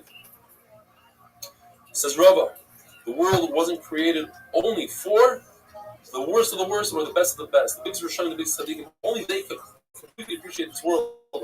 Otherwise, you won't appreciate it completely. And a person needs to know whether or not he's a complete tzaddik. Says Rab, excuse me, this world was only created for people like Achav the Rasha or tzaddikim like Chanina ben Doisla. The pasuk says, "B'chol nafshecha," you should love HaKadosh Baruch Hu with your entire soul.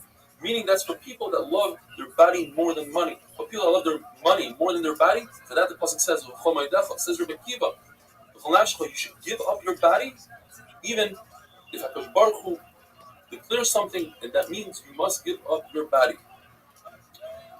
Says Gemara's story, the kingdom of Rome decided no more Torah. Rabbi Kiva stood in public and was makal kilos, and he gave drushes in Torah. Says, Papas, aren't you worried? Says Rabbi Kiva, what should I be worried about?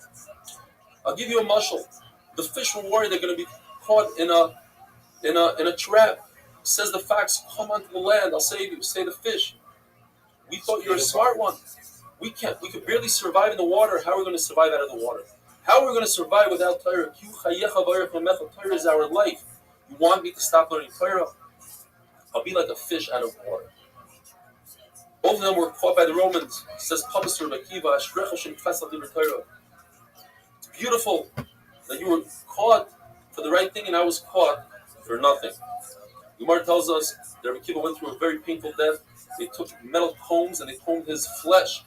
And as they were combing his flesh, he would say, Kriya Shemaim and Kabbalah Olam Shumayim. Says, tell me the master, how could you be mechaven when you're in such pain? Says Rabbi Kiva, what do you mean? My entire life I was waiting for this moment. I always wanted to know. I was wishing for this moment that I should be able to be Mekad Shem Shemaim, die in Kiddush Hashem. But the question is, it says, David HaMelech says, I wish I could die peacefully in my bed. The Malach asked HaKadosh Baruch Hu, Zu Torah Zu Sfara. This is what happens to a human being that learns Torah his whole life. Rabbi Kiva, one of the greatest human beings that ever lived, HaKadosh Baruch Hu said, Chaltam B'chaim, Rabbi Kiva is invited into Olam Haba. We learned in the mission that a person should not be lightheaded and use Kalas Rosh in front of Kodesh Kodashim, opposite the Kodesh Kodashim. Says the Gemara, that's dafka from a place that you can see the Kodesh Kodashim. There's no fence, and at the time where the Shekhinah is Shoyra in the Beis Hamikdash. According to Rabbi Kiva, one is not allowed to use the bathroom when he's facing Yerushalayim, even if he's in Chutz La'aretz, even in our days. According to Rabbi Yehuda, depends. In the time of Beis Hamikdash, it's also anywhere, but not in the time of Beis Hamikdash, it's okay. According to Tanakama, in Eretz Yehuda, you're not allowed to use the bathroom between Mizrach and Ma'ariv, which means you're facing Yerushalayim. Beis Hamikdash. In the Galil, you're not allowed to use the bathroom between Tzaf and the Dagon, that's also facing Yerushalayim. Chacham say that if you are an angle, you're allowed to. Rabbi Yossi says, in the time of the Beis Hamikdash, it's asur, according to the first brayso, in a place that you could see the Beis Hamikdash in Yerushalayim, and there's no fence. And after the Churban, you are allowed to use the bathroom anywhere you want. And according to the second brayso, in a place that you can see Yerushalayim, it's asur. In a place you can't see Yerushalayim, it's mutter. Have a wonderful day.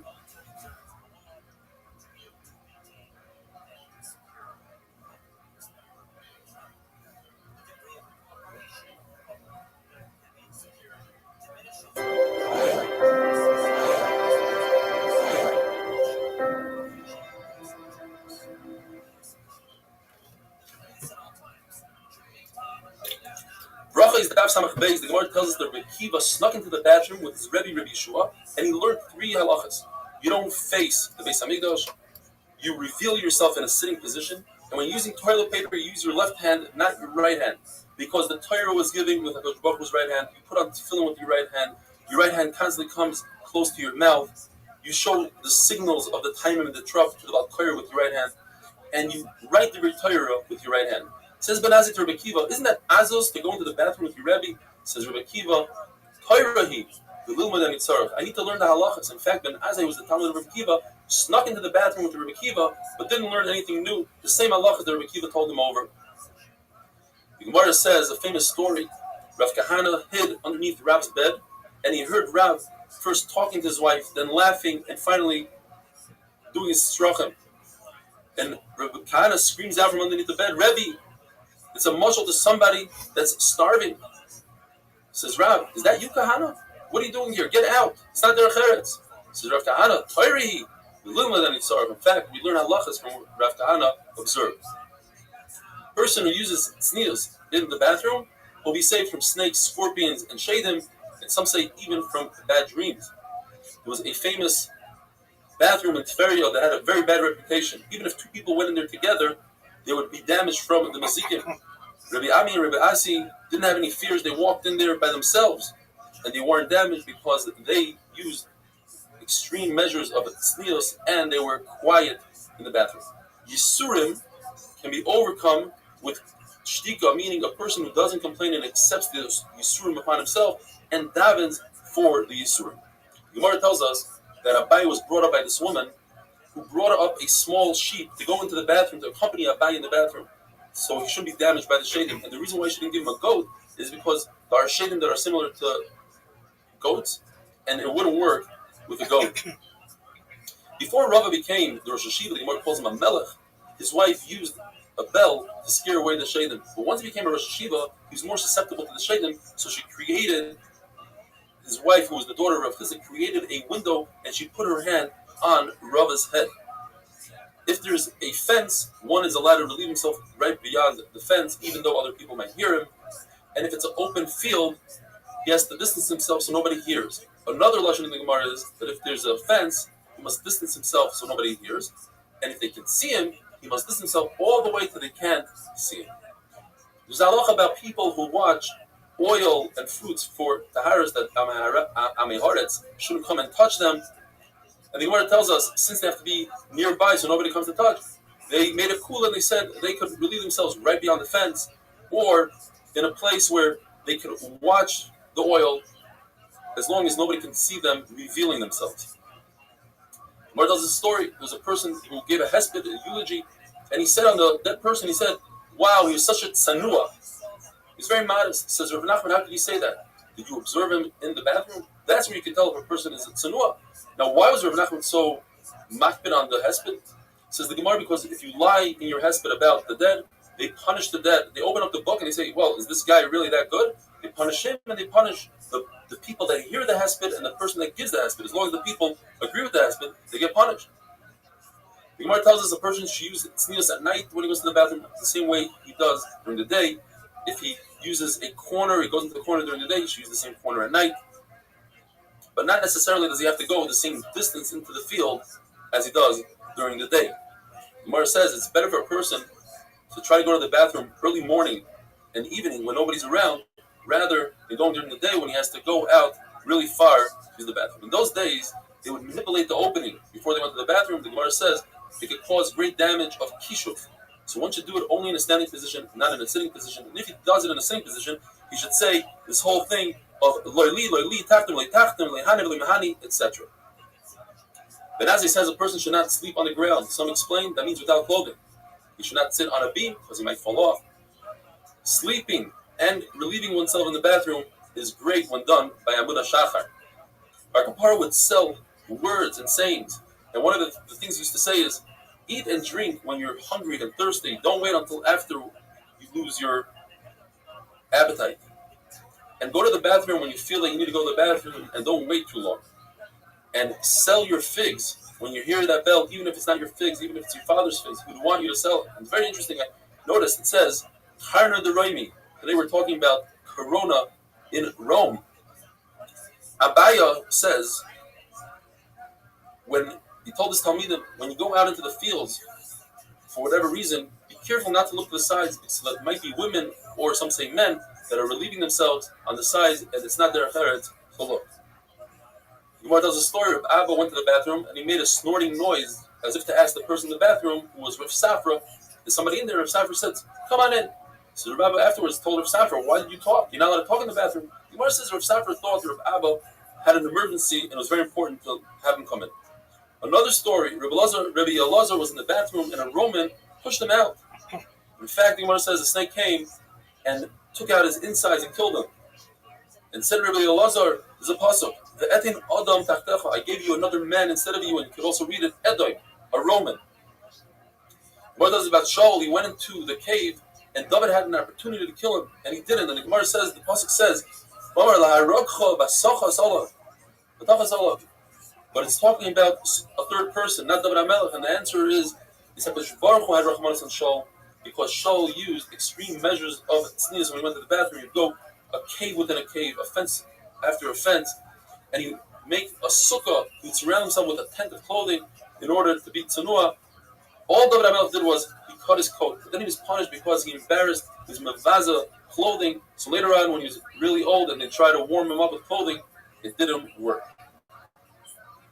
Hashem said, David HaMelech said to Hashem in Tehillim, he says, if Hashem is sitcha, if Hashem tripped you So Hashem punished David HaMelech and tripped up David. Everybody knows that when you count Klal Yisrael, you have to count with coins. David HaMelech didn't count Klal Yisrael like that. And what happened was the Mageifa, 70,000 people died. How long did it last? Just a few hours. From the morning when you shech the Talmud until the Zrikas Hadav of the Talmud. Rabbi says until Chatzos. HaKadosh Baruch Hu told the Malach, give me the best of them. And in fact, he took Avishai ben Tzruya, he killed him. The Torah says, Vayinochem. Navi says, Vayinochem. HaKadosh Baruch Hu was calm. What calmed HaKadosh Baruch Hu down, so to speak? Machlokes Rav says, HaKadosh Baruch Hu taught about Yaakov Avinu. Shmuel says, HaKadosh Baruch Hu taught about Yitzchak. Rabbi Nafa says, it was the Kesef Kippur. And Rabbi says, he taught about the Beis HaMikdash. And that calmed him down. We learned in the Mishnah, a person should not make the Beis HaMikdash a kapandria, a shortcut. Some say, Adam Kifna, a roundabout, a shortcut. If a person goes into a shul, not in order to make it a shortcut or to daven, that's okay. If there was a shortcut where the shul was built, you're allowed to go through there. We learned in the Mishnah that you're not allowed to spit in the Beis HaMikdash, Kal v'chaymer, from the fact you're not allowed to wear shoes in the Beis HaMikdash. You're not allowed to spit in our days on Harabayis, and if you do, it's as if you're spitting in the eye of HaKadosh Baruch Hu. Rabbi says, but in a shul, you're allowed to spit, because if you're in your own home, you're allowed to wear shoes and spit. So too in a shul. Have a wonderful day.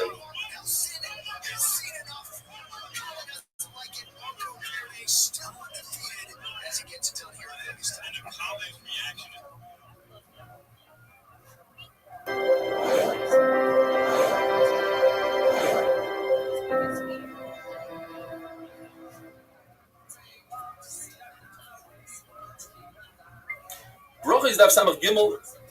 In the Beis HaMikdash itself, they didn't say the word Amen. They would say Baruch Hashem Elikei Yisrael Min Ha'olam V'Ad Ha'olam. In the times of the Tzukim, they added the words V'Ad Ha'olam, and they said so in every single bracha. Rabbi says this following pasuk, you can read it front to back and back to front.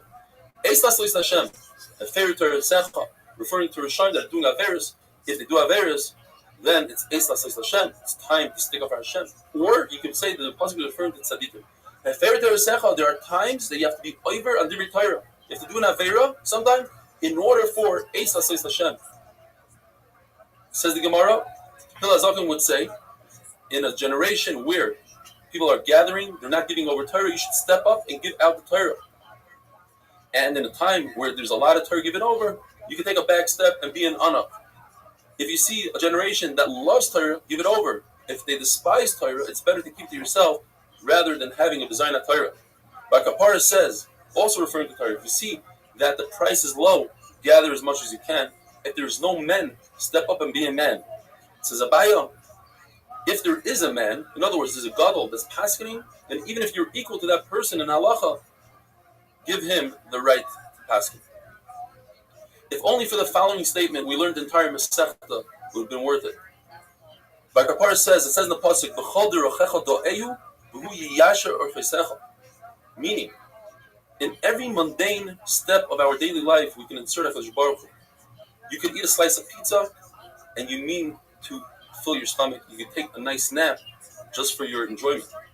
You can do the same exact action and just stick HaKadosh Baruch Hu into it, and you get sechar rather than not getting any sechar at all. You say, I'm eating this slice of pizza to have energy. I'm sleeping to have energy to be Oved Hashem, and that changes it all.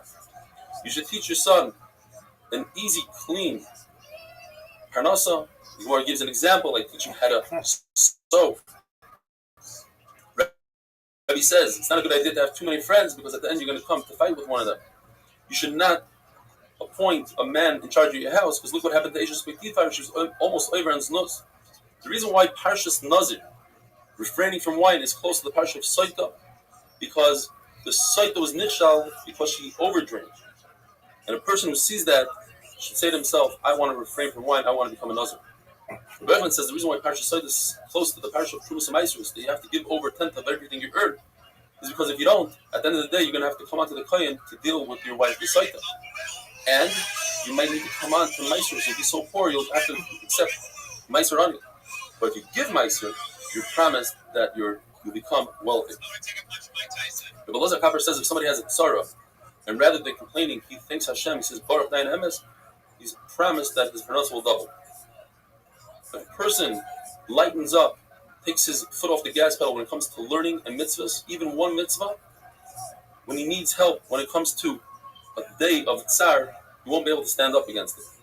Says the Gemara an amazing story.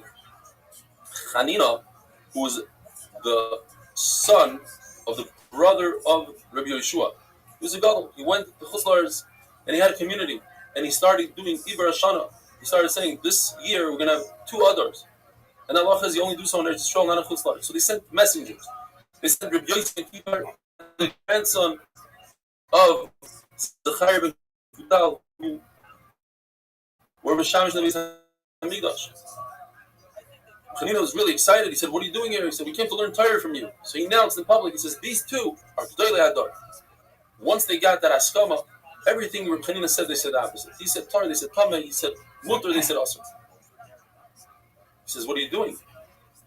And he said, we're here because of Iber HaChodesh. And he told everybody, these guys are nobodies. They're fake. They're liars. And he says, it's too late. You can't tell that to people because you already announced that we're G'dolei Hador. And then he told everybody, he said, listen, either you come with us or you announce, you denounce HaKadosh Baruch Hu. And they told Reb Chanina, if you don't listen to us, we're going to put you in Cherem. Why were they so mad? Because it says in the Pasuk that Iber HaChodesh is only in Eretz Yisrael, as it says, Ki mitzion teitzei Yisrael, only from Yerushalayim. What kind of Tumah, how are they able to say on something that's Tumah, that it's Tar? Because they realized if they don't, people might go with Reb Chanina. When Rabbi Seinu went into Kerem B'Yavna, he went to Galus. Rabbi Yehuda, Rabbi Yosef, Nechemia, Rabbi Eliezer, they spoke about the importance of having guests because they were guests by other people. Rabbi Yehuda, who's always the first to speak in learning, he said that the oil moed was 12 mil out of the machna, and it says, "V'chom mevakesh Hashem." Anybody that yearns to see HaKadosh Baruch Hu, would go to the oil moed.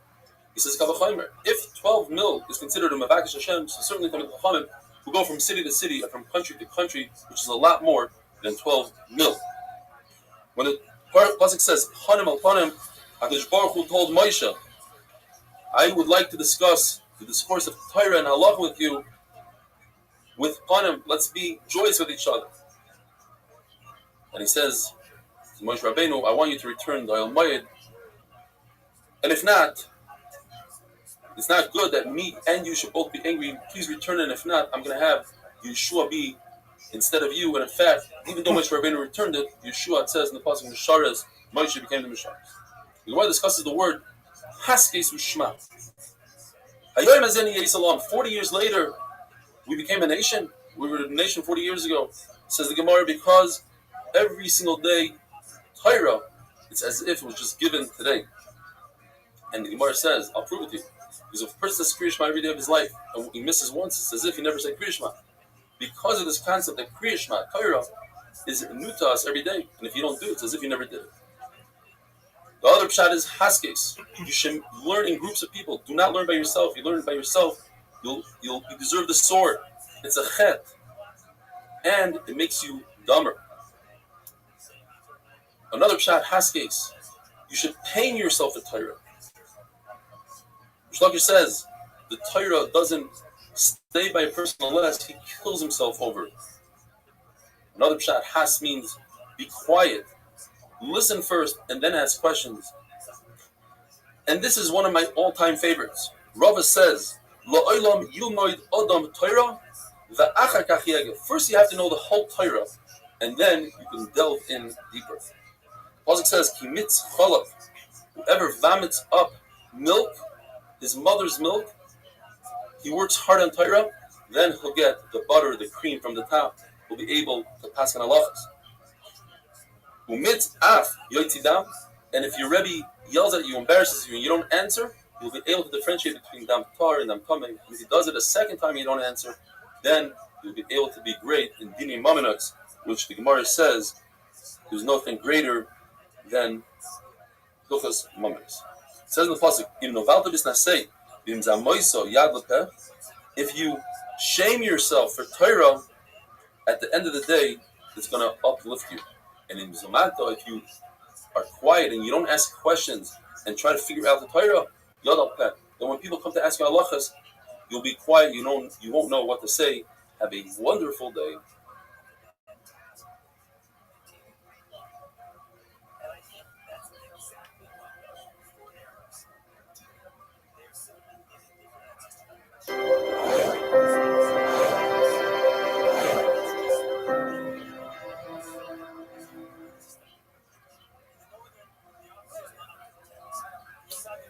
Bracha is Daf Samach Daled. Yes, it's the last Daf of Masechtas Bracha. It's an amazing accomplishment to finish the first Masechtas Shas. You should take this opportunity to make a commitment that you're going to learn Masechtas Shabbos from beginning to end. It's an amazing Masechta. It's a very, very different style, but you're going to love it. If you're not part of a shiur, you're looking for a shiur, you can check us out online. There are over 2,000 people that watch the shiur every single day on YouTube. Search for Eli Stefanski or Rabbi Yomi. We have an app, 8-Min Daf, and we are on Torah anytime. The Gemara tells us that when Chachamim went into Yavna, first Rabbi Yehuda spoke about the importance of thanking the host, and then we have the Nehemiah, and Rabbi Yossi says, it says in the pasuk like Yisai Adomi, it says, don't despise that Adomi Mitzri. Why not? They invited us in. Don't forget all the evil that Mitzrayim did to us, yet we have to have a Karzatayim. So too says the Gemara, if you invited them into your home and you give them your food and your drink and your money, certainly the Baruch will love you for that. Lezer, the son of Rabbi Yitzchak Levi, says, Uzzah touched the Aron, and he died. He tried to touch it, and David HaMelech was very scared. So he took the Aron and he put it in Ovid's house. What did Ovid do? He cleaned it off, he dusted it off once in a while. Yet the Torah says that Hashem gave him brachas. So certainly if you take care of the Talmid Chacham, and you feed him and drink, certainly HaKadosh Baruch Hu will pay you back. What bracha that HaKadosh Baruch Hu gave Ovid? That his wife Chamois, she had 8 children. Her 8 children plus her, they all had sextuplets. They had 6 children in one shot, for a total of 62 with Ovid's 8 children. So that's 62 tzetzayim. The Gemara says if you push the time will push back. Don't force anything. For instance, the Gemara says Rabbi Yosef was considered Sinai, somebody that knew Kol HaTorah Kula, knew all the prices. Rabbi was a baker part. He was very sharp. When they were looking for a Rosh Yeshiva, they decided we need a Sinai, somebody that knows everything, all the prices, can teach Klal from all of the Torah. So they asked Rabbi Yosef to be the Rosh Yeshiva, and he refused because the stargazers told him that he will die after being a Rosh Yeshiva for 2 years. So he pushed it off. Rabbi was the Rosh Yeshiva for 22 years, and Rabbi was nifter. Rabbi Yosef took over for 2.5 years, and then he was nifter. You see that not pushing it, taking things when they're supposed to come, you don't lose out. In fact, you even gained a half a year. The Gemara tells us the unbelievable humility that Rabbi Yosef had. Although he was supposed to be the Rosh Yeshiva, but for the first 22 years when Rabbi was the Rosh Yeshiva, he acted with humility to the point where instead of the blood letter coming to his house to make his dam, he used to go to him.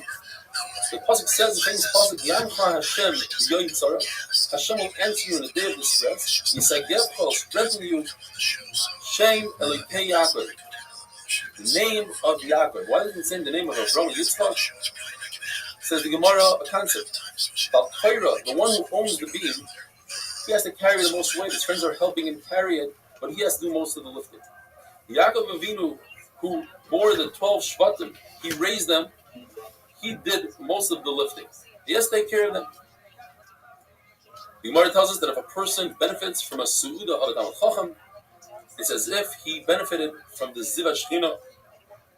A person says goodbye to his friend, he shouldn't say Leich Bishalim with a base, but rather Leich Lishalim. When it's to the dead, if he departs from the dead, he says to the dead person Leich Bishalim, rather Lishalim. As David HaMelech told his own son Avshalom, Leich Bishalim and Avshalom, and they're dying. And when Yisrael said to Moshe Rabbeinu Leich Lishalim, Moshe Rabbeinu went up to the highest level. A person who goes out of the shul into the base measures to learn Torah will be Zaycha to receive the Shekhinah. It says in the pasuk, gave him Mechayil El Chayil, one step to the higher step. The Gemara does that. Talmid Chacham doesn't have peace and rest in this world and not in the world to come, because he's constantly climbing madrigas that he can't rest. Famous ending, which is brought down in 4 different Masechtas, and the Siman Banayah, Brachas, Nazir, Yivamas, and Pieces. Omer Belazar Chanino. Hamid Chacham Marbim Shalom Ba'ila. And it's prominent in peace in this world. Sheneva, Chavanayach, Lamidi Hashem, Rachel Banayach, Atikot Banayach, the builders, And with that, we finish Perek Haraya, and we finish the second. What happened with Joshua Financial Santinos? Do you guys keep up with them? Jason, when can we see Bobby Lee making an appearance on the Flag Weekend again? Great question. Kiddushin Daf Mem, how's everybody doing? Welcome to the 8-minute Daf. Gemara tells us that if a person is faced with an Aveira and he controls himself and doesn't do the Aveira, this is the greatest mitzvah a person can do, says Rashi. It's the greatest mitzvah. In fact, the Gemara brings 3 stories, one with Rabbi Chanina, the other with Rabbi Tzadok, and Rav Kahana. All 3 of them faced a situation where a woman invited them to do an Aveira. Rabbi Chanina, he jumped into a bathhouse even though there was mazikim and he was saved. Rabbi Tzadok jumped into an oven in order not to be over the Aveira. And Rav Kahana actually jumped off a roof where Eliyahu Navi came and saved him. And because of Eliyahu Navi, the reason why I got into this to begin with is because I was selling baskets to women, and it's because I'm poor. So Eliyahu Navi gave him money. The point is that when a person saves himself from doing an Aveira, it's a tremendous thing, and if Baruch later on does nisa for such a person. The famous Mishnah, the Gemara wonders, why isn't Shiluach HaKen one of the mitzvahs in the Mishnah? Shiluach HaKen, as the Torah says, you get Arichas Yamin, you get Elam Hazeh, you get Elam Haba. And the answer is because the Mishnah is only bringing things that you're good with the Rabbi Shalom and with your fellow Jew. You're doing Kibbutz Avayim, you're doing Gemilos Chesed, etc. Whereas Shiluach HaKen is between you and the Rabbi Shalom. The Gemara tells us that a mitzvah has dividends. Hashem pays more than the actual value of the mitzvah. Whereas in Aveira, Hashem pays exactly as the Aveira is. There's one exception. If a person does an Aveira where other people learn from him, he's an important person, for instance, and other people do the Aveira because he did it, so now that Aveira that he did has dividends.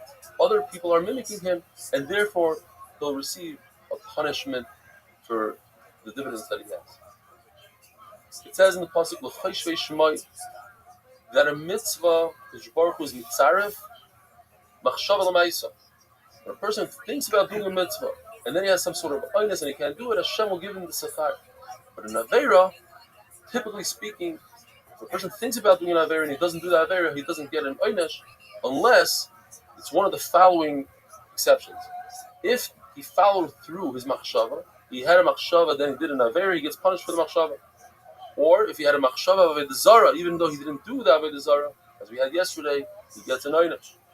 And also, if a person does the same Aveira over and over, to the point where he becomes so used to it, he thinks that it's mutter. It's as if it's mutter. So just thinking about that Aveira, even though he didn't follow through, he receives the oinus. Gemara tells us it's better for a person to do an Aveira in hiding, where there's no Chil Hashem, rather than do it in public. Person who controls the Yetzer and does the Aveira in hiding, then that's a big slap in the face of the Rabbi Shalom. Because now he doesn't care the Rabbi Shalom. According to Rabbi, it's referring to the Isser of looking at a rainbow. When it comes to Chil Hashem, Baruch Hu doesn't wait and doesn't let the person build up credit, so to speak. Baruch Hu takes care of the Aveira very quickly and swiftly. And not only that, person has 50% Aveiros, 50% mitzvahs, then Baruch Hu will use that Aveira of Chilul Hashem and tip the scale in the wrong direction. The Gemara gives us a eitzah. A person should view himself or the world as if they're 50-50. So anytime he does a mitzvah, he's tipping the scale in his favor, in the world's favor. And if Chas v'Sholom does an Aveira, he's tipping the scale in the wrong direction.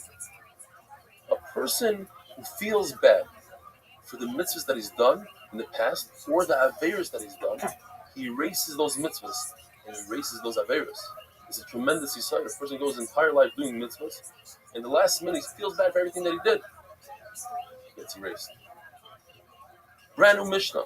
The Mishnah tells us that a person who has these 3 things, he learns Chumash, he learns Mishnah, and he has Derech Eretz, he won't be choyte so quickly. He won't sin that quickly.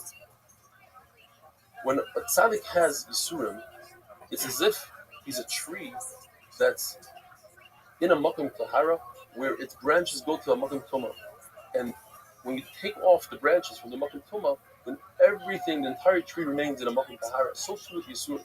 A tzaddik is complete Tahara, but he has a little bit of a problem. He has a little bit of Tuma. So Hashem chops off that place so that he completely is Tahar. But when it comes to Rishon, it's the opposite. They're completely in Tuma. They have a little bit of Tahara, so Hashem gets rid of their Tahara in this world. He gives them some Sachar so that when they come to Olam HaEmes, they don't have. The Tarfin held that doing a mitzvah is greater than learning Torah. Nimnu v'gamru. The Rabbanim came together, the Tanaim came together, and they said to Halach like Rabbi Akiva that Torah is greater because Torah brings a person to do mitzvahs, and therefore you have both. You have Talmud Torah and the mitzvah. Even that Torah came 40 years before Chala, 54 years before Tumas Maisris, 61 years Shemitah, and 103 years for Yovel. That's Mishamed in the beginning. And when a person goes up to Shemayim, the first thing they take care of, the first business they take care of, is have you learned Torah? How much Torah? Why did you learn Torah? And the first Sachar they give him is for Torah. Why? Because Torah comes before myself. A person who doesn't have these three things, Mikra, Mishnah, Derech Eretz, then he's not Minay Yishuv. He doesn't belong in this world. He's Pasala Eidos, just like a person who eats in the marketplace in public is similar to a dog. Rabbi Isai, have a wonderful day.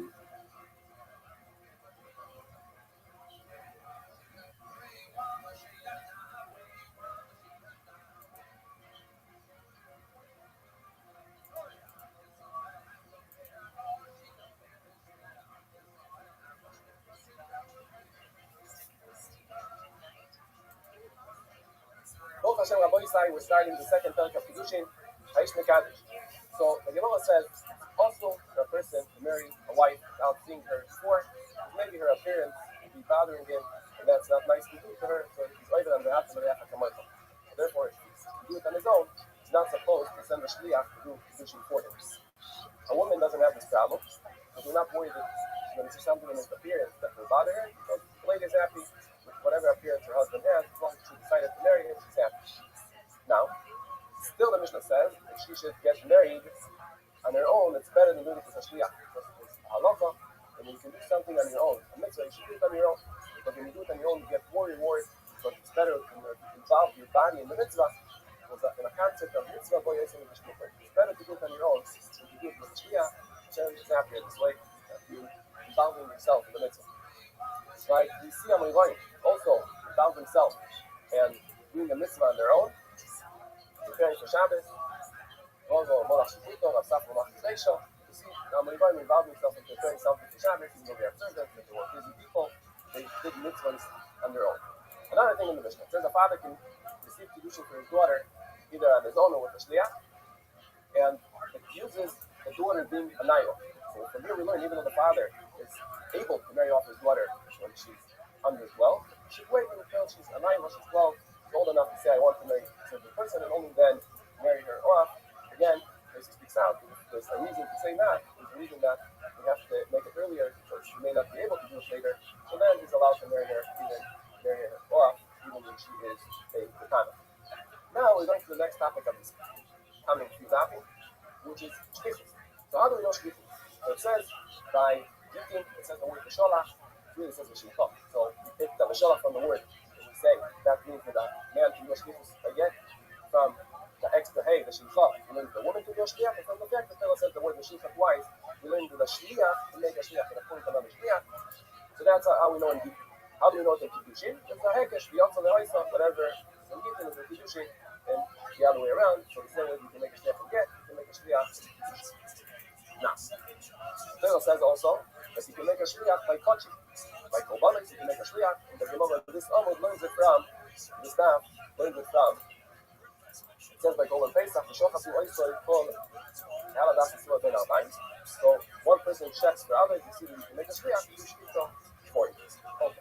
That's how we know in Kochim. The Gemara says it from together.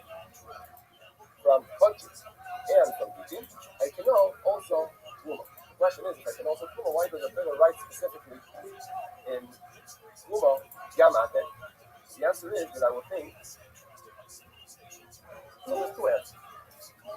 One answer is that it comes to exclude the goy. That's what according to the Shita, that the goy can give his own Truma. To give his own Truma, I would think to say he can be a shliach for a Jew, so when he takes food, he can't be a shliach. Now, if there's an opinion that the goy can't give his own Truma, so therefore he for sure can't be a shliach. So when he takes say a positive Truma, the Gamate, I would think to say that in Truma you can't have a shliach. Why? Because the pasuk says Aten. The word Aten has to exclude that you have to be yourself giving Truma, not your worker, not your partner, not an apoplectus of your signer, unless you make Truma whatever they're eating that he's supposed to do, as we saw in the Gemara eating. But to give Truma everything that you this year, and apoplectus doesn't have permission. Now, I think that also you can do a shliach. That's what the Torah says right specifically, that you could make a shliach by Truma also. Now, when a person is a shliach by Truma, what does he give? If he knows what the person who sent him usually give, he should give what the person who appointed him to be a shliach to take a Truma usually gives. But if he doesn't know what he gives, he gives Zionis, which is 2%, 1 out of 50. If he gave 1 out of 40 or 1 out of 60, what? That's what the person would want to give. The halacha is that it's also okay, but he tells him that's what I thought, the person can't say it's not what I meant. Okay, one short point about Yom Kippur, we're going to Yom Kippur soon. So, Tshuva is realizing that the Shkofer is not against us. Hashem wants us to have the best life possible. And he gives us the best eitzos. The Torah is the best advice. So I call the Shkofer eitzos. It's advice, how to live life the best way. And we realize in Brenda Shalom, we're coming back, saying Hashem, it's here, I made mistakes. I made a few mistakes. There's many mistakes. I didn't listen to you. I didn't listen to you. Certain things. And Brenda Shalom was a mistake. I realize now that you want the best for me. You want me to succeed in life. You want me to have a good, happy life. I want to come back to you. You want me to have a good oil on my butt. You want it to be good for me. I want to come back and regret all the bad things I did against your will. And I want to, from now on, do only what you want me to do. So Hashem says, oh, when you come back, that's why I made you different. Kippur, so thank you. When you clean me, and after Yom Kippur, we leave like new people. You have to believe because if a person doesn't believe in the Kafal of Yom Kippur, doesn't get it. So you have to believe that after Yom Kippur, you weigh a few tons less than what you weighed before. And that's how we're going happy. In Sukkot, not sustaining. We should all be grateful to Agman Chasim Otoivo and very happy Sukkot, a happy year, happy life. Seeing the Yeshua, Father's love, and personal Yeshua, whatever we all need.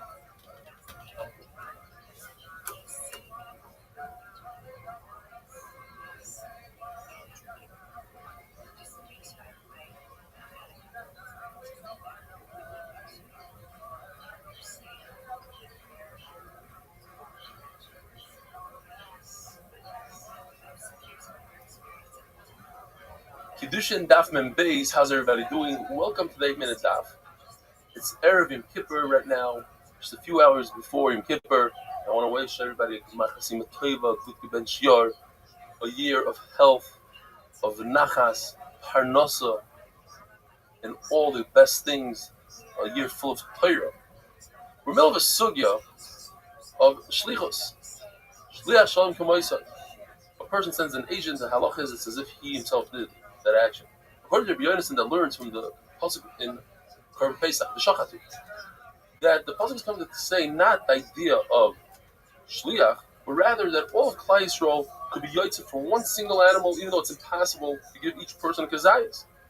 So how does he know the idea of shlichus when it comes to korbanos? That he's not a shutaf with the other korbanos. He learns it from V'yikhu Lahem. It says it twice by Korban Pesach, the idea of shlichos, and we know throughout Shas. I can't use this pasuk here because I already have another pasuk. Let me use it for something else, for other korbanos. The fact that the Torah says ish lifi achloi, he learns ish means an adult. That if an adult finds an object in the street, he can have in mind, let me be zoich on this object for my friend Shimon somewhere else. But a katan cannot do so because it says ish, an adult. Pasuk says v'nosi echad mimata, that from each shevet they appointed a nasi, a prince, to take care of the Yerusha, the Chalukas Haaretz. And the Gemara learns from here that Bezdin can appoint an apotropos for the assignment. So let's say there's 3 brothers who lost their father, Rahman al-Islam. Then Bezdin appoints an apotropos for each one of the 3 boys, divide up the inheritance, the Yerusha. Even though they intend for the good of that child that they're representing, nevertheless it's possible that it won't turn out so good. According to Shmuel, if he made a mistake through ruchos in the side, in other words, one of the boys, let's say, inherited from his mother previously a field. Now, the apotropos gave him from the father's field, he gave him a different count. Now, even though it's the exact same value as his brother's field, it's not good because he wanted the 2 fields to be close to each other. So it's a mistake in ruchos, inside. That's something that he can go back and annul. According to Nachman, you can never annul anything, even ruchos. Why? Because of the idea in pain may kind of bezin yachad. What power are you giving Bezin? Bezin has to have power that whatever they do, regardless if it's a mistake or not, it's a good division. Yes, if they made a mistake in value, they gave another person. So let's say the case was, you have somebody who borrowed money, and Bezin said he has to pay back, and he runs away. Bezin can take the leiva's property, sell it off, and pay the lender. But if they made a mistake in a shtus, which is a 6th, but Nachman himself says